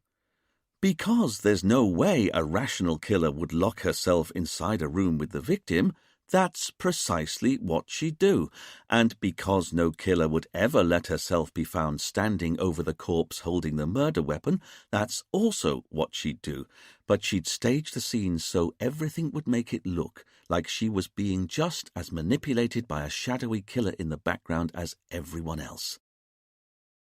Thinking with hot shame back to his nighttime walk with Julia, Richard now realized that she'd orchestrated the whole tantalizing encounter so she could ask him if she could go back to the UK. And knowing how seductive Julia had been, Richard knew that if she had decided to work her charms on Aslan, she'd have been able to convince him that it was okay to start inviting other Ponzi victims out to the Caribbean again, and not only that, maybe he should invite a few at a time rather than the usual one. So that's how Paul, Anne, and Saskia all ended up at the retreat at the same time. Julia got Aslan to invite them out. Then what about Ben Jenkins? Richard found himself thinking. How did he get there? Well, what was it Ben had told them? He'd booked his holiday at the retreat entirely normally. Well, Julia already knew all about Ben from the email she'd intercepted and which had started her off on her journey of discovery. What's more, she knew from the email that Ben had known Aslan when he'd been in Brixton Prison. If what Julia wanted to do was fill a room full of people, all of whom had nefarious connections with Aslan's past, what better way than to use Ben's holiday at the retreat as the anchor that she'd tie the rest of her plans too. So, with Ben's date at the retreat fixed, Julia got Aslan to invite Paul and Anne Sellers and Saskia all out for the same time. Finally, Richard realized that Dominic's apparent burglary was almost certainly true. Julia had been going out with Dominic for nearly 6 months. She could easily have found out from him what would be the best sedative to make people woozy. She could even have learned how to make the gamma-hydroxybutyric acid herself. Or Dominic had some, anyway, but either way, it was clearly how Julia got hold of a source of GHB. She stole it from her boyfriend. Then all Julia had to do was wait until Aslan wrote up his list of names on the board and then intervene by going to the board, turning the page over and writing out a new list of the people she wanted to be with her as her camouflage the following day. Richard went over to the whiteboard, almost quivering with anger as he realized how the rest of the murder must have played out. Julia must have seen Anne doing the drying the night before in the kitchen and decided that the largest carving knife she'd touched would be the perfect murder weapon. Then, either later that night or early the next morning, she got the knife with Anne's fingerprints on, went to the meditation space and used drawing pins to fix it in the shadows of the 11th pillar along. She was ready. Ever since his days at school, Richard had vowed he'd never allow himself to get pushed around again, but that's exactly what he'd allowed Julia to do to him. She'd pushed Aslan around, Dominic around, Ben around, the Ponzi victims around, and finally, impossibly, she'd pushed Richard around with her string of double bluffs. After all, murderers don't make sure they're locked in the room with the victim. Murderers don't make sure they're found standing over the body of the victim. Murderers don't premeditate a murder and then apparently botch it by screaming. Murderers don't reveal the real identity of the victim under hypnosis, especially when it reveals that they've got a motive to want the victim dead. And finally, left-handed murderers don't commit murder with a knife right-handed. Except for in this case. Julia must have positioned herself to commit murder with her weaker right hand. It wouldn't have been easy, but then Richard realized, wanting to kick himself for his stupidity, in most knifings, the victim is trying to fight back.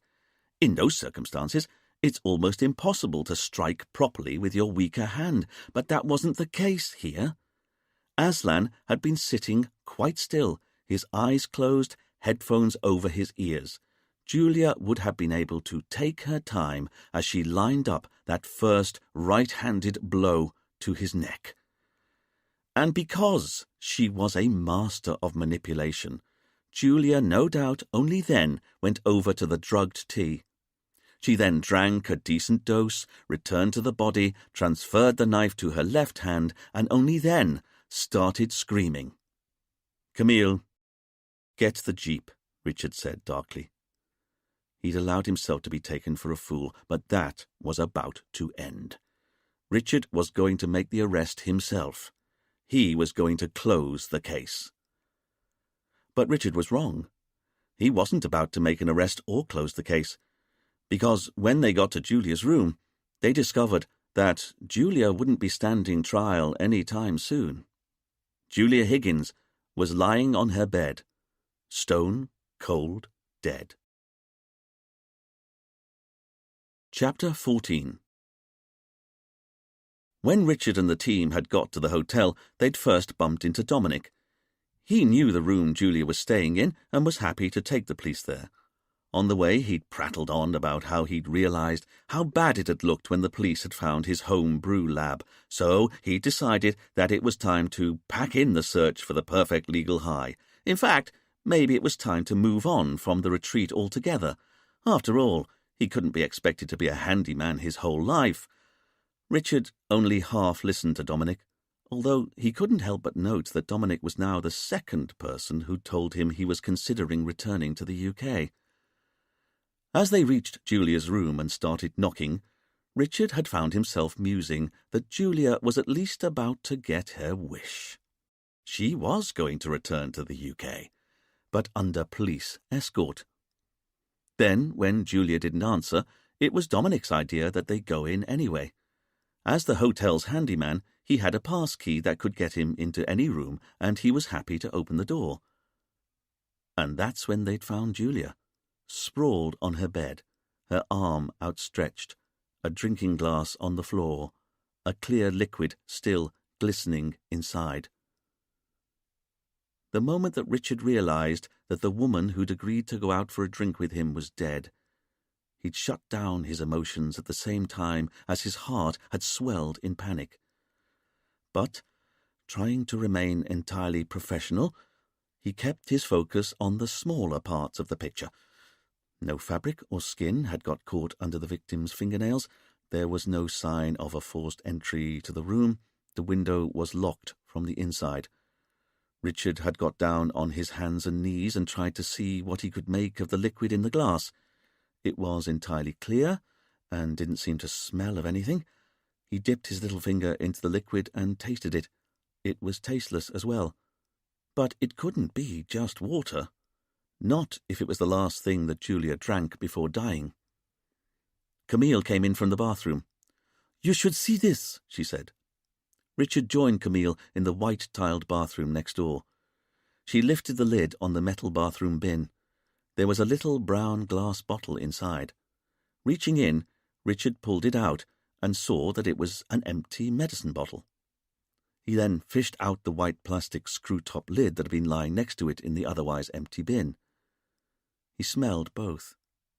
There was no odour, and whatever liquid it had contained had been clear. Camille had already got 2 see-through evidence bags ready, and Richard slipped the bottle into one and the lid into the other. Was this what had killed Julia? Almost certainly. Richard returned to the main room, and Fidel said, "So, what do you think, sir? Julia realized we were closing in on her?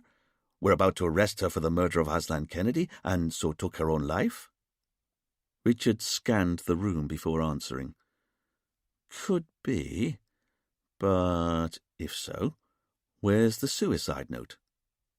"There isn't one, sir," Fidel said. "Not that I can see." This gave Richard pause.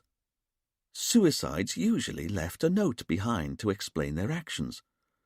When the suicide was because of guilt, for example, because they'd killed someone else and were now wanting to end the shame of their life, there was always a note.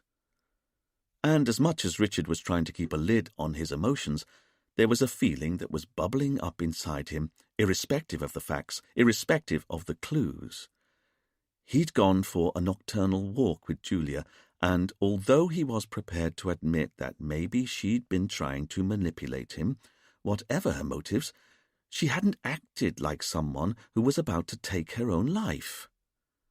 In fact, as Richard ran his mind back over the short time he'd spent with her and how uncluttered her mind had so obviously been, he realized that she wasn't someone who'd even remotely been contemplating suicide. So, no suicide note, and no indication of a disturbed mind either. And there was something else. How come the notebook had reappeared just before her death? After all, Richard and his team had only arrived at Julia's room because they'd worked out that the list of names for Aslan's murder had been written out by her, and they only found the notebook because someone had put it back on its nail on the notice board. Was it Julia who'd put the notebook back herself before she took her own life? It was a possibility, Richard supposed, but it didn't seem very likely. There were surely more direct ways of confessing to your guilt. For example, like writing a suicide note, which Julia had so patently failed to do.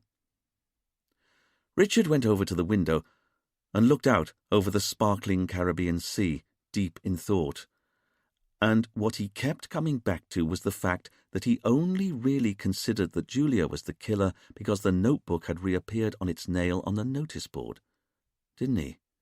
And in the excitement of working out that it was Julia who'd written out the incriminating list of names, he jumped to all sorts of conclusions. That Julia had the wit to plan such an involved murder as Aslan's, that she'd knife someone to death 5 times over using her weaker hand, and As Richard's thoughts ranged over Julia's death, he allowed an ice-cold rage to clutch at his heart, because there was one thing he began to realize above all others. He was still being manipulated, wasn't he? Manipulated by the real killer. Julia didn't kill Aslan any more than she'd just killed herself. She was never a likely murderer. But so clever was the real mastermind behind Aslan's murder that he or she knew that all they'd have to do was return the missing notebook to its nail, and the police would soon come to the conclusion that Julia was maybe Aslan's killer, and when her body was found dead from an overdose, they'd then, no doubt, believe that she'd just committed suicide because of the guilt she'd felt since killing Aslan. The more Richard considered his theory, the more he realized that he was almost certainly correct. Julia hadn't killed Aslan. One of Paul, Anne, Saskia or Ben had killed Aslan, and now they'd also killed Julia Higgins. But of the 4 remaining witnesses, who was their killer? Richard turned to his team and said, "This is a murder scene, and I don't care how you do it, but I want you to work out how Julia was killed." 10 minutes later, Ben Jenkins, Saskia Philby, and Paul and Anne Sellers were waiting for Richard on the hotel's veranda.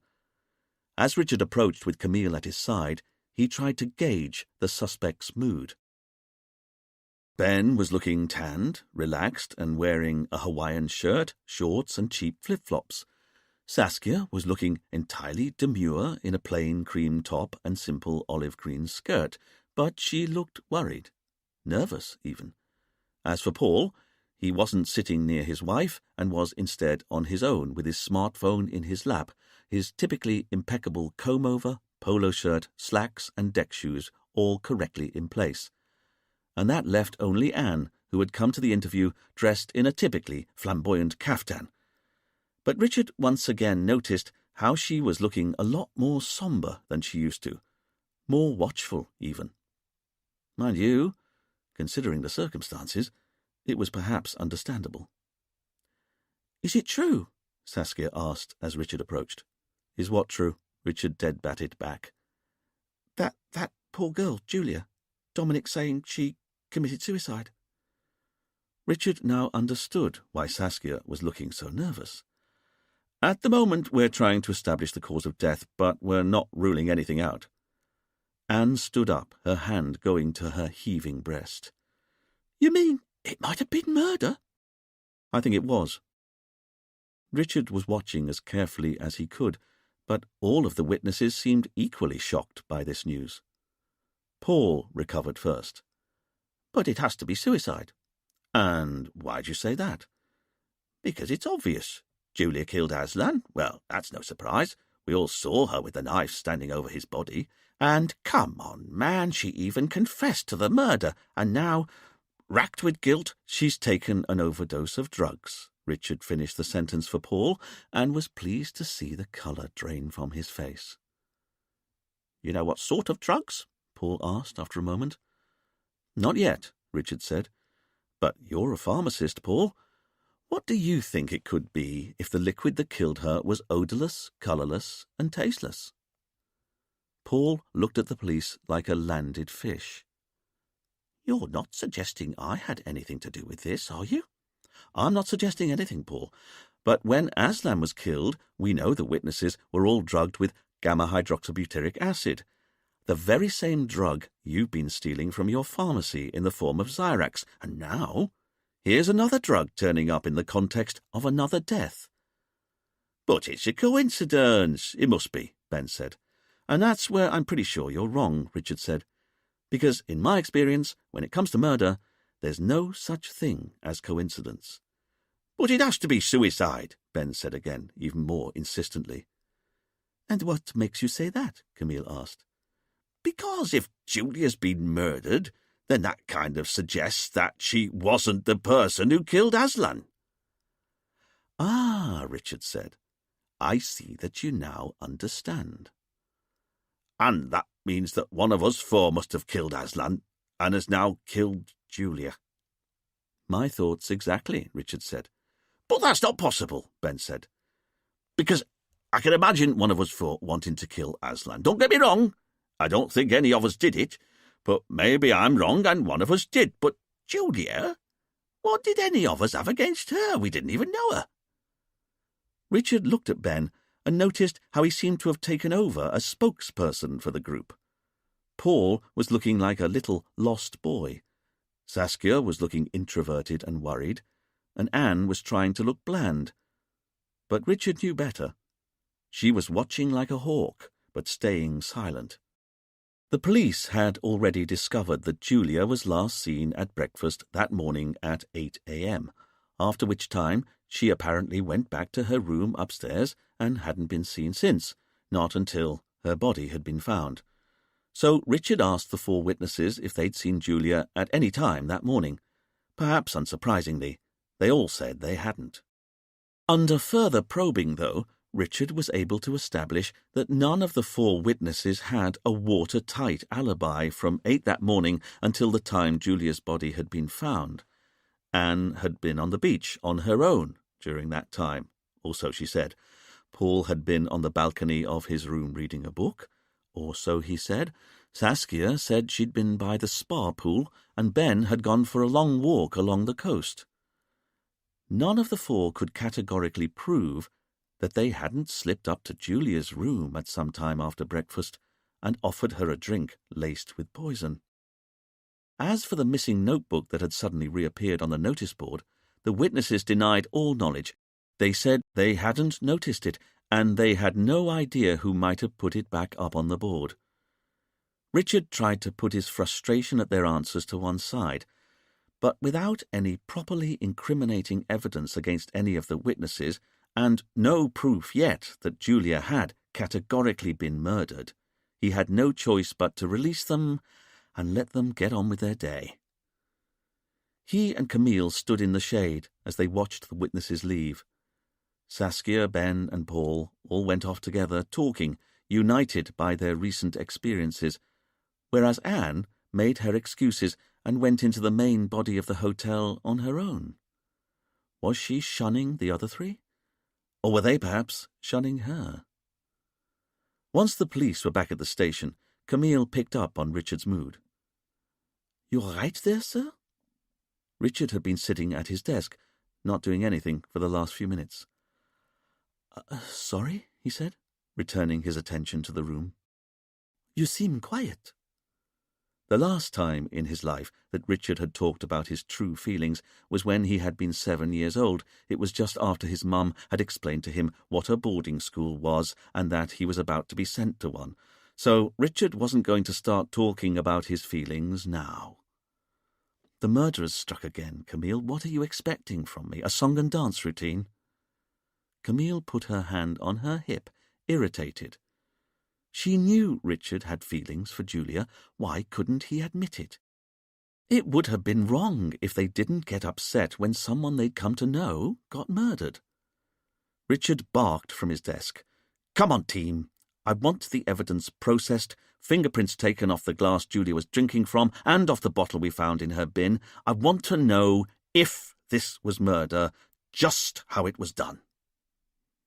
Richard was standing at the whiteboard, mopping his neck with his hanky, when Fidel announced he'd finished dusting the medicine bottle from the bin and the glass Julia had been holding. "And the only prints I've been able to raise so far from the glass Julia was holding belonged to Julia." "I see," Richard said. "But as for the medicine bottle from the bin, I've been able to raise 4 clear prints from it, and none of them belong to Julia." "They don't?" Richard asked. "No, sir. And none of them match any of the witnesses either." This gave everyone pause. "I'm sorry?" "None of the prints on the medicine bottle match the prints of any of the people who were in the meditation space when Aslan was killed." "Then who put the bottle in the bin?" Twain asked. Richard looked back at the whiteboard a long moment before he realized. "Fidel! We've never taken Dominic's exclusion prints, have we?" "No, sir." "Then give Dominic a ring, would you? I want him in here, and I want his fingerprints checked against the prints you're finding on the medicine bottle." "Yes, sir." An hour later, wearing an old vest, torn shorts, and ancient leather sandals, Dominic flapped into the station, hot and bothered.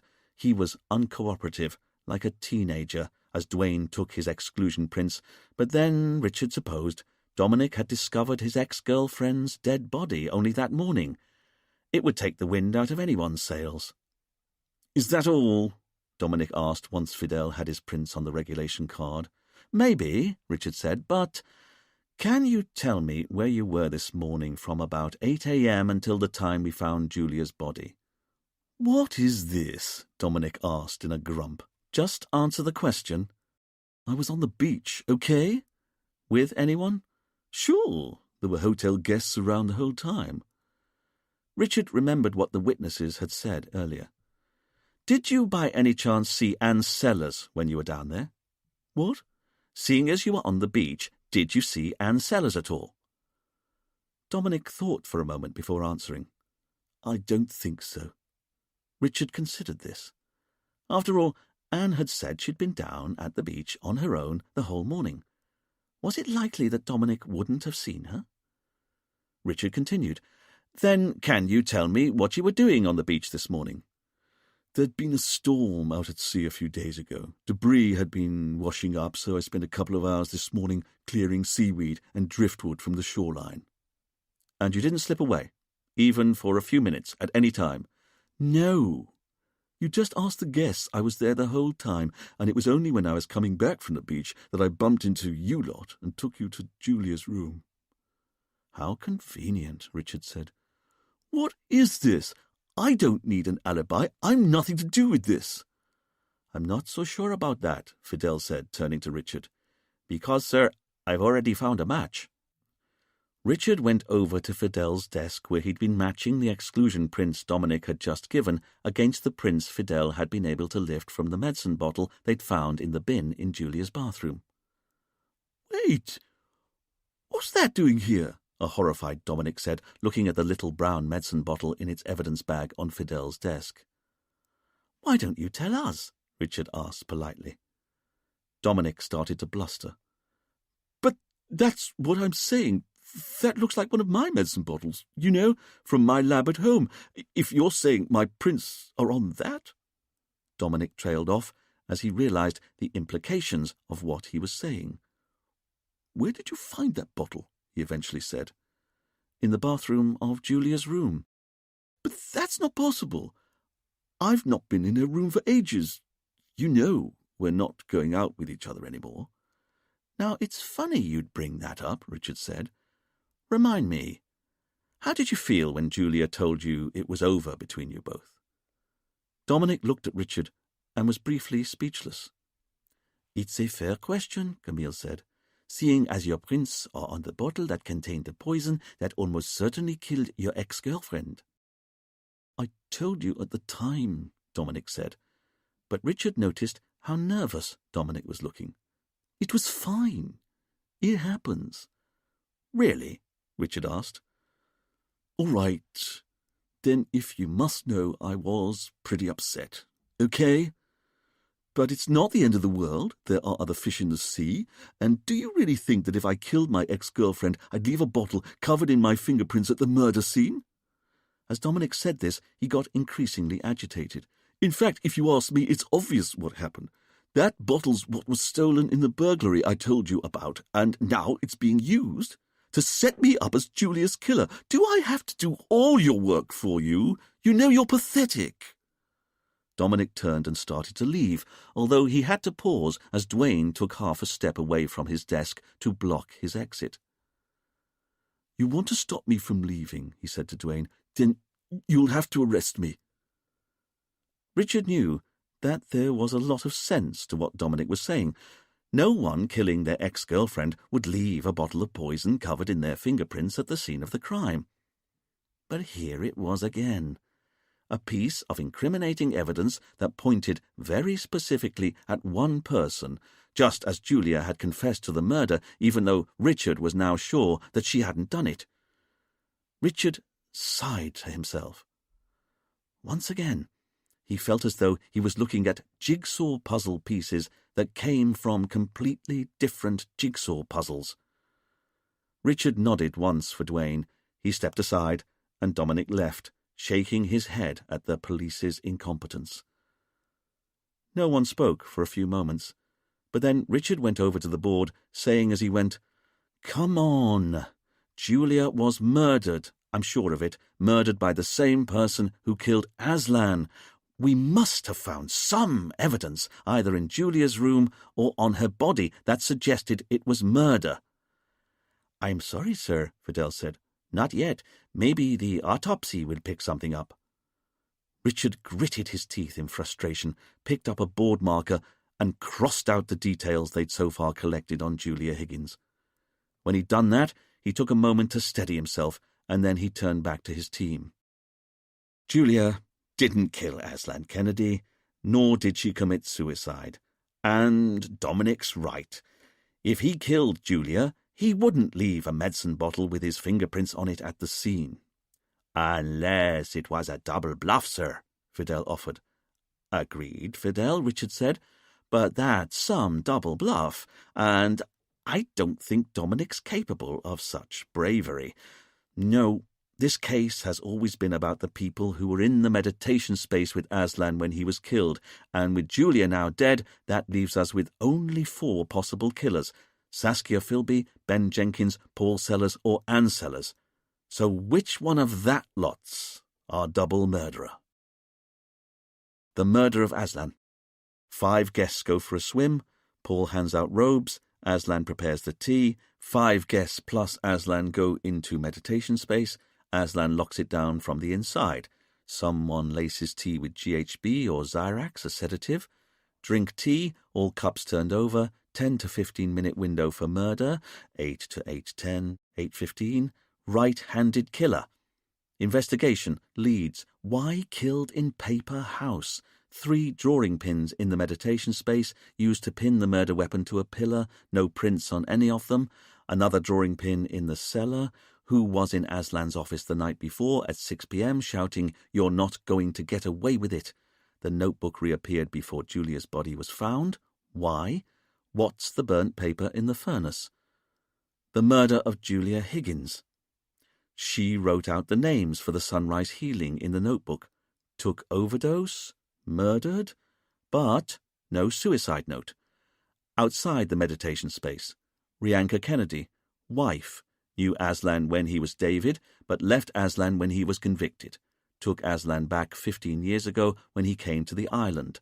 Dominic De Vere, ex-hypnotherapist, now handyman, sacked by Aslan, argued with Aslan, caught returning to scene of crime, has drugs lab in his house, could have manufactured GHB. His bottle, fingerprints, found at murder scene of Julia. Inside the meditation space. Aslan Kennedy, victim. Everyone says he's nice. Real name is David Kennedy. Ex-con man, ran art lease Ponzi scheme, stole £2 million. Went to prison 20 years ago, served 5 years. Still a crook? Admitted to Ben he was still on the con, but is that true? Julia Higgins, worked at the retreat last 6 months, confessed to murder, but drugs in blood and lack of real motive, and left-handed. All crossed out.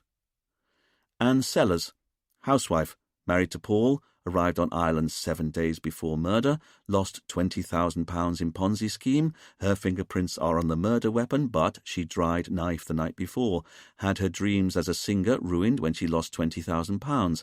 Clearly hates her husband, Paul. Says she didn't recognise Aslan, David. Paul Sellers, arrived on island 7 days before murder.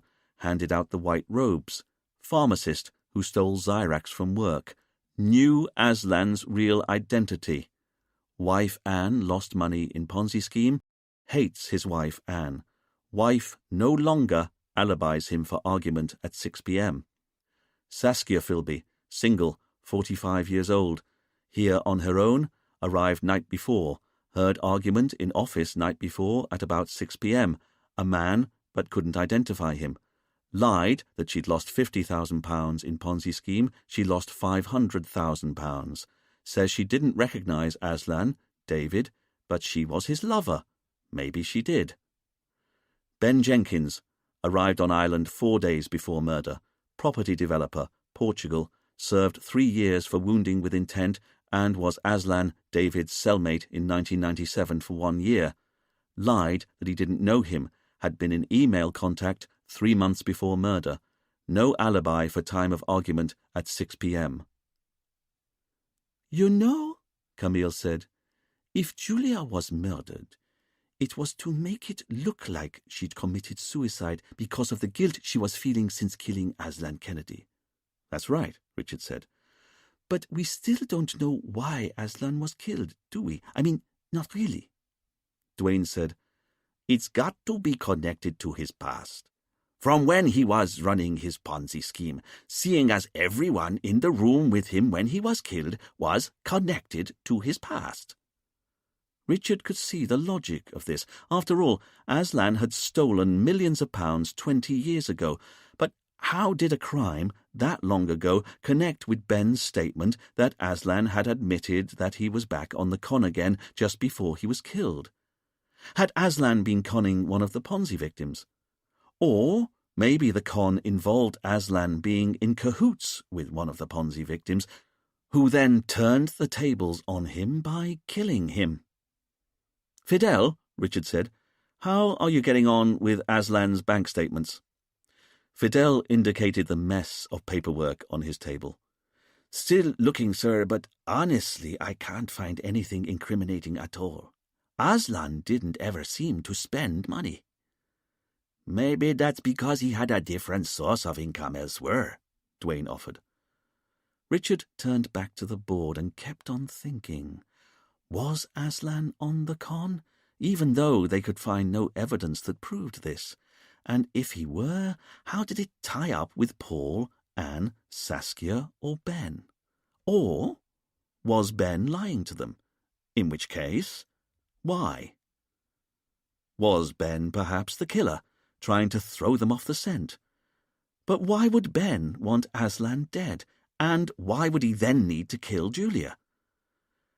As the afternoon wore on, Richard found his mind wandering towards the evening he was about to spend on his own. Somehow, now he had to face his first night without Harry for company. He wondered if maybe he'd acted rashly. Of course, he still resented how Harry would walk around the shack as though he owned the place, but there was no denying that he was at least someone else in the shack that Richard could interact with, even if that interaction was furious frustration.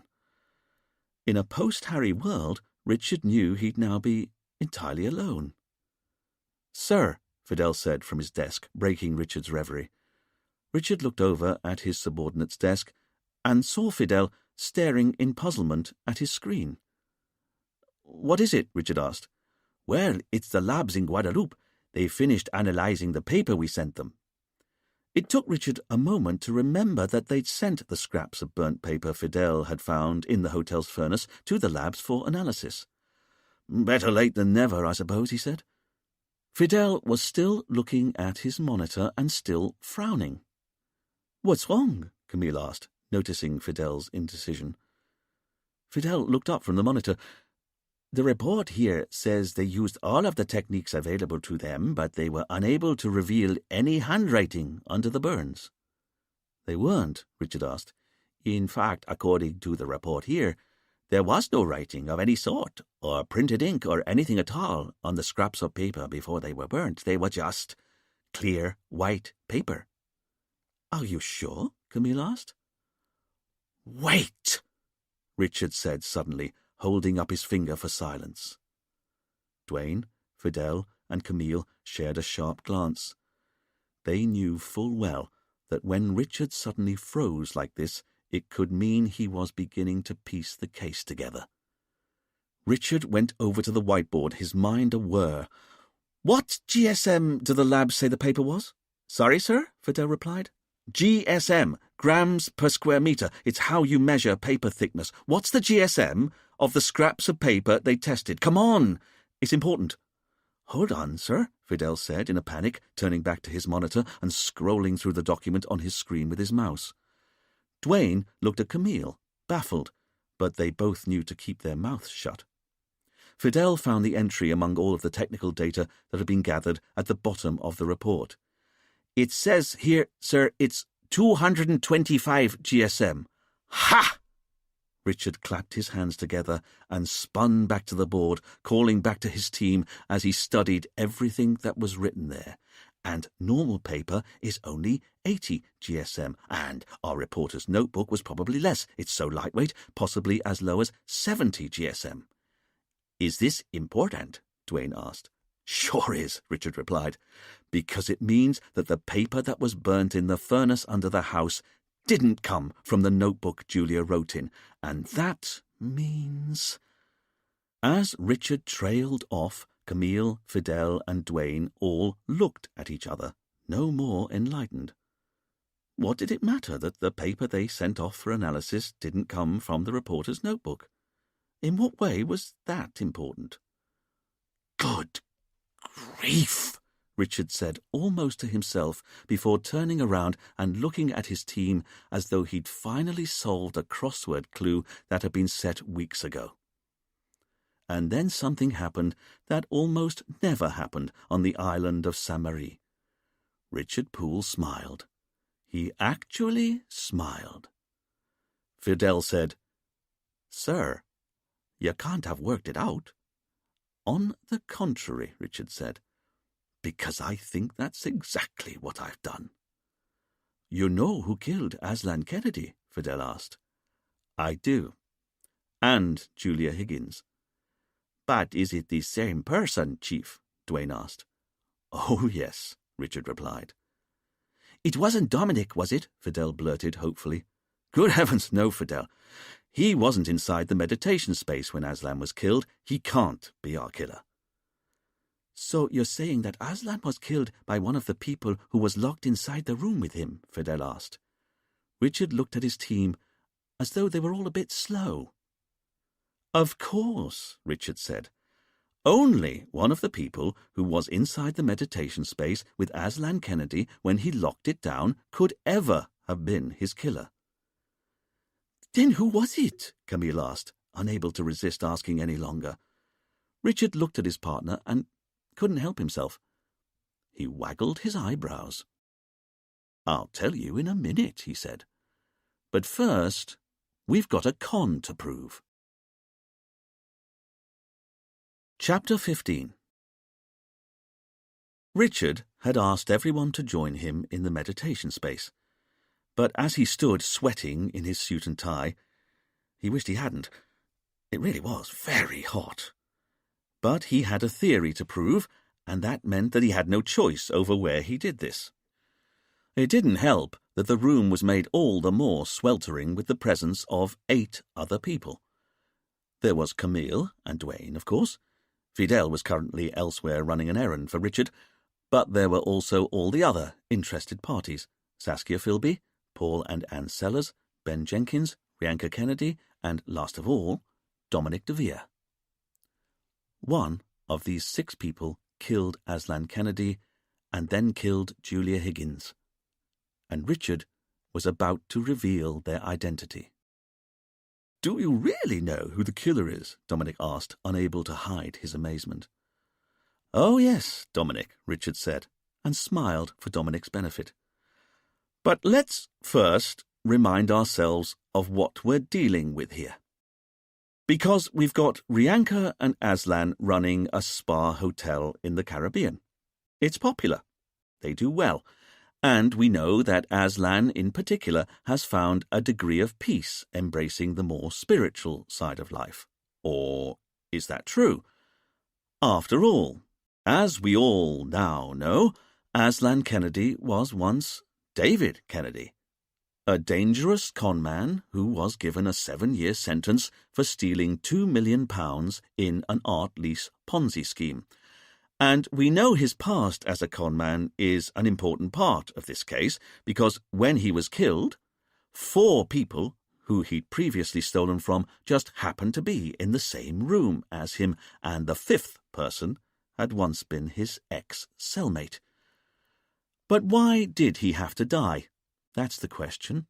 Or, to put it another way, can a leopard change its spots? Seeing as Aslan was such a crook in the past, could we really believe that he was now on the straight and narrow? When Ben Jenkins told us that Aslan confessed to him that he was still on the con, it chimed with what I suppose we'd all expected to hear. Aslan was a crook in the past. He was still a crook. But here's the interesting thing. I've had one of my best officers examine Aslan's bank statements and records. Aslan took a small salary from the business. He barely spent even that, and what was left over at the end of every month he gave away to charity. And we already know he lived at the retreat, didn't go on expensive holidays or buy expensive cars or even artwork or fine wine.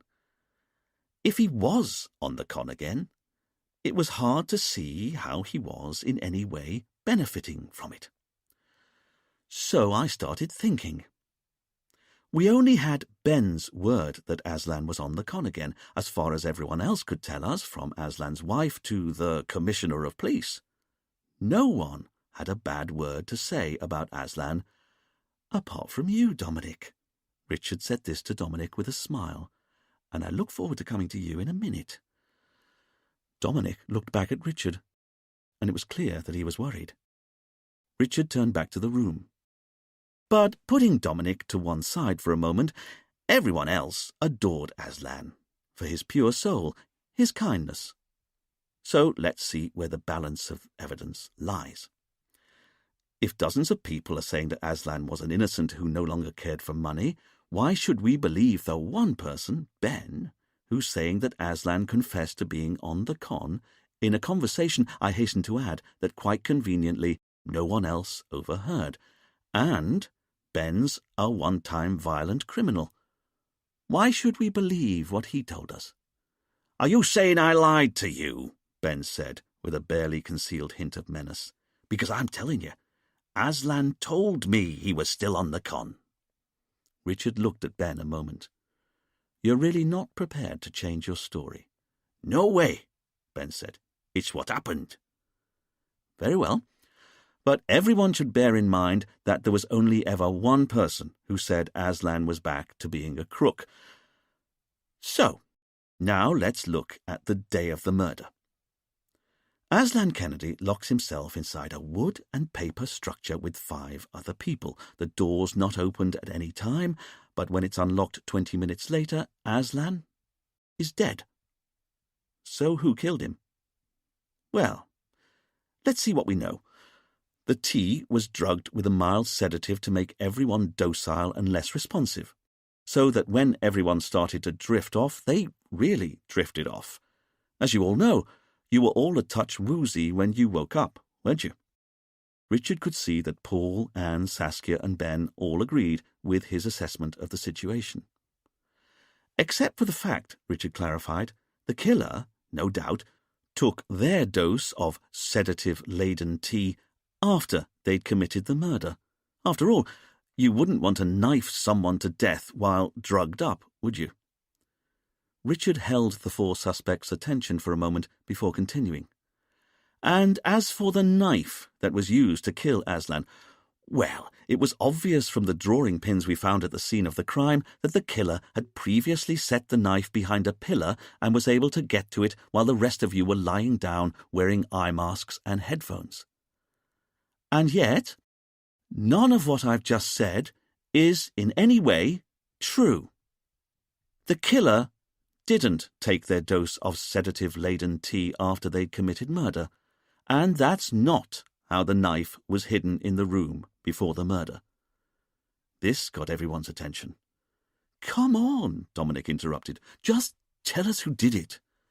"Very well," Richard said, "because now we come to the only 4 people who could ever have killed Aslan, the people who were inside the room with him when it was locked down." Here Richard looked at Saskia, Ben, Paul and Anne. "And because Aslan had stolen from 3 of you in the past, and the 4th of you was in prison with him, it's easy to imagine you all having motives. Starting with you, Saskia. You lost the most to Aslan in the Ponzi scam 20 years ago, by some distance. $500,000 up front. and that alone would be enough to commit murder. But that's not what interested me, because I was always much more impressed with the $500,000 you then spent trying to get that first $500,000 back, which shows how you don't forgive or forget. What's more, it made it quite clear, to me at least, that you were prepared to risk everything to get back what you felt was yours, even though you've always made sure you came across to us as demure, timid even. But that can't have been the whole story. A timid person wouldn't have pursued their lost money for so long and to such a ruinous extent. Everyone could see that Saskia was looking anxious at Richard's words. "You don't understand," she tried to say. "I understand too well," Richard cut back, "so don't even think about denying it. Underneath your quiet exterior, your prim secretarial exterior, you're prepared to go to the ends of the earth to get revenge, aren't you?" Saskia didn't dare say anything. "But did you do it?" Richard continued. "That's the question. After all, you only arrived on the island the night before Aslan was killed, so even if you'd already worked out that Aslan was David Kennedy, I don't see how you could have staged such a complex murder by 8 a.m. the following morning." "You don't think I did it?" Saskia asked, hope desperately flashing into her eyes. Richard looked at Saskia. "That's right. I don't." Saskia gulped, and then frowned, and then bobbed her head in appreciation to Richard. For his part, Richard next turned to Ben Jenkins. "So, let's look at you, Ben Jenkins," Richard said. "Because Aslan's murder was so violent, surely we needed look no further than the only person here who already had a history of violent crime to unmask our murderer." "I served my time," Ben said with a sort of edge that suggested he hadn't quite put his violent past as far behind him as he'd have liked people to believe. "But you're still consorting with other criminals, as your friendship with the ex-con Ratty proves." "I told you all about him voluntarily." "Hardly," Richard said. "You were trying to make sure you didn't get arrested for murder at the time. I think you were throwing us a bone to distract us, just as I think you were trying to distract us when you told us Aslan confessed to you that he was on the con again." "But that's what he told me," Ben said, no longer able to keep the anger out of his voice. Richard tilted his head to one side, as though he were an art expert deciding if a painting was fake or not. Again, interesting. Richard turned back to address the room. "It was also true that you were the person in the murder room who'd known Aslan's true identity the longest. In fact, you'd worked out that Aslan was David a whole 3 months before he died, as you were forced to admit when you showed us your email correspondence with him, which I can't help noticing was weeks and weeks before Aslan decided to invite all the Ponzi victims out to the Caribbean, a stark change in his policy. Was it you who told him to invite Paul, Anne, and Saskia out here all at the same time?" "But you saw my emails to him," Ben said. "I tried to make contact, but his emails kept bouncing back to me." Richard replied darkly, "There are ways of communicating other than via email, Ben. And seeing as you knew you'd eventually have to explain to us how you ended up on Sainte Marie, perhaps you created the email trail to Aslan to give yourself a plausible cover story." "This doesn't even remotely stack up," Ben said. "A man with a violent past who's known Aslan's real identity for long enough to dupe the victim into inviting the others out here, and who's the only person on the whole island who's been saying that the victim was still up to no good, it sure looks to me like you're our most likely suspect." "But why did I want him dead?" Ben asked through gritted teeth. Richard held Ben's gaze a long moment. "And there you have me," Richard conceded. Maybe it's something to do with your time you spent in prison with Aslan, or the confidence trick he's now apparently trying to pull off. Richard was looking hard at Ben to see if a moment of fear would slip into his eyes like had happened before. It didn't. And that's the thing. Because you're right. Although you'd have been the most likely person to carry out a violent crime like this, I've never been able to uncover a single reason why you'd want Aslan dead, so I don't see how you could be the killer. You don't? Ben asked, somewhat stunned by Richard's sudden change of direction. That's right. I don't think you killed Aslan Kennedy. This took a moment to register with Ben, and then he briefly threw his hands up in the air with a sudden exhalation of contempt for the police in general and Richard in particular. Which leaves only 2 remaining suspects, Richard said, as he turned to face Paul and Anne Sellers. And this is where it gets interesting. All the colour had already drained from Paul's face, but Richard could see that Anne was trying to look composed. She was failing. Very well, so be it. Because here we have a couple, Richard said, who quite clearly don't get on, and one of them, Paul, stole a bottle of gamma-hydroxybutyric acid, trade name Xyrax, that we now know was used to sedate the witnesses just before the murder was carried out. What's more, Paul had even secretly been phoning Aslan from his office phone, apparently behind his wife's back, and as Paul was eventually forced to admit, he'd recognized that Aslan was David the moment he saw his face in the hotel's leaflet. Now, look here, Paul started. No. You look here, Paul, Richard said, because you should know that I don't think you killed Aslan Kennedy. You don't, Paul said, almost deathly pale by now. As it happens, no, Richard said, even though it was undoubtedly your Xyrax that the real killer used to lace the tea you all drank that morning. At different speeds, everyone in the room realized what this must mean. They all turned and looked at Anne, who was standing stock still, like a suspect about to receive their sentence, Richard found himself thinking. Why are you all looking at me like that? Anne asked. Because, Richard said, only someone locked in the meditation space with Aslan could have killed him, and it wasn't Julia, Saskia, Ben, or your husband, so, by a simple process of elimination, that leaves only you. Good time Anne, who wears wild clothes, obviously has a good laugh wherever she goes, if only as an antidote to living with her turgid husband. And yet, let's stop and think what these last 20 years must have been like for you. Because, as you eventually had to admit to us, you once had a dream. A dream you were realizing when you were studying to be a singer, and that's what shattered when Aslan stole the £20,000 you'd set aside to pay for your fees. I didn't kill him, Anne said, horrified. You didn't? No. Richard looked at Anne a long moment, and then his face softened. I know, he said.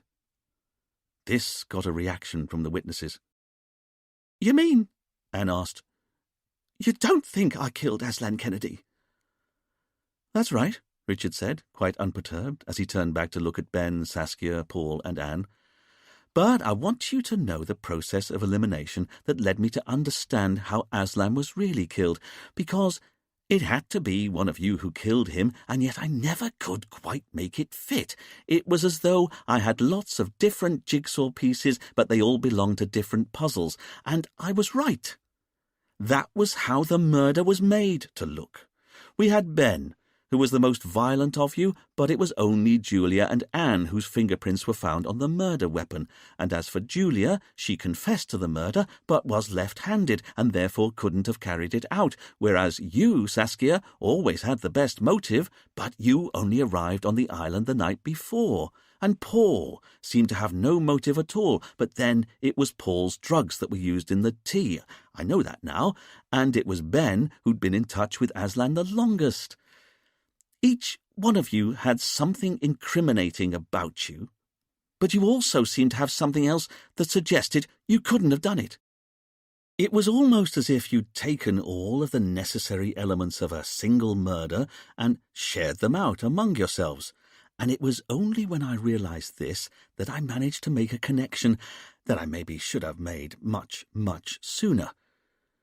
You see, other than Aslan, there were 5 people in the murder room when he was killed, and there were 5 knife strikes in his neck and back, and that's when it occurred to me, what if you were all in this together? After all, I'd been trying to work out how and when the killer had managed to drink down the drugged tea without being seen, and how the killer managed to lace the tea with gamma-hydroxybutyric acid without being seen, and how the killer smuggled the knife into the meditation space without being seen, and finally, how the killer managed to kill Aslan without any of the rest of you noticing. One explanation for how all this was achieved would be that the murder wasn't carried out secretly at all.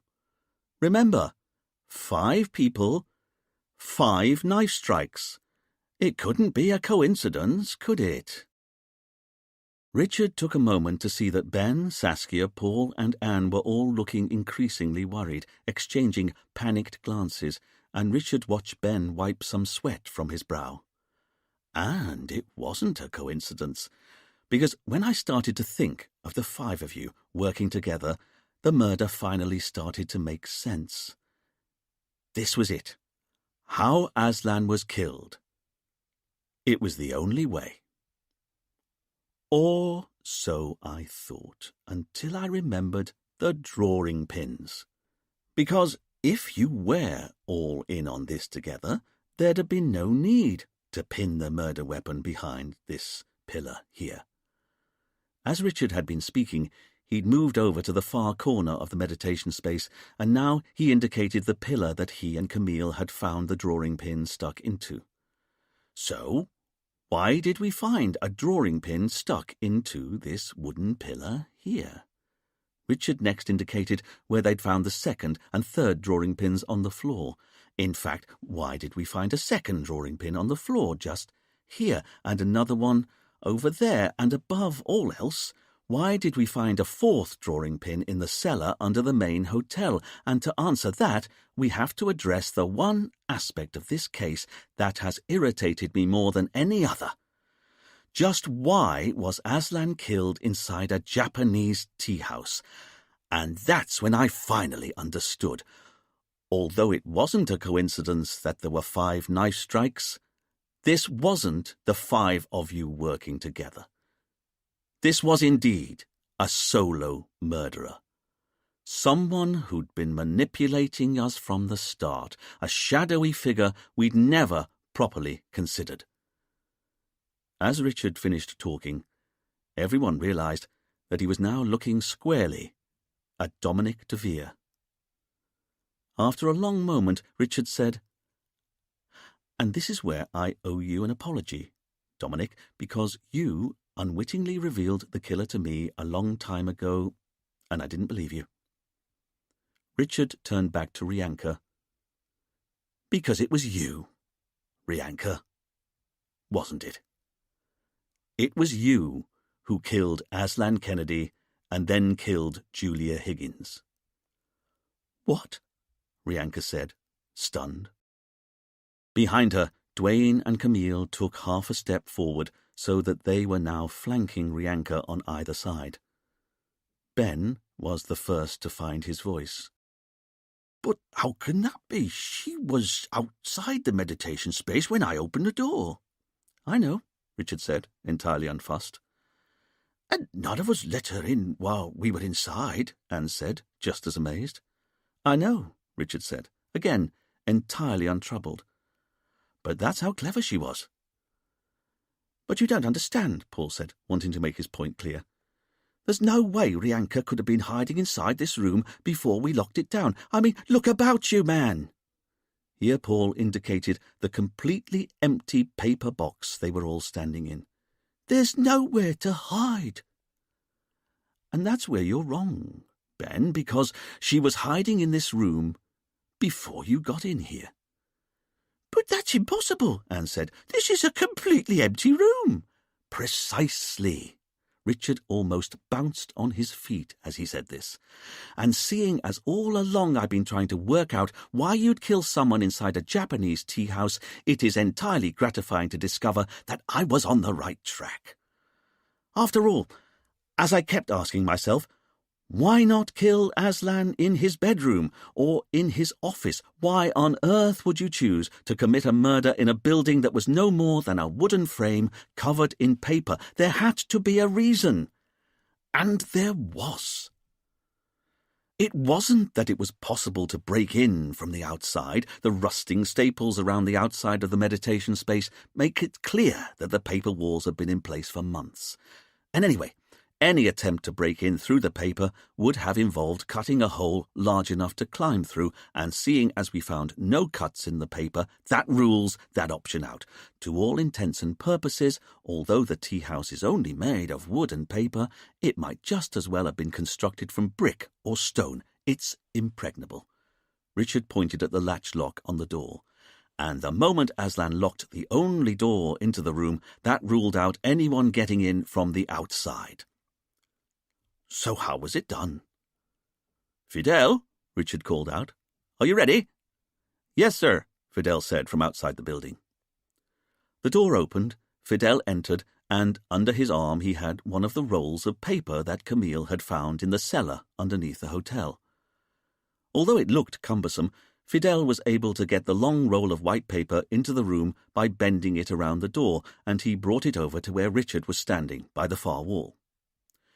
"You see," Richard said, "my mistake was to keep looking at the outside walls, because there's something about paper that makes it very different from any other kind of building material, and that's that you can put up an internal paper wall in minutes and remove it just as quickly, particularly when you've already got a ready-made frame to pin the paper to." As Richard said this, he indicated the wooden pillar towards the end of the room that he'd found the drawing pin stuck into. "You'll notice that this pillar is only a couple of feet in from the end wall, and it runs vertically up to the ceiling." Richard pointed up the pillar as he said this, "where it meets the horizontal beam that goes across the room." Here Richard walked along the width of the room, indicating the ceiling beam above his head, "where it meets another vertical pillar which, like the first, is set only a couple of feet into the room." Richard turned and looked at Rianka. In effect, these two verticals and crossbeam, set as they are just in from the end of the room, are perfect for hanging a false wall from.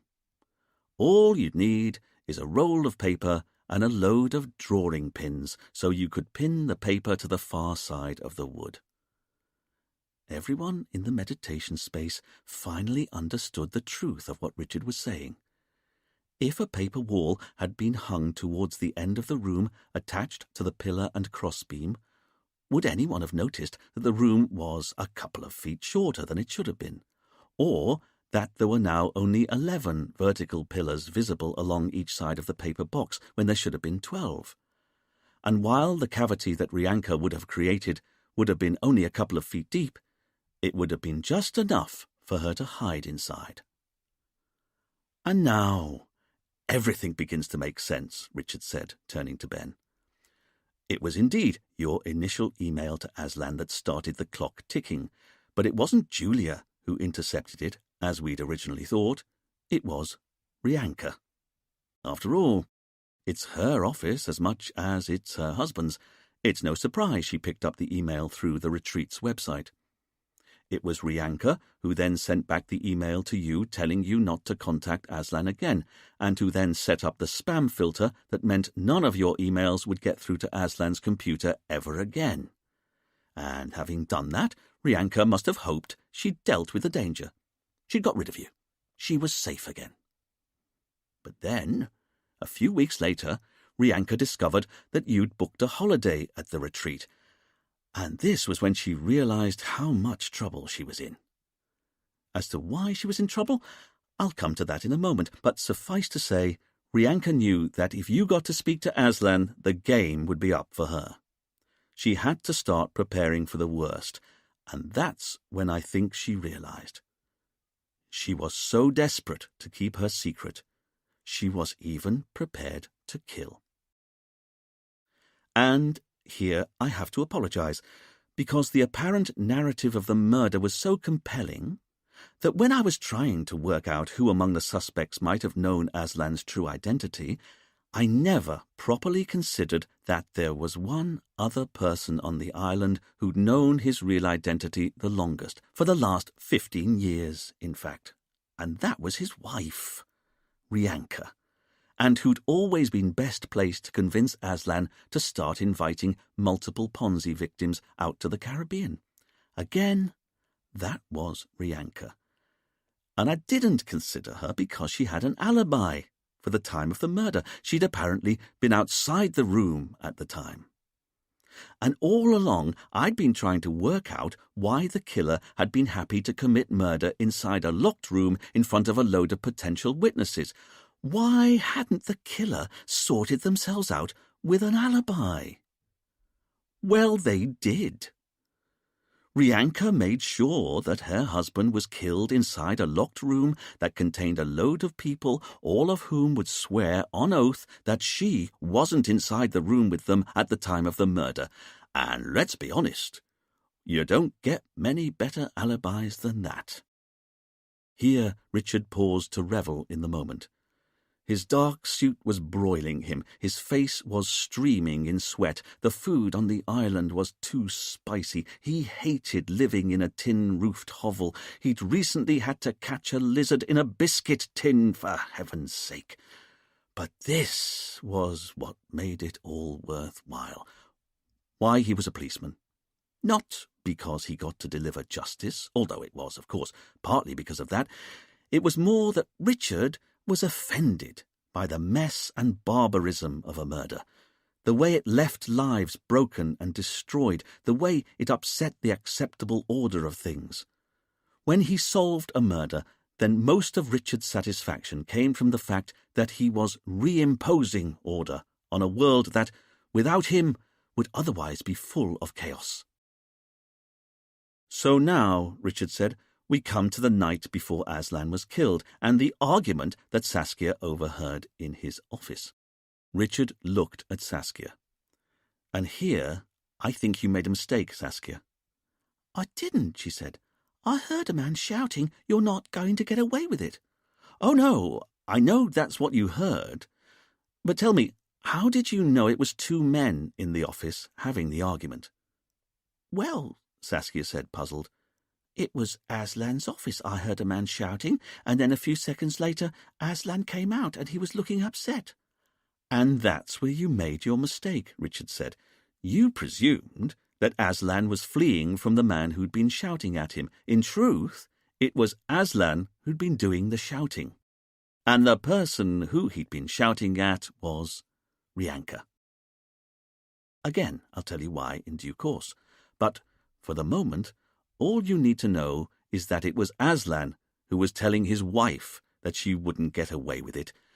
But with those words, Aslan was, inadvertently, signing his own death warrant.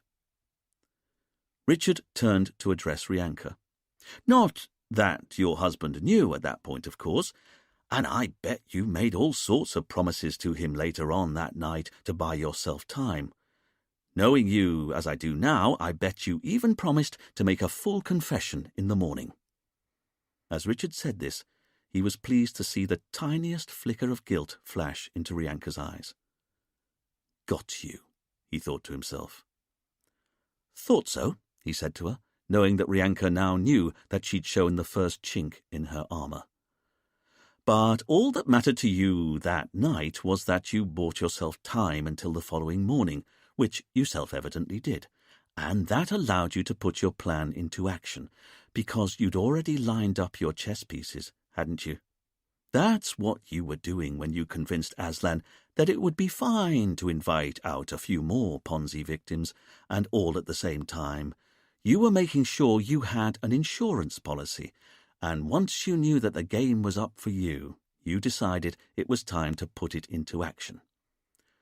So, following your argument with Aslan, you got hold of Julia and asked her to write out a new list of names for the sunrise healing session, a list of names that you'd chosen. And I'm sure Julia was only too glad to help, partly because she was a trusting soul, partly because I bet she was thrilled when you told her she could add her name to the list, but mostly, if I'm honest, because it was her job to offer you secretarial support. That was the condition of her staying at the hotel for free, wasn't it? And what could be more secretarial than writing out a list of names for one of your bosses? As for how Rianka got hold of the murder weapon, I don't think that was hard either. Anne, here Richard turned to Anne, was Rianka one of the people doing the washing up with you the night before Aslan was killed? Anne looked at Rianka, her memories slowly coalescing as she thought back to the night in question. "You know what?" Anne eventually said. "She was. In fact, it was Rianka who suggested I come and help with the washing up in the first place. I remember now."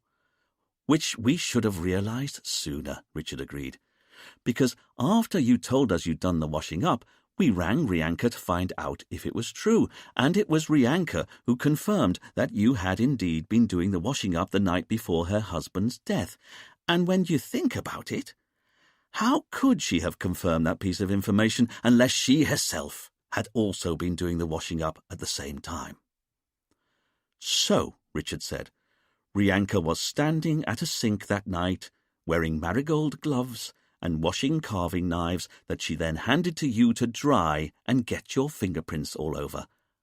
Am I right?" Anne didn't need to say anything. It was obvious that what Richard had said was true.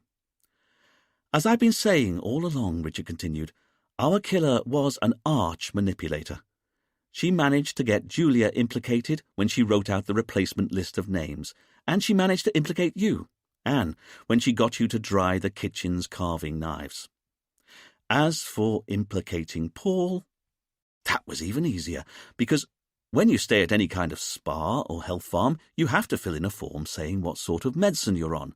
It wouldn't have been hard for Rianka to discover that the Zyrax that Paul listed was a brand name for gamma-hydroxybutyric acid and a sedative. And nor would it have been hard for her to use the hotel's passkey to liberate some of the Zyrax from Paul's bottle of pills. And it would have been easy for her to then leave out the teapot and cups on a tray, all ready for her husband to pour water into the following morning. An act of kindness, or so it appeared on her part. But Aslan wasn't to know that his wife had crushed up a load of Paul's Zyrax pills and mixed them in with the tea leaves at the bottom of the teapot, all ready for him to activate when he poured in the boiling water the following day. So that was Paul, also implicated in advance. As for Saskia and Ben, you weren't able to pin anything directly to them, but you weren't too worried about that. Saskia was already the person who'd lost the most money to Aslan's con 20 years ago. Surely that was implication enough. And Ben was an ex-convict who'd shared a prison cell with her husband. No one could appear more like the murderer than someone who'd already done time for actual bodily harm. Here, Richard took out his hanky and mopped his brow. He could see that Ben and Paul were looking impressed with him, as though they were both finally acknowledging that maybe Richard wasn't such a waste of space after all. As for Anne and Saskia, Anne was watching events unfold with slack-jawed wonder, and Saskia was clearly just as astonished, but she didn't need to bob her head around to follow proceedings, as Anne did. As for Rianka, Richard noted that she'd taken to staring straight ahead in silent horror. She was guilty as hell, and she knew that Richard knew it. "So now we come to the day of the murder," Richard said. "And now I'm going to tell you how Rianka killed her husband." Chapter 16. Aslan got up with the sun, Richard said. "We know he didn't like alarm clocks." He then went down to the kitchen, where he found a teapot and cups had already been set out for him on a tray. He maybe thought it was a peace offering from his wife following their argument the night before, Or maybe he thought it had been laid out for him by the ever-thoughtful Julia, but it hardly matters. He put the necessary boiling water in, never knowing that he was inadvertently making a drink that was laced with a sedative. Now, I imagine that Rianka had already got the spare roll of paper wall into the meditation space before that morning, but whether she'd already started to hang it the night before, or did it all that morning while Aslan was making the tea and the unsuspecting guests were on the beach stretching and swimming, Rianka slipped into the meditation space and finished pinning up the paper wall so no one would know she was hiding behind it. Fidel, if you would. As Richard went over to the end wall, Fidel stood the roll of paper up by the vertical wall pillar that Camille had found the second drawing pin pushed into. As he did this, Fidel made sure that the trailing flap of paper was running flush up against the vertical post. The roll fitted the height of the building perfectly. Of course it did. It had been designed for the building. Fidel then got out a little box of drawing pins from his pocket and started to push a few drawing pins through the edge of the paper and into the vertical beam. As he did this, Richard continued speaking. And here I have to admit to a failing, because I should have realized that a roll of paper had been used in the murder of Aslan Kennedy much sooner.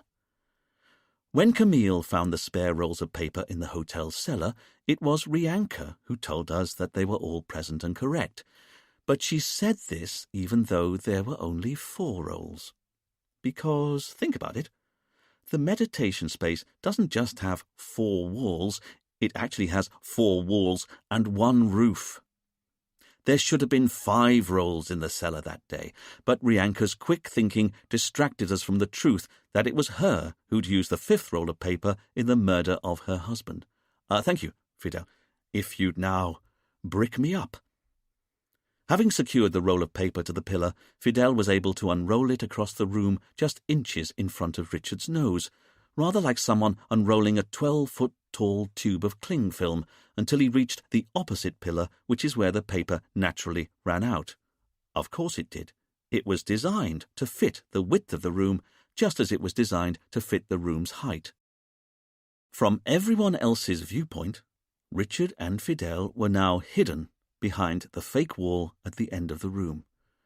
And because Fidel had pinned the paper on the far side of the wooden posts, it wasn't even possible for anyone inside the meditation space to see any of the drawing pins. In fact, from everyone else's point of view, the end of the room looked entirely normal. It was just the usual wooden frame with a paper wall attached to the further side of it. But there was now a narrow cavity at the end of the room that Richard and Fidel were hiding inside, although their bodies could still be seen as dim shadows through the translucent paper.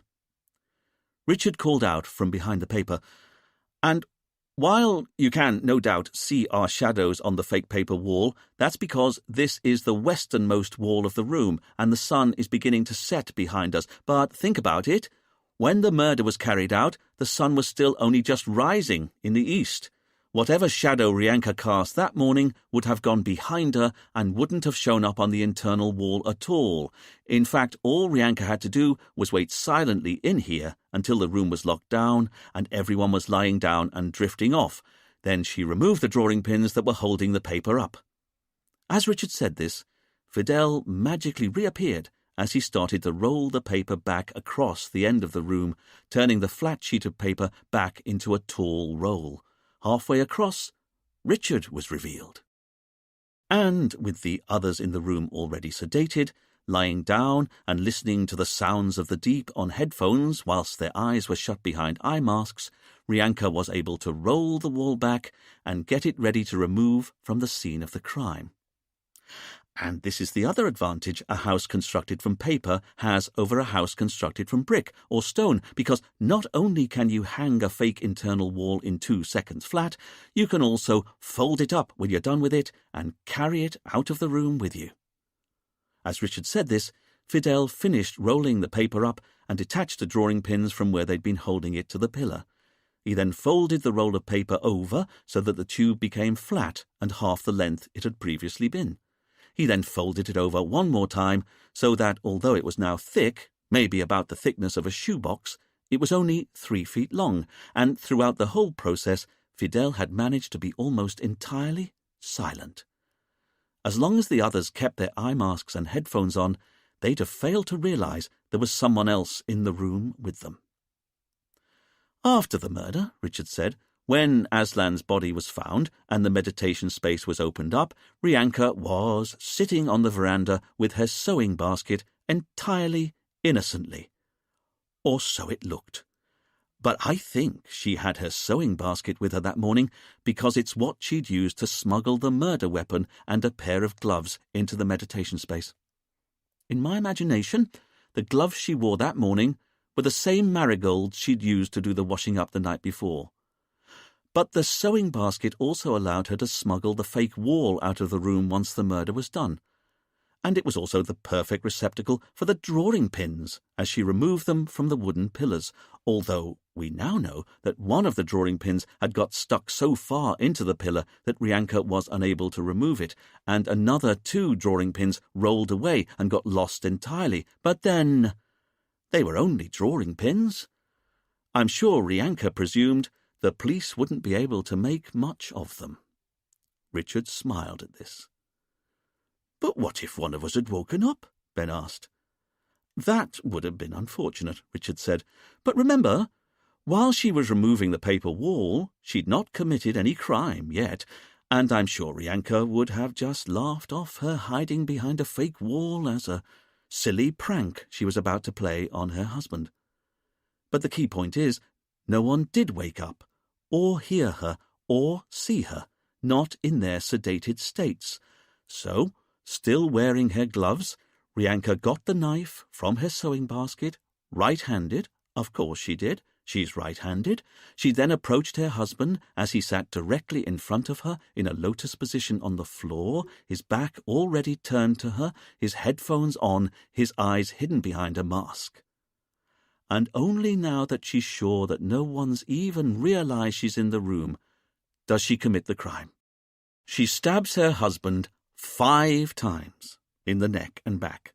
Another piece of circumstantial evidence she knew might later point the finger of suspicion at the 5 other people who'd been in the room when he was killed. She then puts the knife down. And this was Rianka's final stroke of genius, because although the room was locked down from the inside, it was only a latch lock, a common or garden Yale lock, such as you'd find on any front door anywhere in the world. And she knew that although no one could get in from the outside while it was locked down, there was nothing stopping her from unlocking it from the inside, and once she'd slipped out of the meditation space and closed the door behind herself, the lock would lock itself behind her again. And here Rianka displayed nerves of steel. She had to leave the meditation space as though she were entirely innocent. But then, if anyone saw her, what in fact would they have seen? The owner of the hotel, calmly leaving one of the treatment rooms with her sewing basket under her arm. Would they really recognize the significance of the wodge of white paper in the basket, or know if this was before or after Aslan had gone inside? Or before or after Aslan was slain? Because I think Rianka presumed that the sedative she'd put in the tea would knock everyone out inside the meditation space for long enough that it would later on prove almost impossible to pin down the exact time when Aslan had been killed. As it happened, no one saw Rianka leave, and this allowed her to take the folded-up paper to the cellar under the house and burn it in the hotel's furnace. In the process, she dropped one of the drawing pins she'd used. A small clue, perhaps, but it was enough to make me realize that the killer had possibly been in the cellar under the house, and that's what made me ask Fidel here to sift through the ash of the furnace. A furnace I now remember, Richard said, turning to Rianka, that you didn't want us to shut down. Of course you didn't. You guessed we might find charred bits of paper from the spare roll of paper you'd burnt on the morning of the murder. Not that we knew the importance of what we were doing from your manner. I almost take my hat off to you. You've had us turning this way and that from the start." Richard turned back to address the room. But having killed her husband and burnt the roll of paper in the furnace, Rianka then went out onto the veranda and started darning a sock, so that later on, when we asked, she'd be able to give false testimony that the whole time Aslan had been inside the meditation space, she saw no one enter or leave. Another way of making it look as though the killer had to be one of the people who'd been locked inside the room with her husband. And this is where Rianka had a stroke of good fortune, because Julia was the first to come round from the drugged tea, and, in her confusion, she went to the body and picked up the knife while she was still groggy, and being the somewhat impressionable and credulous young woman that we all know she was, she erroneously came to the conclusion that she must have killed him. Although I'm not sure you necessarily saw it as good fortune. After all, Julia had written out the list of names on your say-so, and you didn't want us finding that information out until you decided it was time to commit murder again. This got everyone's attention. That's right. I think Rianka was always prepared to commit a second murder if she had to. Whether it would be Julia she killed or one of the others who'd been locked up with Aslan, I don't think she yet knew, but she was always prepared for the possibility. And I know this because it was Rianka who broke into Dominic's house long before Aslan had ever been killed.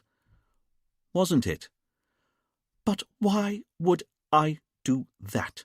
Rianka asked, finally finding her voice. Because you wanted a bottle with Dominic's fingerprints on. Remember, we know your modus operandi now.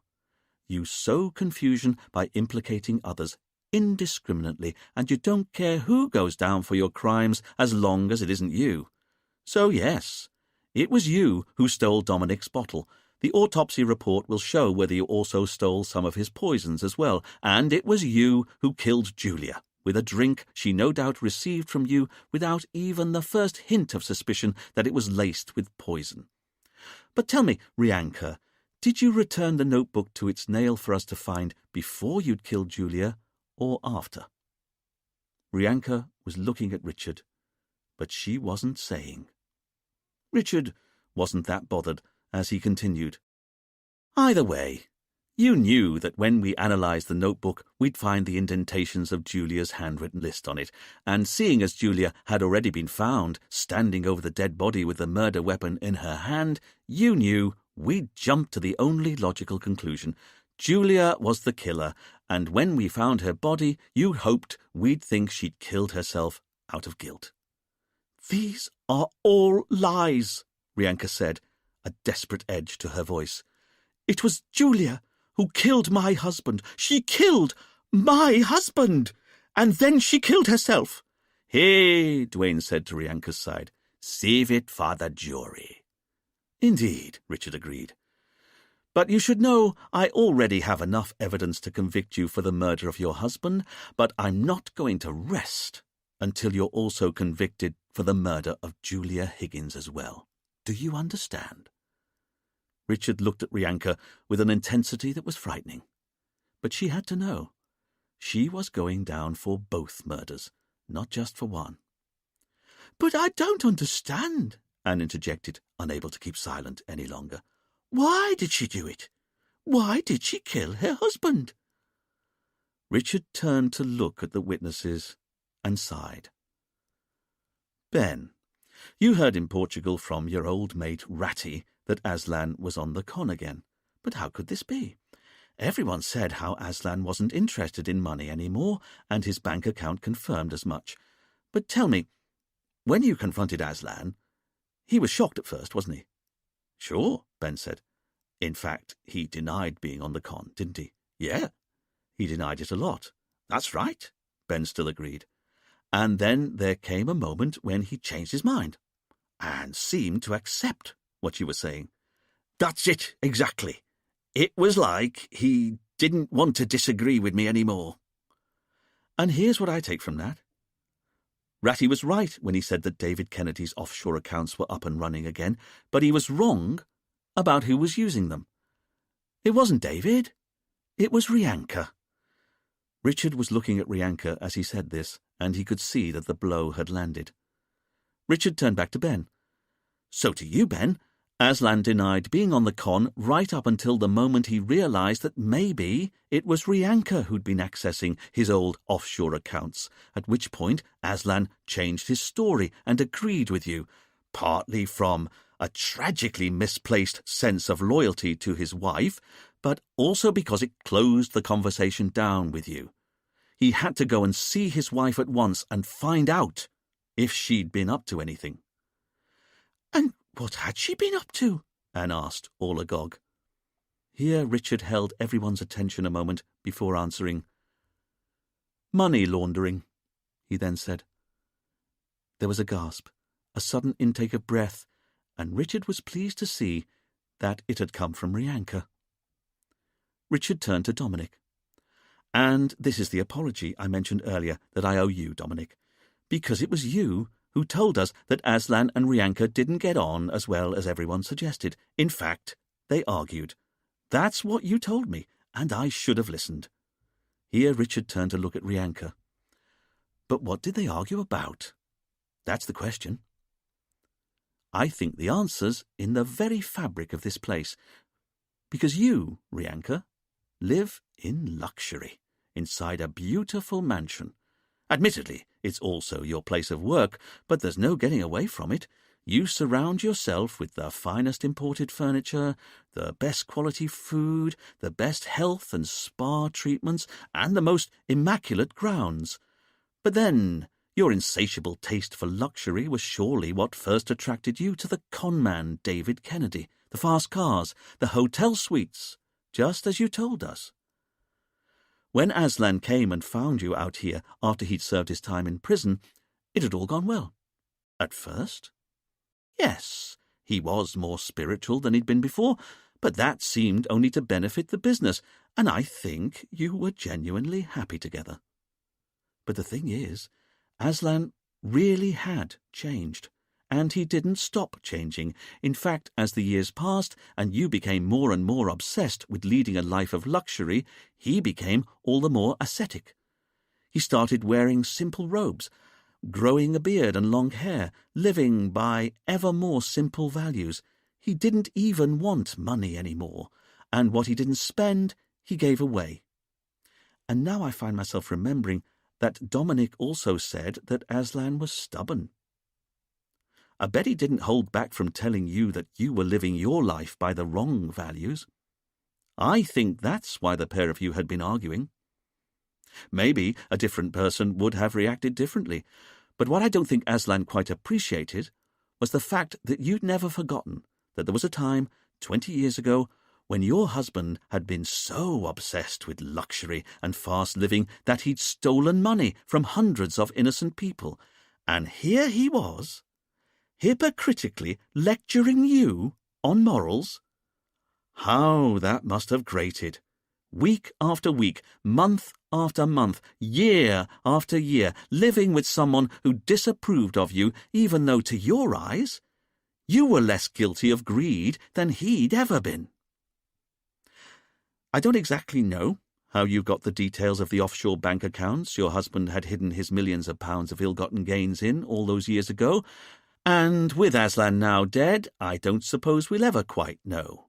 Maybe you got him to give you the details of where he was hiding his money, or maybe you came across the details by accident, or maybe he told you years ago, and you've been sitting on the information ever since. Anyway, you finally decided that your husband could disapprove of you all he wanted, but he wasn't going to get away with such rank hypocrisy. If he was so happy to go without money, you'd take his money from him. The money that was sitting in an offshore account just waiting to be spent. By you. But how to do it without Aslan realizing what you were up to? That was the question.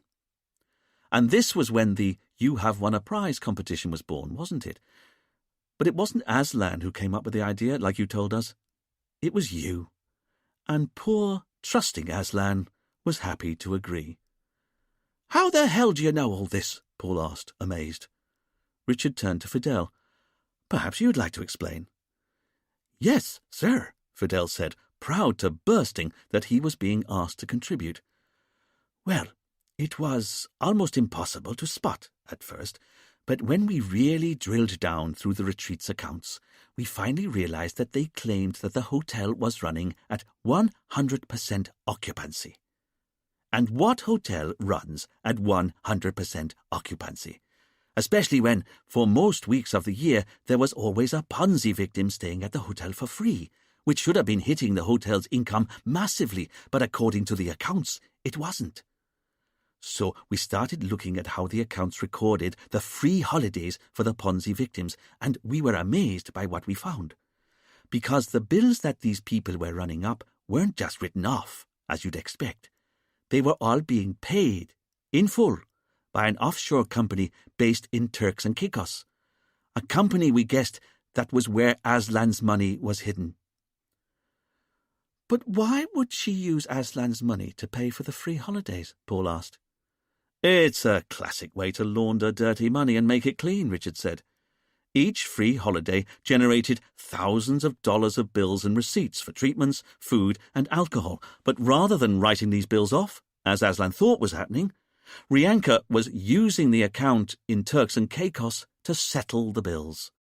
"By our reckoning," Fidel said, "there have been over 60 Ponzi guests stay at the retreat for free over the last 3 years. But by getting the company in Turks and Caicos to settle all of their bills, Rianka's been able to wash over $450,000 from Aslan's offshore account into the hotel's bank accounts. And how would the tax office ever know? Year after year, the hotel's income perfectly matched the bills that the business was apparently generating." "It was such a clever con," Richard said, again to Rianka. "And like all good cons, you were hiding your lust for money behind apparent altruism. The free holidays you were offering here at the retreat. But once Aslan realized what you'd been up to, you knew he'd go to the police. You'd be looking at a good 10-year stretch in prison, and from your point of view, your husband had already ruined your life once when he was arrested 20 years ago. You weren't prepared to let him ruin your life again. That's the way you saw it. So you decided he had to be stopped from going to the police and stopped permanently. As for whether or not you'd have to kill anyone else to cover up the first murder, you didn't much care, did you? That was just collateral damage. All that mattered to you was that you didn't lose your life of luxury here." Richard was looking at Rianka as he said this, and he was pleased to see that she was finally looking worried. There was a streak of pride in her that he knew he could exploit. "But the thing is, Rianka, that's exactly what you're about to lose, because it's going to be 12 feet by 12 for you for the next 25 years at least, fetching outfits in orange and prison food." Richard could see a quiver in Rianka's lip, but he didn't feel even the tiniest spark of compassion. He was talking to a double murderer. Richard turned to Dwayne. "You know what? You can take her away now." Dwayne pulled out a pair of handcuffs, clicked them tight onto Rianka's wrists, and read her rights. As Dwayne then led Rianka off to the police jeep across the immaculate lawn, Richard and the others drifted out of the meditation space to watch. "That bitch," Anne said. This pretty much summed it up for them all, and they stood in silence for a while. "You know," Saskia continued, "I never thought I'd ever say this, but that woman's almost made me feel sorry for David Kennedy." Everyone turned and looked in surprise at Saskia, so she clarified. "Almost." "You know," Dominic said, "I was convinced back there for a moment that you were about to reveal that I'd killed Aslan." Richard turned and looked at Dominic. "But how could I do that? I always said the killer had to be one of the people inside the meditation space, and you were never inside." Dominic took a moment to work out what Richard had said, but once he'd got his head around that, he thought for a moment longer, and then suddenly froze in wonder. "Hey! I don't believe it," Dominic said. "You're glowing." Richard was thrown. "I'm sorry?" "I didn't notice before, but you do have an aura after all. And it's golden, man. A golden halo of light, like an avenging angel. That's your aura." Richard couldn't help himself, and he found himself smiling for the second time in a day. "You just tell people what they want to hear, don't you?" he said. Dominic shrugged. "There are worse crimes," he said. Together they turned and looked at Duane as he put Rianka in the back of the jeep, closing the door on her with a metallic clang. "You're right, I suppose," Richard said. "There are worse crimes." It turned out that the moment Rianka was banged up inside one of the police station's cells with an iron bed, iron bars, a strip of window, and peeling paint on the walls, she'd been consumed by a deep depression. Not that she'd confessed to either murder yet, but Richard guessed it was only a matter of time. After all, the only way she'd been able to minimize her time in prison now was if she pleaded guilty. 2 days after Rianka's arrest, Richard was standing alone on his beach when he got a call on his mobile. It was Camille. She told him how the labs had analysed all of the material they'd found in Rianka's sewing basket and found spots of Aslan's blood. There had also been a number of drawing pins. They were the same brand of drawing pin as Richard and Camille had found at the meditation space, and one of the drawing pins had a spot of blood on it that also belonged to Aslan. As Camille explained all this to Richard, he took a moment to consider Aslan's character. A one-time crook who'd changed his ways so much that he'd not touched any of his stolen money since coming out of prison. Maybe people were capable of change after all. Camille was then able to say that the autopsy report had also come in on Julia Higgins, and the pathologist had found a lethal cocktail of drugs in her bloodstream, including ketamine and cyanide, which suggested that Rianka had indeed stolen the poisons from Dominic's lab, as well as the bottle she had put them in. However, the report said that Julia had actually died of asphyxiation, and the cotton fibres that the pathologist had been able to pull out of her mouth and throat matched one of the pillows that had been by her head after her body was found. Whoever had given her the poison to drink had then smothered her to death with a pillow over her face to make sure. Camille said, "So I just confronted Rianka with all this new evidence." "You did?" Richard asked, his interest finally coming into focus. "As she broke down and confessed to everything, to killing Julia, to killing her husband. She's currently making a full statement to Fidel." Richard didn't say anything. "This is where you say, 'Well done, Camille.'" "No, of course," Richard said. "Very well done. It's just... Camille, I'm busy this second, but I'll be back at the station in half an hour, okay?" There was a pause from Camille on the other end of the phone before she said, "You're busy?" "Yes." "Doing what?" "Oh," Richard said, immediately guarded. "Nothing." "You're busy doing nothing?" "That's right. But thank you for all your work on this case. It's been excellent. As ever." After a moment, Camille said, "Thank you, sir," accepting the tiny olive branch she was being offered. "And you should know, Duane's organizing a big party down at Maman's bar tonight. You know, now that Rianka's confessed to both murders, and the commissioner's going to be there too, everyone's coming."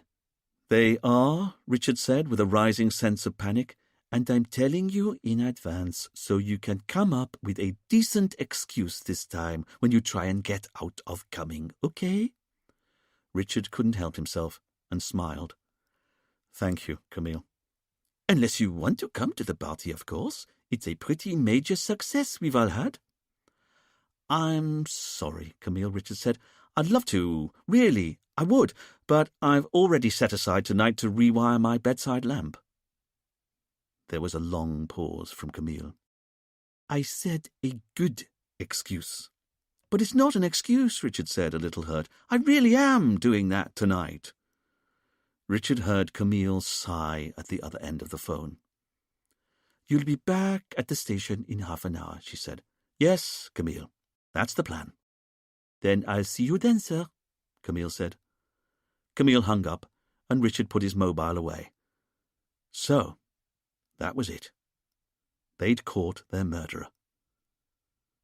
Richard remembered back to the moment when he'd stood over Aslan's body and made his solemn promise. He'd sworn to catch his killer, and he'd done just that. So he was trying to feel satisfied that he'd delivered justice and restored order to the world. But in truth, Richard just felt empty. And this was because what he couldn't get out of his mind was the memory of his brief encounter with Julia on the beach. Because he now knew that Julia had been entirely innocent all along. She'd never been manipulating anyone, and that meant that when she'd come to his beach and gone for a walk and tried to go swimming with him, that had all been entirely genuine. As indeed had been the moment when she kissed him, and when she'd agreed to go for a drink with him. Richard bent down to the sand and picked up another round pebble.